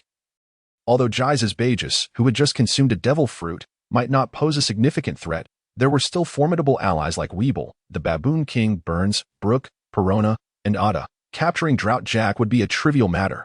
Whoosh! Moke caught up to the two, appearing before Rooney and Pai-Jivan, his gaze fixed upon the backpack strapped to Pai-Jivan's back, where the Zoan-type black fruit was stored. A sudden thought struck him. This devil fruit would be quite advantageous for Weeble. Even without being developed, simply consuming it would enhance Weeble's abilities significantly. Pai-Jivan, sensing Moke's gaze, felt a tightening in his chest. Rooney's expression shifted dramatically, inwardly lamenting their earlier intentions to seize the other's devil fruit. Now, it seemed they were the ones being robbed. In a swift motion, she positioned herself protectively in front of Pyjevan. Moke's attention shifted to Runi, and he couldn't help but notice her alluring figure, long legs, and a refined waist. Though her face was obscured, her large, sparkling eyes revealed that her beauty was undeniable. Intrigued by her true appearance, Moke's interest in Runi deepened. Before Moke could further contemplate, Runi turned to Pyjevan and urged, "I'll hold him off. You must flee. If we leave together." Pyjevan's expression was resolute. The bond between the brother and sister was profound, forged through years of reliance on one another. There was no way he would abandon her. Upon hearing his words, Runi's gaze hardened, and she declared, "Then we shall fight to the death." Runi Hebut. Runi immediately transformed into her hybrid form. She charged at Moke with a powerful Hebut, enveloped in armament hockey. The force of her attack rivaled that of a large-caliber cannon, capable of shattering skulls and demolishing floors, sending bystanders flying. In her hybrid form, Runi's power was even greater. In the original narrative, she had once overwhelmed Nami and Usopp with this technique. Yet, Moke was no Nami, nor was he Usopp. He raised his hand, coating it in armament hockey, and effortlessly seized Runi's head as she charged. Runi found herself in an awkward predicament. Realizing that Moke held her head firmly in his grip, her attack had been rendered laughably ineffective, inflicting no harm whatsoever, and no matter how she struggled, she could not break free from his grasp. "Sister," Pyjevan gasped in shock. Transforming into a velociraptor, he lashed out with his tail to strike Moke, attempting to rescue Runi. However, Moke simply used Runi as a shield against the attack. Crash! Pyjevan's tail struck Runi's back with tremendous force. Caught off guard, she immediately bled from the corner of her mouth, sustaining a serious injury. "Runi!" Pyjevan exclaimed in horror. He could hardly believe that Moke would use Runi's body to deflect his attack. He found himself in a dilemma. If he did not attack, he could not save Runi. Yet if he did attack, what if Moke used her as a shield again? TSK. Observing Runi up close, Moke expressed a hint of curiosity. "I have a question. Why do you siblings conceal your faces? Could it be that you are too ugly?" "Indeed, women are intolerant of being called ugly." Runi, struggling against Moke's grip, retorted, "You're the ugly one." Moke chuckled playfully. "Is that so? Then let me take a look." Saying this, he reached out with his other hand toward the mask on Runi's face. "Don't." Runi gasped in alarm, and Pyjevan's expression mirrored her urgency. Their reactions perplexed Moke. It was merely a mask. If it were removed, so be it. Could it truly be that her appearance was so unsightly? "Please, I beg you." As Moke's fingers brushed against the mask, Runi suddenly went limp, tears streaming down her face. Moke was momentarily at a loss. He could not comprehend why she was reacting so intensely. "This seems a bit excessive. It's not as if I intend to violate you." Pyjevan, meanwhile, had removed the backpack from his back and addressed Moke. "As long as you do not remove Runi's mask, I will willingly give you this devil fruit." This. Moke found himself even more bewildered. Handing over the devil fruit, even if they fled, would be difficult to explain to Kaido. Most importantly, it was just a mask. Why was it treated as more valuable than life itself? Moke's curiosity was piqued. He felt compelled to uncover her true visage. Resolutely, he tore the mask away. What the hell? Just one glance left Moke in a state of shock. How to describe it? Runi's appearance was in stark contrast to her personality. She was, to put it plainly, a youthful beauty. In other words, she resembled a cute, spirited girl. However, unlike Perona, who embodied the Na'vi princess archetype, Runi exuded a charming innocence. Yet, that was not the crux of the matter. What drew attention was the tattoo adorning her left cheek. While tattoos were not uncommon among pirates, this particular one was different. In this world, it signified a taboo. The celestial dragon's hoofprint. It represented the supreme authority of the celestial dragons and the humiliation of slavery. No one would willingly tattoo such a mark upon themselves. Furthermore, anyone bearing the celestial dragon's hoofprint was considered their property. Wherever they went, they would be hunted down, even invoking the highest forces of the Navy. Thus, those marked would conceal it at all costs, fearing both the pursuit of Navy admirals and the shameful past it represented. It was a burden for every slave of the celestial dragons. As long as it remained, they would forever be bound to servitude. Once exposed, even Kaido, one of the four emperors, would struggle to protect them. Setting Runi down, Moke then shifted his gaze to Pyjevan, scrutinizing him with newfound interest. "If I'm not mistaken, you bear the same mark, don't you?" Pyjevan, resigned to his fate, took off his mask, revealing his true face. He was not unhandsome, but the celestial dragon's hoofprint marred his features. Moke fell silent, feeling a surge of sympathy for both Runi and Pyjevan. The treatment of slaves by the celestial dragons was evident in the original tale. Moke had initially intended to eliminate them, but now he posed them a choice. You have two options: join my pirate crew, and I will remove the celestial dragon hoofprint, or perish by my blade. Of course, he was not driven by altruism. There were ulterior motives behind his desire to save them. Firstly, the two possessed decent strength. At 22 and 20 years old, they were still young, which implied potential. To be candid, they could be considered prodigies. By recruiting them, he would gain two relatively strong crew members with untapped potential. Secondly, considering the timeline, Hancock, who also bore the hoofprint, should now be around 28 or 29 years old. At the tender age of 12, she was captured and enslaved by the celestial dragons, only to be rescued by the Fishman Chief at 16. Thus, it has been approximately 12 to 13 years since those events transpired. At that time, Runmi and Paijivan were merely 7 and 9 years old. Hence, they would have been 8 and 10. It is highly probable that, like Hancock, they were also saved around 12 to 13 years ago. Consequently, they might be familiar with one another. Utilizing this connection could serve as a bridge to gain Hancock's initial trust. Furthermore, by removing the celestial dragon mark from her, the chances of winning her favor would be significantly heightened. Even if she cannot be entirely won over, once the Warlords of the Sea are disbanded and the Navy launches an assault, she would have no choice but to seek refuge with him. Additionally, the current presence of the cute lowly, Runmi, alongside Paijivan, forms a delightful duo, which is indeed a splendid option, an opportunity to gain three advantages at once. What? Runmi and Paijivan exclaimed in unison, their gazes towards Mock shifting from fear and supplication to one of astonishment and anticipation. Why did they choose to join the Beast Pirates? Firstly, because Kaido possesses immense strength, and they hold a deep admiration for powerful figures. Secondly, they believed that if their identities were ever exposed, Kaido's character and might could potentially protect them. However, if the mark of the celestial dragons could be removed, it would grant them a fresh start, allowing them to bid farewell to those painful memories, something they had never dared to dream of. The mark of the celestial dragons is deemed indelible. Even if someone possessed the ability to remove it, none would dare to assist them, for the consequences of being discovered would be far too grave. Can it truly be removed? At this moment, Rummy seemed to have forgotten her fear, her face alight with excitement. Mock nodded. This mark must have been applied using a special iron and then colored with tattoo ink. Therefore, technically speaking, it is a type of wound, and as long as it is a wound, I can restore it to its original state. Really? Upon receiving a definitive answer, Runmi and Paijivan's eyes sparkled with hope. They exchanged glances, and an unspoken understanding passed between them, clearly reflected in their eyes. They nodded in unison. Runmi and Paijivan have met the captain. Ha ha ha. Mock couldn't help but laugh, and as he did, a strange power emanating from the sacred sword fused with him, culminating in a surge of ominous energy that enveloped his hand. He then extended his hand towards Runmi.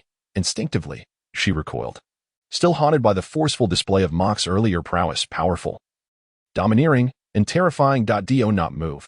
I shall remove this mark of the celestial dragons right now. Runmi stood still, allowing Mock's hand to rest gently upon her face. She felt his fingers softly caressing her skin, a strange power coursing through her, rendering her face pleasantly tingly. The sensation of Mock's touch kindled a warmth within her heart. She instinctively gazed at Mock, who appeared exceptionally handsome and imposing, his formidable aura now shimmering with a radiant glow.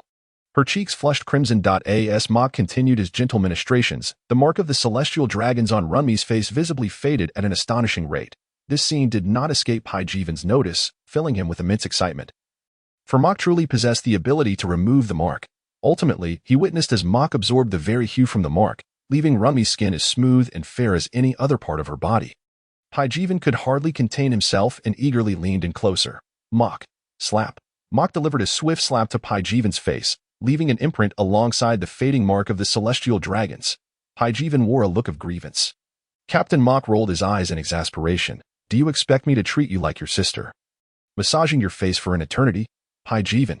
The image that flashed through his mind immobilized him, for it was far too enticing. Perhaps enduring a few more slaps wouldn't be so bad after all. Observing Paijivan's reaction, Runmi understood that the mark upon her face had indeed been removed. She instinctively touched her flushed cheeks, filled with exhilaration. When she looked at Mock again, her eyes brimmed with gratitude, tinged with an unusual sentiment, as she found herself wishing that the captain could linger a moment longer, for that tenderness was a sensation she had never experienced before. Captain, here is the devil fruit. Paijivan promptly presented the backpack containing the devil fruit to Mock. Mock accepted it, unable to suppress a smile, for yet another devil fruit had come into his possession. Boom! At that moment, a violent explosion erupted from the auction house, capturing the attention of Mach, Runmi, and Pai Jivan, who turned to witness the chaos. Lightning wreaked havoc, and Runmi and Pai Jivan widened their eyes in disbelief, for even from a distance, the overwhelming force of the thunder was palpable. One could only imagine the fate of those caught in the midst of it. Ha ha ha, Mach chuckled, recognizing it as Inel's handiwork, amused by the thought. Has this fellow's plans gone awry, igniting such fury? He then turned to Runmi and Pai Jivan. Come, let me introduce you to our crew's first mate. Runmi and Pai Jivan exchanged astonished glances. If their eyes did not deceive them, this must be the legendary Thunder Fruit. Known for its unparalleled destructive power among the natural types, this meant that their pirate crew possessed a first mate on par with an admiral. Previously, they had witnessed the formidable Weeble, who effortlessly thwarted their adversary. The Baboon King, Burns, alongside the newly empowered Gizes Bages, who had just consumed a mythical Zoan fruit, with Brooke, Perona, and Ada, who had yet to reveal their true powers. This lineup, in terms of elite strength, rivaled any of the four Emperor's crews. Should their captain also be of the caliber of an Emperor, the New World might soon witness the rise of another pirate sovereign. Who could this individual be? Could he be the one who arrived alongside Mach? As mentioned by Tianzhong, in the distance, Gil Zoro observed the unfolding events with keen interest, utterly unprepared for the fierce battle between Gizes Bages and the Calamity Jack. Suddenly, this new figure emerged. Gulp. Gil Zoro swallowed hard. For this devil fruit was tailor-made to counter his OWN.AS, a being of gold. He found himself outmatched by the thunder, with nowhere to escape. One misstep could spell his doom. This individual, much like Mach, had to be eliminated, or he would be unable to find peace. Not only him, but also the Baboon King Burns, Gizes Bages, Brooke, Perona, Ada, and even a smile, each displayed expressions of shock, especially Gizes Bages. For this new arrival stood directly before him. The moment this individual appeared, the sight of him manipulating lightning had nearly terrified Gizes into submission. He glanced at the crumpled form of Calamity Jack, twitching on the ground, and felt a twitch at the corner of his mouth. Fully aware that despite now possessing a mythical Zoan fruit, he still fell short in comparison to Calamity Jack. After all, he had only just consumed the devil fruit, though he had managed to hold his own against Calamity Jack earlier. Time would inevitably see him bested. Yet if Calamity Jack had fallen, it would be even more disastrous for him to endure such an encounter. Thus, he regarded this sudden arrival with utmost trepidation. Remaining on high alert. At this moment, Enel turned his gaze towards Gizes Bages, curiosity glinting in his eyes, because he had just witnessed it very clearly. Indeed, it was yet another flame fruit. Mach was certainly not mistaken. Above this expanse of Qinghai, there undeniably exists a multitude of divine entities. His gaze swiftly shifted to the side, landing on Baboon King Burns, Brooke, Perona, and Ada, all of whom were smiling. However, when his eyes fell upon a certain individual, they abruptly narrowed. With his observation haki, he could naturally sense that this individual possessed an utterly terrifying strength. Wait, it seemed something peculiar had infiltrated their midst. His gaze quickly returned, ultimately settling on Brooke. At first, he was taken aback, and soon his eyes nearly bulged. A living skeleton? Analu, have you already finished so soon? At that moment, Mach returned with Runmi and Pai Jivan in tow. Gizes Bages first cast a glance at Runmi and Pai Jivan, then inquired, "Who is the captain?" Mach replied, "Allow me to formally introduce him. This is Analu, a natural type user of the Rumble fruit, and he is also our vice-captain." After saying this, he promptly added, "And the two behind me, Runmi and Pai Jivan, have officially become our companions. You all should get to know each other. A natural type user of the Rumble fruit, vice-captain. These two individuals have also joined our pirate crew, Baboon King Burns, Gizes Bages." Brooke, Perona, and Ada were all astonished, yet their laughter grew increasingly exuberant, for this signified that the strength of their pirate crew had once again ascended to new heights. At that moment, Mach's gaze fell upon the individual known as Ikeo, Mr. Ikeo, it is a pleasure to meet you here. Ikeo merely nodded, exhibiting a hint of aversion.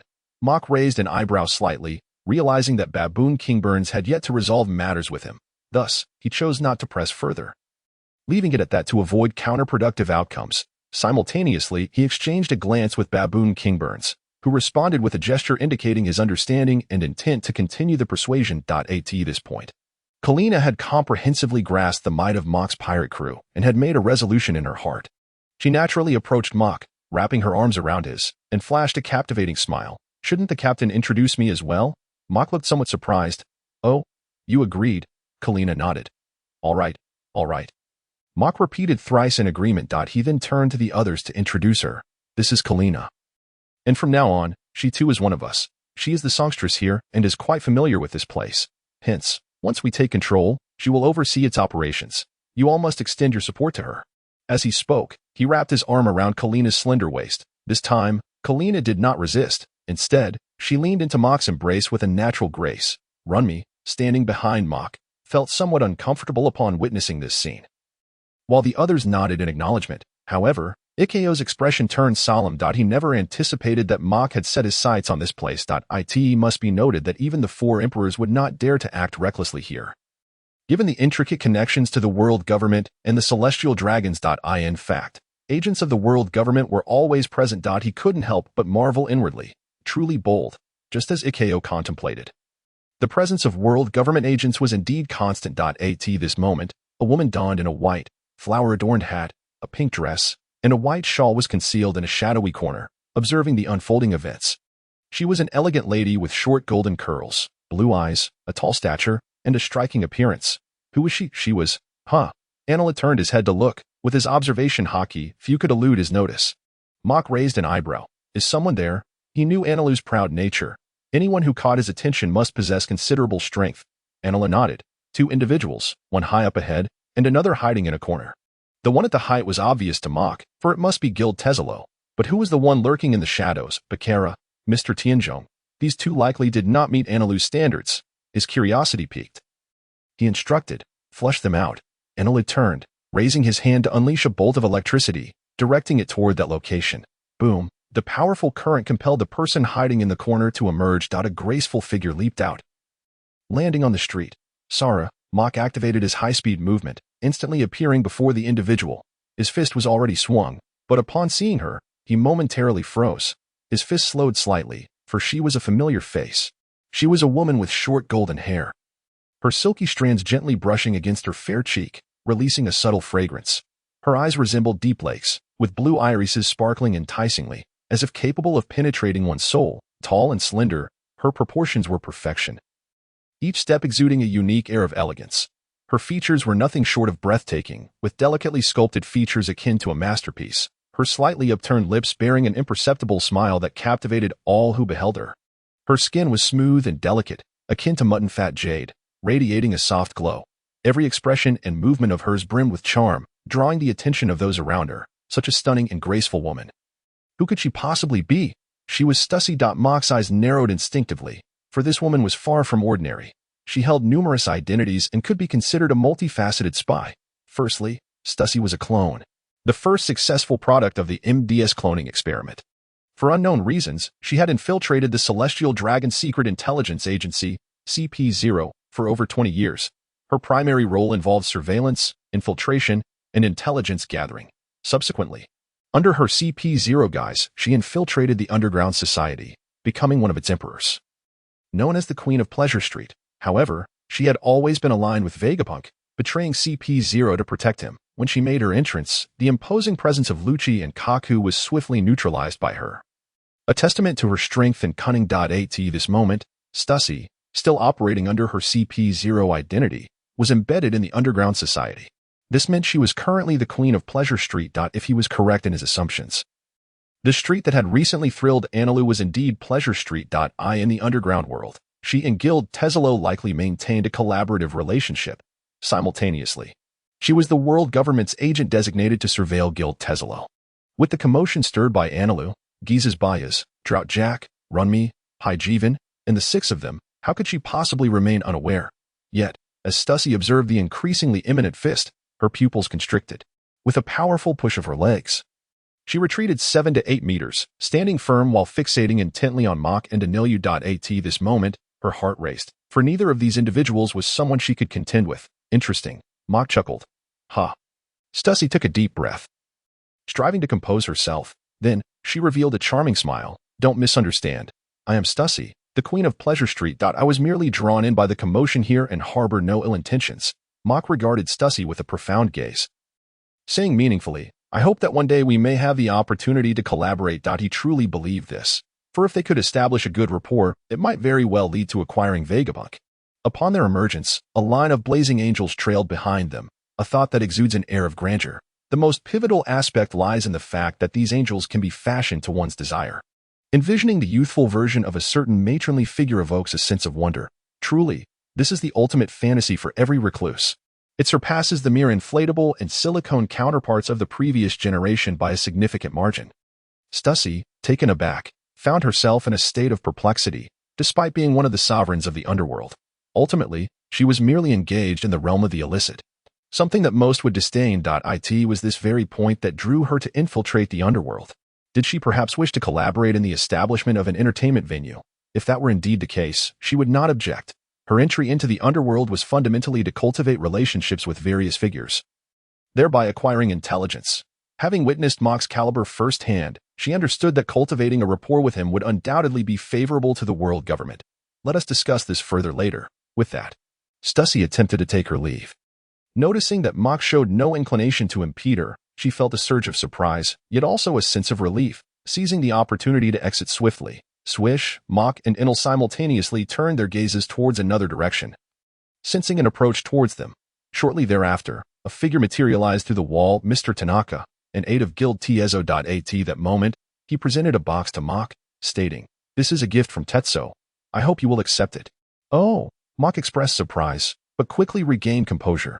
This was an overture towards reconciliation. Naturally, Mock was not naive enough to genuinely believe that Guild Tetsu sought peace. Tetsu's intentions were clear, at least for now.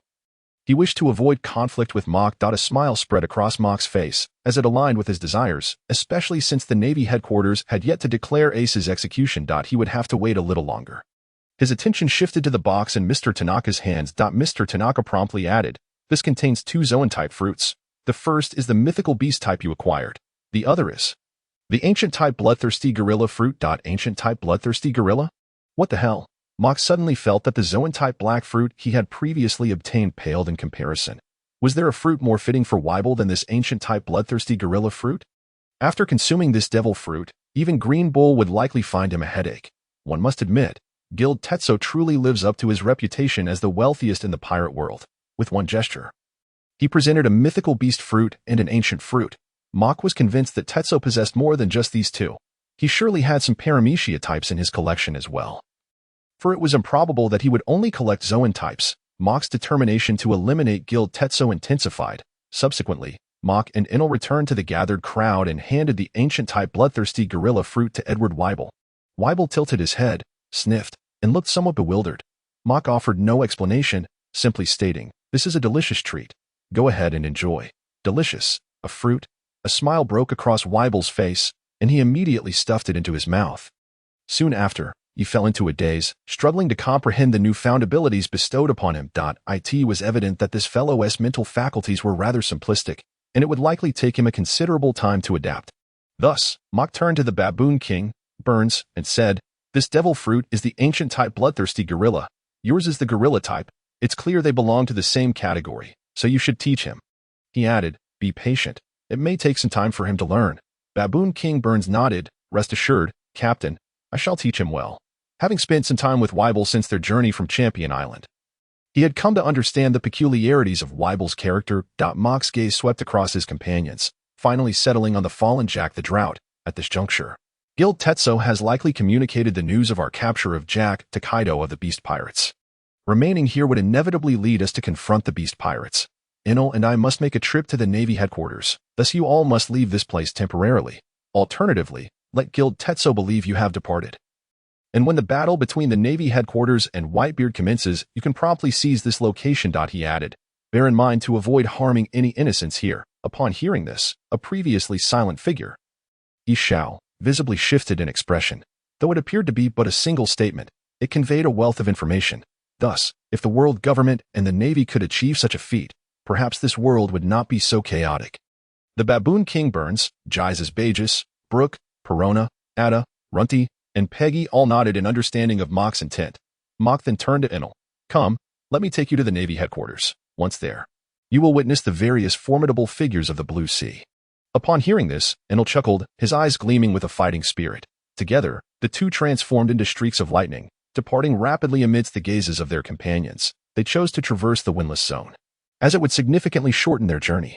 For those capable of flight like them, it was both labor-saving and time-efficient. How swift are the speeds of electricity and light? Fast enough to make one question reality itself. This is precisely why the character Kizaru was dispatched during the events of the Sabaody archipelago. No matter where, he would arrive at the first opportunity. At the Navy headquarters, Sengoku wore a grave expression, for he had received intelligence regarding Mach and his crew from Guild Tiezo. It must be said that Mach's growth and strength had exceeded his expectations, as had his ability to recruit crew members and expand influence. Another red-haired pirate crew had emerged. Initially, red-haired had similarly risen at an astonishing pace, before one could even react.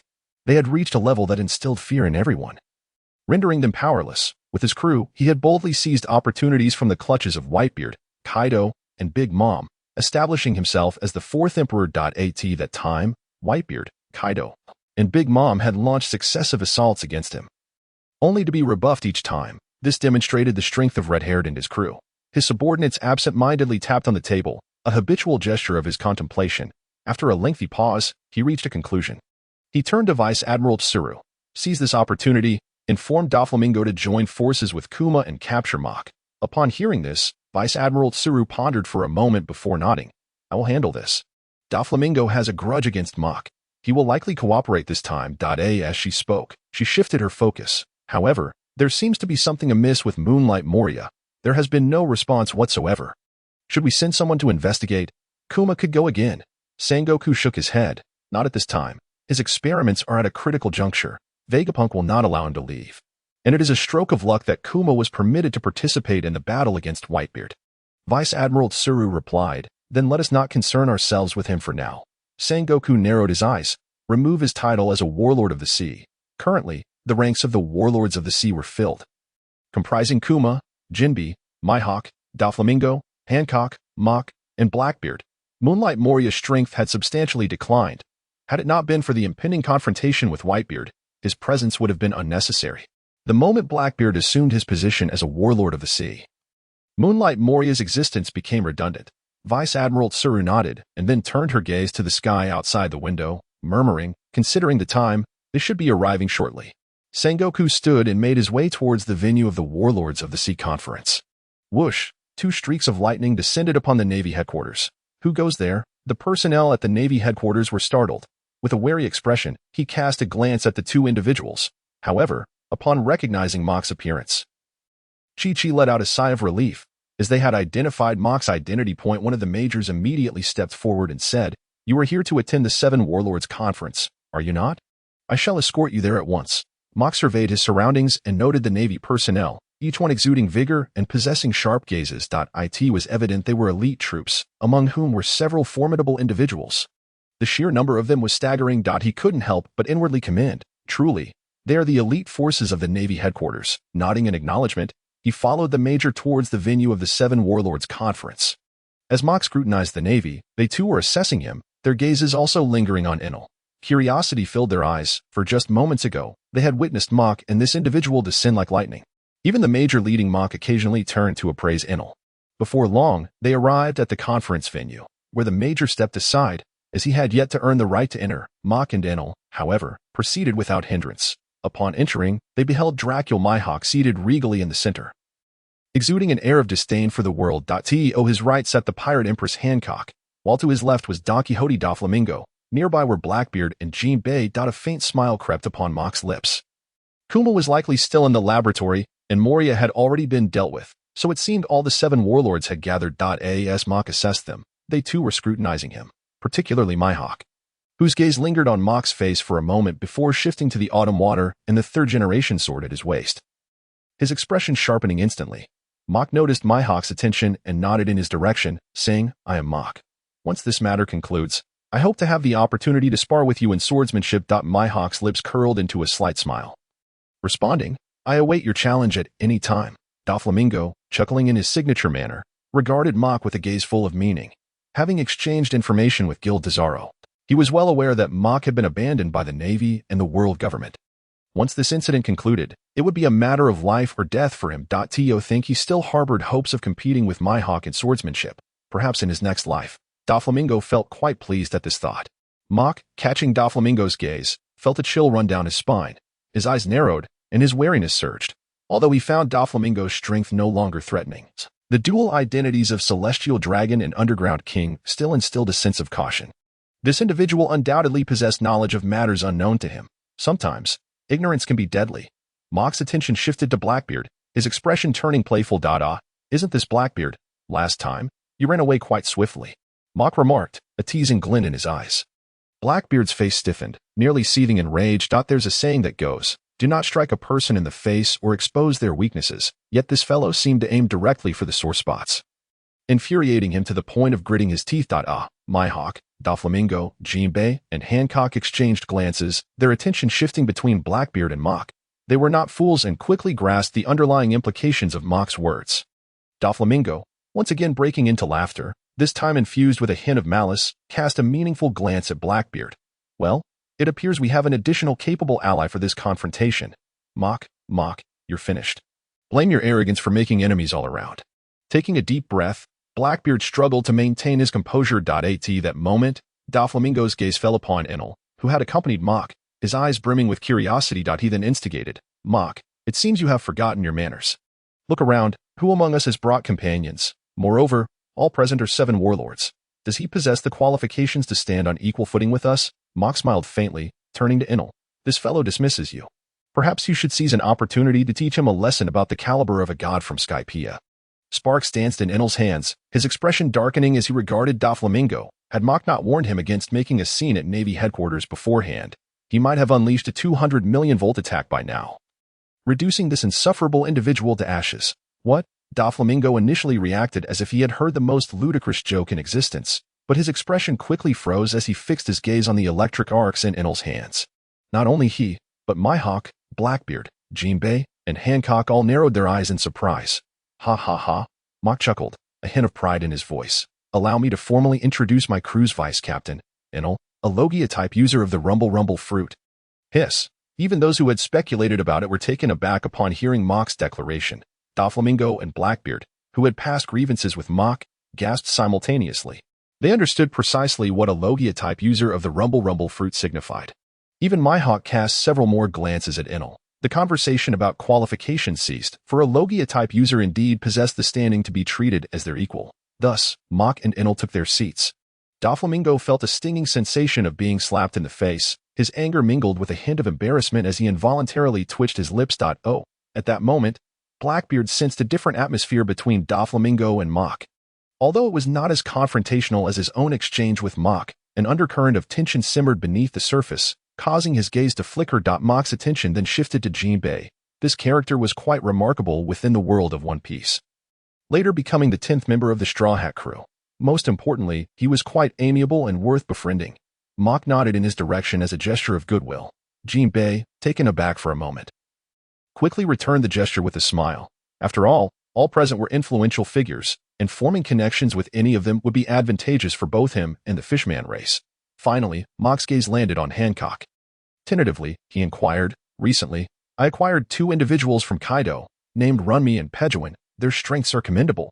They claim to be acquainted with the Empress. I wonder if the Empress still remembers them. Upon hearing these names, Hancock initially displayed confusion while mentally sifting through her memories. Observing her reaction, Mock added, about 12 or 13 years ago, they sustained some injuries to their faces, hence they have been covering them. Runmi, Pejuan. 12 or 13 years ago? Injured and covering their faces.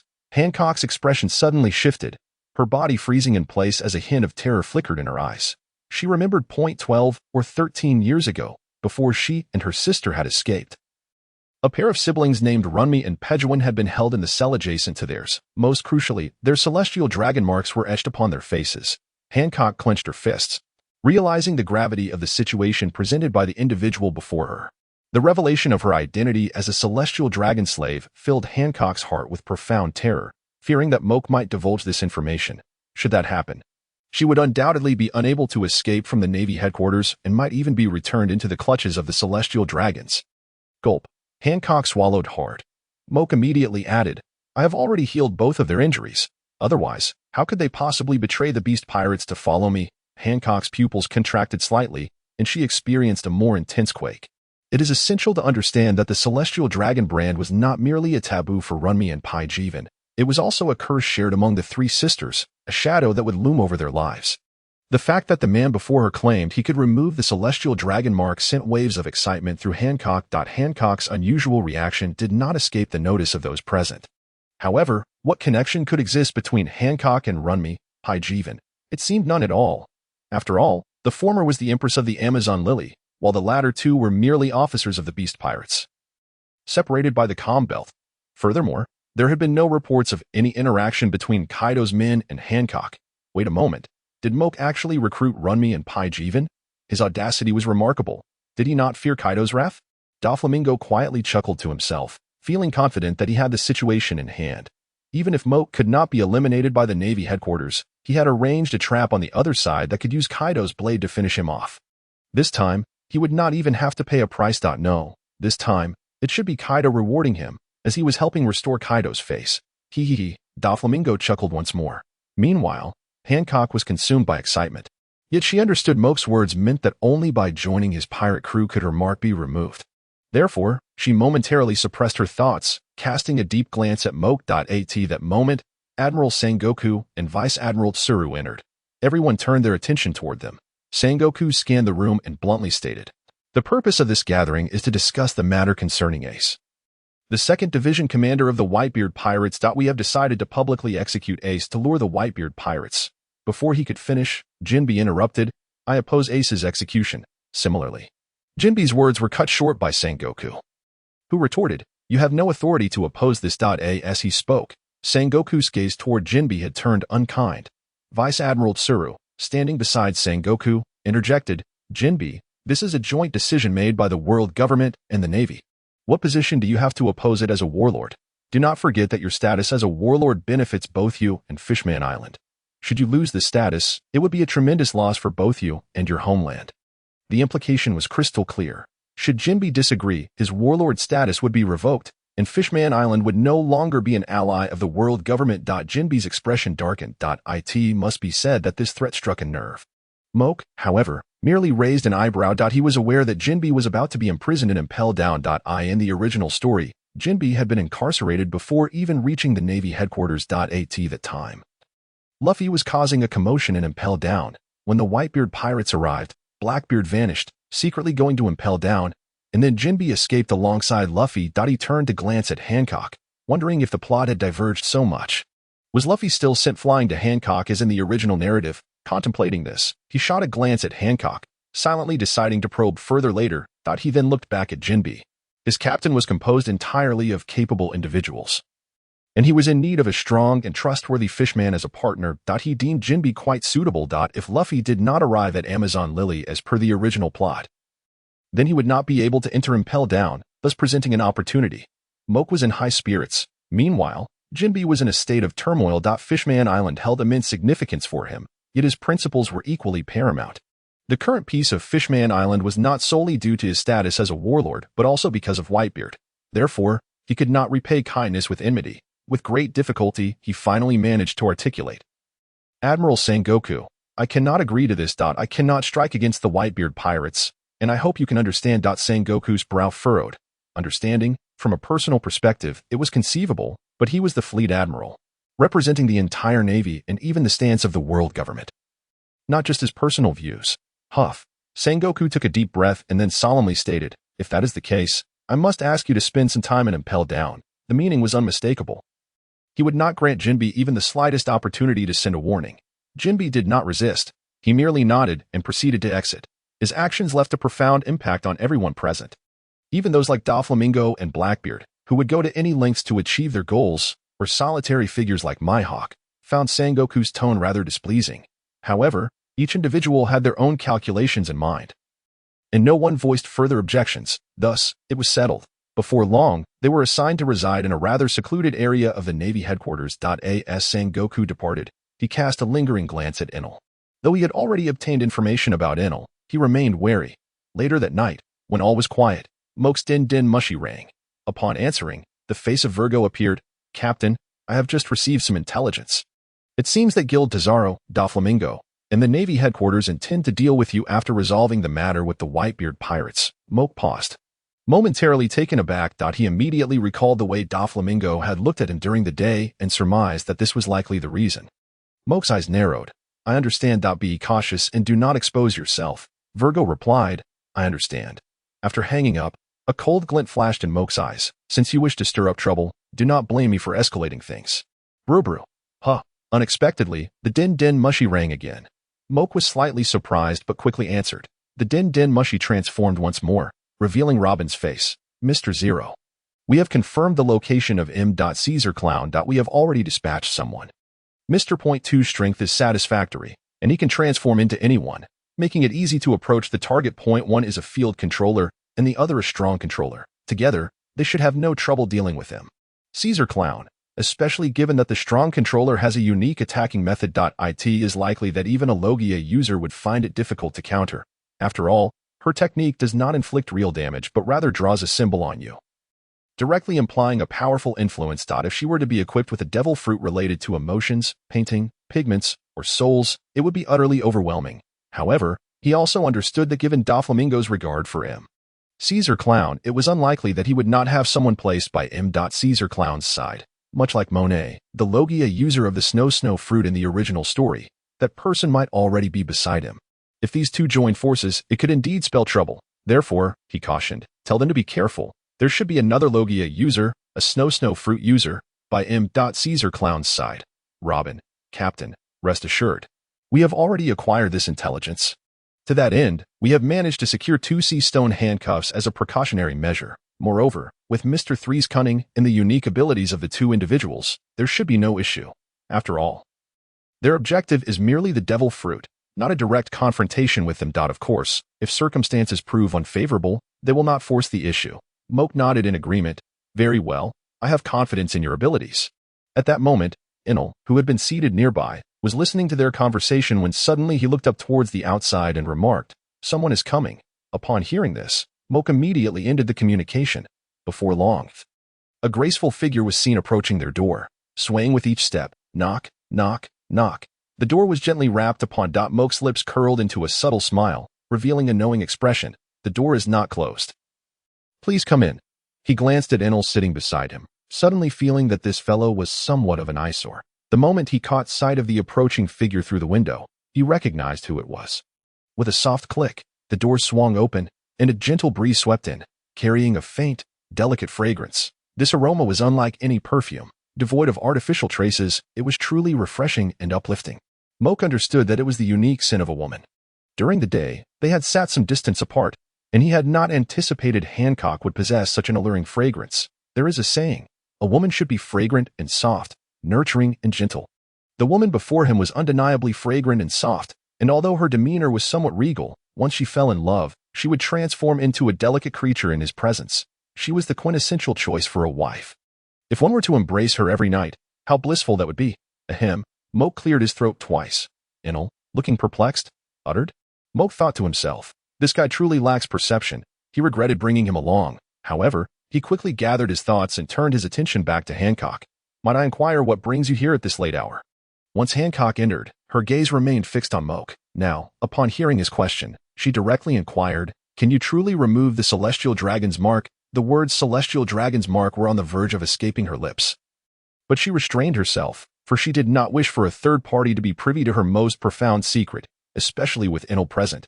Moke noticed the intensity in her eyes and then turned to the still oblivious Enel. You should step outside. I have some private matters to discuss with her. Enel, finally realizing, walked out, slightly disgruntled, and as he brushed past Hancock, he let out a cold snort, showing no signs of being captivated by her. Indeed, those who can withstand Hancock's allure are peculiar individuals like Luffy and Enel. Take Blackbeard, for instance. In the original storyline, he dared not confront Hancock directly but chose to divert her attention to his crew before launching a surprise attack.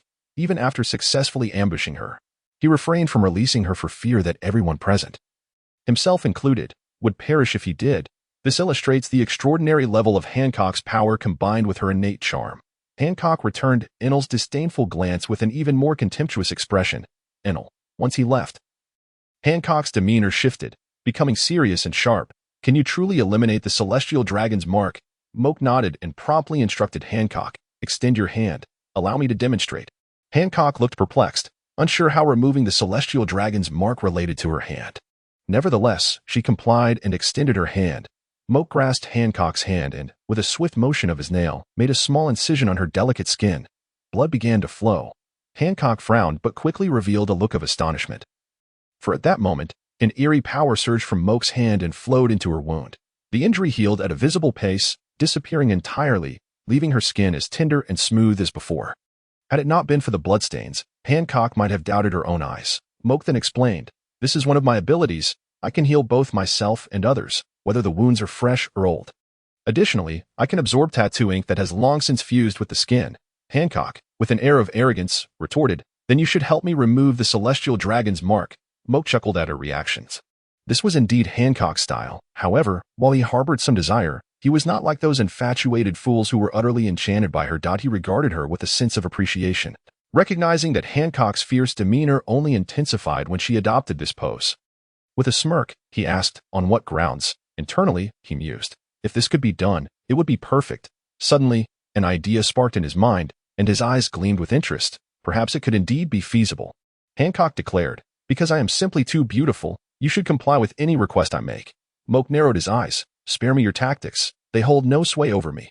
Hancock, taken aback by Moke's indifference, regarded him with newfound respect. Few could resist her allure, regardless of gender. With a serious expression, she raised an eyebrow. "What must you do to remove the mark from my body?" Moke casually replied, "Since it's an old injury, it is somewhat complicated. However, it is not insurmountable. If you allow me to massage the area for half an hour, I can remove it." He quickly added, "The treatment will need to be maintained for a month to achieve full restoration." As he spoke, he leaned in, feigning surprise as he scrutinized Hancock's face. "How peculiar. The celestial dragon's mark is usually on the face. I initially thought you had covered it with something, but upon closer inspection, your complexion is remarkably smooth and flawless, without any disguise." Instinctively, Hancock turned her face away, but inwardly, she felt a sinking sensation. She looked at Moke with a mix of shock and apprehension.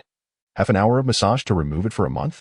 Her beautiful eyes glimmered with embarrassment. After all, the mark was not on her face but on her back, a part of her body that a stranger should not have the liberty to touch for such an extended duration. She quickly regained her composure, her voice tinged with irritation. "You managed to heal the wound so swiftly. Why the need for half an hour?" Moke shrugged. "That's different. The demonstration was merely to prove my capability. The new wound is not comparable to a mark that has been present for over a decade." Hancock found herself at a loss for words. Indeed, there was a vast difference between old and new injuries. Ultimately, she wore a conflicted expression before resolutely stating, "Very well. Remove the celestial dragon's mark for me." She then turned her back to him, adopting a posture of submission. Moke's eyes were immediately drawn to Hancock's lustrous dark hair, her slender waist, her curvaceous figure, and her long, white, delicate legs. Moke involuntarily inhaled sharply, momentarily losing his composure. Who had ever been this close to Hancock, and in such an intimate manner? He found himself momentarily stunned, unable to fathom that Hancock would be so forthcoming. Unbeknownst to him, a blush crept across Hancock's face as she faced away from him. Moke thought to remind her that she had yet to agree to his conditions. But in such a charged atmosphere, how many could maintain their composure? However, in the next moment, Hancock gently lifted her top. The smooth, perfectly curved beauty of her back, the dazzlingly slender waist, was almost mesmerizing. One could even faintly discern. Golyulu, Moke couldn't help but swallow hard. It was that he was lecherous, nor was it that he was transfixed by women. Just ask yourself, which normal man could remain indifferent in the presence of such a scene featuring the Empress? At that moment, Moke felt a slight dryness in his throat. If not for the inappropriate setting and timing, he truly wished to take immediate action. Huff. Moke took a deep breath, striving to calm himself. Ultimately, he reached out his hand, the aura of the holy sword enveloping him, swirling around his fingers. When Moke's fingertips grazed Hancock's back, her body visibly trembled. Clearly, she was not as nonchalant as she appeared. After indulging in treatment for half an hour, Moke reluctantly withdrew his hand. Hancock donned her attire with precision. Without a backward glance, she opened the door and stepped outside, but paused at the threshold. Gritting her teeth as she declared, "I shall investigate upon my return. If there is no effect whatsoever, I will have your head." With that, Hancock departed, her haste revealing a trace of disarray. Moke couldn't help but smirk. Observing Hancock's reaction, he understood that he was but a step away from winning her over. Huff, huff, huff. Upon returning to her quarters, Hancock felt as though she was ablaze, her face and body aflame. Nevertheless, she quickly approached the mirror. Lifting her garment to scrutinize her reflection, the celestial dragon's mark had been etched onto her skin for over a decade. and she was all too familiar with its appearance. Thus, she could discern the notable change. The scar, once seared into her flesh, had notably faded. Its color diminished. It was evident that Mock's ministrations had yielded significant results. Hancock's lips curled into a smile that she could no longer suppress. The celestial dragon's mark had been an enduring nightmare for her. She murmured, "This is real. That fellow truly did not deceive me." Her thoughts drifted back to the sensations she experienced during Mock's healing touch. That peculiar energy, coursing through her skin with each press, ignited a tingling sensation, one that was not unpleasant, but rather blissful. Women naturally harbor fondness for men who have bestowed great kindness upon them. If that man also engaged in intimate contact, and particularly if he was the first to evoke such closeness, his standing in her heart would soar. If he were also formidable and handsome, it would not be long before she succumbed to love.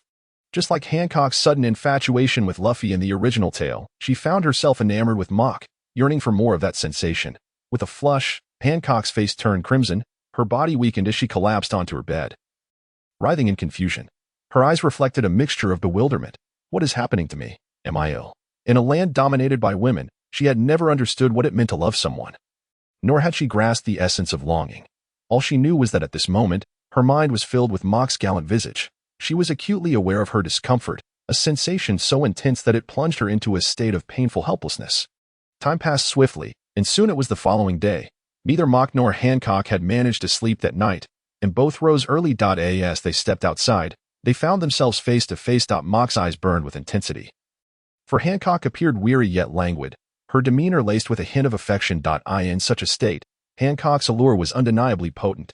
Her legs wobbled, and had she not reacted quickly to brace herself against the doorframe, she surely would have stumbled. Her legs instinctively pressed together. Mock regained his composure and waved at Hancock, greeting her with an enthusiastic, "Good morning." Hancock bit her lip, responding softly, "Good morning." Mock continued, "Tonight at the same time. I shall assist you again." At that moment, Hancock could no longer maintain her composure. A flush crept across her cheeks, and she averted her gaze, unable to meet Mock's eyes. Nonetheless, she nodded gently, yet within her heart, anticipation swelled. That evening, Mock's hand glided over her abdomen. The next day was spent scaling the mountains. Joyous moments are fleeting, and before they knew it, the third day had arrived. According to their previous plan, Mock would soon fulfill his desires. However, to Mock's dismay, Sengoku called for a meeting. Damn it. He cursed inwardly, then turned to Hancock, advising, "Let us act distant in public. I have a significant matter to attend to today, and I wish to avoid involving your kingdom." Hancock paused, then promptly responded, "Whatever you need to do, I can assist." Mock shook his head. "This affair is too grave. If you become entangled, it could spell disaster for your kingdom. Just observe." Hancock furrowed her brow slightly, her gaze flickering as if making a decision within herself. As they made their way to the Shichibuke meeting room, both maintained an air of strangeness. "Please, have a seat." Sengoku was already seated, accompanied by Vice Admiral Smoker, Kizaru, Akainu, Akiji, and others. The formidable assembly caused even Mock's heart to tremble. He scanned the room, catching sight of Doflamingo, Mihawk, Blackbeard, and even Kuma. Mock's pupils constricted. He understood that the Whitebeard pirates were likely drawing near to the Navy headquarters. Sengoku wasted no time. "We have detected the presence of the Whitebeard pirates, and they are closing in on our headquarters. I require you, the Shichibukai, to join forces with the Navy to confront them." Given the situation, none could refuse, and they followed Sengoku to the port, where they prepared for battle. Mihawk, Doflamingo, Blackbeard, Kuma, Hancock, Mock, and Enel stood to one side, awaiting the arrival of Whitebeard and his crew. Before long, Blackbeard approached Sengoku, exchanged a few words, then departed. Mock couldn't help but smirk. While others may have been oblivious, he understood perfectly. Blackbeard was seizing an opportunity to slip away from Sengoku and the three admirals' scrutiny. This way, he could proceed with his plans to infiltrate and pell down. Mock turned to Enel, sharing a knowing glance. Enel immediately grasped the cue, subtly obstructing the view of the others. Mock then transformed into mud, merging with the ground and swiftly escaping. He left behind a mud clone that was indistinguishable from himself, capable of fighting much like a biscuit soldier, possessing considerable strength. Mock quickly navigated underground to the farthest reaches of the Navy headquarters, where few remained. He emerged from the earth, extending his hand towards the sun, transforming into a light-based ability, and shot forth like a beam towards Impel Down. He aimed to reach the prison before Blackbeard, gathering allies along the way: Katarina Devon, Bacchus, the tyrant Bartolomeo, Shiryu of the Rain, Bondrewd, Douglas Bullet, and the illustrious Jinbei, all formidable individuals, particularly Shiryu, Bondrewd, Douglas, and Mihawk. If he could successfully recruit even one of them, this journey would not be in vain. Moreover, apart from Bondywald, Douglas Barrett, and the solitary Red, he felt quite assured. Securing these individuals would not only strike a blow against Blackbeard, but also solidify his own pirate crew. With this, he would possess the means to rival any of the 4 Emperor's pirate crews while ensuring he had the manpower to defend his territory.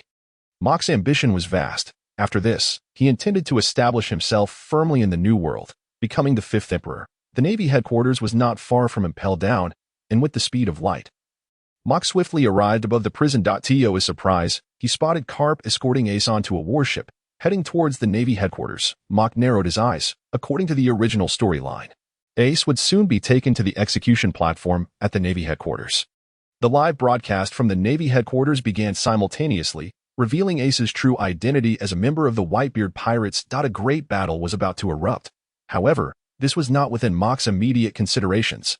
Once Carp's warship sailed out of sight, he descended directly onto the port of Impel Down. He swiftly altered his abilities once more, merging with the ground, and proceeded deeper into the prison. Upon entering the interior of Impel Down, Mok was greeted by an intense, uncomfortable heat. The layout of the prison was as follows. Level 1 above sea level was the Red Lotus Hell. Level 2 was the Beast Hell. Level 3 was the Hunger Hell. Level 4 was the Scorching Hell. Level 5 was the Extreme Cold Hell. Level 5.5 was the Newbie Monster Paradise, and Level 6 was the Infinite Hell. This overwhelming heat made it clear to Mok that he had reached Level 4, the Scorching Hell. Just as he was about to delve deeper, he heard the violent and urgent crack of a whip striking flesh, accompanied by screams that crescendoed in intensity. Curiosity piqued. Mok leaned in to observe and was taken aback. A woman was relentlessly lashing a prisoner before her, clearly engaged in torturous interrogation. However, this particular form of coercion was distinct because Mok instantly recognized her as Suddy. Suddy was the chief warden of the underwater prison, commanding the beast wardens of Level 4, endowed with powers equal to that of the chief warden. With her curly golden hair, bangs obscuring her eyes, she donned candle-shaped white earrings, a pink form-fitting leather outfit, and spiked high heels, her catchphrase being MM. Possessing a severe sadistic streak, she became exhilarated at the sound of her victims' cries. In the original narrative, during a confrontation with the protagonist's group, she engaged in fierce combat with the transformed Okama King, Ivankov. Eventually, her beast wardens were defeated by Straw Hat Luffy, Knight of the Sea Jinbei, and Mr. Zero Crocodile, while she herself was vanquished and bound in midair by Ivankov. She is undoubtedly one of the most unique female characters in the One Piece series. Many fans delight in the sight of her being defeated and suspended by Ivankov. Don't ask why, you know the reason. Most notably, her attire, personality, and her penchant for the phrase MM are unparalleled within the One Piece universe. Each element stimulating the senses. If someone has a particular preference, she would undoubtedly be their favorite. But returning to the matter at hand, if given the chance, which man would not be enamored? Just then, Suddy, covering her backside, wore an expression of shock as she scanned the room, her pupils contracting sharply upon realizing that, aside from the prisoner she had bound, no one else was present. Indeed, it should have been so, for this place was meant to contain only her and the prisoners. But who was the figure she had just encountered? Her catchphrase echoed again, but this time it carried a distinctly different tone. The entirety of Impel Down was aware of her sadistic proclivities and her enjoyment of inflicting pain, yet no one knew of her other peculiar fascination, which was quite the opposite. A blush crept across her face as she pondered the identity of her assailant. Vowing not to let this individual escape her grasp, Magellan, Hannibal, these two names immediately surfaced in Suddy's mind, for within the confines of Impel Down, only they possessed the capacity to best her while ensuring their anonymity. Moreover, she was aware that both of these individuals harbored a fondness for women, having caused their share of amusing predicaments. For instance, many years ago, when Hannibal was still a novice, he encountered a woman named Miss Olivia, who had a bounty of nearly 50 million berries, a rather unimpressive foe. Given Hannibal's strength at the time, subduing her should have been a trivial task, provided he remained cautious. However, the guards had warned him that Miss Olivia was a cunning and vicious pirate, urging him to exercise caution. Ultimately, Hannibal fell prey to her allure and was easily defeated, marking a significant blemish on his record. Yet, which of these two could it be? She could never have anticipated that it was merely a moment of impulsive recklessness from someone else. Meanwhile, Mok had once again slipped into the next level, reflecting on Suddy's impressive skills. If she were to be a personal plaything, it would surely be a delightful experience, were it not for time constraints. He would have relished the opportunity to engage with her properly. Mock swiftly traversed through level 5 and arrived at level 6. As Mock stepped into level 6, the prisoners within turned to face him in unison. Most of them had been incarcerated for some time, and thus were unfamiliar with the recently infamous Mock. Curiosity and apprehension mingled in their expressions. A new warden has arrived. Several among them felt a surge of excitement. As to bully a newcomer had become one of their few sources of amusement during their confinement. Suddenly, a wave of conqueror's hockey erupted from one of the cells, sweeping towards Mock. The prisoners looked on, their faces lighting up with anticipation, but their smiles faltered as they realized that the newcomer also emanated a formidable aura of conqueror's hockey. Conqueror's hockey. They exclaimed in astonishment. Their surprise was not due to the rarity of the ability, for many among them had traversed the seas and encountered numerous wielders of conqueror's hockey. Indeed, there were several individuals on level 6 who possessed it. Their astonishment stemmed from the fact that a mere warden could awaken such power. After all, in the Navy, only Sengoku, Carp, and Steelbone were known to possess it, one being the current fleet admiral, another a former fleet admiral, and the last a legendary pirate hero. Thus, it was exceedingly rare to find someone with conqueror's hockey among the ranks of wardens. At that moment, those who had been concerned about Ace, Whitebeard, and Jinbei were also stirred. Upon seeing Mock, they could not help but exclaim in disbelief. Their eyes were wide with incredulity, their minds grappling with confusion. Who was Mock? A warlord of the sea? Which individual within the world government, the Navy headquarters, or impelled down would permit a warlord to enter level 6 alone, unafraid that he might liberate the prisoners? That would spell disaster. Hey Jinbei, do you know this guy? Jinbei nodded. Mock, the newly appointed warlord with a bounty of 300 million. He is a user of multiple devil fruits and a swordsman. 300 million? A user of multiple devil fruits? A swordsman? A warlord? Indeed. Everyone's focus diverged in different directions. However, it did not take long for them to connect the dots.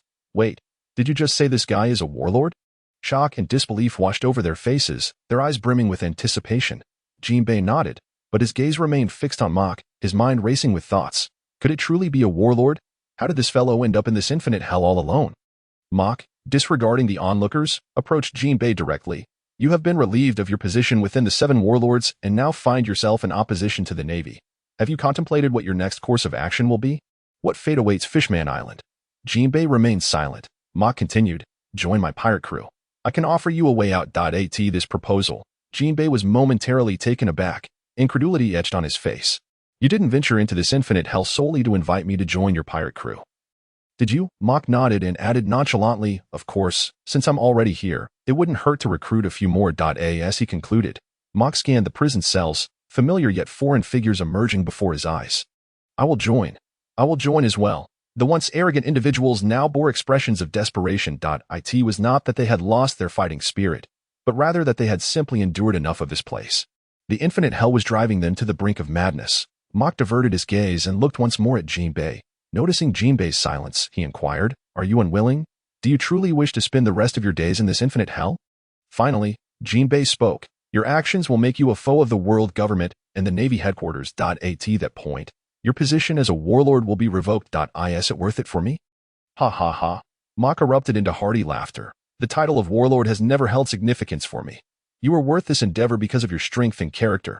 After all, my crew comprises only those with abilities.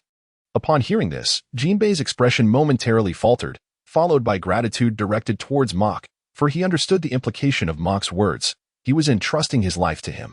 Such trust was not easily given. Many pirate crews included fishmen, yet most were relegated to the sidelines. Take Aladdin from the Big Mom Pirates, for instance. He was once the ship's doctor and vice captain of the Sun Pirates, now the captain of the Sun Pirates. Despite marrying Big Mom's daughter, Pudding, and becoming her son-in-law, he had never ascended to the core of the crew. Jinbei inhaled deeply and then turned to Mock. May I ask a favor of you? Mock instantly grasped his meaning. Ace and Whitebeard, correct. Jinbei was taken aback, astonished by Mock's quick wit. A single sentence had made his intent clear. Mock chuckled. Rest assured, even without you, I would stand alongside Whitebeard this time. Ah, Jinbei was bewildered, unable to comprehend Mock's reasoning. Mock candidly explained, I have received reliable information that the world government and Navy headquarters have decided to target me once the war with Whitebeard's crew concludes. Intending to keep me imprisoned forever at the Navy headquarters. With a shrug, he continued, in that case, why shouldn't I take the opportunity to strike the Navy while they are engaged in battle with Whitebeard? Jinbei then connected the dots. Indeed, this way, not only would you eliminate your own peril, but you would also earn a monumental favor from Whitebeard. Ha ha ha. Mock laughed heartily. Of course, for me. If Sengoku and the world government dare to scheme against me, they shall pay the price. After pondering for a moment, Jinbei nodded in agreement. Mock's fingers began to transform into mud, and he inserted them into the keyhole, promptly unlocking the cell door. Jinbei stepped out, expressing his gratitude. Thank you for rescuing me, Captain. Mock replied, we are already comrades. There is no need for thanks. He then approached Shiryu's cell, asking, are you interested in joining my pirate crew? Shiryu regarded Mock, contemplating for a moment before nodding.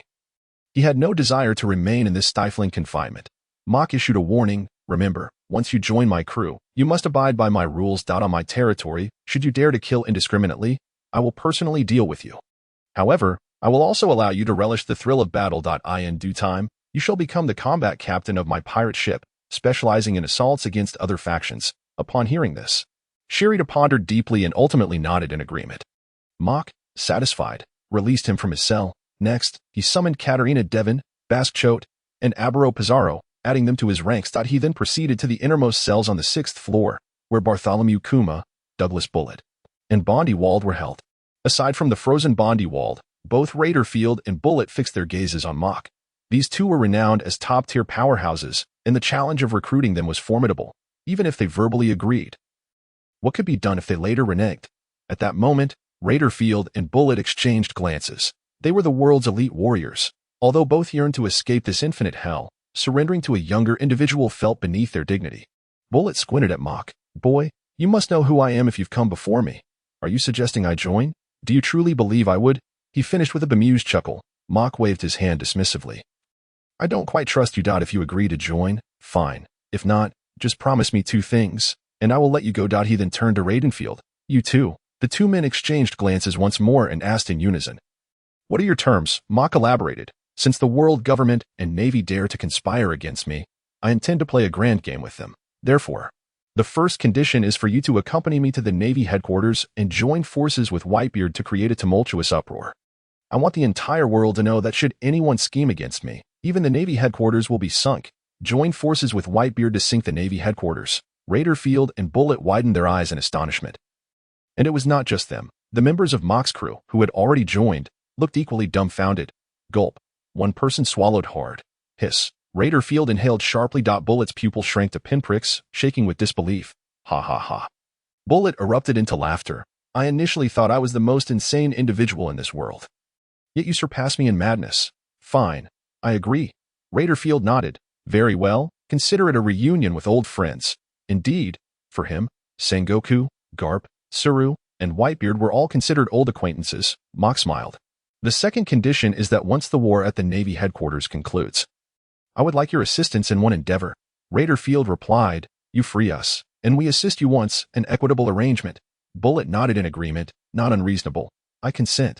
TSK, Mock chuckled. Then opened the doors of their cells and removed their sea-stone handcuffs and leg shackles. Upon regaining their freedom, both Raiderfield and Bullet were electrified with excitement, especially Bullet, the wild man, who was already itching for action. He glanced around at the remaining prisoners. Aren't you going to release these folks? Mock smiled slightly. Not everyone is fit to join my pirate crew, nor does everyone qualify to collaborate with me. Ha ha ha. Bullet laughed again, scrutinizing Mock closely. When we reach the Navy headquarters, I look forward to seeing whether you possess the audacity to back up your words. Mock replied, you won't be disappointed. Meanwhile, in the scorching depths of the 4th floor of the prison, Magellan's office, a guard hurriedly rushed in. Director Magellan, trouble is brewing. Someone has breached the infinite hell and released a number of prisoners. What? Magellan, who had been sitting steadily, immediately stood up and exclaimed in astonishment. His eyes were filled with shock, for he believed that Impel Down was as impenetrable as a fortress, aside from the Golden Lion. No one had ever escaped from this place. The most alarming revelation was that someone had broken in, rather than the prisoners themselves employing any means to escape. This realization weighed heavily on his heart. He hurriedly inquired, who has been released? The guard replied, Jinbei, Shiryu, Katarina Devon, Baskerville Jot, Abelo Pizarro, Baroque Layfield, Douglas Barrett. With each name mentioned, Magellan's heart skipped a beat, for starting with Jinbei, none were mere trifles. Even he had to treat them with utmost seriousness. Most importantly, the last 2 names, Layfield and Barrett, were particularly concerning. The former was a notorious pirate from the era of Gold. Roger, known as the Solitary Red and the Crimson Count. who stood shoulder to shoulder with Roger and the Whitebeard pirates. Showcasing his terrifying strength, the latter, known as the Devil's Heir, was hailed as the successor to the Ghost and had once been a crew member of Roger's ship. His prowess was so formidable that even Roger's comrades referred to him as a monster. In terms of power, speed, technique, and physical strength, he was impeccable. Importantly, during his years in Down, this individual had never neglected his training, engaging in high-intensity workouts every single day. Thus, it was certain that he had only grown stronger. Merely contemplating these two individuals left Magellan feeling overwhelmed, as he lacked confidence in his ability to withstand them. Furthermore, there were Jinbei, Shiryu, Katarina Devon, Baskerville Jot, and Abelo Pizarro to contend with as well. Most crucially, there was the mysterious figure who had infiltrated their ranks. At that moment, Magellan's hands trembled slightly. Yet, his eyes soon hardened with resolve. As the warden of Down, it was his duty to protect this place. He stepped outside, determined to thwart these individuals. Meanwhile, those who had emerged from the depths of hell wore expressions of exhilaration. Yarlita said, "Captain, I'll go fetch my sword." Mock nodded, then recalled something. "Oh, and capture that Sooty for me. She will be our ship's interrogator from now on." Yarlita paused momentarily, then his smile grew even more sinister, revealing a knowing expression that men understood. "Rest assured, Captain, I will deliver her to you without a scratch." He emphasized the last 4 words. Mock did not deny it. After all, he merely sought a woman. What was there to deny? Among their group, even the weakest possessed the strength of a vice-admiral. Wherever they went, who could stand in their way, they charged forth, swiftly reaching the 4th level, Lava Hell. This was precisely where Magellan was stationed, blocking the exit from the 5th to the 4th level. Upon seeing Mock and his entourage, he did not hesitate to act. Venom Cloud, he unleashed a vast quantity of toxic gas from his body, enveloping Mock and his group. Mock raised an eyebrow. It must be said that Magellan's Paramecia-type poison fruit, despite its considerable side effects, earning it the nickname Toilet Fruit, was undeniably powerful, especially in such a confined space. It was a lethal weapon. Even Layfield and Barrett furrowed their brows, having suffered greatly at the hands of this foe during their time in Down. Thus, they were all too familiar with the potency of the poison fruit. However, Jinbei stepped forward, positioning himself in front of everyone, ready to attack, but was halted by Mock. Then, Mock extended a hand, activating his fruit's ability. Katarina Devon, Baskerville Jot, Abelo Pizarro, Layfield, and Barrett watched quietly, eager to witness Mock's true strength. The next moment, their eyes widened in astonishment. After activating his ability, a bizarre energy manifested in Mock's hand, forming a vortex. Instantly, the toxic gas that Magellan had unleashed was drawn towards it, completely absorbed without a trace left behind. To their further astonishment, Mock's hand began to change, and soon his entire being transformed. Indeed, Mock could not replicate Magellan's Paramecia-type poison ability. However, he had morphed into a form akin to a natural-type poison fruit. How is this possible? Magellan gasped, realizing that his abilities were ineffective against Mock. He relied heavily on the potency of his poison fruit, and when the poison proved useless against an opponent, that fruit was essentially rendered useless. For him, the loss of his fruit's power would mean a significant reduction in his strength. Mock vanished from his original location, and when he reappeared, he was already in front of Magellan. Collapse his fist, infused with haki, struck with all its might against Magellan's abdomen, sending him flying. Blood erupted from Magellan's mouth. Witnessing Mock effortlessly incapacitate Magellan. Everyone present wore expressions of disbelief, re-evaluating Mock in the process. Ultimately, Jinbei could not contain his curiosity and asked, "Captain, what devil fruit power do you possess? How can you be unaffected by poison?" Mock did not shy away from the truth, stating plainly, Paramecia-type Absorption Fruit. Capable of absorbing all things and transforming into them. Paramecia-type Absorption Fruit. Capable of absorbing all things and transforming into them. They all bore looks of confusion. The next moment, their astonishment reached a peak. Mock raised his hand, and a whirlwind appeared within it. Being astute individuals, they quickly discerned that this was the very poison Magellan had just released. How could Mock wield it? Was this an ability exclusive to Magellan? The user of the poison fruit, absorbing all things and transforming into them. They pondered this phrase deeply, and as they did, realization dawned upon them, leading to even greater shock, no, horror. They exchanged glances. For the existence of such a devil fruit was unfathomable. Did this not mean that one could possess the abilities of numerous devil fruits simultaneously? At last, they comprehended why Mock was known as a wielder of multiple abilities. Damn it, Magellan slowly rose to his feet, feeling as though his abdomen was being twisted by a knife.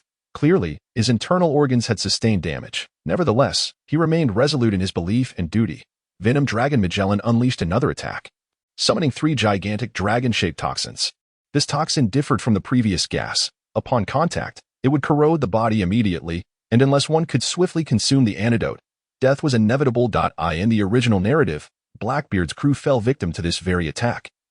And had it not been for Shiryu, they would have perished entirely. Of course, this was partly due to Blackbeard's overconfidence in his dark powers, as he did not realize that his abilities could not absorb poison damage, nearly resulting in his demise. However, Mach had no such weaknesses. There was nothing in the world he could not absorb. As the 3 massive dragon-shaped toxins surged towards him, Mach extended his hand once more.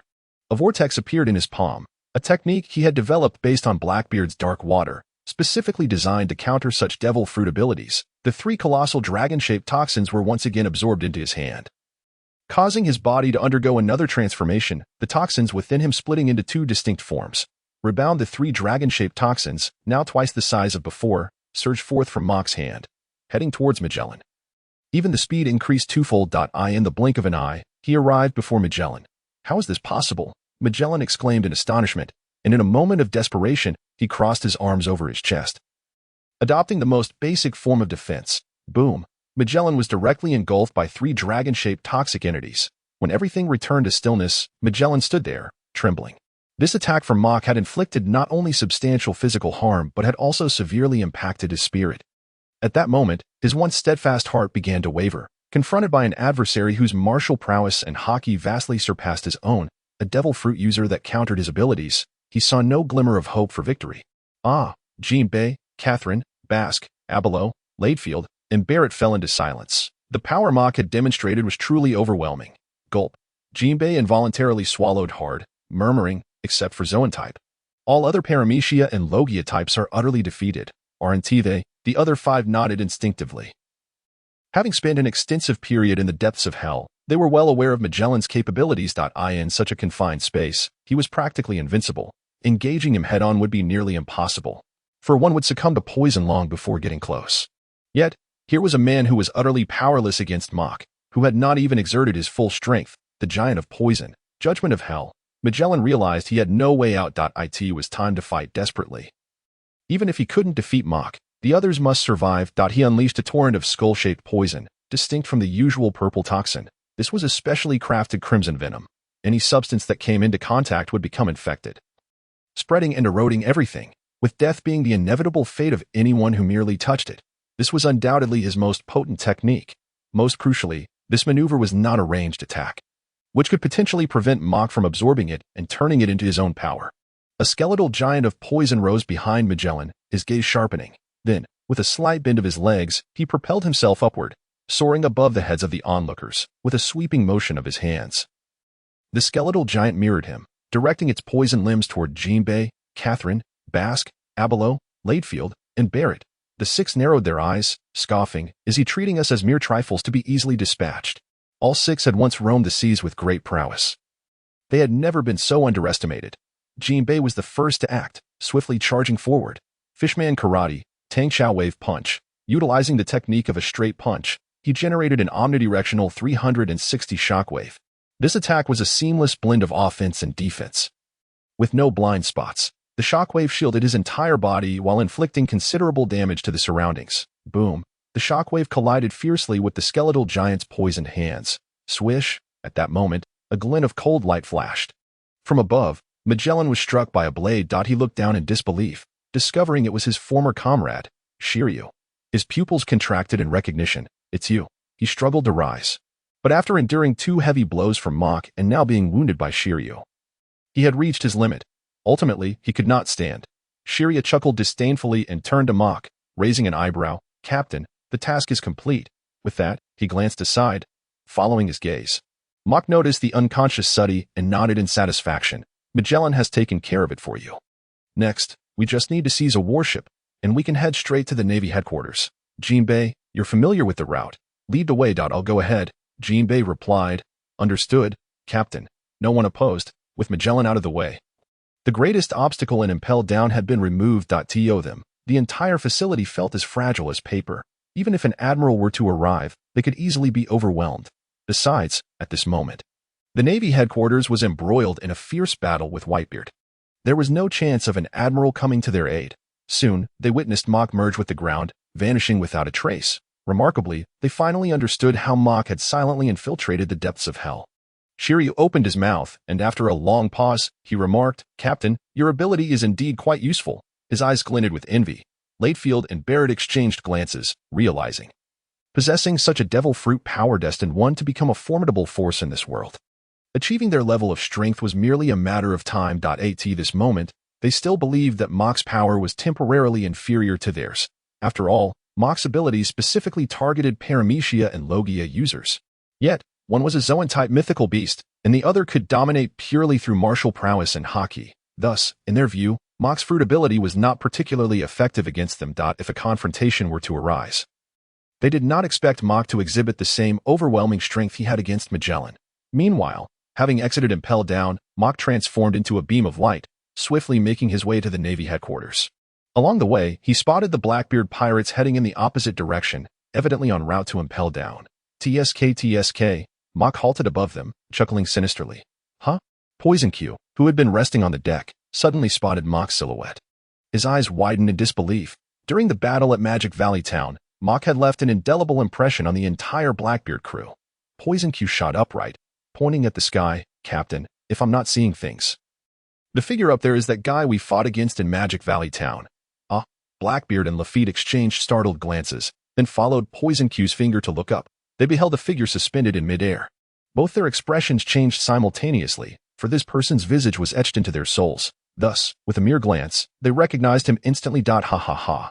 Blackbeard let out his trademark laugh, albeit tinged with a hint of unease. Among Logia types, the dark fruit was indeed one that couldn't fly, for it could not become intangible. Thus, it lost that advantage in the vast ocean. At this moment, they found themselves above the sea. And crucially, their opponent possessed the ability to fly and unleash devastating wide-range attacks. On land, he would not fear them, but this was the ocean. The ship beneath him could not withstand destruction. If the ship were to be ruined, as a devil fruit user, he would find himself facing certain doom. Lafitte. Blackbeard looked to Lafitte, his meaning unmistakable. Of the three of them, only he possessed the ability to fly. Whether they could evade disaster this time rested solely upon him. Lafitte's brows knitted tightly. His premonition was grim. Although he could fly, could he outpace light in the air? Clearly not.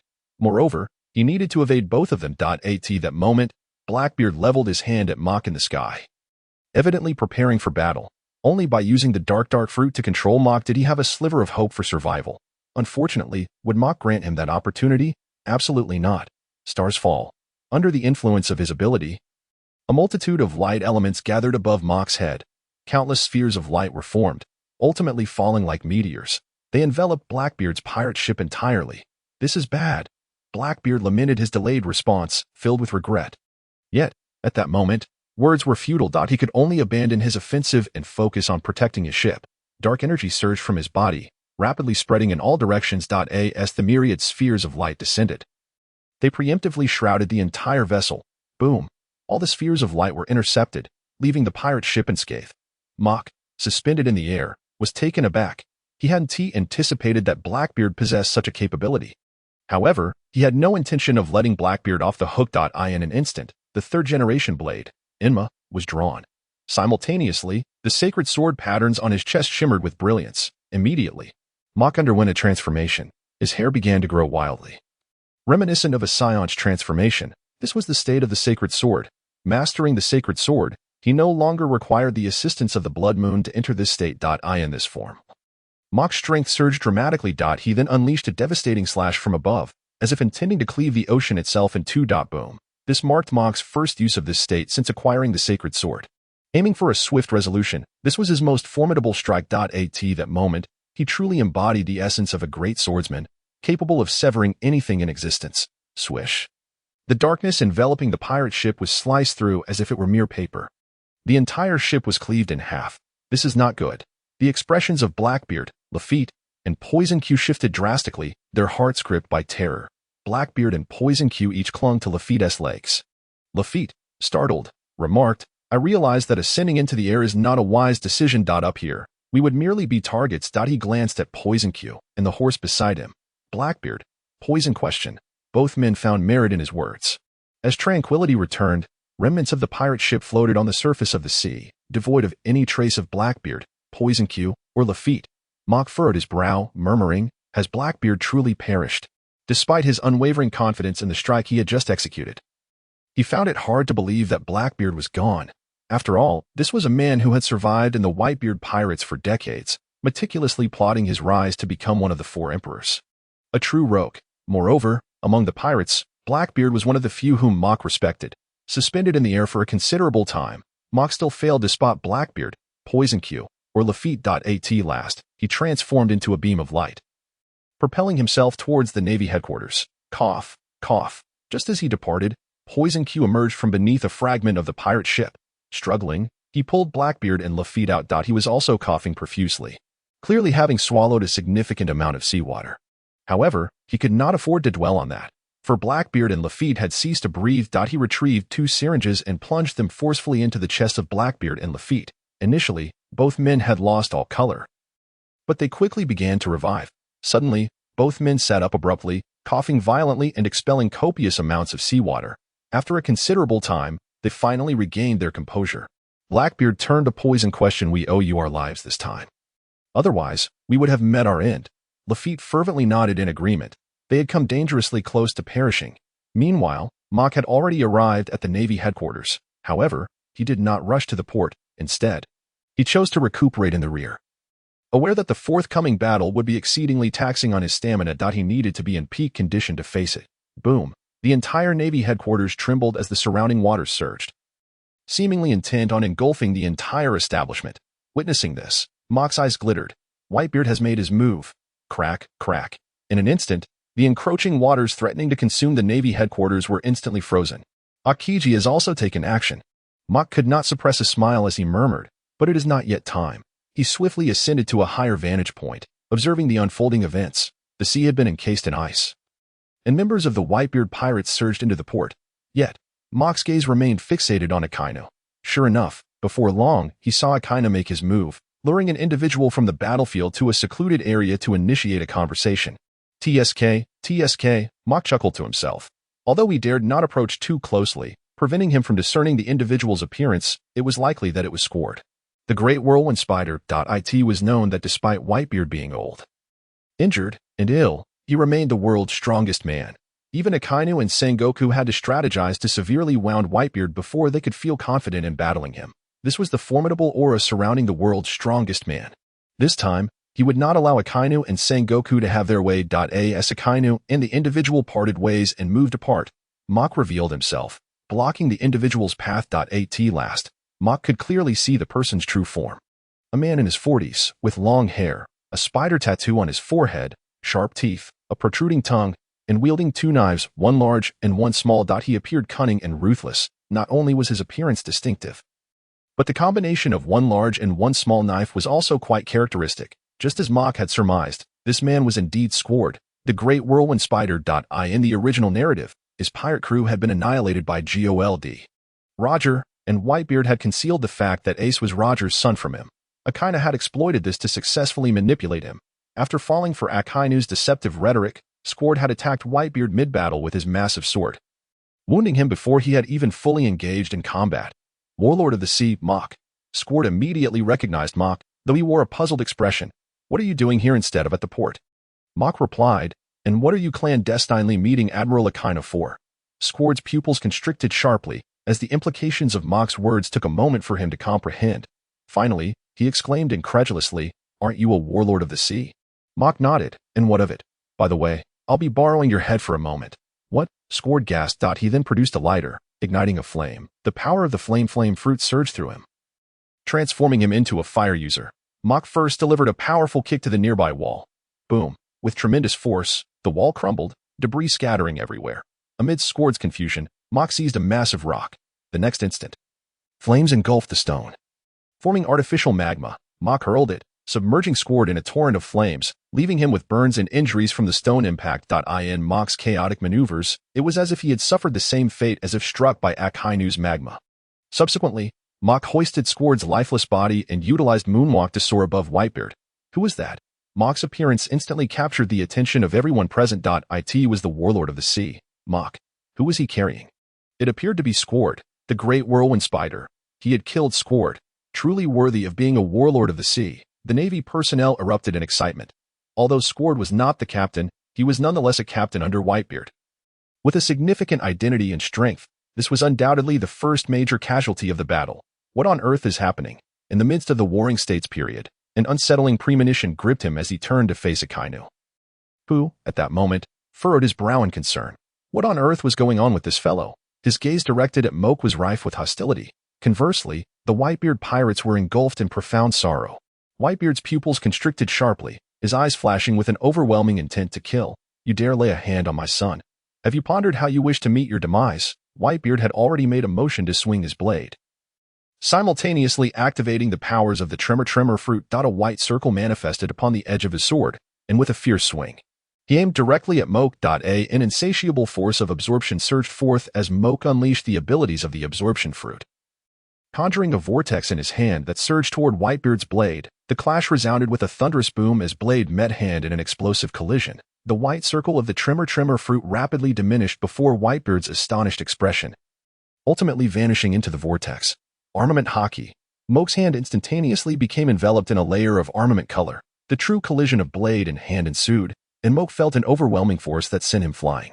Yet, Whitebeard had not inflicted a single injury upon him. He flipped gracefully in the air, landing steadily back on the ground. At that moment, an extraordinarily burly figure charged toward Moke.